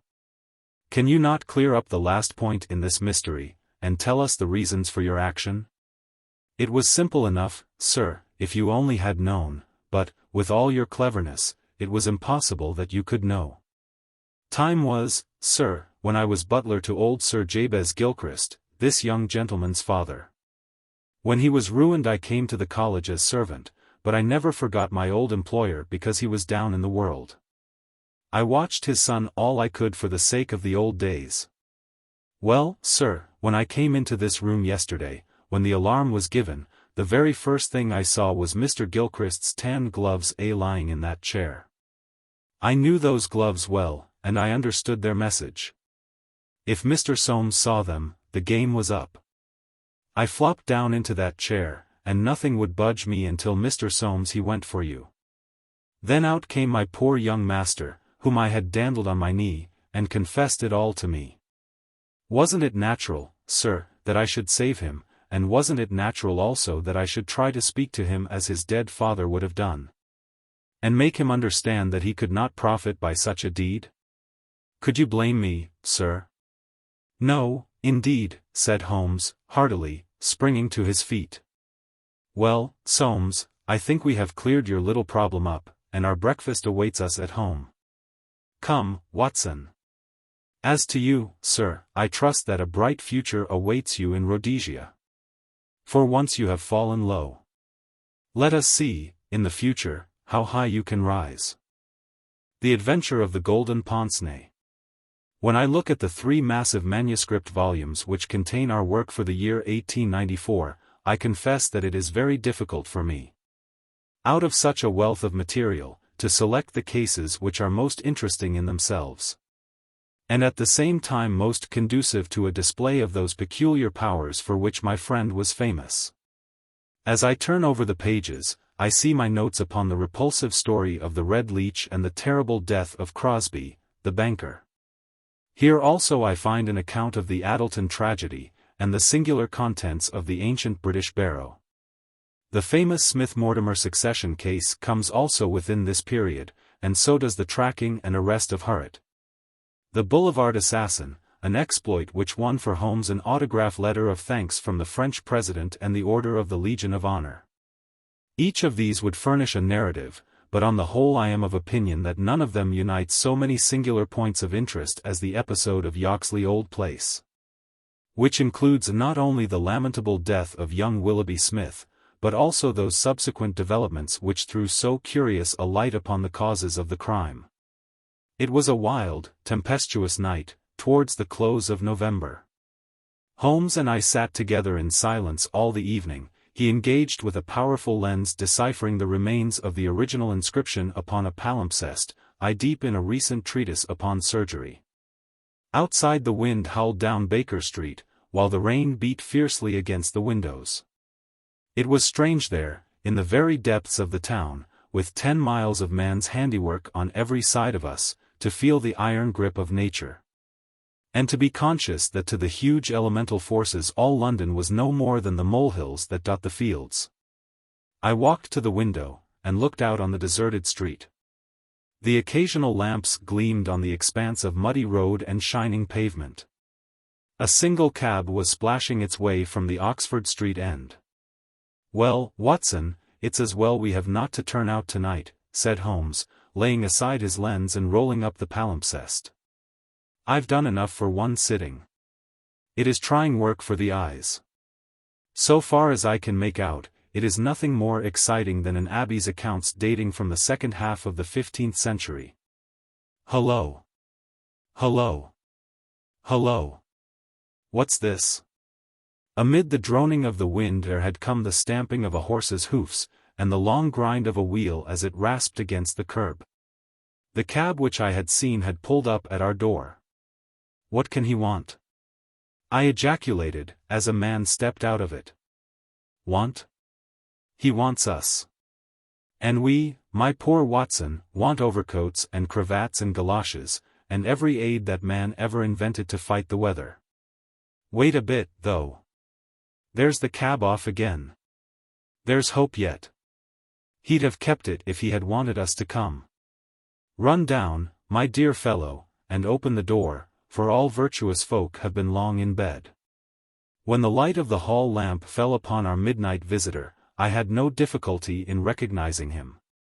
It was young Stanley Hopkins, a promising detective, in whose career Holmes had several times shown a very practical interest. "Is he in?" he asked, eagerly.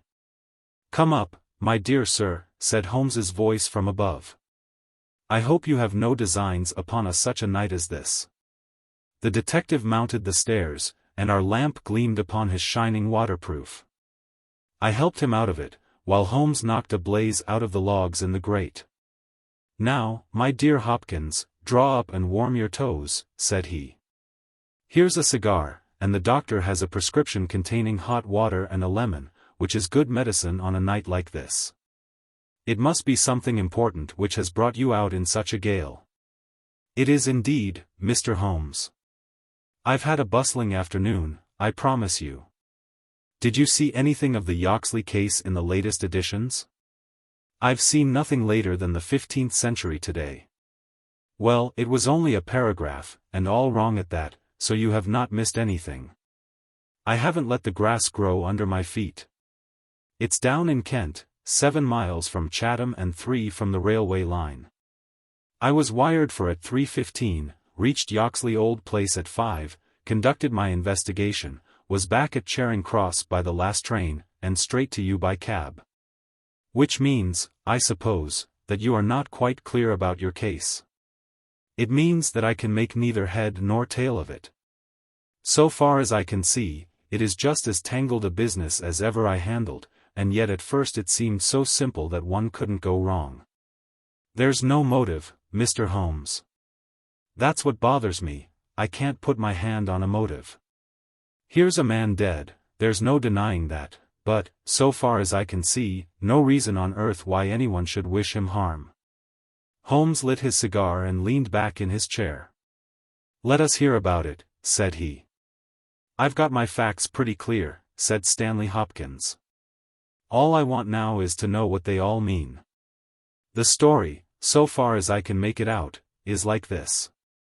Some years ago this country house, Yoxley Old Place, was taken by an elderly man, who gave the name of Professor Coram. He was an invalid, keeping his bed half the time, and the other half hobbling round the house with a stick or being pushed about the grounds by the gardener in a bath chair.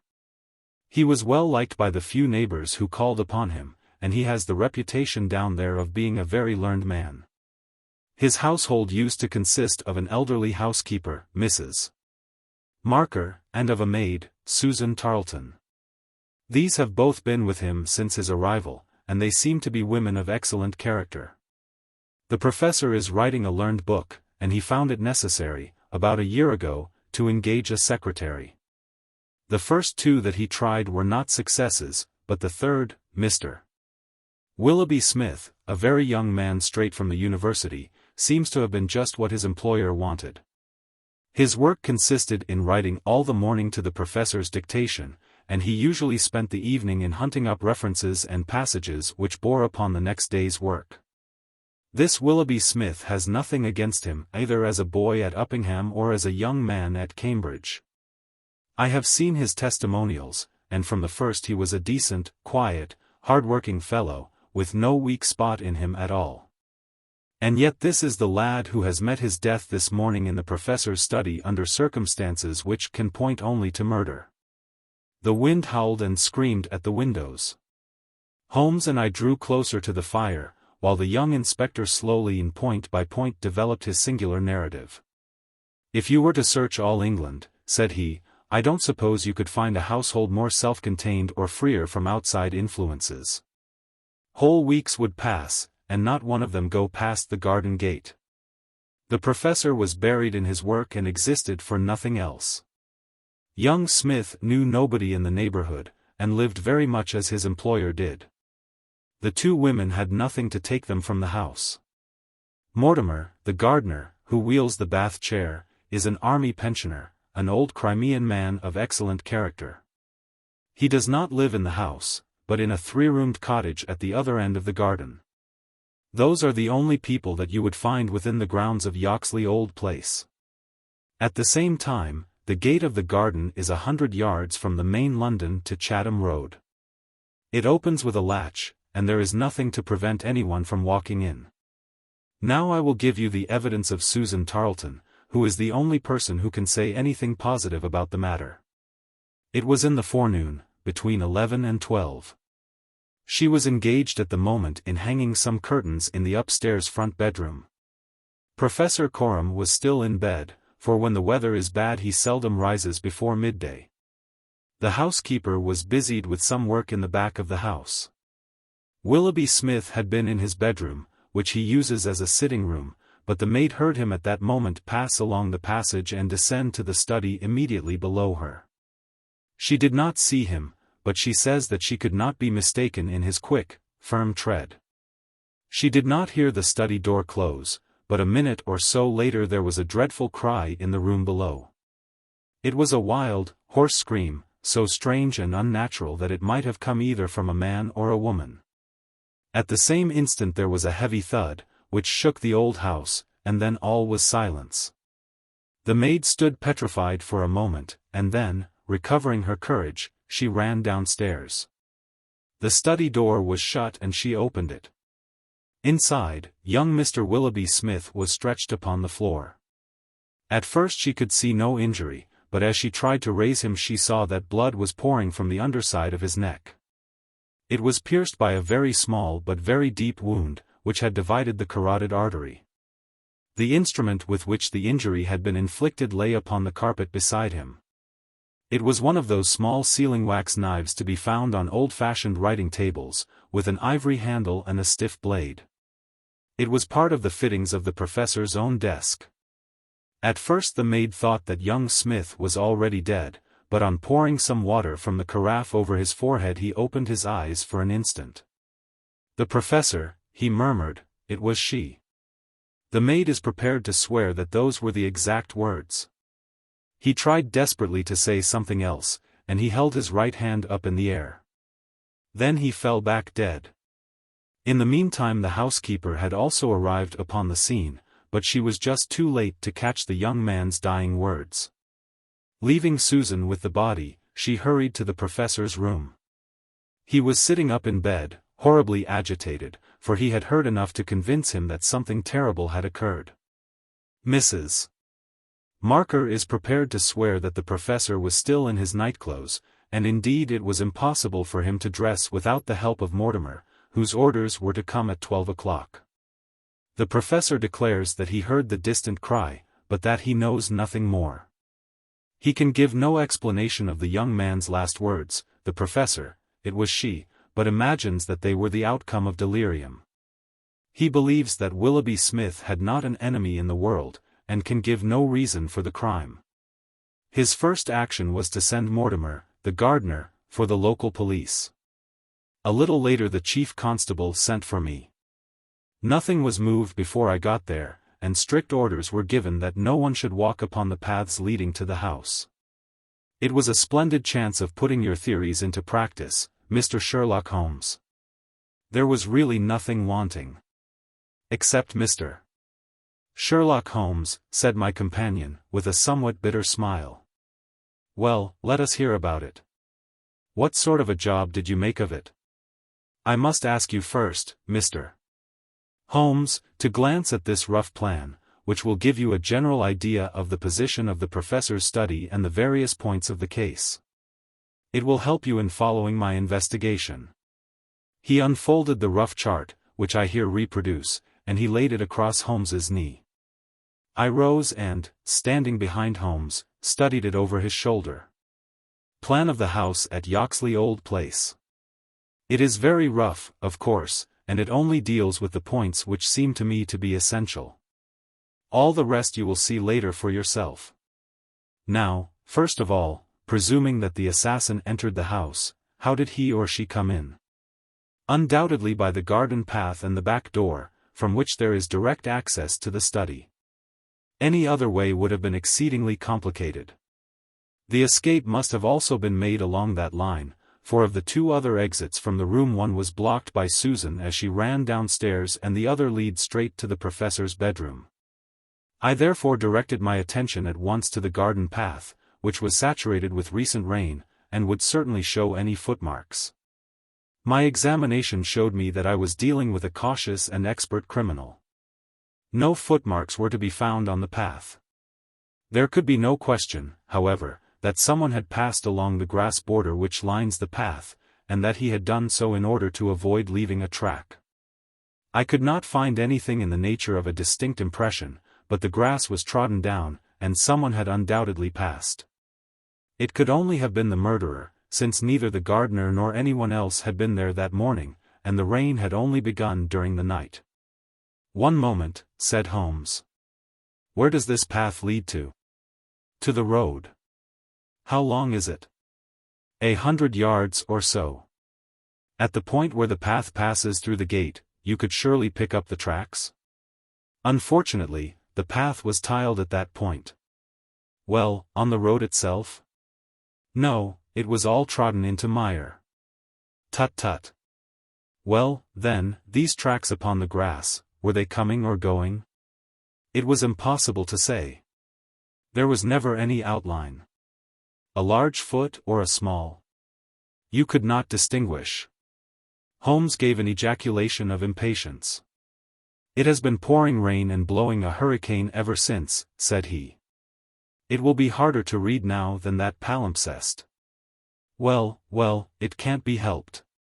"What did you do, Hopkins, after you had made certain that you had made certain of nothing?" "I think I made certain of a good deal, Mr. Holmes. I knew that someone had entered the house cautiously from without. I next examined the corridor. It is lined with coconut matting and had taken no impression of any kind. This brought me into the study itself. It is a scantily furnished room. The main article is a large writing table with a fixed bureau. This bureau consists of a double column of drawers, with a central small cupboard between them. The drawers were open, the cupboard locked. The drawers, it seems, were always open, and nothing of value was kept in them. There were some papers of importance in the cupboard, but there were no signs that this had been tampered with, and the professor assures me that nothing was missing. It is certain that no robbery has been committed. I come now to the body of the young man.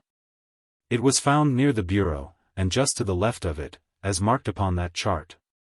The stab was on the right side of the neck and from behind forward, so that it is almost impossible that it could have been self-inflicted. "Unless he fell upon the knife," said Holmes. "Exactly. The idea crossed my mind.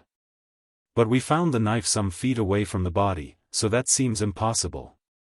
Then, of course, there are the man's own dying words.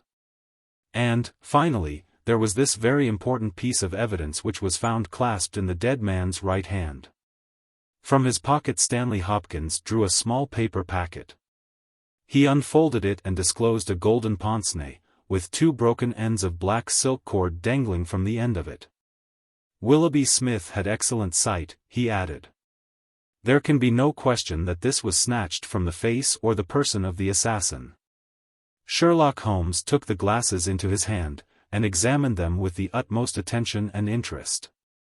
He held them on his nose, endeavored to read through them, went to the window and stared up the street with them, looked at them most minutely in the full light of the lamp, and finally, with a chuckle, seated himself at the table and wrote a few lines upon a sheet of paper, which he tossed across to Stanley Hopkins.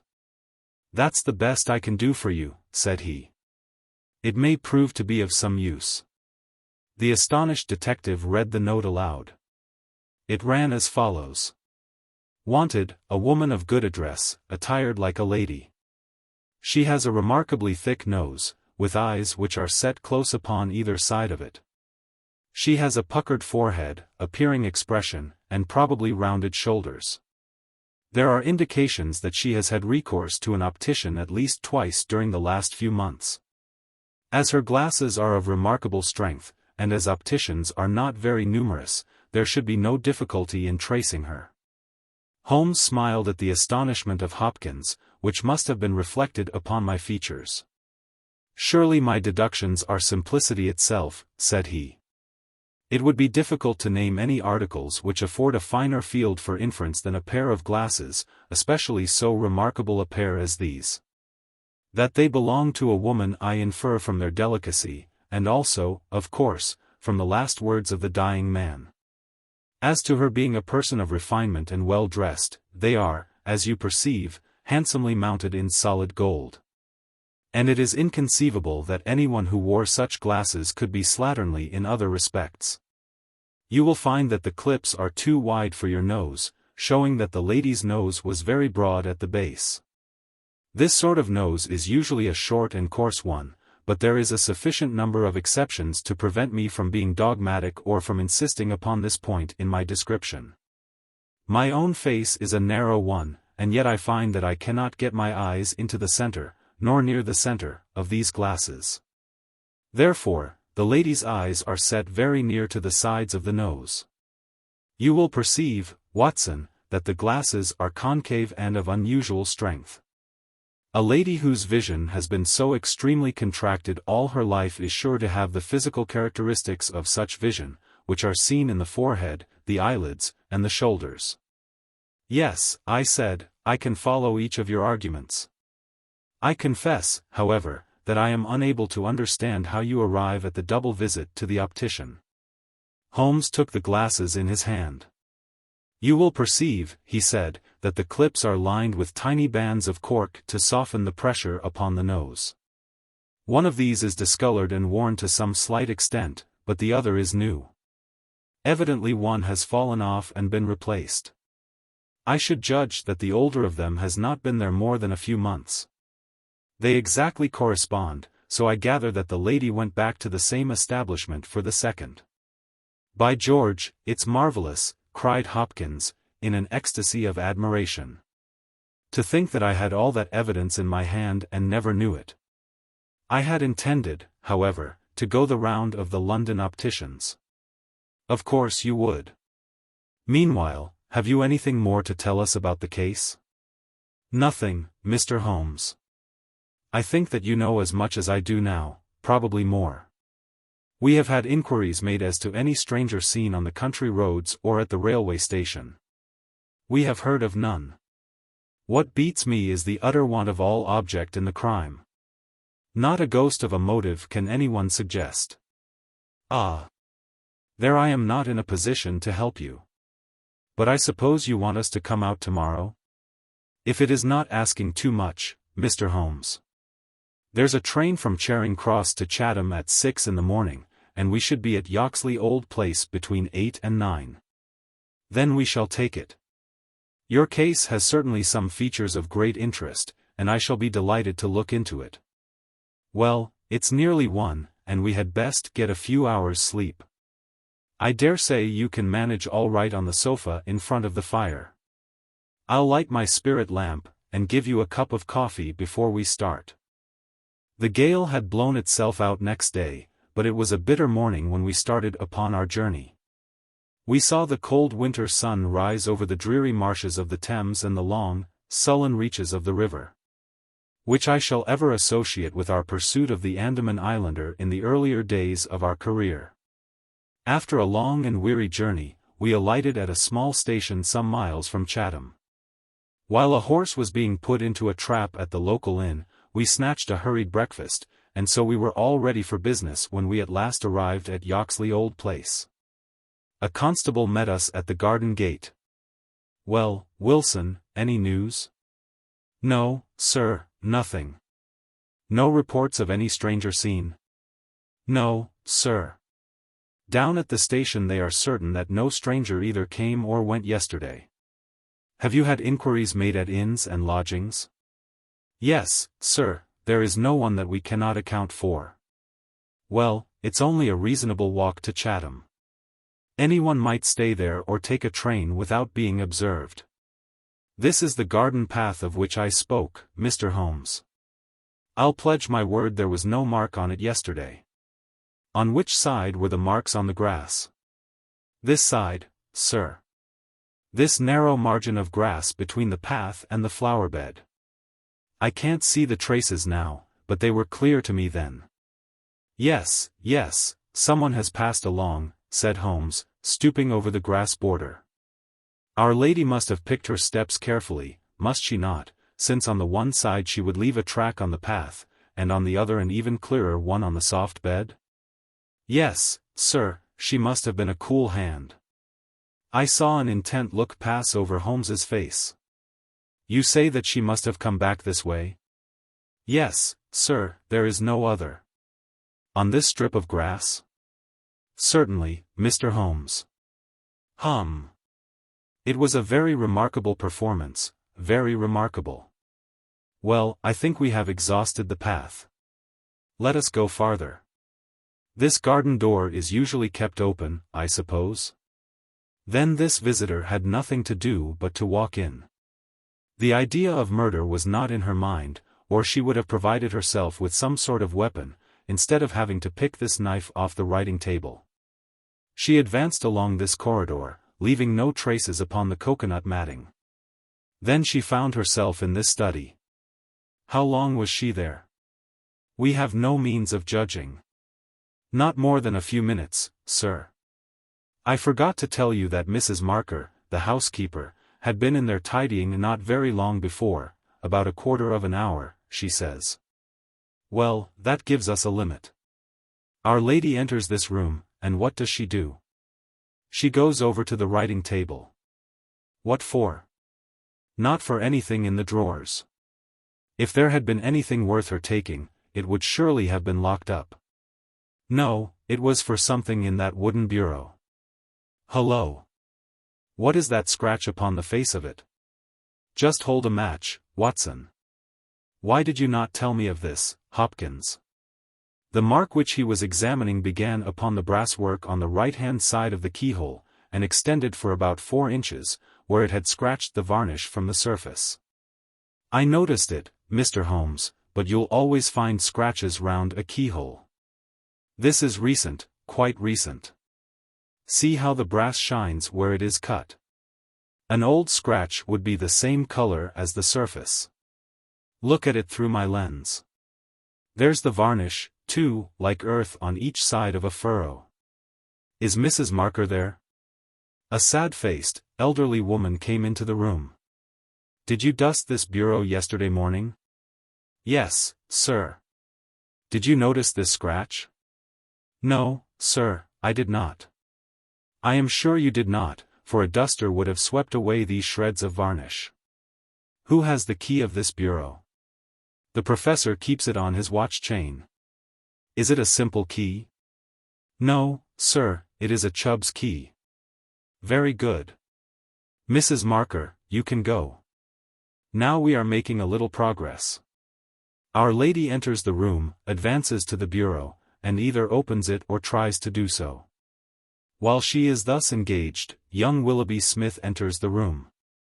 In her hurry to withdraw the key, she makes this scratch upon the door. He seizes her, and she, snatching up the nearest object, which happens to be this knife, strikes at him in order to make him let go his hold. The blow is a fatal one. He falls and she escapes, either with or without the object for which she has come. Is Susan, the maid, there? Could anyone have got away through that door after the time that you heard the cry, Susan? No, sir, it is impossible. Before I got down the stair, I'd have seen anyone in the passage. Besides, the door never opened, or I would have heard it. That settles this exit. Then no doubt the lady went out the way she came. I understand that this other passage leads only to the professor's room. There is no exit that way? No, sir. We shall go down it and make the acquaintance of the professor. Hullo, Hopkins. This is very important indeed.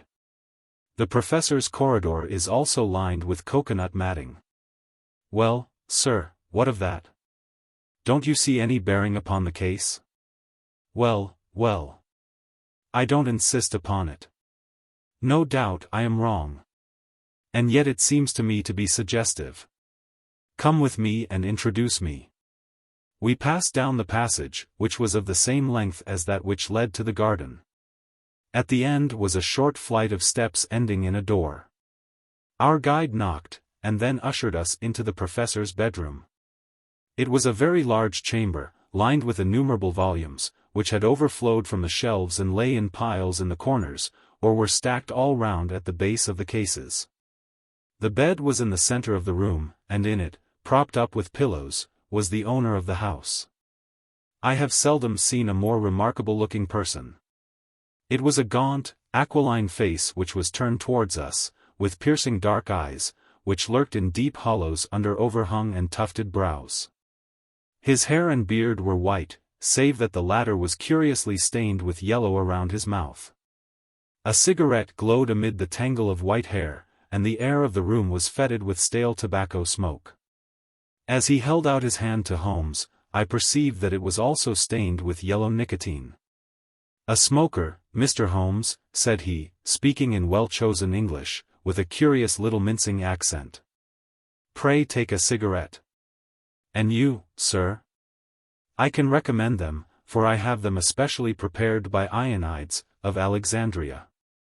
He sends me 1,000 at a time, and I grieve to say that I have to arrange for a fresh supply every fortnight. Bad, sir, very bad, but an old man has few pleasures. Tobacco and my work, that is all that is left to me." Holmes had lit a cigarette and was shooting little darting glances all over the room. "Tobacco and my work, but now only tobacco," the old man exclaimed. "Alas! What a fatal interruption! Who could have foreseen such a terrible catastrophe? So estimable a young man! I assure you that, after a few months' training, he was an admirable assistant. What do you think of the matter, Mr. Holmes?" "I have not yet made up my mind. I shall indeed be indebted to you if you can throw a light where all is so dark to us. To a poor bookworm and invalid like myself such a blow is paralyzing. I seem to have lost the faculty of thought. But you are a man of action, you are a man of affairs. It is part of the everyday routine of your life. You can preserve your balance in every emergency. We are fortunate, indeed, in having you at our side." Holmes was pacing up and down one side of the room whilst the old professor was talking. I observed that he was smoking with extraordinary rapidity. It was evident that he shared our host's liking for the fresh Alexandrian cigarettes. "Yes, sir, it is a crushing blow," said the old man. "That is my magnum opus, the pile of papers on the side table yonder. It is my analysis of the documents found in the Coptic monasteries of Syria and Egypt, a work which will cut deep at the very foundation of revealed religion. With my enfeebled health I do not know whether I shall ever be able to complete it, now that my assistant has been taken from me. Dear me! Mr. Holmes, why, you are even a quicker smoker than I am myself." Holmes smiled. "I am a connoisseur," said he, taking another cigarette from the box, his fourth, and lighting it from the stub of that which he had finished. "I will not trouble you with any lengthy cross-examination, Professor Coram, since I gather that you were in bed at the time of the crime, and could know nothing about it. I would only ask this: what do you imagine that this poor fellow meant by his last words, the professor, it was she?" The professor shook his head. "Susan is a country girl," said he, "and you know the incredible stupidity of that class. I fancy that the poor fellow murmured some incoherent delirious words, and that she twisted them into this meaningless message." "I see. You have no explanation yourself of the tragedy?" "Possibly an accident, possibly, I only breathe it among ourselves, a suicide. Young men have their hidden troubles, some affair of the heart, perhaps, which we have never known. It is a more probable supposition than murder. But the eyeglasses? Ah! I am only a student, a man of dreams. I cannot explain the practical things of life. But still, we are aware, my friend, that love gauges may take strange shapes. By all means take another cigarette. It is a pleasure to see anyone appreciate them so. A fan, a glove, glasses, who knows what article may be carried as a token or treasured when a man puts an end to his life? This gentleman speaks of footsteps in the grass, but, after all, it is easy to be mistaken on such a point. As to the knife, it might well be thrown far from the unfortunate man as he fell. It is possible that I speak as a child, but to me it seems that Willoughby Smith has met his fate by his own hand. Holmes seemed struck by the theory thus put forward, and he continued to walk up and down for some time, lost in thought and consuming cigarette after cigarette. "Tell me, Professor Coram," he said, at last, "what is in that cupboard in the bureau?" "Nothing that would help a thief. Family papers, letters from my poor wife, diplomas of universities which have done me honor. Here is the key. You can look for yourself." Holmes picked up the key, and looked at it for an instant, then he handed it back. "No, I hardly think that it would help me," said he. "I should prefer to go quietly down to your garden, and turn the whole matter over in my head. There is something to be said for the theory of suicide which you have put forward. We must apologize for having intruded upon you, Professor Coram, and I promise that we won't disturb you until after lunch. At 2 o'clock we will come again, and report to you anything which may have happened in the interval." Holmes was curiously distrait, and we walked up and down the garden path for some time in silence. "Have you a clue?" I asked, at last. "It depends upon those cigarettes that I smoked," said he. "It is possible that I am utterly mistaken. The cigarettes will show me." "My dear Holmes," I exclaimed, "how on earth?" "Well, well, you may see for yourself. If not, there's no harm done. Of course, we always have the optician clue to fall back upon, but I take a shortcut when I can get it. Ah, here is the good Mrs. Marker. Let us enjoy 5 minutes of instructive conversation with her."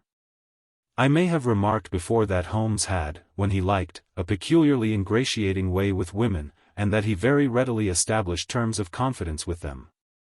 In half the time which he had named, he had captured the housekeeper's goodwill and was chatting with her as if he had known her for years.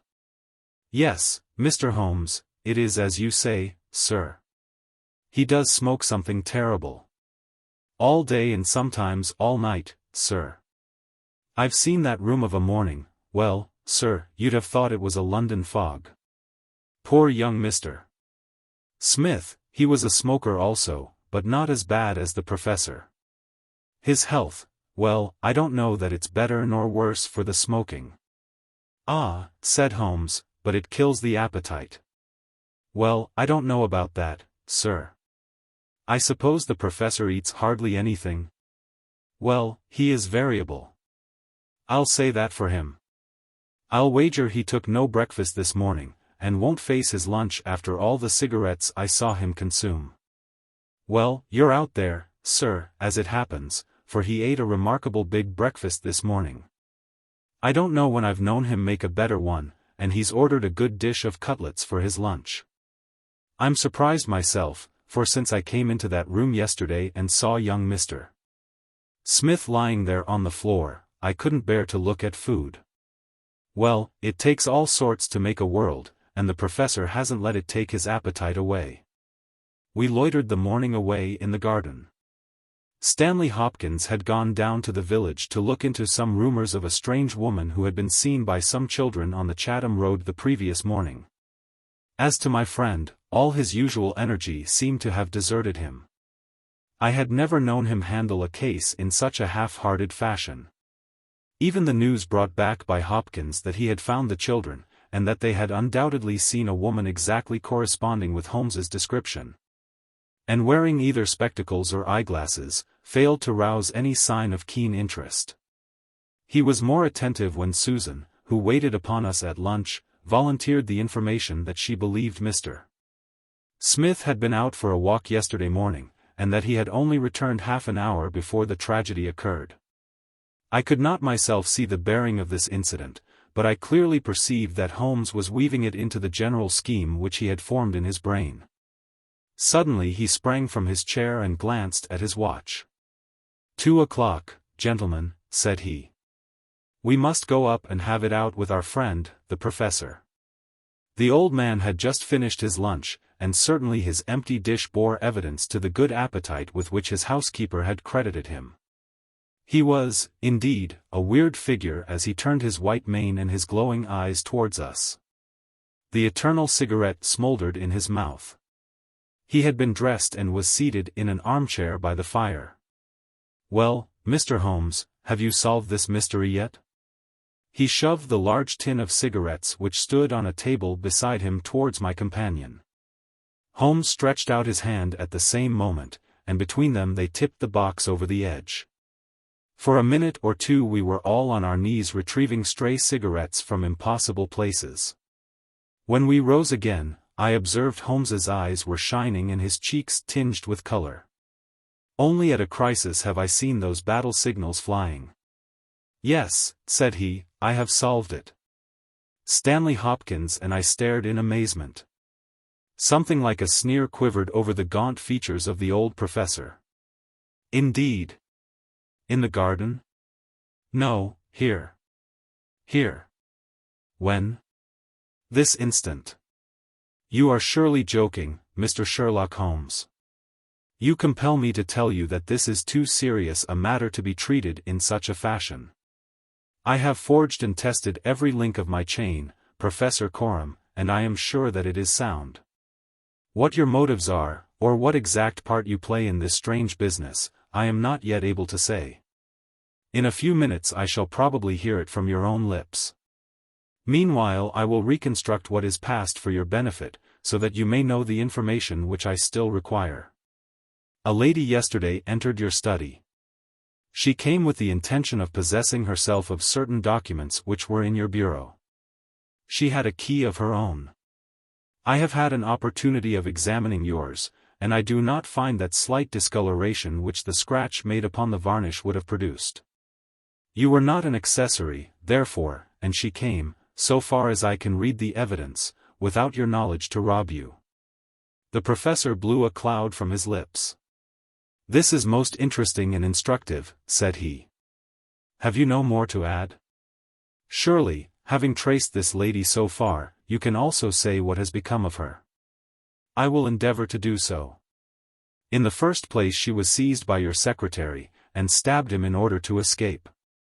This catastrophe I am inclined to regard as an unhappy accident, for I am convinced that the lady had no intention of inflicting so grievous an injury. An assassin does not come unarmed. Horrified by what she had done, she rushed wildly away from the scene of the tragedy. Unfortunately for her, she had lost her glasses in the scuffle, and as she was extremely short-sighted she was really helpless without them. She ran down a corridor, which she imagined to be that by which she had come. Both were lined with coconut matting, and it was only when it was too late that she understood that she had taken the wrong passage, and that her retreat was cut off behind her. What was she to do? She could not go back. She could not remain where she was. She must go on. She went on. She mounted a stair, pushed open a door, and found herself in your room. The old man sat with his mouth open, staring wildly at Holmes. Amazement and fear were stamped upon his expressive features. Now, with an effort, he shrugged his shoulders and burst into insincere laughter. All very fine, Mr. Holmes, said he. But there is one little flaw in your splendid theory. I was myself in my room, and I never left it during the day. I am aware of that, Professor Coram. And you mean to say that I could lie upon that bed and not be aware that a woman had entered my room? I never said so. You were aware of it. You spoke with her. You recognized her. You aided her to escape. Again the professor burst into high-keyed laughter. He had risen to his feet, and his eyes glowed like embers. You are mad, he cried. You are talking insanely. I helped her to escape. Where is she now? She is there, said Holmes, and he pointed to a high bookcase in the corner of the room. I saw the old man throw up his arms, a terrible convulsion passed over his grim face, and he fell back in his chair. At the same instant the bookcase at which Holmes pointed swung round upon a hinge, and a woman rushed out into the room. You are right, she cried, in a strange foreign voice. You are right. I am here. She was brown with the dust and draped with the cobwebs which had come from the walls of her hiding place. Her face, too, was streaked with grime, and at the best she could never have been handsome, for she had the exact physical characteristics which Holmes had divined, with, in addition, a long and obstinate chin. What with her natural blindness, and what with the change from dark to light, she stood as one dazed, blinking about her to see where and who we were. And yet, in spite of all these disadvantages, there was a certain nobility in the woman's bearing, a gallantry in the defiant chin and in the upraised head, which compelled something of respect and admiration. Stanley Hopkins had laid his hand upon her arm and claimed her as his prisoner, but she waved him aside gently, and yet with an overmastering dignity which compelled obedience. The old man lay back in his chair with a twitching face, and stared at her with brooding eyes. Yes, sir, I am your prisoner, she said. From where I stood I could hear everything, and I know that you have learned the truth. I confess it all. It was I who killed the young man. But you are right, you who say it was an accident. I did not even know that it was a knife which I held in my hand, for in my despair I snatched anything from the table and struck at him to make him let me go. It is the truth that I tell. Madam, said Holmes, I am sure that it is the truth. I fear that you are far from well. She had turned a dreadful color, the more ghastly under the dark dust streaks upon her face. She seated herself on the side of the bed, then she resumed. I have only a little time here, she said, but I would have you to know the whole truth. I am this man's wife. He is not an Englishman. He is a Russian. His name I will not tell. For the first time the old man stirred. God bless you, Anna, he cried. God bless you. She cast a look of the deepest disdain in his direction.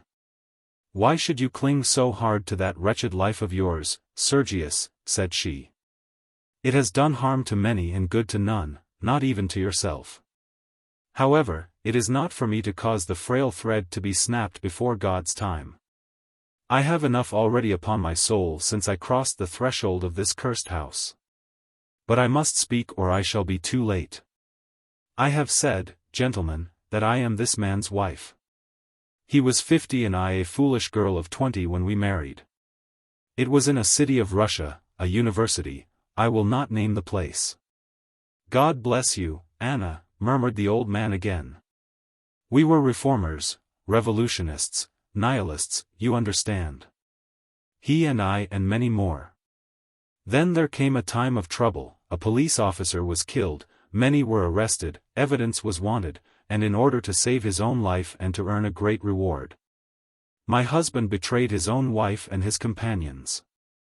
Yes, we were all arrested upon his confession. Some of us found our way to the gallows, and some to Siberia. I was among these last, but my term was not for life. My husband came to England with his ill-gotten gains and has lived in quiet ever since, knowing well that if the Brotherhood knew where he was not a week would pass before justice would be done. The old man reached out a trembling hand and helped himself to a cigarette. I am in your hands, Anna, said he. You were always good to me. I have not yet told you the height of his villainy, said she. Among our comrades of the order, there was one who was the friend of my heart. He was noble, unselfish, loving, all that my husband was not. He hated violence. We were all guilty, if that is guilt, but he was not. He wrote forever dissuading us from such a course. These letters would have saved him. So would my diary, in which, from day to day, I had entered both my feelings towards him and the view which each of us had taken. My husband found and kept both diary and letters. He hid them, and he tried hard to swear away the young man's life. In this he failed, but Alexis was sent a convict to Siberia, where now, at this moment, he works in a salt mine. Think of that, you villain, you villain. Now, at this very moment, Alexis, a man whose name you are not worthy to speak, works and lives like a slave, and yet I have your life in my hands, and I let you go. You were always a noble woman, Anna, said the old man, puffing at his cigarette. She had risen, but she fell back again with a little cry of pain. I must finish, she said. When my term was over I set myself to get the diary and letters which, if sent to the Russian government, would procure my friend's release. I knew that my husband had come to England. After months of searching I discovered where he was. I knew that he still had the diary, for when I was in Siberia I had a letter from him once, reproaching me and quoting some passages from its pages. Yet I was sure that, with his revengeful nature, he would never give it to me of his own free will. I must get it for myself. With this object I engaged an agent from a private detective firm, who entered my husband's house as a secretary. It was your second secretary, Sergius, the one who left you so hurriedly. He found that papers were kept in the cupboard, and he got an impression of the key.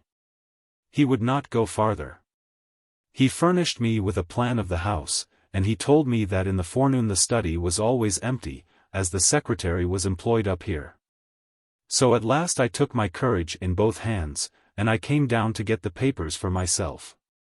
I succeeded, but at what a cost! I had just taken the paper, and was locking the cupboard, when the young man seized me.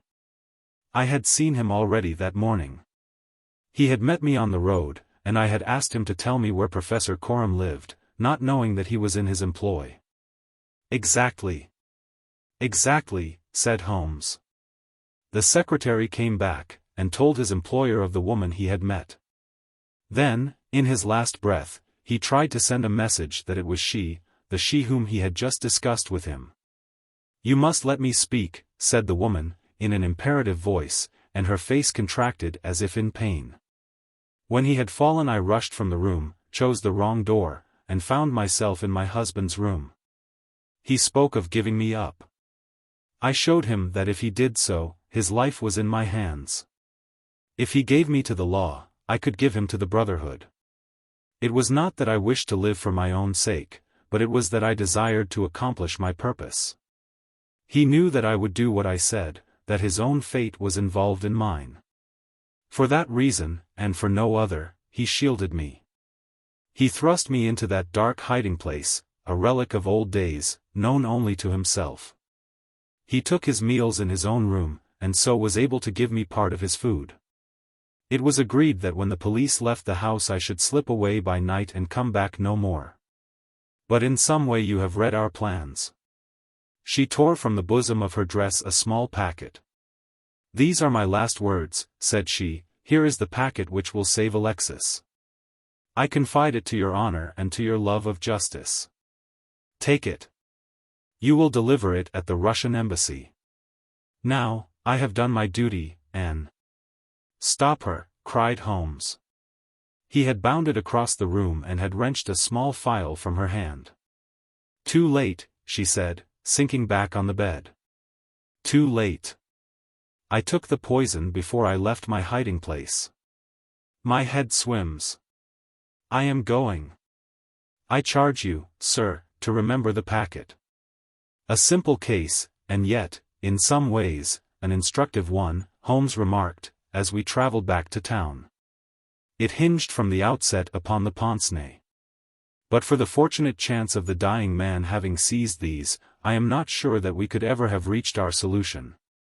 It was clear to me, from the strength of the glasses, that the wearer must have been very blind and helpless when deprived of them. When you asked me to believe that she walked along a narrow strip of grass without once making a false step, I remarked, as you may remember, that it was a noteworthy performance. In my mind I set it down as an impossible performance, save in the unlikely case that she had a second pair of glasses. I was forced, therefore, to consider seriously the hypothesis that she had remained within the house. On perceiving the similarity of the two corridors, it became clear that she might very easily have made such a mistake, and, in that case, it was evident that she must have entered the professor's room. I was keenly on the alert, therefore, for whatever would bear out this supposition, and I examined the room narrowly for anything in the shape of a hiding-place. The carpet seemed continuous and firmly nailed, so I dismissed the idea of a trapdoor. There might well be a recess behind the books. As you are aware, such devices are common in old libraries. I observed that books were piled on the floor at all other points, but that one bookcase was left clear. This, then, might be the door. I could see no marks to guide me, but the carpet was of a dun color, which lends itself very well to examination. I therefore smoked a great number of those excellent cigarettes, and I dropped the ash all over the space in front of the suspected bookcase. It was a simple trick, but exceedingly effective. I then went downstairs, and I ascertained, in your presence, Watson, without your perceiving the drift of my remarks, that Professor Coram's consumption of food had increased, as one would expect when he is supplying a second person. We then ascended to the room again, when, by upsetting the cigarette box, I obtained a very excellent view of the floor, and was able to see quite clearly, from the traces upon the cigarette ash, that the prisoner had in our absence come out from her retreat. Well, Hopkins, here we are at Charing Cross, and I congratulate you on having brought your case to a successful conclusion. You are going to headquarters, no doubt. I think, Watson, you and I will drive together to the Russian embassy. The adventure of the missing three-quarter. We were fairly accustomed to receive weird telegrams at Baker Street, but I have a particular recollection of one which reached us on a gloomy February morning, some 7 or 8 years ago, and gave Mr. Sherlock Holmes a puzzled quarter of an hour. It was addressed to him, and ran thus: "Please await me. Terrible misfortune. Right wing three-quarter missing, indispensable tomorrow. Overton." Strand postmark, and dispatched 10:36, said Holmes, reading it over and over. Mr. Overton was evidently considerably excited when he sent it, and somewhat incoherent in consequence. Well, he will be here, I dare say, by the time I have looked through the Times, and then we shall know all about it.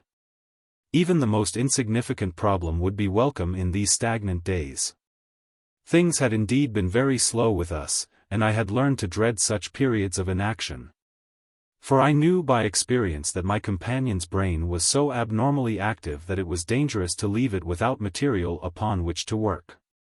For years I had gradually weaned him from that drug mania which had threatened once to check his remarkable career. Now I knew that under ordinary conditions he no longer craved for this artificial stimulus, but I was well aware that the fiend was not dead but sleeping. And I have known that the sleep was a light one and the waking near when in periods of idleness I have seen the drawn look upon Holmes's ascetic face, and the brooding of his deep-set and inscrutable eyes.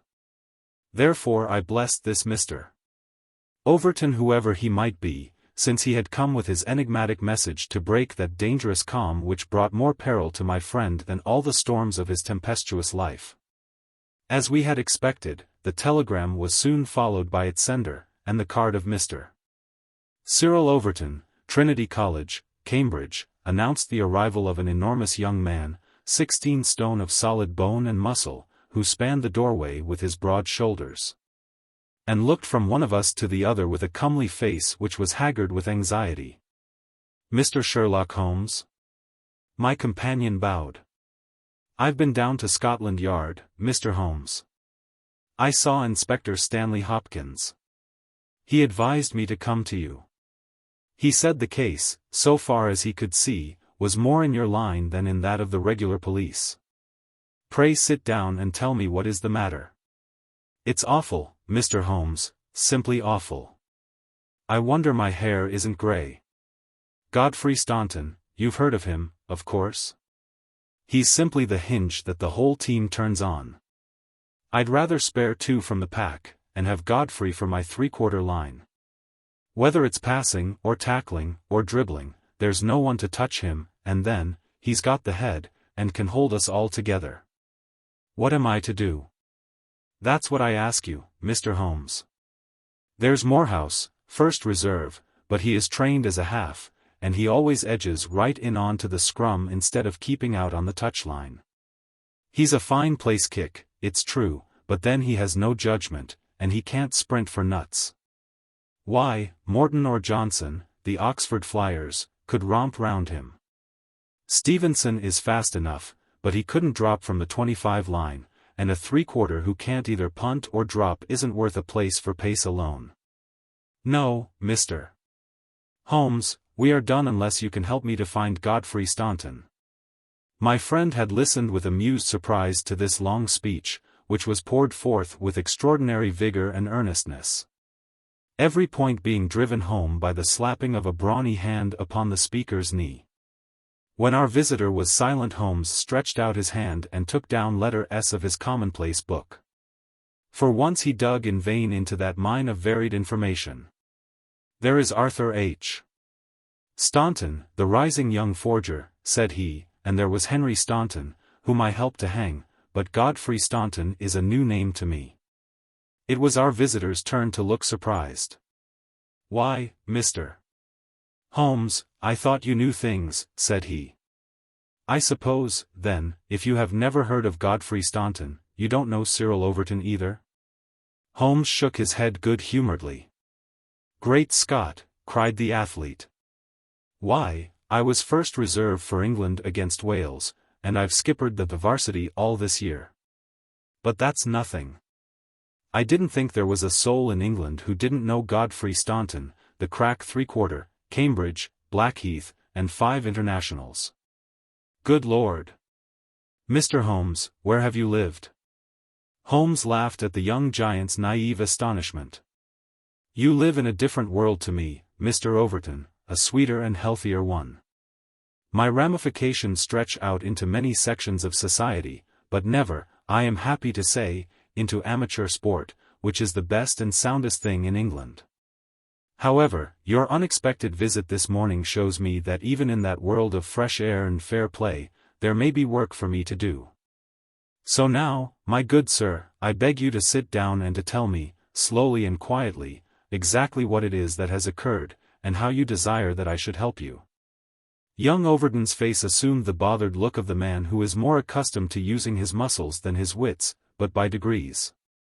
With many repetitions and obscurities which I may omit from his narrative, he laid his strange story before us. It's this way, Mr. Holmes. As I have said, I am the skipper of the rugger team of Cambridge varsity, and Godfrey Staunton is my best man. Tomorrow we play Oxford. Yesterday we all came up, and we settled at Bentley's private hotel. At 10 o'clock I went round and saw that all the fellows had gone to roost, for I believe in strict training and plenty of sleep to keep a team fit. I had a word or two with Godfrey before he turned in. He seemed to me to be pale and bothered. I asked him what was the matter. He said he was all right, just a touch of headache. I bade him good night and left him. Half an hour later, the porter tells me that a rough-looking man with a beard called with a note for Godfrey. He had not gone to bed, and the note was taken to his room. Godfrey read it, and fell back in a chair as if he had been poleaxed. The porter was so scared that he was going to fetch me, but Godfrey stopped him, had a drink of water, and pulled himself together. Then he went downstairs, said a few words to the man who was waiting in the hall, and the two of them went off together. The last that the porter saw of them, they were almost running down the street in the direction of the Strand. This morning Godfrey's room was empty, his bed had never been slept in, and his things were all just as I had seen them the night before. He had gone off at a moment's notice with this stranger, and no word has come from him since. I don't believe he will ever come back. He was a sportsman, was Godfrey, down to his marrow, and he wouldn't have stopped his training and let in his skipper if it were not for some cause that was too strong for him.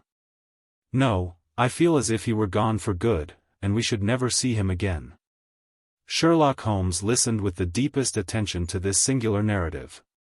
"What did you do?" he asked. "I wired to Cambridge to learn if anything had been heard of him there. I have had an answer. No one has seen him." "Could he have got back to Cambridge?" "Yes, there is a late train, 11:15. But, so far as you can ascertain, he did not take it?" "No, he has not been seen." "What did you do next?" "I wired to Lord Mount James." "Why to Lord Mount James?" "Godfrey is an orphan, and Lord Mount James is his nearest relative, his uncle, I believe." "Indeed. This throws new light upon the matter. Lord Mount James is one of the richest men in England." "So I've heard Godfrey say." "And your friend was closely related?" "Yes, he was his heir, and the old boy is nearly 80, cram full of gout, too. They say he could chalk his billiard cue with his knuckles. He never allowed Godfrey a shilling in his life, for he is an absolute miser, but it will all come to him right enough." "Have you heard from Lord Mount James?" "No." "What motive could your friend have in going to Lord Mount James?" "Well, something was worrying him the night before, and if it was to do with money it is possible that he would make for his nearest relative, who had so much of it. Though from all I have heard he would not have much chance of getting it. Godfrey was not fond of the old man. He would not go if he could help it." "Well, we can soon determine that. If your friend was going to his relative, Lord Mount James, you have then to explain the visit of this rough-looking fellow at so late an hour, and the agitation that was caused by his coming." Cyril Overton pressed his hands to his head. "I can make nothing of it," said he. "Well, well, I have a clear day, and I shall be happy to look into the matter," said Holmes. "I should strongly recommend you to make your preparations for your match without reference to this young gentleman. It must, as you say, have been an overpowering necessity which tore him away in such a fashion, and the same necessity is likely to hold him away. Let us step round together to the hotel, and see if the porter can throw any fresh light upon the matter." Sherlock Holmes was a past master in the art of putting a humble witness at his ease, and very soon, in the privacy of Godfrey Staunton's abandoned room, he had extracted all that the porter had to tell. The visitor of the night before was not a gentleman, neither was he a workingman. He was simply what the porter described as a medium-looking chap, a man of 50, beard grizzled, pale face, quietly dressed. He seemed himself to be agitated. The porter had observed his hand trembling when he had held out the note.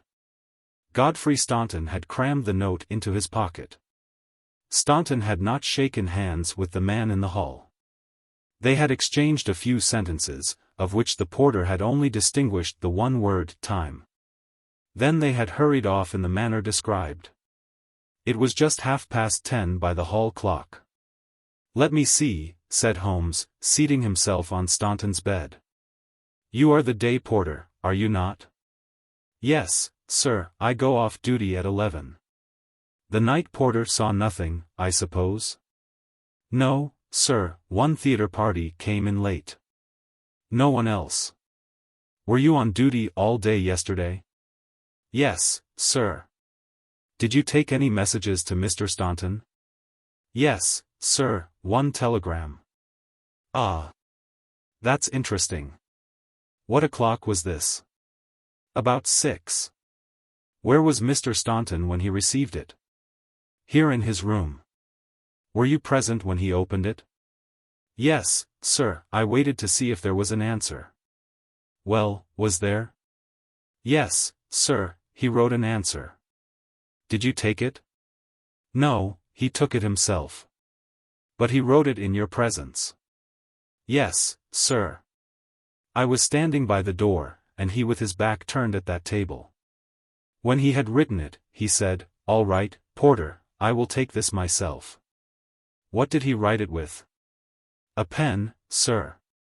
"Was the telegraphic form one of these on the table?" "Yes, sir, it was the top one." Holmes rose. Taking the forms, he carried them over to the window and carefully examined that which was uppermost.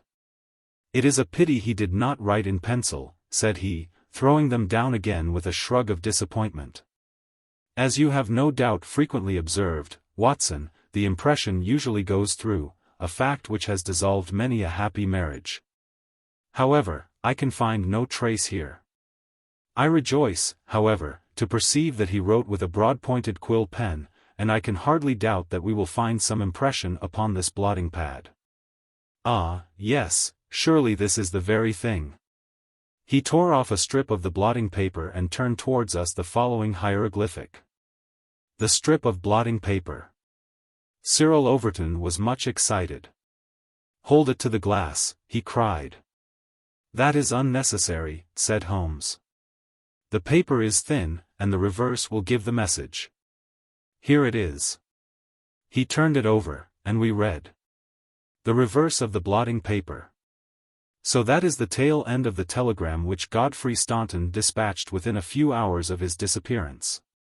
There are at least 6 words of the message which have escaped us, but what remains, "Stand by us for God's sake," proves that this young man saw a formidable danger which approached him, and from which someone else could protect him.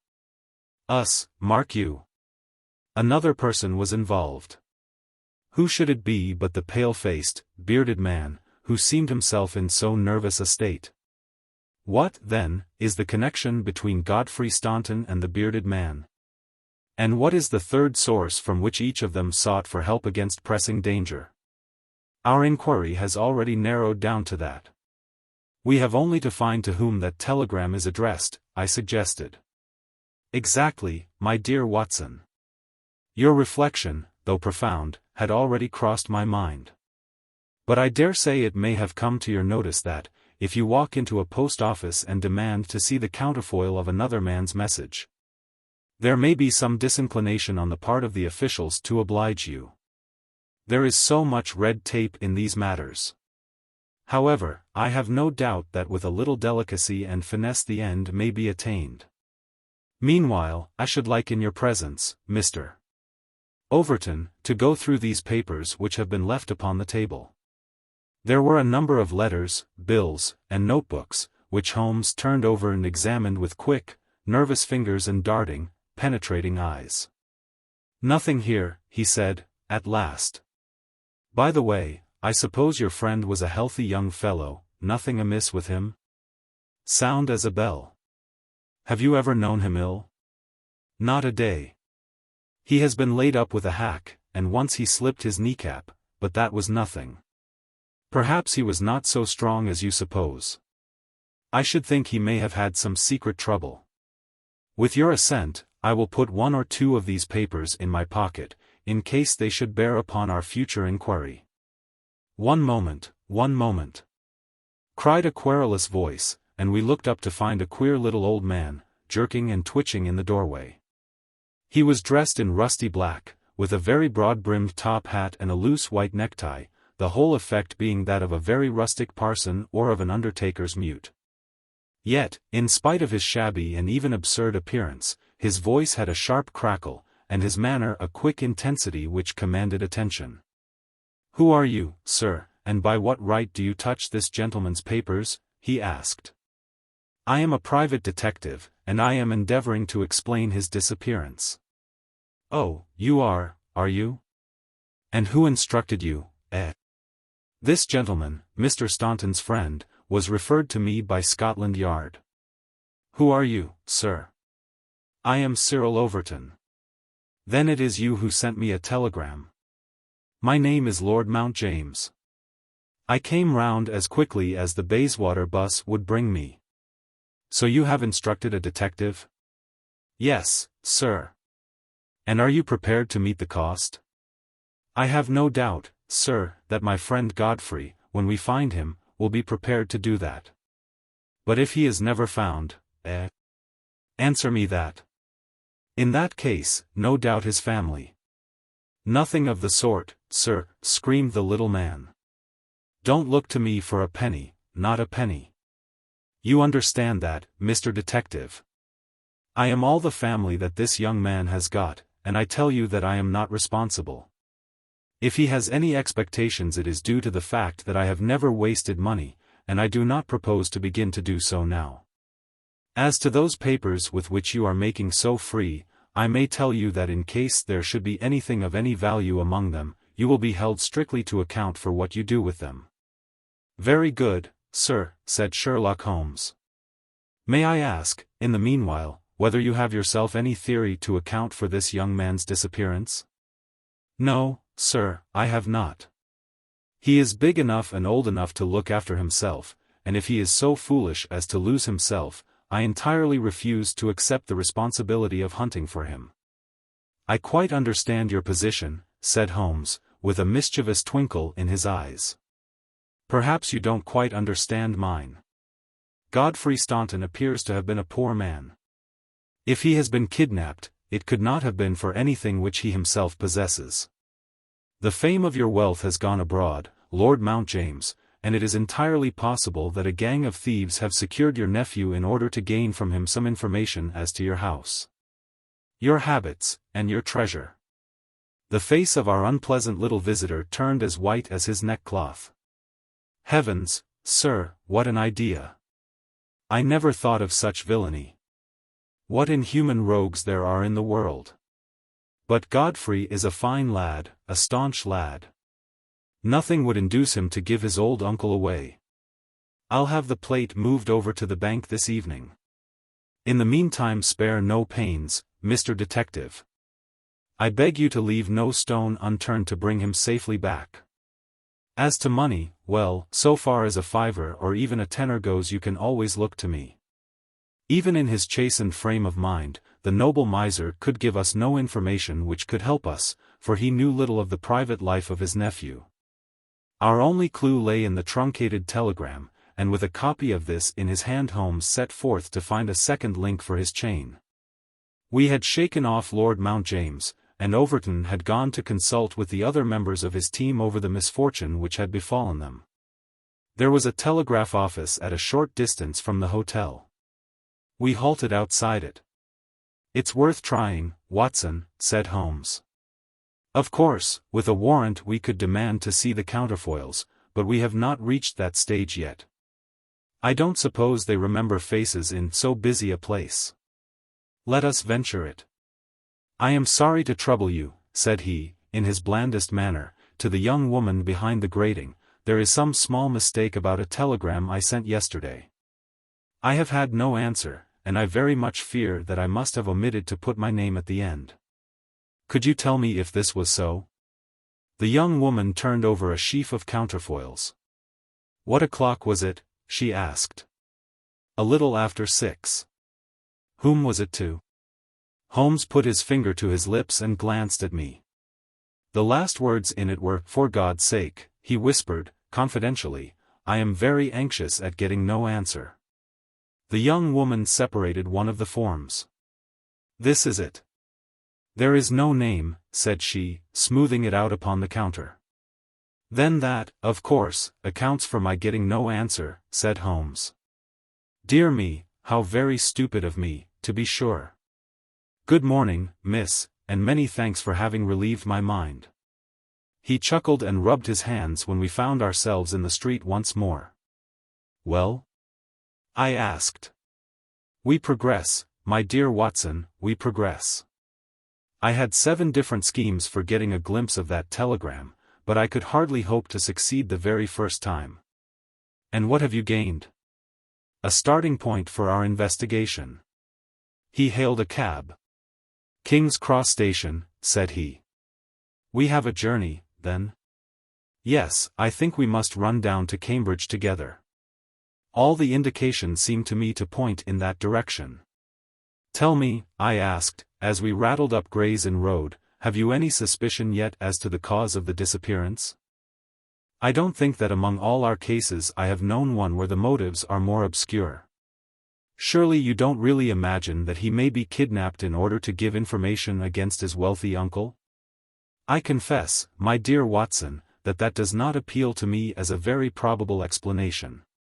It struck me, however, as being the one which was most likely to interest that exceedingly unpleasant old person." "It certainly did that, but what are your alternatives?" "I could mention several. You must admit that it is curious and suggestive that this incident should occur on the eve of this important match, and should involve the only man whose presence seems essential to the success of the side.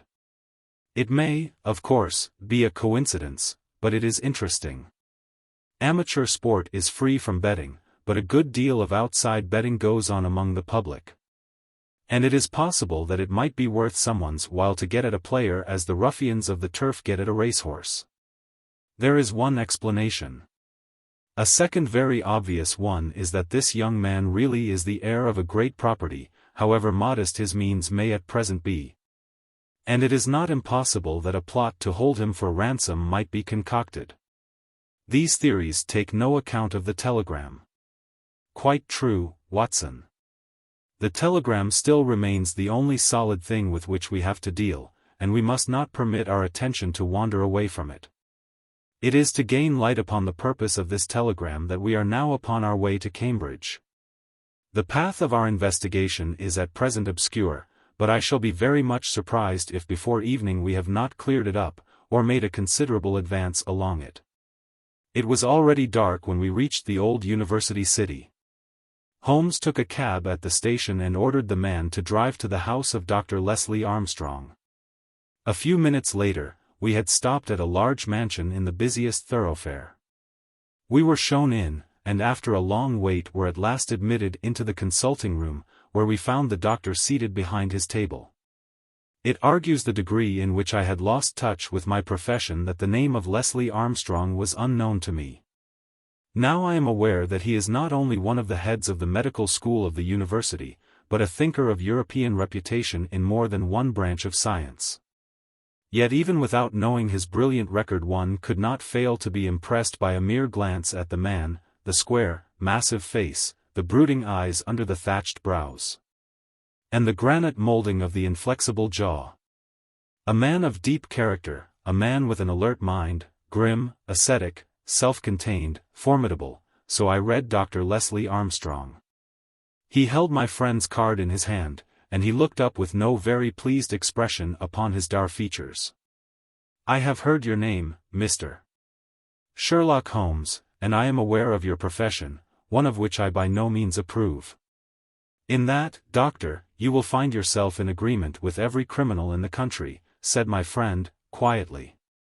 "So far as your efforts are directed towards the suppression of crime, sir, they must have the support of every reasonable member of the community. Though I cannot doubt that the official machinery is amply sufficient for the purpose. Where your calling is more open to criticism is when you pry into the secrets of private individuals, when you rake up family matters which are better hidden, and when you incidentally waste the time of men who are more busy than yourself. At the present moment, for example, I should be writing a treatise instead of conversing with you." "No doubt, doctor, and yet the conversation may prove more important than the treatise. Incidentally, I may tell you that we are doing the reverse of what you very justly blame, and that we are endeavoring to prevent anything like public exposure of private matters which must necessarily follow when once the case is fairly in the hands of the official police. You may look upon me simply as an irregular pioneer, who goes in front of the regular forces of the country. I have come to ask you about Mr. Godfrey Staunton." "What about him?" "You know him, do you not? He is an intimate friend of mine. You are aware that he has disappeared?" "Ah, indeed." There was no change of expression in the rugged features of the doctor. "He left his hotel last night. He has not been heard of. No doubt he will return. Tomorrow is the varsity football match. I have no sympathy with these childish games. The young man's fate interests me deeply, since I know him and like him. The football match does not come within my horizon at all. I claim your sympathy, then, in my investigation of Mr. Staunton's fate. Do you know where he is?" "Certainly not."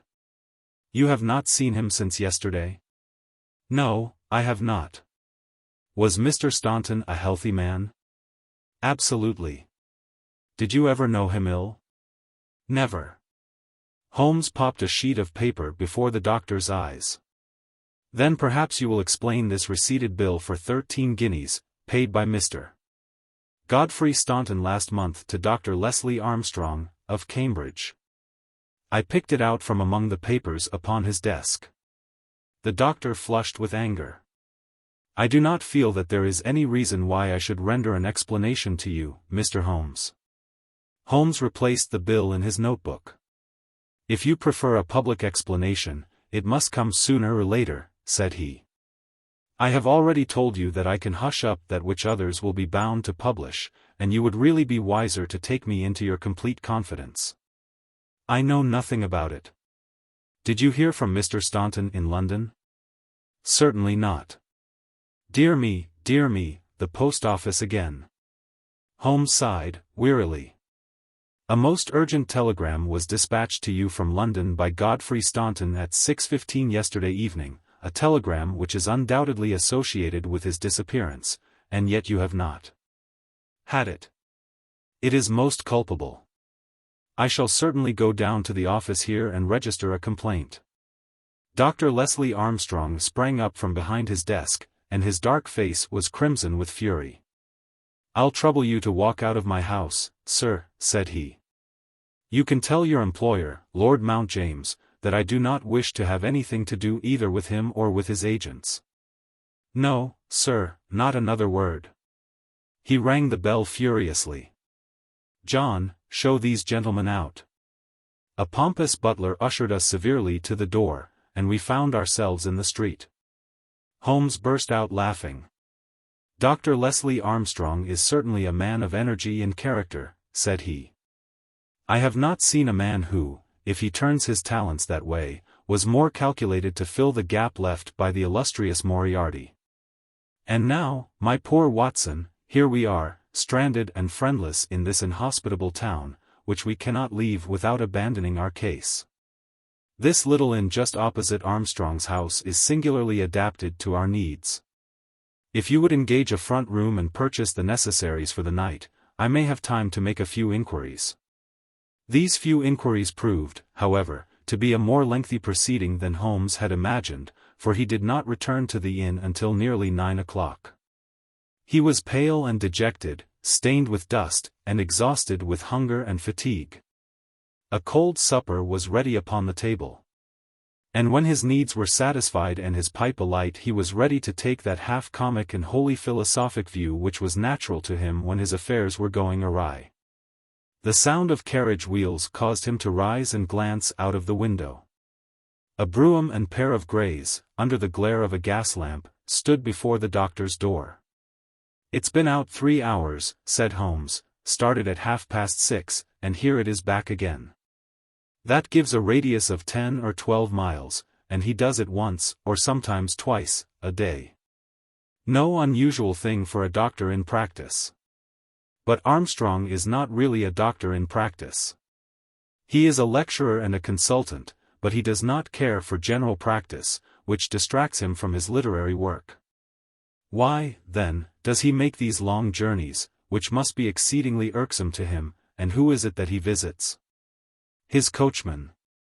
My dear Watson, can you doubt that it was to him that I first applied? I do not know whether it came from his own innate depravity or from the promptings of his master, but he was rude enough to set a dog at me. Neither dog nor man liked the look of my stick, however, and the matter fell through.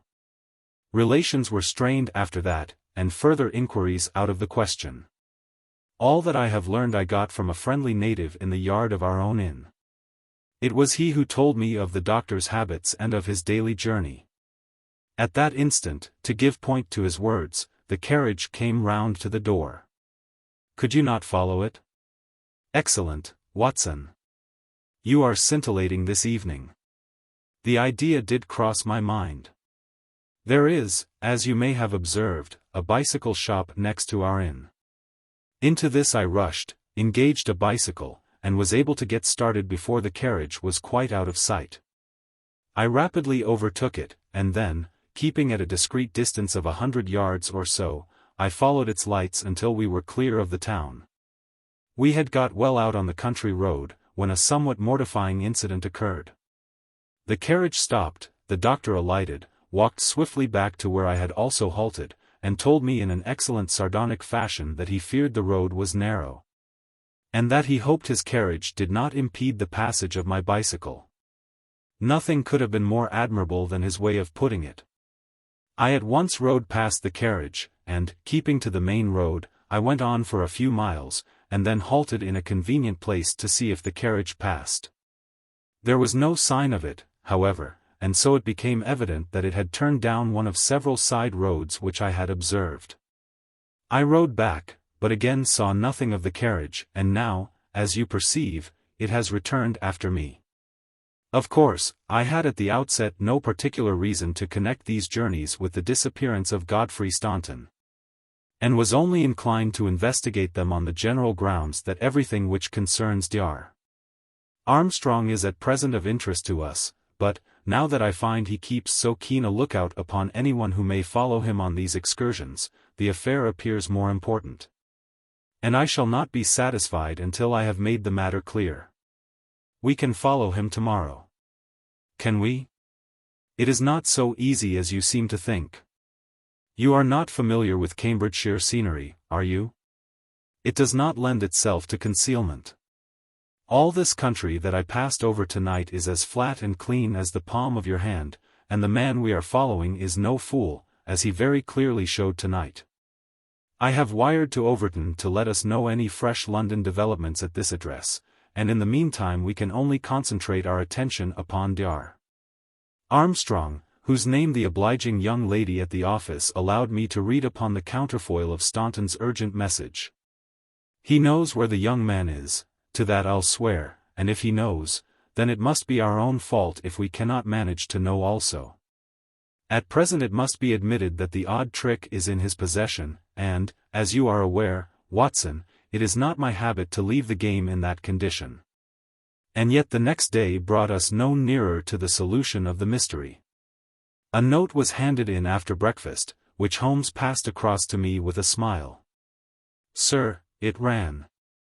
I can assure you that you are wasting your time in dogging my movements. I have, as you discovered last night, a window at the back of my brougham, and if you desire a 20-mile ride which will lead you to the spot from which you started, you have only to follow me. Meanwhile, I can inform you that no spying upon me can in any way help Mr. Godfrey Staunton, and I am convinced that the best service you can do to that gentleman is to return at once to London and to report to your employer that you are unable to trace him. Your time in Cambridge will certainly be wasted. Yours faithfully, Leslie Armstrong. An outspoken, honest antagonist is the doctor, said Holmes. Well, well, he excites my curiosity, and I must really know before I leave him. His carriage is at his door now, said I, there he is stepping into it. I saw him glance up at our window as he did so.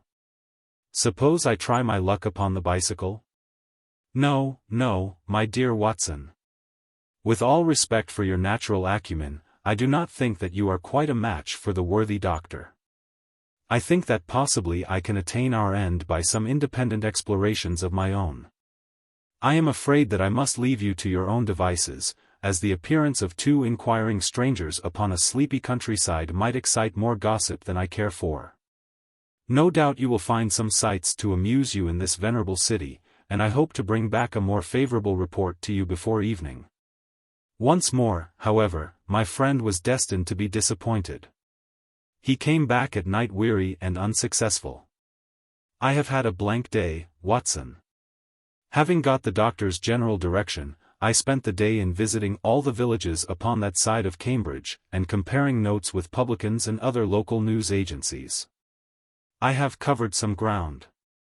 Chesterton, Histon, Waterbeach, and Oakington have each been explored, and have each proved disappointing.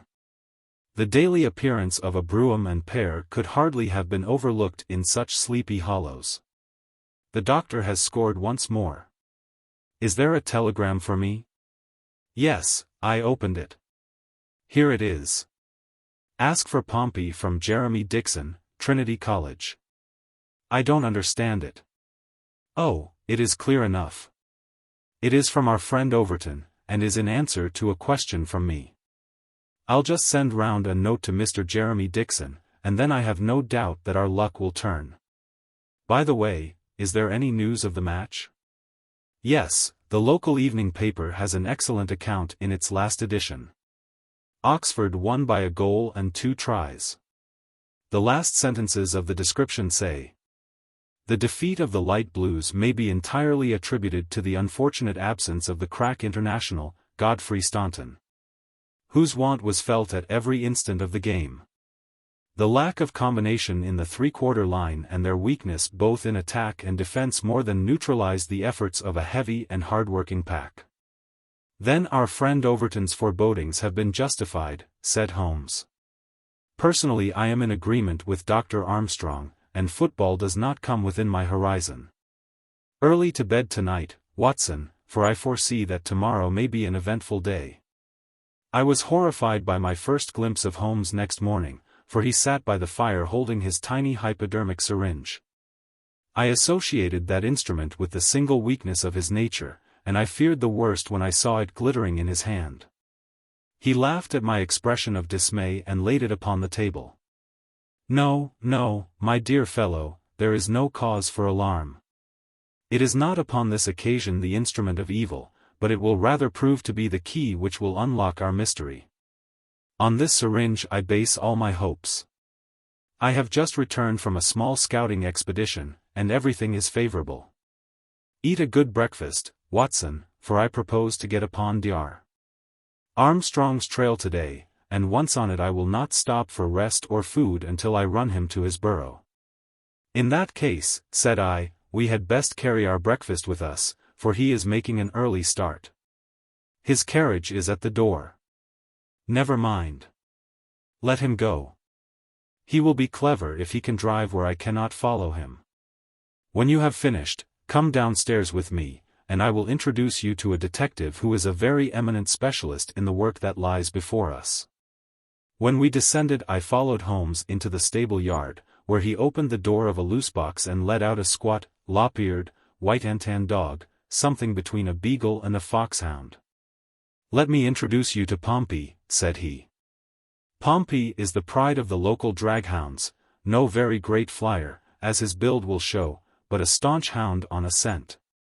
"Well, Pompey, you may not be fast, but I expect you will be too fast for a couple of middle-aged London gentlemen, so I will take the liberty of fastening this leather leash to your collar.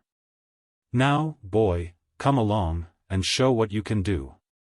He led him across to the doctor's door.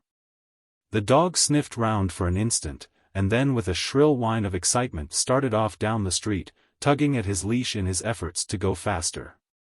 In half an hour, we were clear of the town and hastening down a country road. "What have you done, Holmes?" I asked.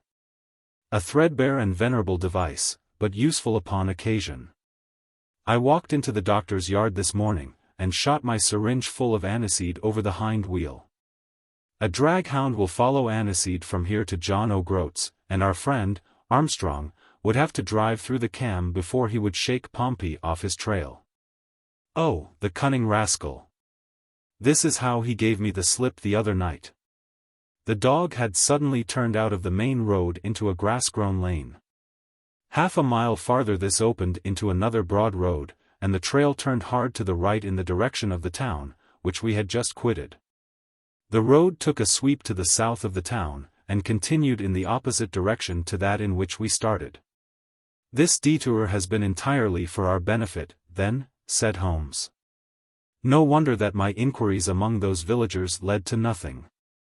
The doctor has certainly played the game for all it is worth, and one would like to know the reason for such elaborate deception. This should be the village of Trumpington to the right of us. And, by Jove! Here is the brougham coming round the corner. Quick, Watson, quick, or we are done." He sprang through a gate into a field, dragging the reluctant Pompey after him.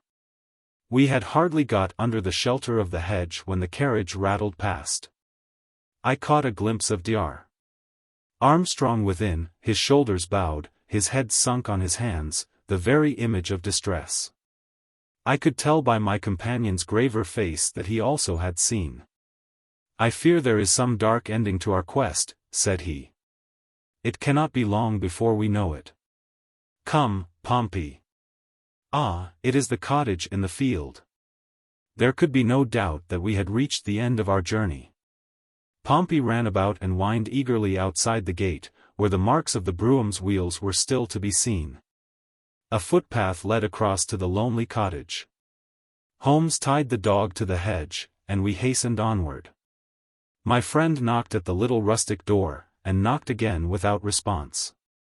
And yet the cottage was not deserted, for a low sound came to our ears, a kind of drone of misery and despair which was indescribably melancholy. Holmes paused irresolute, and then he glanced back at the road which he had just traversed. A brougham was coming down it, and there could be no mistaking those grey horses. "By Jove, the doctor is coming back," cried Holmes. "That settles it. We are bound to see what it means before he comes." He opened the door, and we stepped into the hall. The droning sound swelled louder upon our ears until it became one long, deep wail of distress. It came from upstairs. Holmes darted up, and I followed him. He pushed open a half-closed door, and we both stood appalled at the sight before us. A woman, young and beautiful, was lying dead upon the bed. Her calm pale face, with dim, wide-opened blue eyes, looked upward from amid a great tangle of golden hair. At the foot of the bed, half sitting, half kneeling, his face buried in the clothes, was a young man, whose frame was racked by his sobs. So absorbed was he by his bitter grief, that he never looked up until Holmes's hand was on his shoulder. "Are you Mr. Godfrey Staunton?" Yes, I am, but you are too late. She is dead." The man was so dazed that he could not be made to understand that we were anything but doctors who had been sent to his assistance.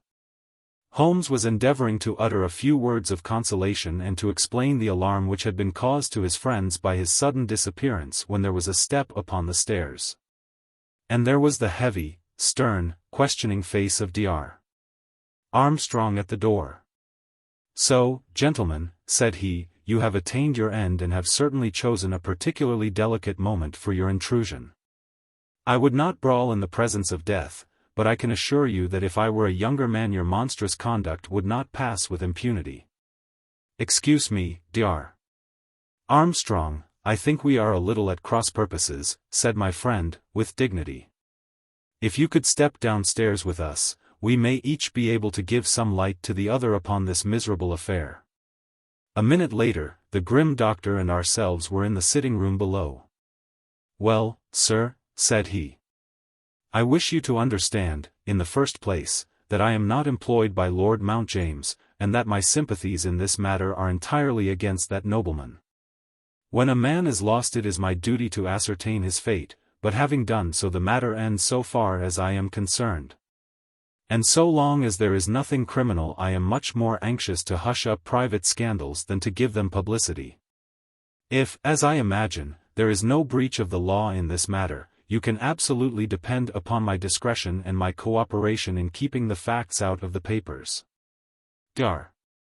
Armstrong took a quick step forward and wrung Holmes by the hand. "You are a good fellow," said he. "I had misjudged you. I thank heaven that my compunction at leaving poor Staunton all alone in this plight caused me to turn my carriage back and so to make your acquaintance. Knowing as much as you do, the situation is very easily explained. A year ago Godfrey Staunton lodged in London for a time and became passionately attached to his landlady's daughter, whom he married. She was as good as she was beautiful and as intelligent as she was good. No man need be ashamed of such a wife.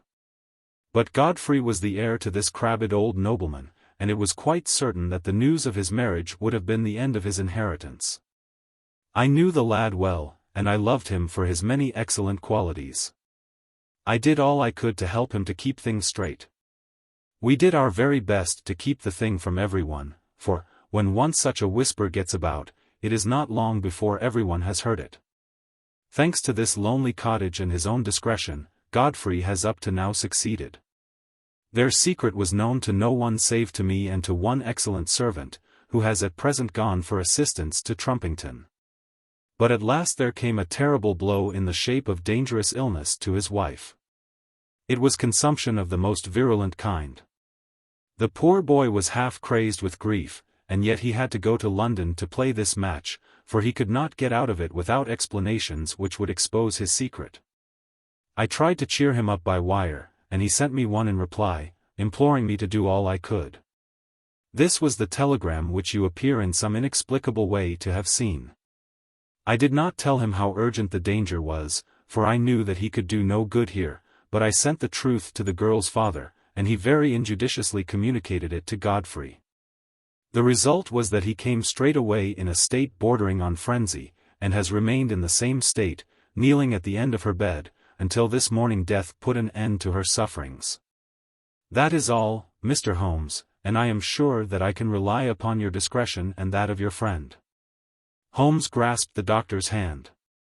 "Come, Watson," said he, and we passed from that house of grief into the pale sunlight of the winter day. The Adventure of the Abbey Grange. It was on a bitterly cold and frosty morning, towards the end of the winter of '97, that I was awakened by a tugging at my shoulder. It was Holmes. The candle in his hand shone upon his eager, stooping face, and told me at a glance that something was amiss. "Come, Watson, come," he cried. "The game is afoot. Not a word. Into your clothes and come." 10 minutes later we were both in a cab, and rattling through the silent streets on our way to Charing Cross Station. The first faint winter's dawn was beginning to appear, and we could dimly see the occasional figure of an early workman as he passed us, blurred and indistinct in the opalescent London reek. Holmes nestled in silence into his heavy coat, and I was glad to do the same, for the air was most bitter, and neither of us had broken our fast. It was not until we had consumed some hot tea at the station and taken our places in the Kentish train that we were sufficiently thawed, he to speak and I to listen. Holmes drew a note from his pocket, and read aloud. "Abbey Grange, Marsham, Kent, 3:30 a.m. My dear Mr. Holmes, I should be very glad of your immediate assistance in what promises to be a most remarkable case. It is something quite in your line. Except for releasing the lady, I will see that everything is kept exactly as I have found it, but I beg you not to lose an instant, as it is difficult to leave Sir Eustace there. Yours faithfully, Stanley Hopkins." Hopkins has called me in 7 times, and on each occasion his summons has been entirely justified, said Holmes. "I fancy that every one of his cases has found its way into your collection, and I must admit, Watson, that you have some power of selection, which atones for much which I deplore in your narratives. Your fatal habit of looking at everything from the point of view of a story instead of as a scientific exercise has ruined what might have been an instructive and even classical series of demonstrations. You slur over work of the utmost finesse and delicacy, in order to dwell upon sensational details which may excite, but cannot possibly instruct, the reader. Why do you not write them yourself?" I said, with some bitterness. "I will, my dear Watson, I will. At present I am, as you know, fairly busy, but I propose to devote my declining years to the composition of a textbook, which shall focus the whole art of detection into one volume. Our present research appears to be a case of murder." "You think this Sir Eustace is dead, then?" "I should say so. Hopkins's writing shows considerable agitation, and he is not an emotional man." "Yes, I gather there has been violence, and that the body is left for our inspection. A mere suicide would not have caused him to send for me. As to the release of the lady, it would appear that she has been locked in her room during the tragedy. We are moving in high life, Watson, crackling paper, E.B. Monogram, coat of arms, picturesque address. I think that friend Hopkins will live up to his reputation, and that we shall have an interesting morning. The crime was committed before 12 last night. How can you possibly tell? By an inspection of the trains, and by reckoning the time. The local police had to be called in, they had to communicate with Scotland Yard, Hopkins had to go out, and he in turn had to send for me. All that makes a fair night's work. Well, Here we are at Chislehurst Station, and we shall soon set our doubts at rest. A drive of a couple of miles through narrow country lanes brought us to a park gate, which was opened for us by an old lodge-keeper, whose haggard face bore the reflection of some great disaster. The avenue ran through a noble park, between lines of ancient elms, and ended in a low, widespread house, pillared in front after the fashion of Palladio. The central part was evidently of a great age and shrouded in ivy, but the large windows showed that modern changes had been carried out, and one wing of the house appeared to be entirely new. The youthful figure and alert, eager face of Inspector Stanley Hopkins confronted us in the open doorway. "I'm very glad you have come, Mr. Holmes. And you, too, Dr. Watson. But, indeed, if I had my time over again, should not have troubled you, for since the lady has come to herself, she has given so clear an account of the affair that there is not much left for us to do. You remember that Lewisham gang of burglars?" "What, the 3 Randalls?" "Exactly, the father and 2 sons. It's their work. I have not a doubt of it. They did a job at Sydenham a fortnight ago and were seen and described. Rather cool to do another so soon and so near, but it is they, beyond all doubt. It's a hanging matter this time." "Sir Eustace is dead, then?" "Yes, his head was knocked in with his own poker. Sir Eustace Brackenstall, the driver tells me." "Exactly, one of the richest men in Kent. Lady Brackenstall is in the morning room.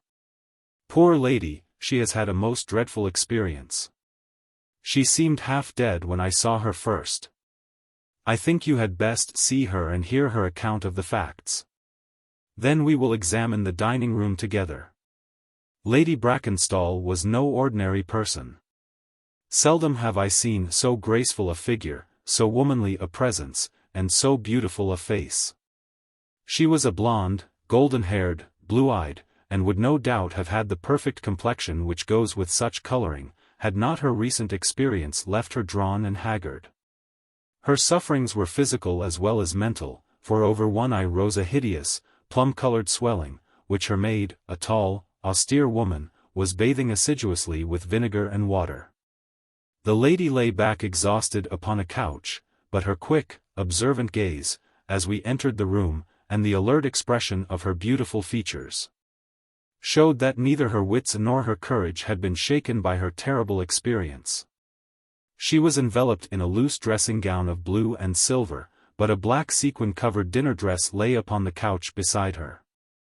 "I have told you all that happened, Mr. Hopkins," she said, wearily. "Could you not repeat it for me?" "Well, if you think it necessary, I will tell these gentlemen what occurred. Have they been in the dining-room yet?" "I thought they had better hear your ladyship's story first." "I shall be glad when you can arrange matters. It is horrible to me to think of him still lying there." She shuddered and buried her face in her hands. As she did so, the loose gown fell back from her forearms. Holmes uttered an exclamation. "You have other injuries, madam." "What is this?" 2 vivid red spots stood out on one of the white, round limbs. She hastily covered it. "It is nothing. It has no connection with this hideous business tonight. If you and your friend will sit down, I will tell you all I can. I am the wife of Sir Eustace Brackenstall. I have been married about a year. I suppose that it is no use my attempting to conceal that our marriage has not been a happy one. I fear that all our neighbors would tell you that, even if I were to attempt to deny it. Perhaps the fault may be partly mine. I was brought up in the freer, less conventional atmosphere of South Australia, and this English life, with its proprieties and its primness, is not congenial to me. But the main reason lies in the one fact, which is notorious to everyone, and that is that Sir Eustace was a confirmed drunkard. To be with such a man for an hour is unpleasant. Can you imagine what it means for a sensitive and high-spirited woman to be tied to him for day and night? It is a sacrilege, a crime, a villainy to hold that such a marriage is binding. I say that these monstrous laws of yours will bring a curse upon the land. God will not let such wickedness endure. For an instant she sat up, her cheeks flushed, and her eyes blazing from under the terrible mark upon her brow. Then the strong, soothing hand of the austere maid drew her head down onto the cushion, and the wild anger died away into passionate sobbing. At last she continued. "I will tell you about last night.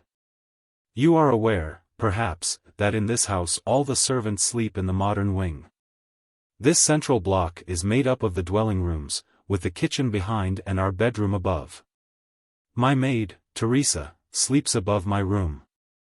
There is no one else, and no sound could alarm those who are in the farther wing.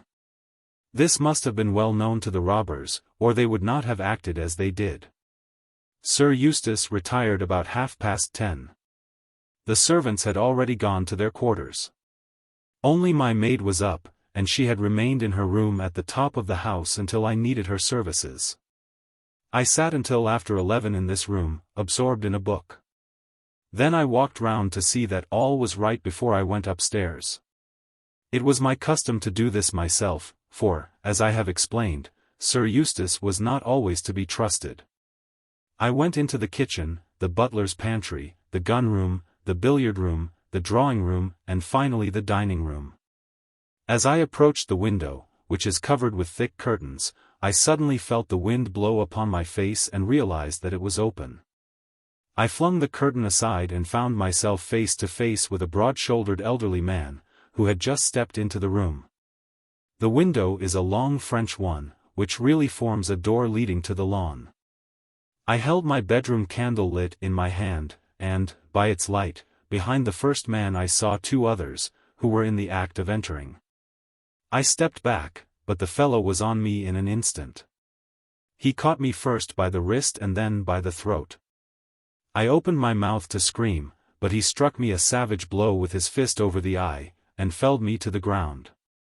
I must have been unconscious for a few minutes, for when I came to myself, I found that they had torn down the bell rope, and had secured me tightly to the oaken chair which stands at the head of the dining table. I was so firmly bound that I could not move, and a handkerchief round my mouth prevented me from uttering a sound. It was at this instant that my unfortunate husband entered the room. He had evidently heard some suspicious sounds, and he came prepared for such a scene as he found. He was dressed in nightshirt and trousers, with his favorite blackthorn cudgel in his hand. He rushed at the burglars, but another, it was an elderly man, stooped, picked the poker out of the grate and struck him a horrible blow as he passed. He fell with a groan and never moved again. I fainted once more, but again it could only have been for a very few minutes during which I was insensible. When I opened my eyes I found that they had collected the silver from the sideboard, and they had drawn a bottle of wine which stood there. Each of them had a glass in his hand. I have already told you, have I not, that one was elderly, with a beard, and the others young, hairless lads. They might have been a father with his two sons. They talked together in whispers. Then they came over and made sure that I was securely bound. Finally they withdrew, closing the window after them. It was quite a quarter of an hour before I got my mouth free. When I did so, my screams brought the maid to my assistance. The other servants were soon alarmed, and we sent for the local police, who instantly communicated with London. That is really all that I can tell you, gentlemen, and I trust that it will not be necessary for me to go over so painful a story again. Any questions, Mr. Holmes? Asked Hopkins. I will not impose any further tax upon Lady Brackenstall's patience and time, said Holmes. Before I go into the dining room, I should like to hear your experience. He looked at the maid. I saw the men before ever they came into the house, said she. As I sat by my bedroom window I saw 3 men in the moonlight down by the lodge gate yonder, but I thought nothing of it at the time. It was more than an hour after that I heard my mistress scream, and down I ran, to find her, poor lamb, just as she says, and him on the floor, with his blood and brains over the room. It was enough to drive a woman out of her wits, tied there, and her very dress spotted with him, but she never wanted courage. Did Miss Mary Fraser of Adelaide and Lady Brackenstall of Abbey Grange hasn't learned new ways? You've questioned her long enough, you gentlemen, and now she is coming to her own room, just with her old Teresa, to get the rest that she badly needs." With a motherly tenderness the gaunt woman put her arm round her mistress and led her from the room. "She has been with her all her life," said Hopkins. "Nursed her as a baby, and came with her to England when they first left Australia, 18 months ago. Teresa Wright is her name, and the kind of maid you don't pick up nowadays. This way, Mr. Holmes, if you please." The keen interest had passed out of Holmes's expressive face, and I knew that with the mystery all the charm of the case had departed.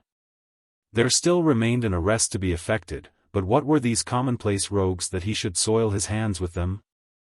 An abstruse and learned specialist who finds that he has been called in for a case of measles would experience something of the annoyance which I read in my friend's eyes.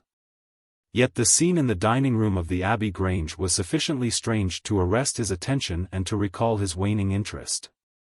It was a very large and high chamber, with carved oak ceiling, oaken paneling, and a fine array of deer's heads and ancient weapons around the walls. At the further end from the door was the high French window of which we had heard. 3 smaller windows on the right-hand side filled the apartment with cold winter sunshine. On the left was a large, deep fireplace, with a massive, overhanging oak mantelpiece. Beside the fireplace was a heavy oaken chair with arms and crossbars at the bottom. In and out through the open woodwork was woven a crimson cord, which was secured at each side to the crosspiece below. In releasing the lady, the cord had been slipped off her, but the knots with which it had been secured still remained. These details only struck our attention afterwards, for our thoughts were entirely absorbed by the terrible object which lay upon the tiger-skin hearthrug in front of the fire. It was the body of a tall, well-made man, about 40 years of age. He lay upon his back, his face upturned, with his white teeth grinning through his short, black beard. His 2 clenched hands were raised above his head, and a heavy, blackthorn stick lay across them. His dark, handsome, aquiline features were convulsed into a spasm of vindictive hatred, which had set his dead face in a terribly fiendish expression. He had evidently been in his bed when the alarm had broken out, for he wore a foppish, embroidered nightshirt, and his bare feet projected from his trousers. His head was horribly injured, and the whole room bore witness to the savage ferocity of the blow which had struck him down. Beside him lay the heavy poker, bent into a curve by the concussion. Holmes examined both it and the indescribable wreck which it had wrought. "He must be a powerful man, this elder Randall," he remarked. "Yes," said Hopkins. "I have some record of the fellow, and he is a rough customer. You should have no difficulty in getting him." "Not the slightest. We have been on the lookout for him, and there was some idea that he had got away to America. Now that we know that the gang are here, I don't see how they can escape. We have the news at every seaport already, and a reward will be offered before evening. What beats me is how they could have done so mad a thing, knowing that the lady could describe them and that we could not fail to recognize the description." "Exactly. One would have expected that they would silence Lady Brackenstall as well." "They may not have realized," I suggested, "that she had recovered from her faint." "That is likely enough. If she seemed to be senseless, they would not take her life. What about this poor fellow, Hopkins? I seem to have heard some queer stories about him. He was a good-hearted man when he was sober, but a perfect fiend when he was drunk, or rather when he was half drunk, for he seldom really went the whole way. The devil seemed to be in him at such times, and he was capable of anything. From what I hear, in spite of all his wealth and his title, he very nearly came our way once or twice. There was a scandal about his drenching a dog with petroleum and setting it on fire, her ladyship's dog, to make the matter worse, and that was only hushed up with difficulty. Then he threw a decanter at that maid, Teresa Wright. There was trouble about that. On the whole, and between ourselves, it will be a brighter house without him. What are you looking at now?" Holmes was down on his knees, examining with great attention the knots upon the red cord with which the lady had been secured. Then he carefully scrutinized the broken and frayed end where it had snapped off when the burglar had dragged it down. When this was pulled down, the bell in the kitchen must have rung loudly, he remarked. No one could hear it. The kitchen stands right at the back of the house.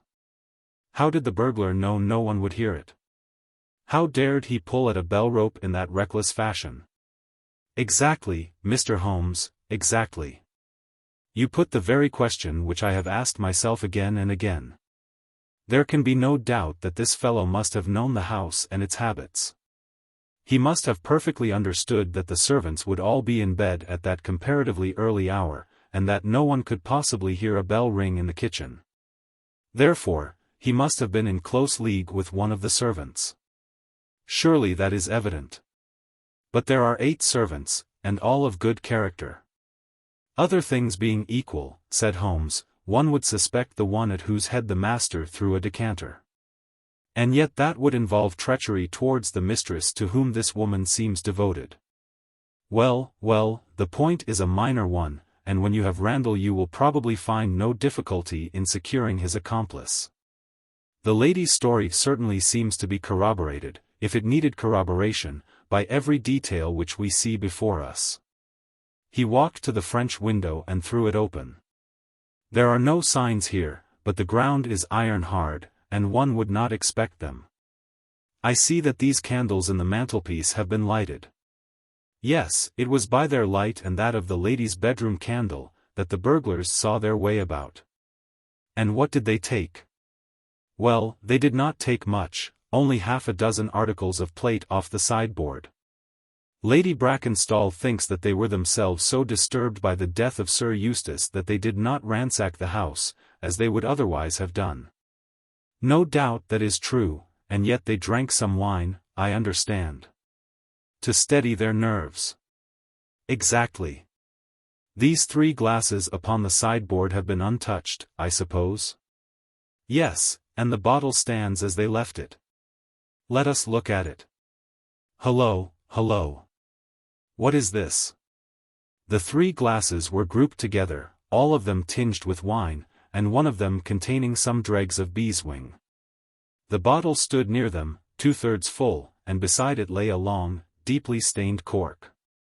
Its appearance and the dust upon the bottle showed that it was no common vintage which the murderers had enjoyed. A change had come over Holmes's manner. He had lost his listless expression, and again I saw an alert light of interest in his keen, deep-set eyes. He raised the cork and examined it minutely. How did they draw it? He asked. Hopkins pointed to a half-open drawer. In it lay some table linen and a large corkscrew. Did Lady Brackenstall say that screw was used? No, you remember that she was senseless at the moment when the bottle was opened. Quite so. As a matter of fact, that screw was not used. This bottle was opened by a pocket screw, probably contained in a knife, and not more than 1.5 inches long. If you will examine the top of the cork, you will observe that the screw was driven in 3 times before the cork was extracted. It has never been transfixed. This long screw would have transfixed it and drawn it up with a single pull. When you catch this fellow, you will find that he has one of these multiplex knives in his possession. Excellent, said Hopkins. But these glasses do puzzle me, I confess.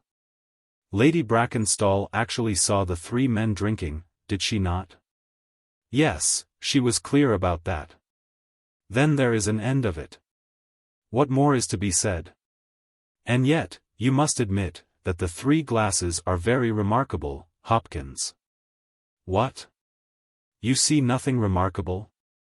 Well, let it pass. Perhaps, when a man has special knowledge and special powers like my own, it rather encourages him to seek a complex explanation when a simpler one is at hand. Of course, it must be a mere chance about the glasses. Well, good morning, Hopkins. I don't see that I can be of any use to you, and you appear to have your case very clear. You will let me know when Randall is arrested, and any further developments which may occur. I trust that I shall soon have to congratulate you upon a successful conclusion. Come, Watson, I fancy that we may employ ourselves more profitably at home. During our return journey, I could see by Holmes's face that he was much puzzled by something which he had observed. Every now and then, by an effort, he would throw off the impression, and talk as if the matter were clear, but then his doubts would settle down upon him again. And his knitted brows and abstracted eyes would show that his thoughts had gone back once more to the great dining room of the Abbey Grange, in which this midnight tragedy had been enacted. At last, by a sudden impulse, just as our train was crawling out of a suburban station, he sprang on to the platform and pulled me out after him. "Excuse me, my dear fellow," said he, as we watched the rear carriages of our train disappearing round a curve, "I am sorry to make you the victim of what may seem a mere whim, but on my life, Watson, I simply can't leave that case in this condition. Every instinct that I possess cries out against it. It's wrong, it's all wrong, I'll swear that it's wrong." And yet the lady's story was complete, the maid's corroboration was sufficient, the detail was fairly exact. What have I to put up against that? 3 wineglasses, that is all. But if I had not taken things for granted, if I had examined everything with the care which I should have shown had we approached the case de novo and had no cut-and-dried story to warp my mind, should I not then have found something more definite to go upon? Of course I should. Sit down on this bench, Watson, until a train for Chislehurst arrives, and allow me to lay the evidence before you. Imploring you in the first instance to dismiss from your mind the idea that anything which the maid or her mistress may have said must necessarily be true. The lady's charming personality must not be permitted to warp our judgment. Surely there are details in her story which, if we looked at in cold blood, would excite our suspicion. These burglars made a considerable haul at Sydenham a fortnight ago. Some account of them and of their appearance was in the papers, and would naturally occur to anyone who wished to invent a story in which imaginary robbers should play a part. As a matter of fact, burglars who have done a good stroke of business are, as a rule, only too glad to enjoy the proceeds in peace and quiet without embarking on another perilous undertaking. Again, it is unusual for burglars to operate at so early an hour, it is unusual for burglars to strike a lady to prevent her screaming. Since one would imagine that was the sure way to make her scream, it is unusual for them to commit murder when their numbers are sufficient to overpower one man. It is unusual for them to be content with a limited plunder when there was much more within their reach, and finally, I should say, that it was very unusual for such men to leave a bottle half empty. How do all these unusuals strike you, Watson? Their cumulative effect is certainly considerable, and yet each of them is quite possible in itself. The most unusual thing of all, as it seems to me, is that the lady should be tied to the chair. Well, I am not so clear about that, Watson, for it is evident that they must either kill her or else secure her in such a way that she could not give immediate notice of their escape. But at any rate I have shown, have I not, that there is a certain element of improbability about the lady's story?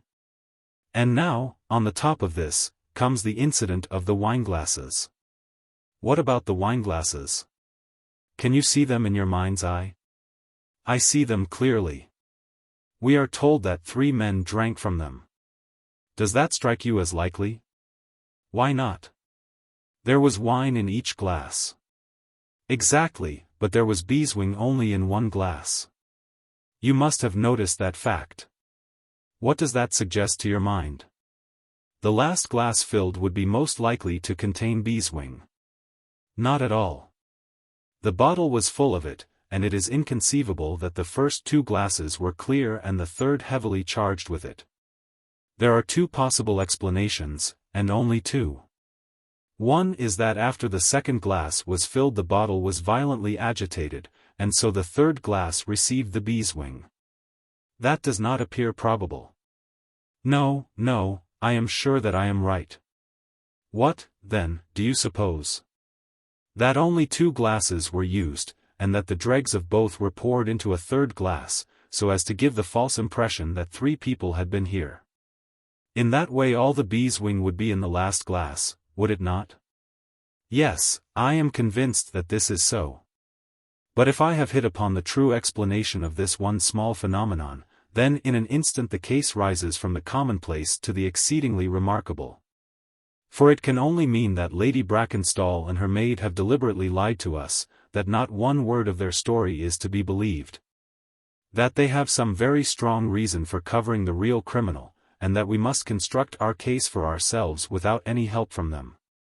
That is the mission which now lies before us, and here, Watson, is the Sydenham train. The household at the Abbey Grange were much surprised at our return, but Sherlock Holmes, finding that Stanley Hopkins had gone off to report to headquarters, took possession of the dining room, locked the door upon the inside, and devoted himself for 2 hours to one of those minute and laborious investigations which form the solid basis on which his brilliant edifices of deduction were reared. Seated in a corner like an interested student who observes the demonstration of his professor, I followed every step of that remarkable research. The window, the curtains, the carpet, the chair, the rope, each in turn was minutely examined and duly pondered. The body of the unfortunate baronet had been removed, and all else remained as we had seen it in the morning. Finally, to my astonishment, Holmes climbed up on to the massive mantelpiece. Far above his head hung the few inches of red cord which were still attached to the wire. For a long time he gazed upward at it, and then in an attempt to get nearer to it he rested his knee upon a wooden bracket on the wall. This brought his hand within a few inches of the broken end of the rope, but it was not this so much as the bracket itself which seemed to engage his attention. Finally, he sprang down with an ejaculation of satisfaction. "It's all right, Watson," said he. "We have got our case, one of the most remarkable in our collection. But, dear me, how slow-witted I have been, and how nearly I have committed the blunder of my lifetime. Now, I think that, with a few missing links, my chain is almost complete. You have got your men?" "Man, Watson, man. Only one, but a very formidable person. Strong as a lion, witness the blow that bent that poker. 6'3" in height, active as a squirrel, dexterous with his fingers, finally, remarkably quick-witted, for this whole ingenious story is of his concoction. Yes, Watson, we have come upon the handiwork of a very remarkable individual. And yet, in that bell-rope, he has given us a clue which should not have left us a doubt." "Where was the clue?" "Well, if you were to pull down a bell-rope, Watson, where would you expect it to break? Surely at the spot where it is attached to the wire. Why should it break 3 inches from the top, as this one has done? Because it is frayed there?" "Exactly. This end, which we can examine, is frayed. He was cunning enough to do that with his knife. But the other end is not frayed. You could not observe that from here, but if you were on the mantelpiece you would see that it is cut clean off without any mark of fraying whatever. You can reconstruct what occurred. The man needed the rope. He would not tear it down for fear of giving the alarm by ringing the bell. What did he do? He sprang up on the mantelpiece, could not quite reach it, put his knee on the bracket, you will see the impression in the dust, and so got his knife to bear upon the cord. I could not reach the place by at least 3 inches, from which I infer that he is at least 3 inches a bigger man than I. Look at that mark upon the seat of the oaken chair. What is it? Blood. Undoubtedly it is blood. This alone puts the lady's story out of court. If she were seated on the chair when the crime was done, how comes that mark? No, she was placed in the chair after the death of her husband. I'll wager that the black dress shows a corresponding mark to this. We have not yet met our Waterloo, Watson, but this is our Marengo, for it begins in defeat and ends in victory. I should like now to have a few words with the nurse, Teresa. We must be wary for a while, if we are to get the information which we want. She was an interesting person, this stern Australian nurse, taciturn, suspicious, ungracious. It took some time before Holmes's pleasant manner and frank acceptance of all that she said thawed her into a corresponding amiability. She did not attempt to conceal her hatred for her late employer. Yes, sir, it is true that he threw the decanter at me.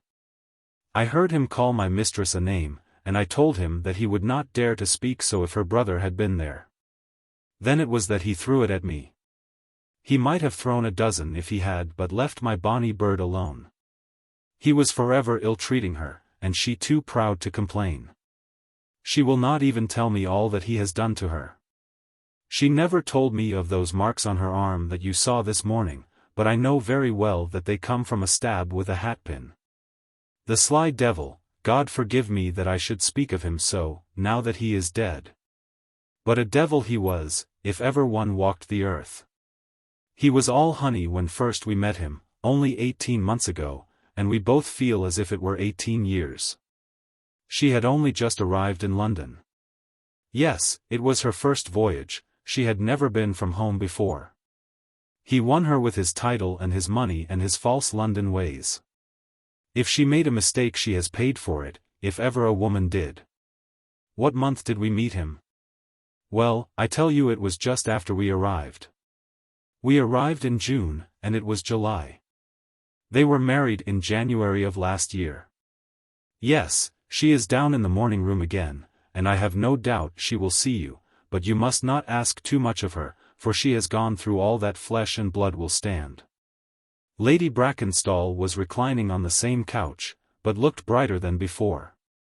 The maid had entered with us, and began once more to foment the bruise upon her mistress's brow. "I hope," said the lady, "that you have not come to cross-examine me again?" "No," Holmes answered, in his gentlest voice, "I will not cause you any unnecessary trouble, Lady Brackenstall, and my whole desire is to make things easy for you.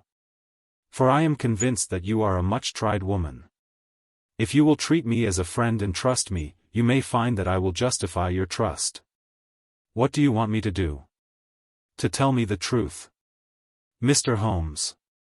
"No, no, Lady Brackenstall, it is no use. You may have heard of any little reputation which I possess.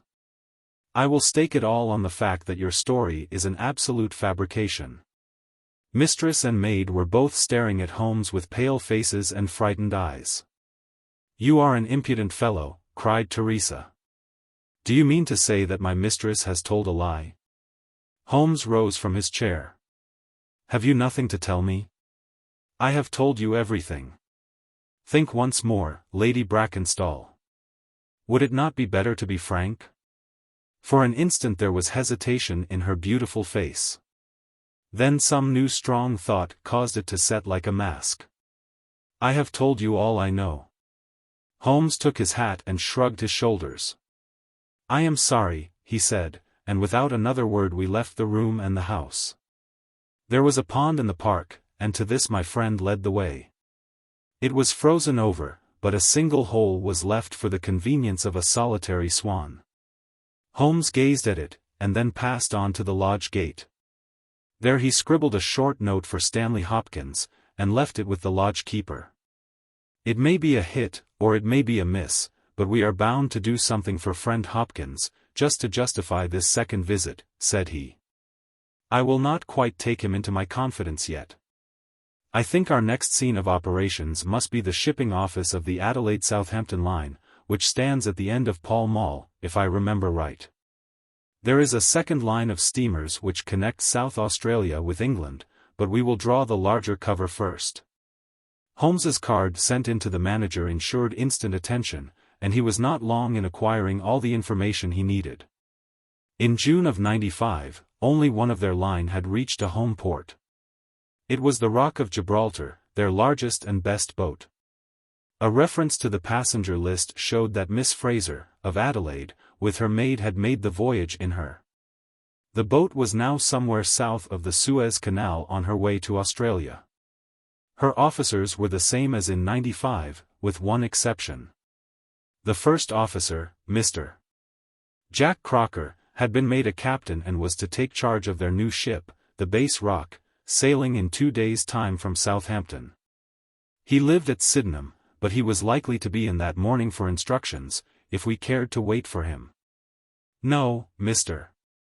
Holmes had no desire to see him, but would be glad to know more about his record and character. His record was magnificent. There was not an officer in the fleet to touch him. As to his character, he was reliable on duty, but a wild, desperate fellow off the deck of his ship, hot-headed, excitable, but loyal, honest, and kind-hearted. That was the pith of the information with which Holmes left the office of the Adelaide Southampton Company. Thence he drove to Scotland Yard, but, instead of entering, he sat in his cab with his brows drawn down, lost in profound thought. Finally he drove round to the Charing Cross Telegraph Office, sent off a message, and then, at last, we made for Baker Street once more. "No, I couldn't do it, Watson," said he, as we re-entered our room. Once that warrant was made out, nothing on earth would save him. Once or twice in my career I feel that I have done more real harm by my discovery of the criminal than ever he had done by his crime. I have learned caution now, and I had rather play tricks with the law of England than with my own conscience. Let us know a little more before we act. Before evening, we had a visit from Inspector Stanley Hopkins. Things were not going very well with him. "I believe that you are a wizard, Mr. Holmes. I really do sometimes think that you have powers that are not human. Now, how on earth could you know that the stolen silver was at the bottom of that pond?" "I didn't know it. But you told me to examine it." "You got it, then?" "Yes, I got it. I am very glad if I have helped you. But you haven't helped me. You have made the affair far more difficult. What sort of burglars are they who steal silver and then throw it into the nearest pond?" It was certainly rather eccentric behavior. I was merely going on the idea that if the silver had been taken by persons who did not want it, who merely took it for a blind, as it were, then they would naturally be anxious to get rid of it. But why should such an idea cross your mind? Well, I thought it was possible. When they came out through the French window, there was the pond with one tempting little hole in the ice, right in front of their noses. Could there be a better hiding place? "Ah, a hiding place, that is better," cried Stanley Hopkins. Yes, I see it all now. It was early, there were folk upon the roads, they were afraid of being seen with the silver, so they sank it in the pond, intending to return for it when the coast was clear. Excellent, Mr. Holmes, that is better than your idea of a blind. Quite so, you have got an admirable theory. I have no doubt that my own ideas were quite wild, but you must admit that they have ended in discovering the silver. Yes, sir, yes. It was all your doing. But I have had a bad setback. A setback? Yes, Mr. Holmes. The Randall gang were arrested in New York this morning. Dear me, Hopkins. That is certainly rather against your theory that they committed a murder in Kent last night. It is fatal, Mr. Holmes, absolutely fatal. Still, there are other gangs of 3 besides the Randalls, or it may be some new gang of which the police have never heard. Quite so, it is perfectly possible. What, are you off? Yes, Mr. Holmes, there is no rest for me until I have got to the bottom of the business. I suppose you have no hint to give me? I have given you one. Which? Well, I suggested a blind. But why, Mr. Holmes, why? Ah, that's the question, of course. But I commend the idea to your mind. You might possibly find that there was something in it. You won't stop for dinner? Well, goodbye, and let us know how you get on. Dinner was over, and the table cleared before Holmes alluded to the matter again. He had lit his pipe and held his slippered feet to the cheerful blaze of the fire. Suddenly he looked at his watch. I expect developments, Watson. When? Now, within a few minutes. I dare say you thought I acted rather badly to Stanley Hopkins just now. I trust your judgment. A very sensible reply, Watson. You must look at it this way, what I know is unofficial, what he knows is official. I have the right to private judgment, but he has none. He must disclose all, or he is a traitor to his service. In a doubtful case I would not put him in so painful a position, and so I reserve my information until my own mind is clear upon the matter. But when will that be? The time has come. You will now be present at the last scene of a remarkable little drama. There was a sound upon the stairs, and our door was opened to admit as fine a specimen of manhood as ever passed through it.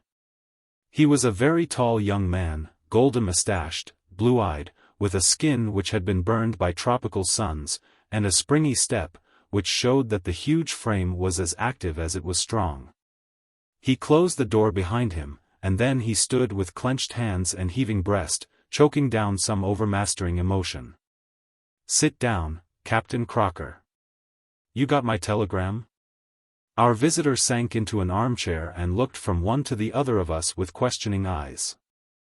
"I got your telegram, and I came at the hour you said.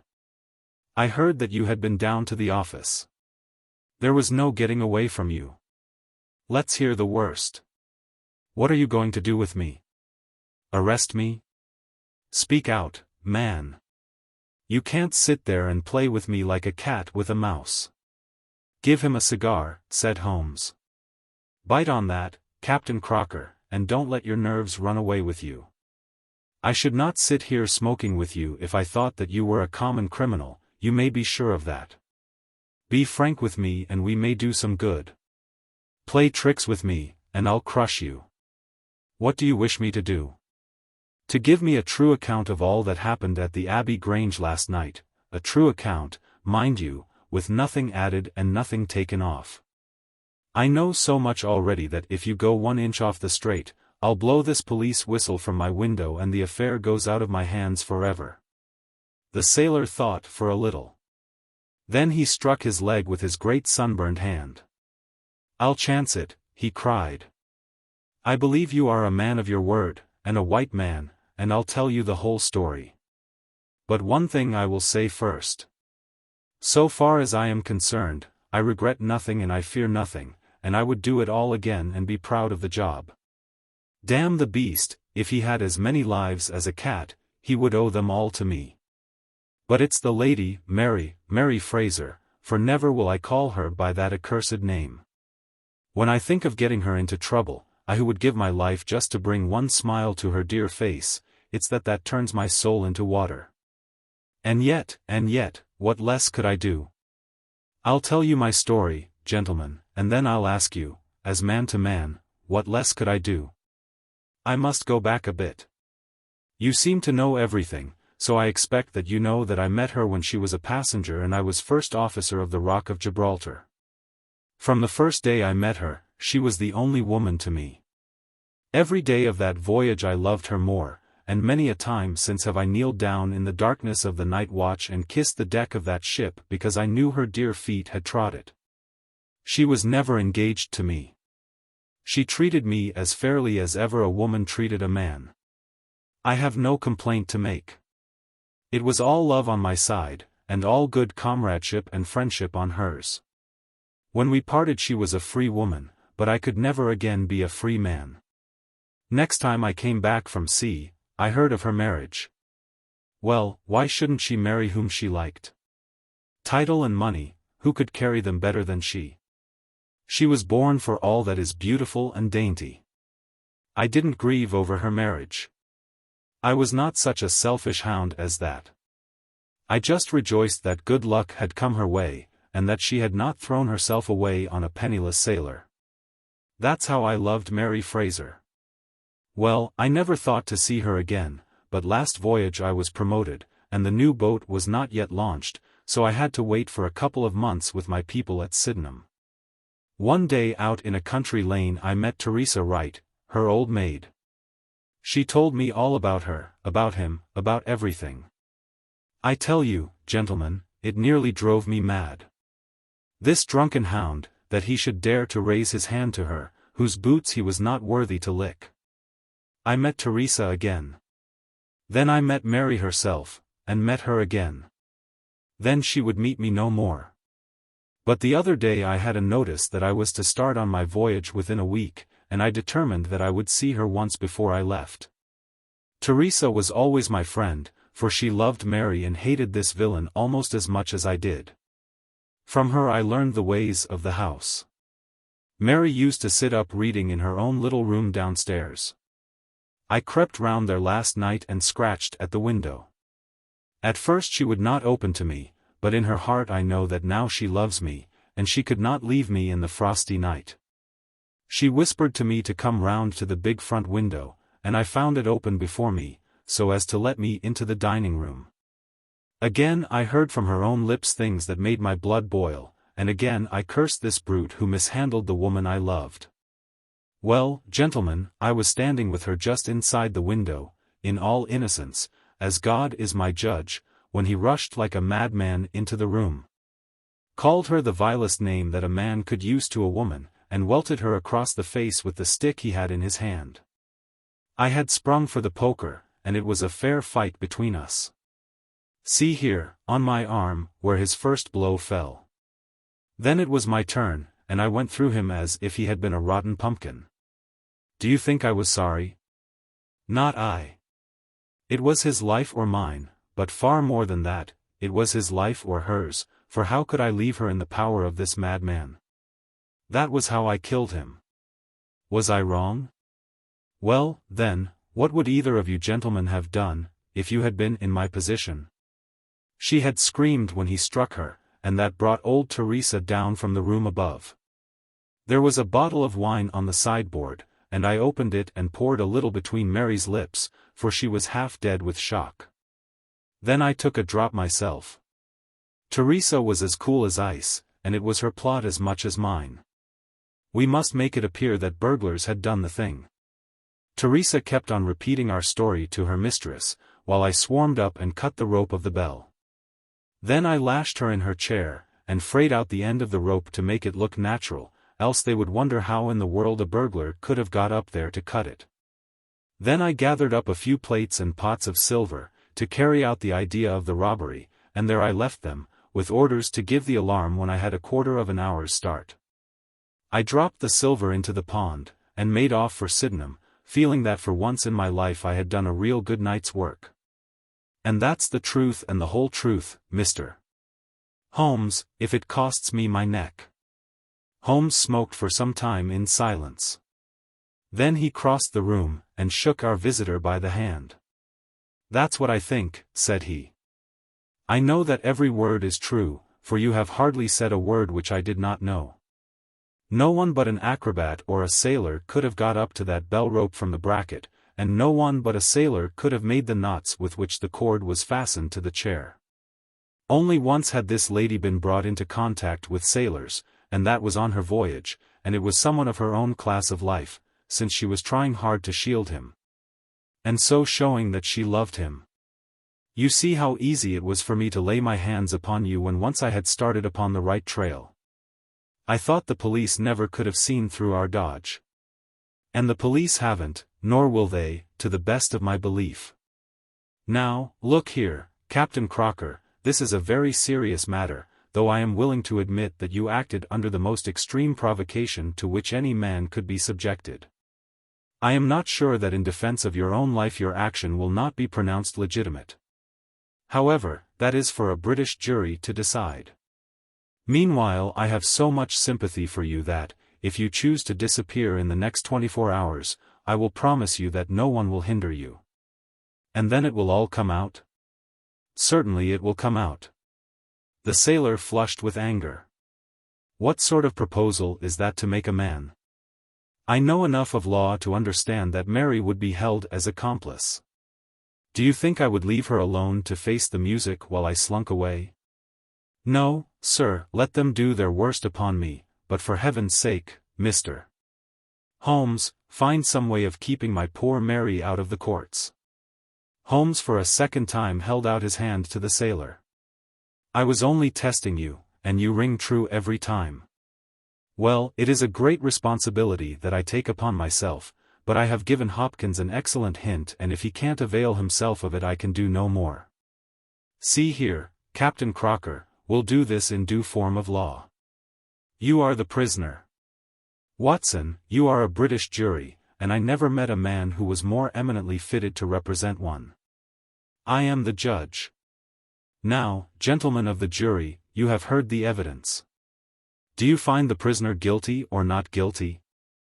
Not guilty, my lord, said I. Vox populi, vox Dei.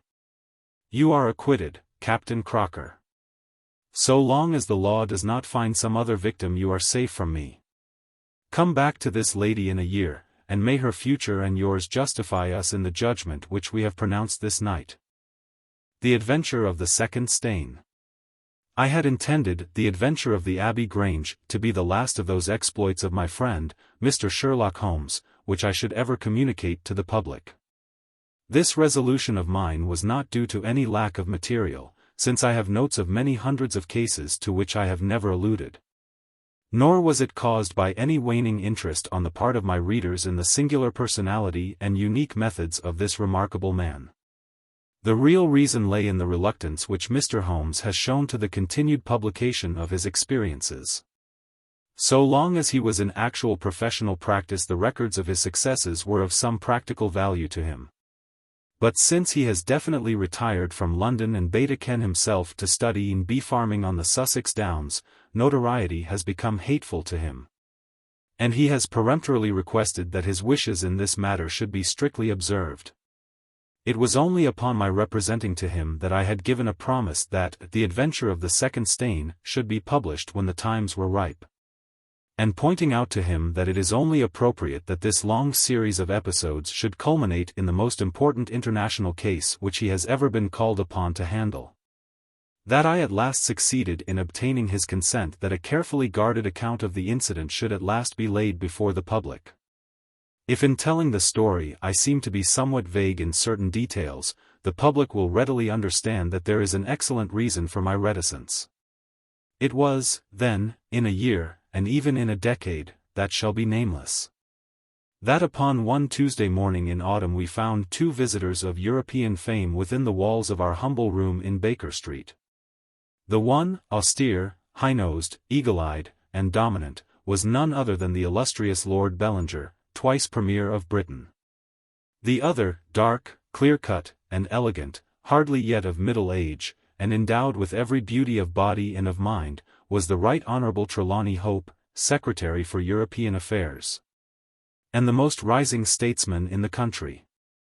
They sat side by side upon our paper-littered settee, and it was easy to see from their worn and anxious faces that it was business of the most pressing importance which had brought them. The Premier's thin, blue-veined hands were clasped tightly over the ivory head of his umbrella, and his gaunt, ascetic face looked gloomily from Holmes to me. The European secretary pulled nervously at his mustache and fidgeted with the seals of his watch chain. When I discovered my loss, Mr. Holmes, which was at 8 o'clock this morning, I at once informed the Prime Minister. It was at his suggestion that we have both come to you. Have you informed the police? No, sir, said the Prime Minister, with the quick, decisive manner for which he was famous. We have not done so, nor is it possible that we should do so.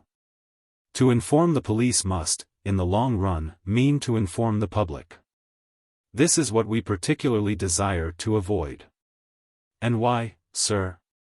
Because the document in question is of such immense importance that its publication might very easily, I might almost say probably, lead to European complications of the utmost moment. It is not too much to say that peace or war may hang upon the issue. Unless its recovery can be attended with the utmost secrecy, then it may as well not be recovered at all. For all that is aimed at by those who have taken it is that its contents should be generally known. I understand. Now, Mr. Trelawney Hope, I should be much obliged if you would tell me exactly the circumstances under which this document disappeared. That can be done in a very few words, Mr. Holmes. The letter, for it was a letter from a foreign potentate, was received 6 days ago. It was of such importance that I have never left it in my safe, but have taken it across each evening to my house in Whitehall Terrace, and kept it in my bedroom in a locked dispatch box. It was there last night. Of that I am certain. I actually opened the box while I was dressing for dinner and saw the document inside. This morning it was gone. The dispatch box had stood beside the glass upon my dressing table all night. I am a light sleeper, and so is my wife. We are both prepared to swear that no one could have entered the room during the night. And yet I repeat that the paper is gone. What time did you dine? 7:30. How long was it before you went to bed? My wife had gone to the theatre. I waited up for her. It was 11:30 before we went to our room. Then for 4 hours the dispatch box had lain unguarded. No one is ever permitted to enter that room save the housemaid in the morning, and my valet, or my wife's maid, during the rest of the day. They are both trusty servants who have been with us for some time. Besides, neither of them could possibly have known that there was anything more valuable than the ordinary departmental papers in my dispatch box. Who did know of the existence of that letter? No one in the house. Surely your wife knew? No, sir. I had said nothing to my wife until I missed the paper this morning. The Premier nodded approvingly.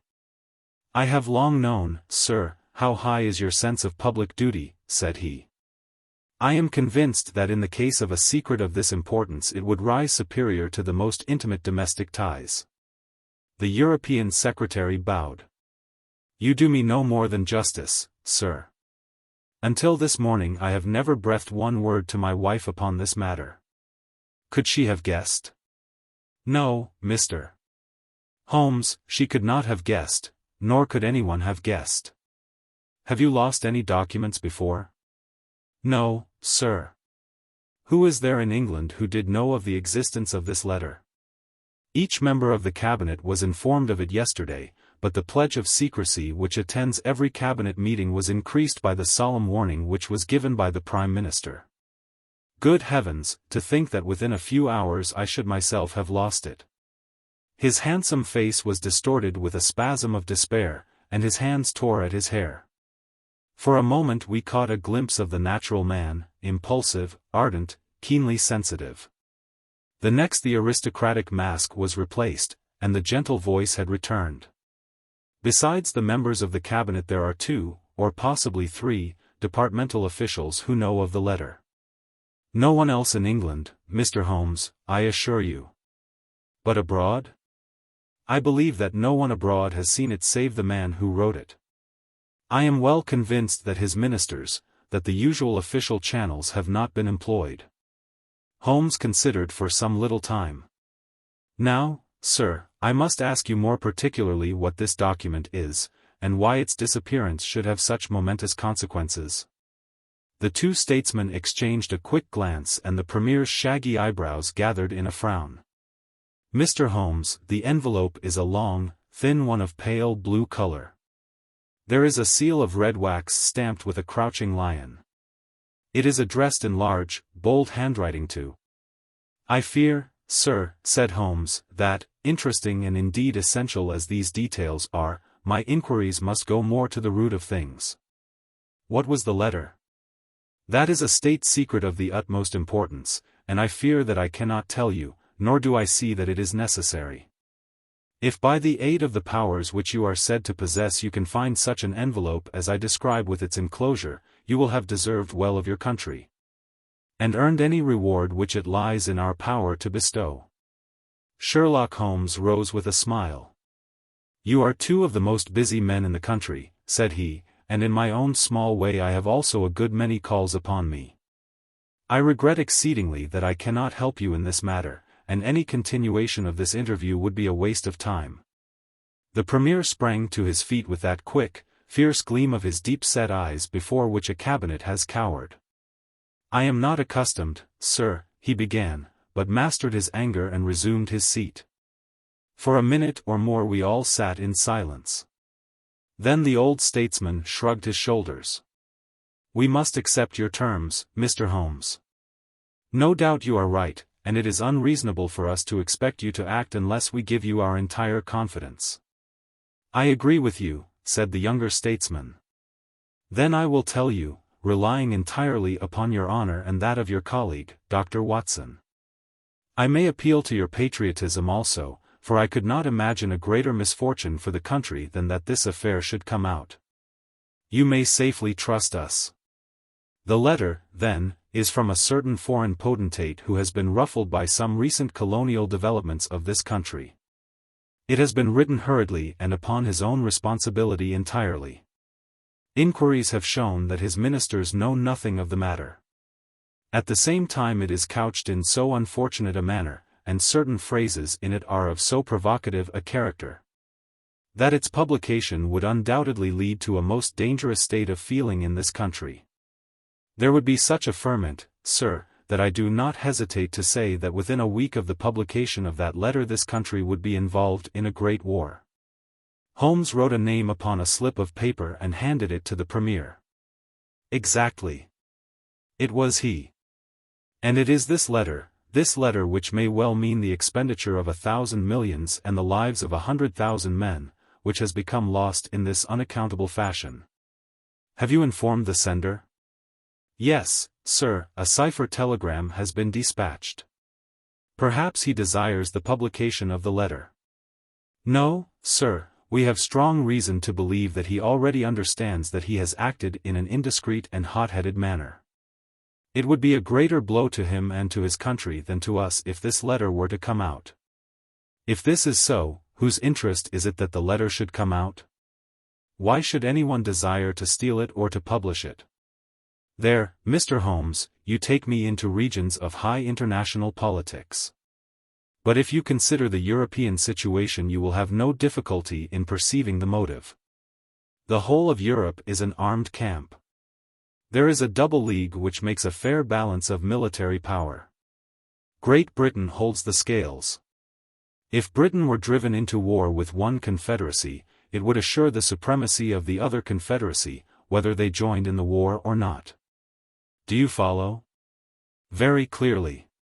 It is then the interest of the enemies of this potentate to secure and publish this letter, so as to make a breach between his country and ours?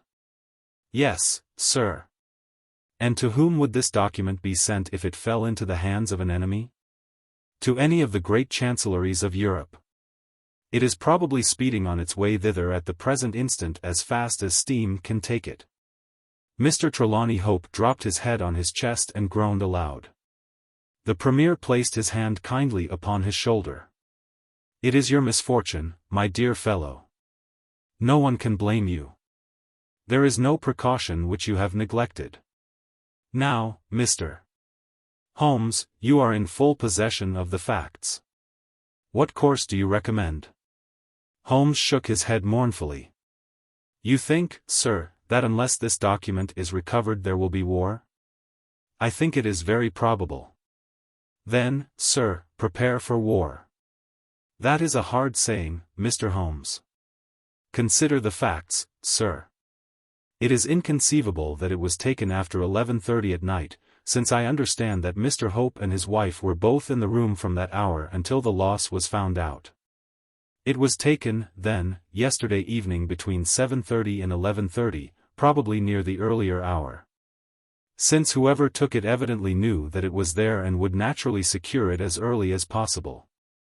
Now, sir, if a document of this importance were taken at that hour, where can it be now? No one has any reason to retain it. It has been passed rapidly on to those who need it. What chance have we now to overtake or even to trace it? It is beyond our reach. The Prime Minister rose from the settee. What you say is perfectly logical, Mr. Holmes. I feel that the matter is indeed out of our hands. Let us presume, for argument's sake, that the document was taken by the maid or by the valet. They are both old and tried servants. I understand you to say that your room is on the second floor, that there is no entrance from without, and that from within no one could go up unobserved. It must, then, be somebody in the house who has taken it. To whom would the thief take it? To one of several international spies and secret agents, whose names are tolerably familiar to me. There are 3 who may be said to be the heads of their profession. I will begin my research by going round and finding if each of them is at his post. If one is missing, especially if he has disappeared since last night, we will have some indication as to where the document has gone. Why should he be missing? Asked the European Secretary. He would take the letter to an embassy in London, as likely as not. I fancy not. These agents work independently, and their relations with the embassies are often strained. The Prime Minister nodded his acquiescence. I believe you are right, Mr. Holmes. He would take so valuable a prize to headquarters with his own hands. I think that your course of action is an excellent one. Meanwhile, hope, we cannot neglect all our other duties on account of this one misfortune. Should there be any fresh developments during the day we shall communicate with you, and you will no doubt let us know the results of your own inquiries. The two statesmen bowed and walked gravely from the room. When our illustrious visitors had departed, Holmes lit his pipe in silence and sat for some time lost in the deepest thought. I had opened the morning paper and was immersed in a sensational crime which had occurred in London the night before, when my friend gave an exclamation, sprang to his feet, and laid his pipe down upon the mantelpiece. Yes, said he, there is no better way of approaching it. The situation is desperate, but not hopeless. Even now, if we could be sure which of them has taken it, it is just possible that it has not yet passed out of his hands. After all, it is a question of money with these fellows, and I have the British Treasury behind me. If it's on the market I'll buy it, if it means another penny on the income tax. It is conceivable that the fellow might hold it back to see what bids come from this side before he tries his luck on the other. There are only those three capable of playing so bold a game. There are Oberstein, La Rothière, and Eduardo Lucas. I will see each of them. I glanced at my morning paper. Is that Eduardo Lucas of Godolphin Street? Yes. You will not see him. Why not? He was murdered in his house last night. My friend has so often astonished me in the course of our adventures that it was with a sense of exultation that I realized how completely I had astonished him. He stared in amazement, and then snatched the paper from my hands. This was the paragraph which I had been engaged in reading when he rose from his chair. Murder in Westminster. A crime of mysterious character was committed last night at 16 Godolphin Street. One of the old-fashioned and secluded rows of 18th-century houses which lie between the river and the Abbey, almost in the shadow of the great tower of the Houses of Parliament.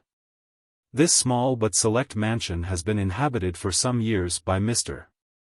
Eduardo Lucas, well known in society circles both on account of his charming personality and because he has the well-deserved reputation of being one of the best amateur tenors in the country. Mr. Lucas is an unmarried man, 34 years of age, and his establishment consists of Mrs. Pringle, an elderly housekeeper, and of Mitten, his valet. The former retires early and sleeps at the top of the house. The valet was out for the evening, visiting a friend at Hammersmith. From 10 o'clock onward Mr. Lucas had the house to himself. What occurred during that time has not yet transpired, but at 11:45 Police Constable Barrett, passing along Godolphin Street, observed that the door of number 16 was ajar. He knocked, but received no answer. Perceiving a light in the front room, he advanced into the passage and again knocked, but without reply. He then pushed open the door and entered.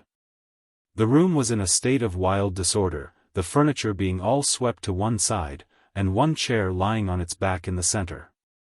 Beside this chair, and still grasping one of its legs, lay the unfortunate tenant of the house. He had been stabbed to the heart and must have died instantly. The knife with which the crime had been committed was a curved Indian dagger, plucked down from a trophy of Oriental arms which adorned one of the walls. Robbery does not appear to have been the motive of the crime, for there had been no attempt to remove the valuable contents of the room. Mr. Eduardo Lucas was so well known and popular that his violent and mysterious fate will arouse painful interest and intense sympathy in a widespread circle of friends. Well, Watson, what do you make of this? Asked Holmes, after a long pause. It is an amazing coincidence. A coincidence. Here is one of the three men whom we had named as possible actors in this drama, and he meets a violent death during the very hours when we know that that drama was being enacted. The odds are enormous against its being coincidence. No figures could express them. No, my dear Watson, the two events are connected, must be connected. It is for us to find the connection. But now the official police must know all. Not at all. They know all they see at Godolphin Street. They know, and shall know, nothing of Whitehall Terrace. Only we know of both events, and can trace the relation between them. There is one obvious point which would, in any case, have turned my suspicions against Lucas. Godolphin Street, Westminster, is only a few minutes' walk from Whitehall Terrace. The other secret agents whom I have named live in the extreme West End. It was easier, therefore, for Lucas than for the others to establish a connection or receive a message from the European secretary's household, a small thing. And yet where events are compressed into a few hours it may prove essential. Hullo! What have we here? Mrs. Hudson had appeared with a lady's card upon her salver. Holmes glanced at it, raised his eyebrows, and handed it over to me. "Ask Lady Hilda Trelawney Hope if she will be kind enough to step up," said he. A moment later our modest apartment, already so distinguished that morning, was further honored by the entrance of the most lovely woman in London. I had often heard of the beauty of the youngest daughter of the Duke of Belminster, but no description of it, and no contemplation of colorless photographs, had prepared me for the subtle, delicate charm and the beautiful coloring of that exquisite head. And yet as we saw it that autumn morning, it was not its beauty which would be the first thing to impress the observer. The cheek was lovely but it was paled with emotion, the eyes were bright but it was the brightness of fever, the sensitive mouth was tight and drawn in an effort after self-command. Terror, not beauty, was what sprang first to the eye as our fair visitor stood framed for an instant in the open door. "Has my husband been here, Mr. Holmes?" "Yes, madam, he has been here." "Mr. Holmes, I implore you not to tell him that I came here." Holmes bowed coldly, and motioned the lady to a chair. "Your ladyship places me in a very delicate position. I beg that you will sit down and tell me what you desire, but I fear that I cannot make any unconditional promise." She swept across the room and seated herself with her back to the window. It was a queenly presence, tall, graceful, and intensely womanly. "Mr. Holmes," she said, and her white-gloved hands clasped and unclasped as she spoke, "I will speak frankly to you in the hopes that it may induce you to speak frankly in return. There is complete confidence between my husband and me on all matters save one. That one is politics. On this his lips are sealed. He tells me nothing. Now, I am aware that there was a most deplorable occurrence in our house last night. I know that a paper has disappeared. But because the matter is political my husband refuses to take me into his complete confidence. Now it is essential, I say, that I should thoroughly understand it. You are the only other person, save only these politicians, who knows the true facts. I beg you then, Mr. Holmes, to tell me exactly what has happened and what it will lead to. Tell me all, Mr. Holmes. Let no regard for your client's interests keep you silent, for I assure you that his interests, if he would only see it, would be best served by taking me into his complete confidence. What was this paper which was stolen? Madam, what you ask me is really impossible. She groaned and sank her face in her hands. You must see that this is so, madam. If your husband thinks fit to keep you in the dark over this matter, is it for me, who has only learned the true facts under the pledge of professional secrecy, to tell what he has withheld? It is not fair to ask it. It is him whom you must ask. I have asked him. I come to you as a last resource. But without your telling me anything definite, Mr. Holmes, you may do a great service if you would enlighten me on one point. What is it, madam? Is my husband's political career likely to suffer through this incident? Well, madam, unless it is set right it may certainly have a very unfortunate effect.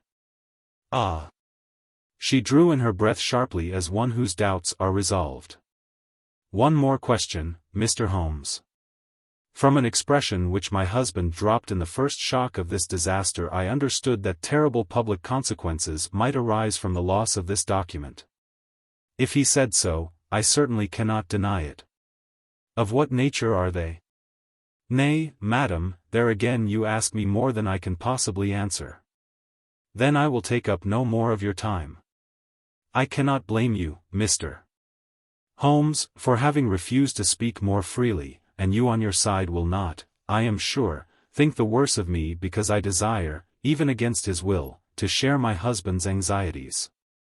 Once more I beg that you will say nothing of my visit. She looked back at us from the door, and I had a last impression of that beautiful haunted face, the startled eyes, and the drawn mouth. Then she was gone. Now, Watson, the fair sex is your department, said Holmes, with a smile, when the dwindling frou-frou of skirts had ended in the slam of the front door. What was the fair lady's game? What did she really want? Surely her own statement is clear and her anxiety very natural.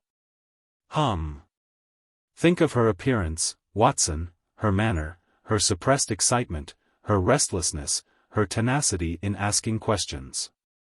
Remember that she comes of a caste who do not lightly show emotion. She was certainly much moved. Remember also the curious earnestness with which she assured us that it was best for her husband that she should know all. What did she mean by that?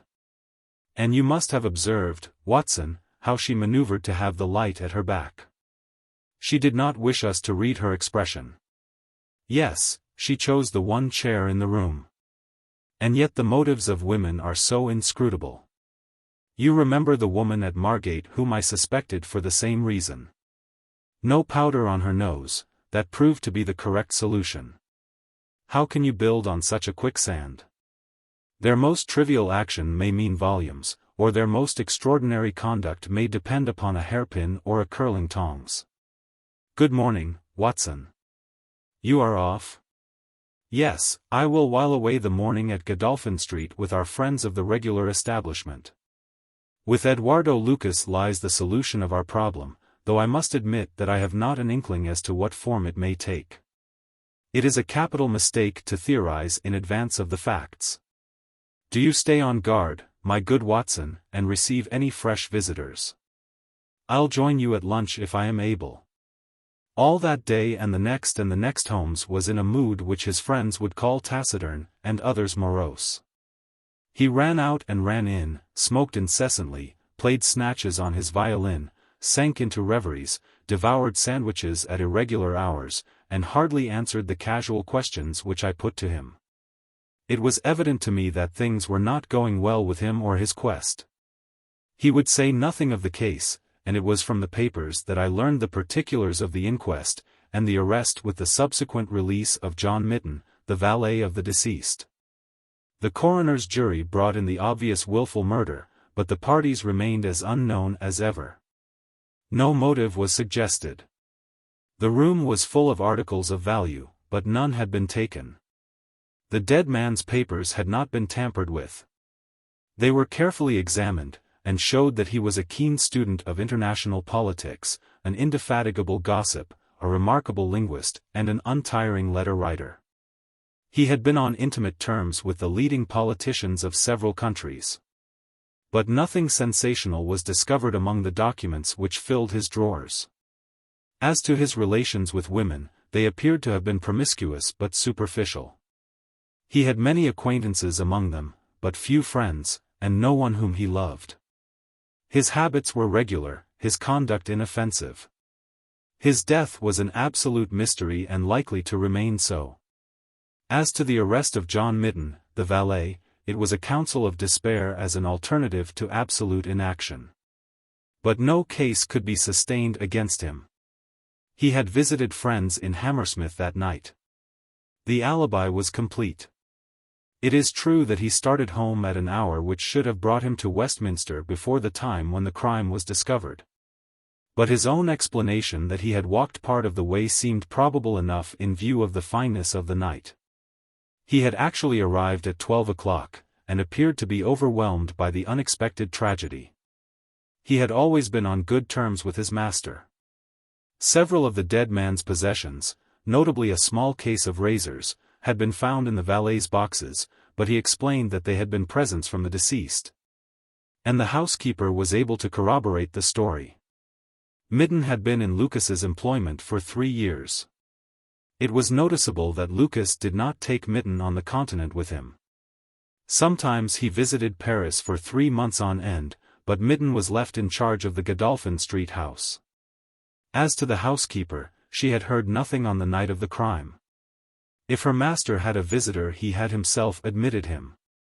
So for 3 mornings the mystery remained, so far as I could follow it in the papers. If Holmes knew more, he kept his own counsel, but, as he told me that Inspector Lestrade had taken him into his confidence in the case, I knew that he was in close touch with every development. Upon the 4th day there appeared a long telegram from Paris which seemed to solve the whole question. "A discovery has just been made by the Parisian police," said the Daily Telegraph, "which raises the veil which hung round the tragic fate of Mr. Eduardo Lucas, who met his death by violence last Monday night at Godolphin Street, Westminster. Our readers will remember that the deceased gentleman was found stabbed in his room, and that some suspicion attached to his valet, but that the case broke down on an alibi.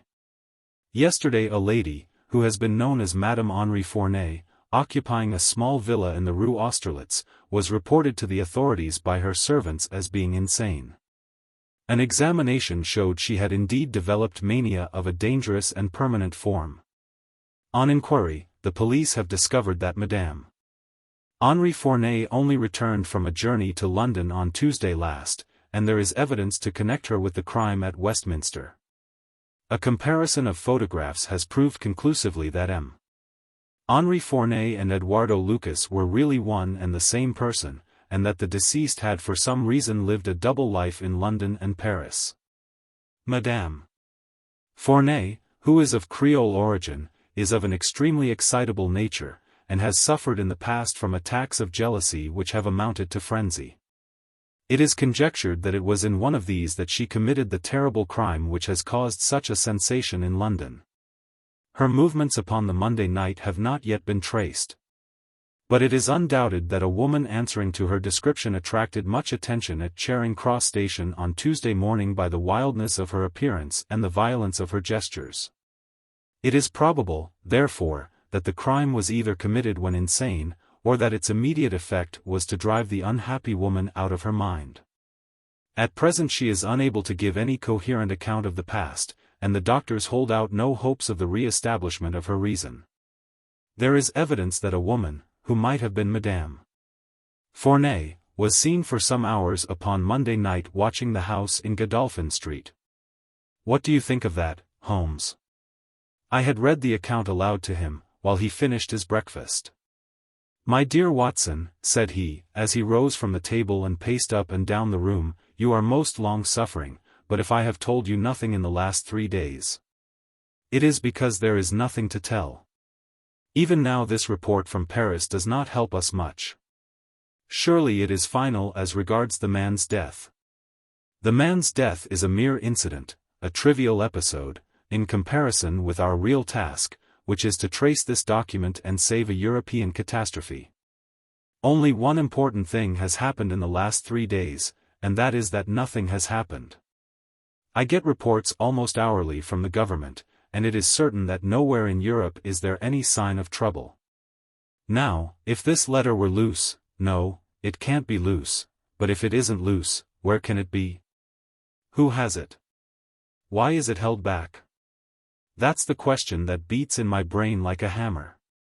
Was it, indeed, a coincidence that Lucas should meet his death on the night when the letter disappeared?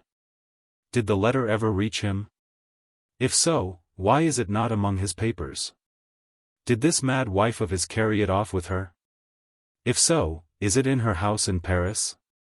How could I search for it without the French police having their suspicions aroused? It is a case, my dear Watson, where the law is as dangerous to us as the criminals are. Every man's hand is against us, and yet the interests at stake are colossal. Should I bring it to a successful conclusion, it will certainly represent the crowning glory of my career. Ah, here is my latest from the front. He glanced hurriedly at the note which had been handed in. "Hullo. Lestrade seems to have observed something of interest. Put on your hat, Watson, and we will stroll down together to Westminster." It was my first visit to the scene of the crime, a high, dingy, narrow-chested house, prim, formal, and solid, like the century which gave it birth. Lestrade's bulldog features gazed out at us from the front window, and he greeted us warmly when a big constable had opened the door and let us in. The room into which we were shown was that in which the crime had been committed, but no trace of it now remained save an ugly, irregular stain upon the carpet. This carpet was a small square drugget in the center of the room, surrounded by a broad expanse of beautiful, old-fashioned wood flooring in square blocks, highly polished. Over the fireplace was a magnificent trophy of weapons, one of which had been used on that tragic night. In the window was a sumptuous writing desk, and every detail of the apartment, the pictures, the rugs, and the hangings, all pointed to a taste which was luxurious to the verge of effeminacy. "Seen the Paris news?" asked Lestrade. Holmes nodded. "Our French friends seem to have touched the spot this time. No doubt it's just as they say." She knocked at the door, surprise visit, I guess, for he kept his life in watertight compartments. He let her in, couldn't keep her in the street. She told him how she had traced him, reproached him. One thing led to another, and then with that dagger so handy the end soon came.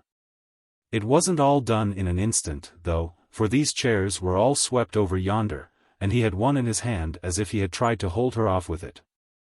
"We've got it all clear as if we had seen it." Holmes raised his eyebrows. "And yet you have sent for me?" "Ah, yes, that's another matter, a mere trifle, but the sort of thing you take an interest in, queer, you know, and what you might call freakish. It has nothing to do with the main fact, can't have, on the face of it." "What is it, then?" "Well, you know, after a crime of this sort we are very careful to keep things in their position. Nothing has been moved. Officer in charge here day and night. This morning, as the man was buried and the investigation over, so far as this room is concerned, we thought we could tidy up a bit. This carpet. You see, it is not fastened down, only just laid there. We had occasion to raise it. We found." "Yes? You found?" Holmes's face grew tense with anxiety. "Well, I'm sure you would never guess in 100 years what we did find. You see that stain on the carpet? Well, a great deal must have soaked through, must it not?" "Undoubtedly it must." "Well, you will be surprised to hear that there is no stain on the white woodwork to correspond." "No stain. But there must." "Yes, so you would say. But the fact remains that there isn't." He took the corner of the carpet in his hand and, turning it over, he showed that it was indeed as he said. "But the underside is as stained as the upper. It must have left a mark." Lestrade chuckled with delight at having puzzled the famous expert.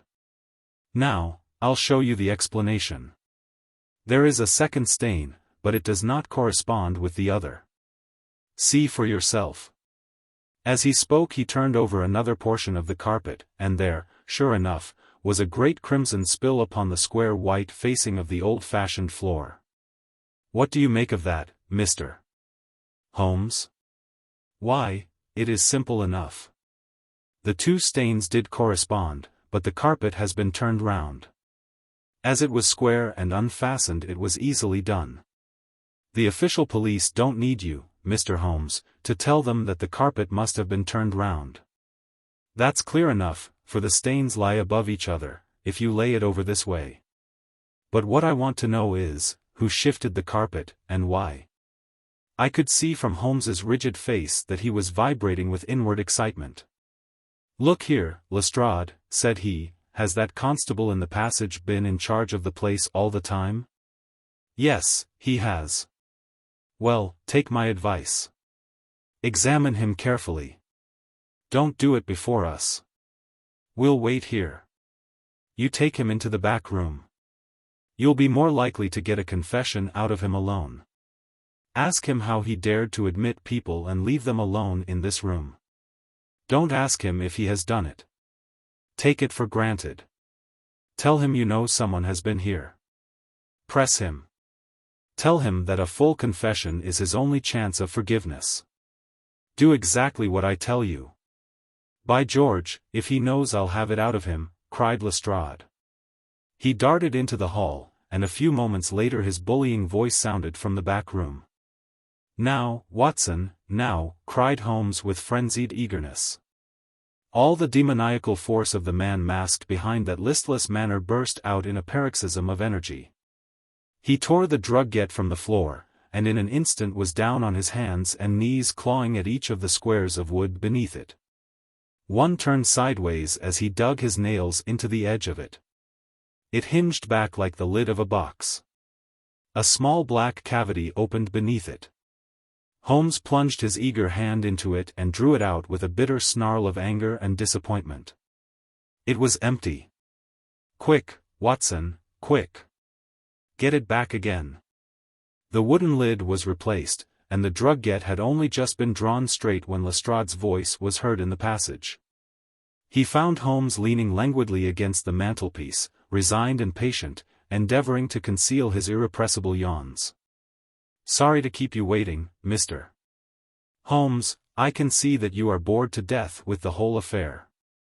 Well, he has confessed, all right. Come in here, Macpherson. Let these gentlemen hear of your most inexcusable conduct. The big constable, very hot and penitent, sidled into the room. I meant no harm, sir, I'm sure.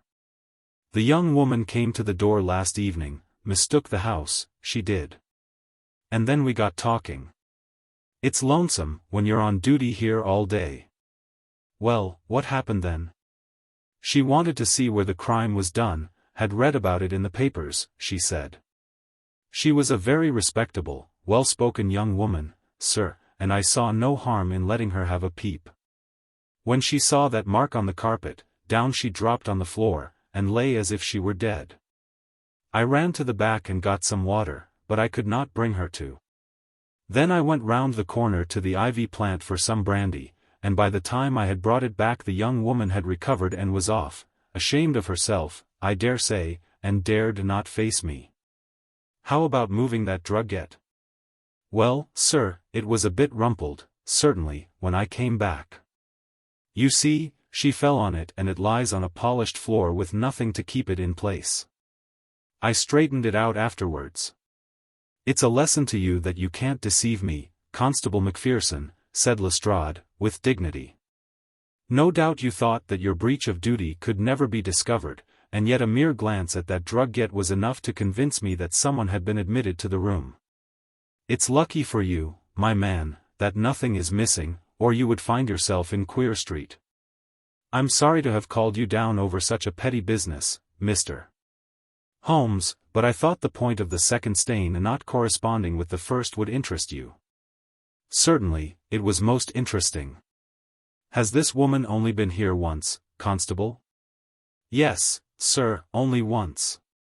Who was she? Don't know the name, sir. Was answering an advertisement about typewriting and came to the wrong number. Very pleasant, genteel young woman, sir.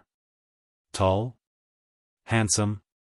Yes, sir, she was a well-grown young woman. I suppose you might say she was handsome. Perhaps some would say she was very handsome. Oh, officer, do let me have a peep, says she. She had pretty, coaxing ways, as you might say, and I thought there was no harm in letting her just put her head through the door. How was she dressed? Quiet, sir, a long mantle down to her feet. What time was it? It was just growing dusk at the time. They were lighting the lamps as I came back with the brandy.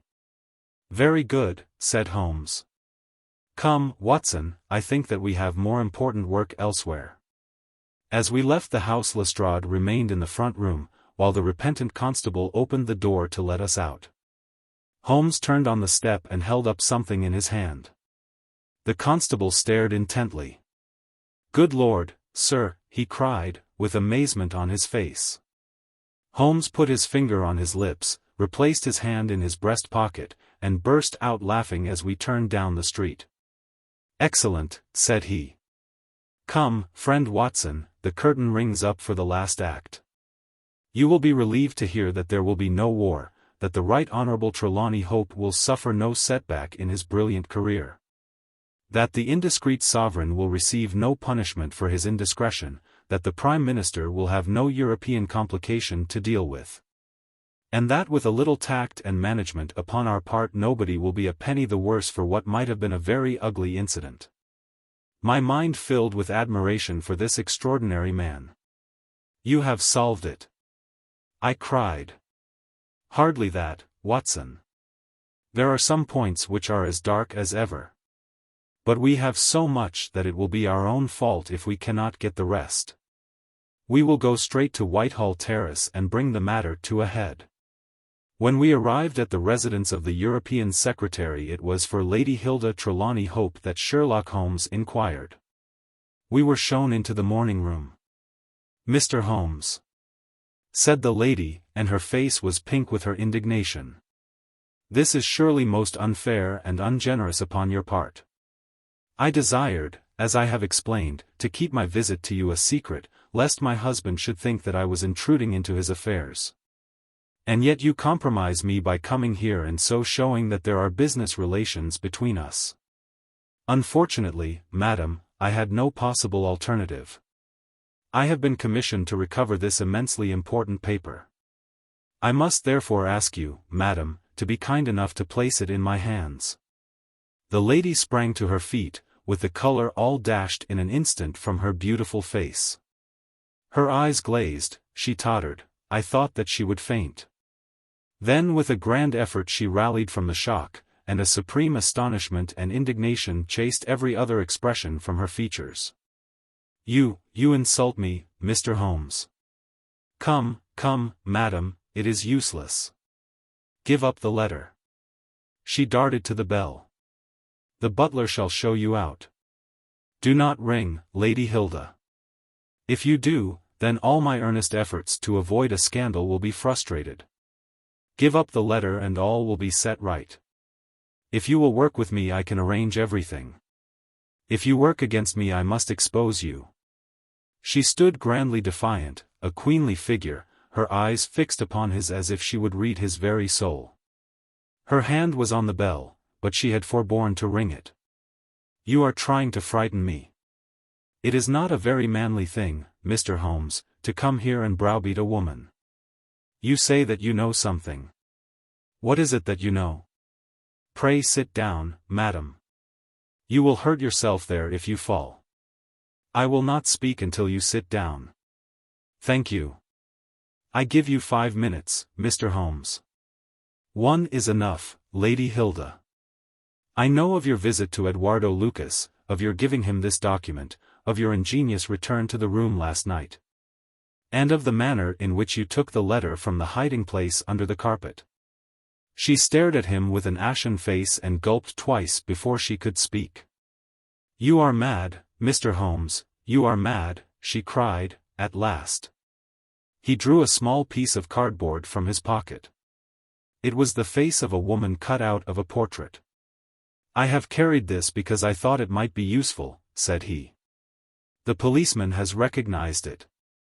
She gave a gasp, and her head dropped back in the chair. "Come, Lady Hilda. You have the letter. The matter may still be adjusted. I have no desire to bring trouble to you. My duty ends when I have returned the lost letter to your husband. Take my advice and be frank with me. It is your only chance." Her courage was admirable. Even now she would not own defeat. "I tell you again, Mr. Holmes, that you are under some absurd illusion." Holmes rose from his chair. "I am sorry for you, Lady Hilda. I have done my best for you. I can see that it is all in vain." He rang the bell. The butler entered. "Is Mr. Trelawney Hope at home?" "He will be home, sir, at 1:15. Holmes glanced at his watch. "Still 1/4 of an hour," said he. "Very good, I shall wait." The butler had hardly closed the door behind him when Lady Hilda was down on her knees at Holmes's feet, her hands outstretched, her beautiful face upturned and wet with her tears. "Oh, spare me, Mr. Holmes. Spare me," she pleaded, in a frenzy of supplication. "For heaven's sake, don't tell him. I love him so. I would not bring one shadow on his life, and this I know would break his noble heart." Holmes raised the lady. "I am thankful, madam, that you have come to your senses even at this last moment. There is not an instant to lose. Where is the letter?" She darted across to a writing desk, unlocked it, and drew out a long blue envelope. "Here it is, Mr. Holmes. Would to heaven I had never seen it. How can we return it?" Holmes muttered. "Quick, quick, we must think of some way. Where is the dispatch box?" "Still in his bedroom." "What a stroke of luck. Quick, madam, bring it here."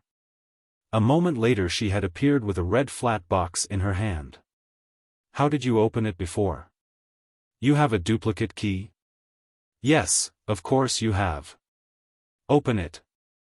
From out of her bosom Lady Hilda had drawn a small key. The box flew open. It was stuffed with papers. Holmes thrust the blue envelope deep down into the heart of them, between the leaves of some other document. The box was shut, locked, and returned to the bedroom. "Now we are ready for him," said Holmes. "We have still 10 minutes. I am going far to screen you, Lady Hilda. In return you will spend the time in telling me frankly the real meaning of this extraordinary affair." "Mr. Holmes, I will tell you everything," cried the lady. "Oh, Mr. Holmes, I would cut off my right hand before I gave him a moment of sorrow. There is no woman in all London who loves her husband as I do, and yet if he knew how I have acted, how I have been compelled to act, he would never forgive me. For his own honor stands so high that he could not forget or pardon a lapse in another. Help me, Mr. Holmes. My happiness, his happiness, our very lives are at stake. Quick, madam, the time grows short. It was a letter of mine, Mr. Holmes, an indiscreet letter written before my marriage, a foolish letter, a letter of an impulsive, loving girl. I meant no harm, and yet he would have thought it criminal. Had he read that letter his confidence would have been forever destroyed. It is years since I wrote it. I had thought that the whole matter was forgotten. Then at last I heard from this man, Lucas, that it had passed into his hands, and that he would lay it before my husband. I implored his mercy. He said that he would return my letter if I would bring him a certain document which he described in my husband's dispatch box. He had some spy in the office who had told him of its existence. He assured me that no harm could come to my husband. Put yourself in my position, Mr. Holmes. What was I to do? Take your husband into your confidence. I could not, Mr. Holmes, I could not. On the one side seemed certain ruin, on the other, terrible as it seemed to take my husband's paper, still in a matter of politics I could not understand the consequences. While in a matter of love and trust they were only too clear to me. I did it, Mr. Holmes. I took an impression of his key. This man, Lucas, furnished a duplicate. I opened his dispatch box, took the paper, and conveyed it to Godolphin Street. What happened there, madam? I tapped at the door as agreed. Lucas opened it. I followed him into his room, leaving the hall door ajar behind me, for I feared to be alone with the man. I remember that there was a woman outside as I entered. Our business was soon done. He had my letter on his desk, I handed him the document. He gave me the letter. At this instant there was a sound at the door. There were steps in the passage. Lucas quickly turned back the drugget, thrust the document into some hiding place there, and covered it over. What happened after that is like some fearful dream. I have a vision of a dark, frantic face, of a woman's voice, which screamed in French, "My waiting is not in vain. At last I have found you with her." There was a savage struggle. I saw him with a chair in his hand, a knife gleamed in hers. I rushed from the horrible scene, ran from the house, and only next morning in the paper did I learn the dreadful result. That night I was happy, for I had my letter, and I had not seen yet what the future would bring. It was the next morning that I realized that I had only exchanged one trouble for another. My husband's anguish at the loss of his paper went to my heart. I could hardly prevent myself from there and then kneeling down at his feet and telling him what I had done. But that again would mean a confession of the past. I came to you that morning in order to understand the full enormity of my offense. From the instant that I grasped it, my whole mind was turned to the one thought of getting back my husband's paper. It must still be where Lucas had placed it, for it was concealed before this dreadful woman entered the room. If it had not been for her coming, I should not have known where his hiding place was. How was I to get into the room? For 2 days I watched the place, but the door was never left open. Last night I made a last attempt. What I did and how I succeeded, you have already learned. I brought the paper back with me, and thought of destroying it, since I could see no way of returning it without confessing my guilt to my husband. Heavens, I hear his step upon the stair. The European secretary burst excitedly into the room. "Any news, Mr. Holmes, any news?" he cried. "I have some hopes." "Ah, thank heaven." His face became radiant. "The Prime Minister is lunching with me. May he share your hopes? He has nerves of steel, and yet I know that he has hardly slept since this terrible event. Jacobs, will you ask the Prime Minister to come up? As to you, dear, I fear that this is a matter of politics. We will join you in a few minutes in the dining room." The Prime Minister's manner was subdued, but I could see by the gleam of his eyes and the twitchings of his bony hands that he shared the excitement of his young colleague. "I understand that you have something to report, Mr. Holmes?" "Purely negative as yet," my friend answered. "I have inquired at every point where it might be, and I am sure that there is no danger to be apprehended. But that is not enough, Mr. Holmes. We cannot live forever on such a volcano. We must have something definite. I am in hopes of getting it. That is why I am here. The more I think of the matter, the more convinced I am that the letter has never left this house. Mr. Holmes. If it had, it would certainly have been public by now. But why should anyone take it in order to keep it in his house? I am not convinced that anyone did take it. Then how could it leave the dispatch box? I am not convinced that it ever did leave the dispatch box. Mr. Holmes, this joking is very ill-timed. You have my assurance that it left the box. Have you examined the box since Tuesday morning? No. It was not necessary. You may conceivably have overlooked it. Impossible, I say. But I am not convinced of it. I have known such things to happen. I presume there are other papers there. Well, it may have got mixed with them. It was on the top. Someone may have shaken the box and displaced it. No, I had everything out. Surely it is easily decided, Hope, said the Premier. Let us have the dispatch box brought in. The secretary rang the bell. Jacobs, bring down my dispatch box. This is a farcical waste of time, but still, if nothing else will satisfy you, it shall be done. Thank you, Jacobs, put it here. I have always had the key on my watch chain. Here are the papers, you see. Letter from Lord Marrow, report from Sir Charles Hardy, memorandum from Belgrade, note on the Russo-German grain taxes, letter from Madrid, note from Lord Flowers. Good heavens! What is this? Lord Bellinger. Lord Bellinger. The Premier snatched the blue envelope from his hand. Yes, it is it, and the letter is intact. Hope, I congratulate you. Thank you. Thank you. What a weight from my heart. But this is inconceivable, impossible. Mr. Holmes, you are a wizard, a sorcerer. How did you know it was there? Because I knew it was nowhere else. I cannot believe my eyes. He ran wildly to the door. Where is my wife? I must tell her that all is well. Hilda. Hilda, we heard his voice on the stairs. The Premier looked at Holmes with twinkling eyes. Come, sir, said he. There is more in this than meets the eye. How came the letter back in the box? Holmes turned away smiling from the keen scrutiny of those wonderful eyes. We also have our diplomatic secrets, said he and, picking up his hat, he turned to the door.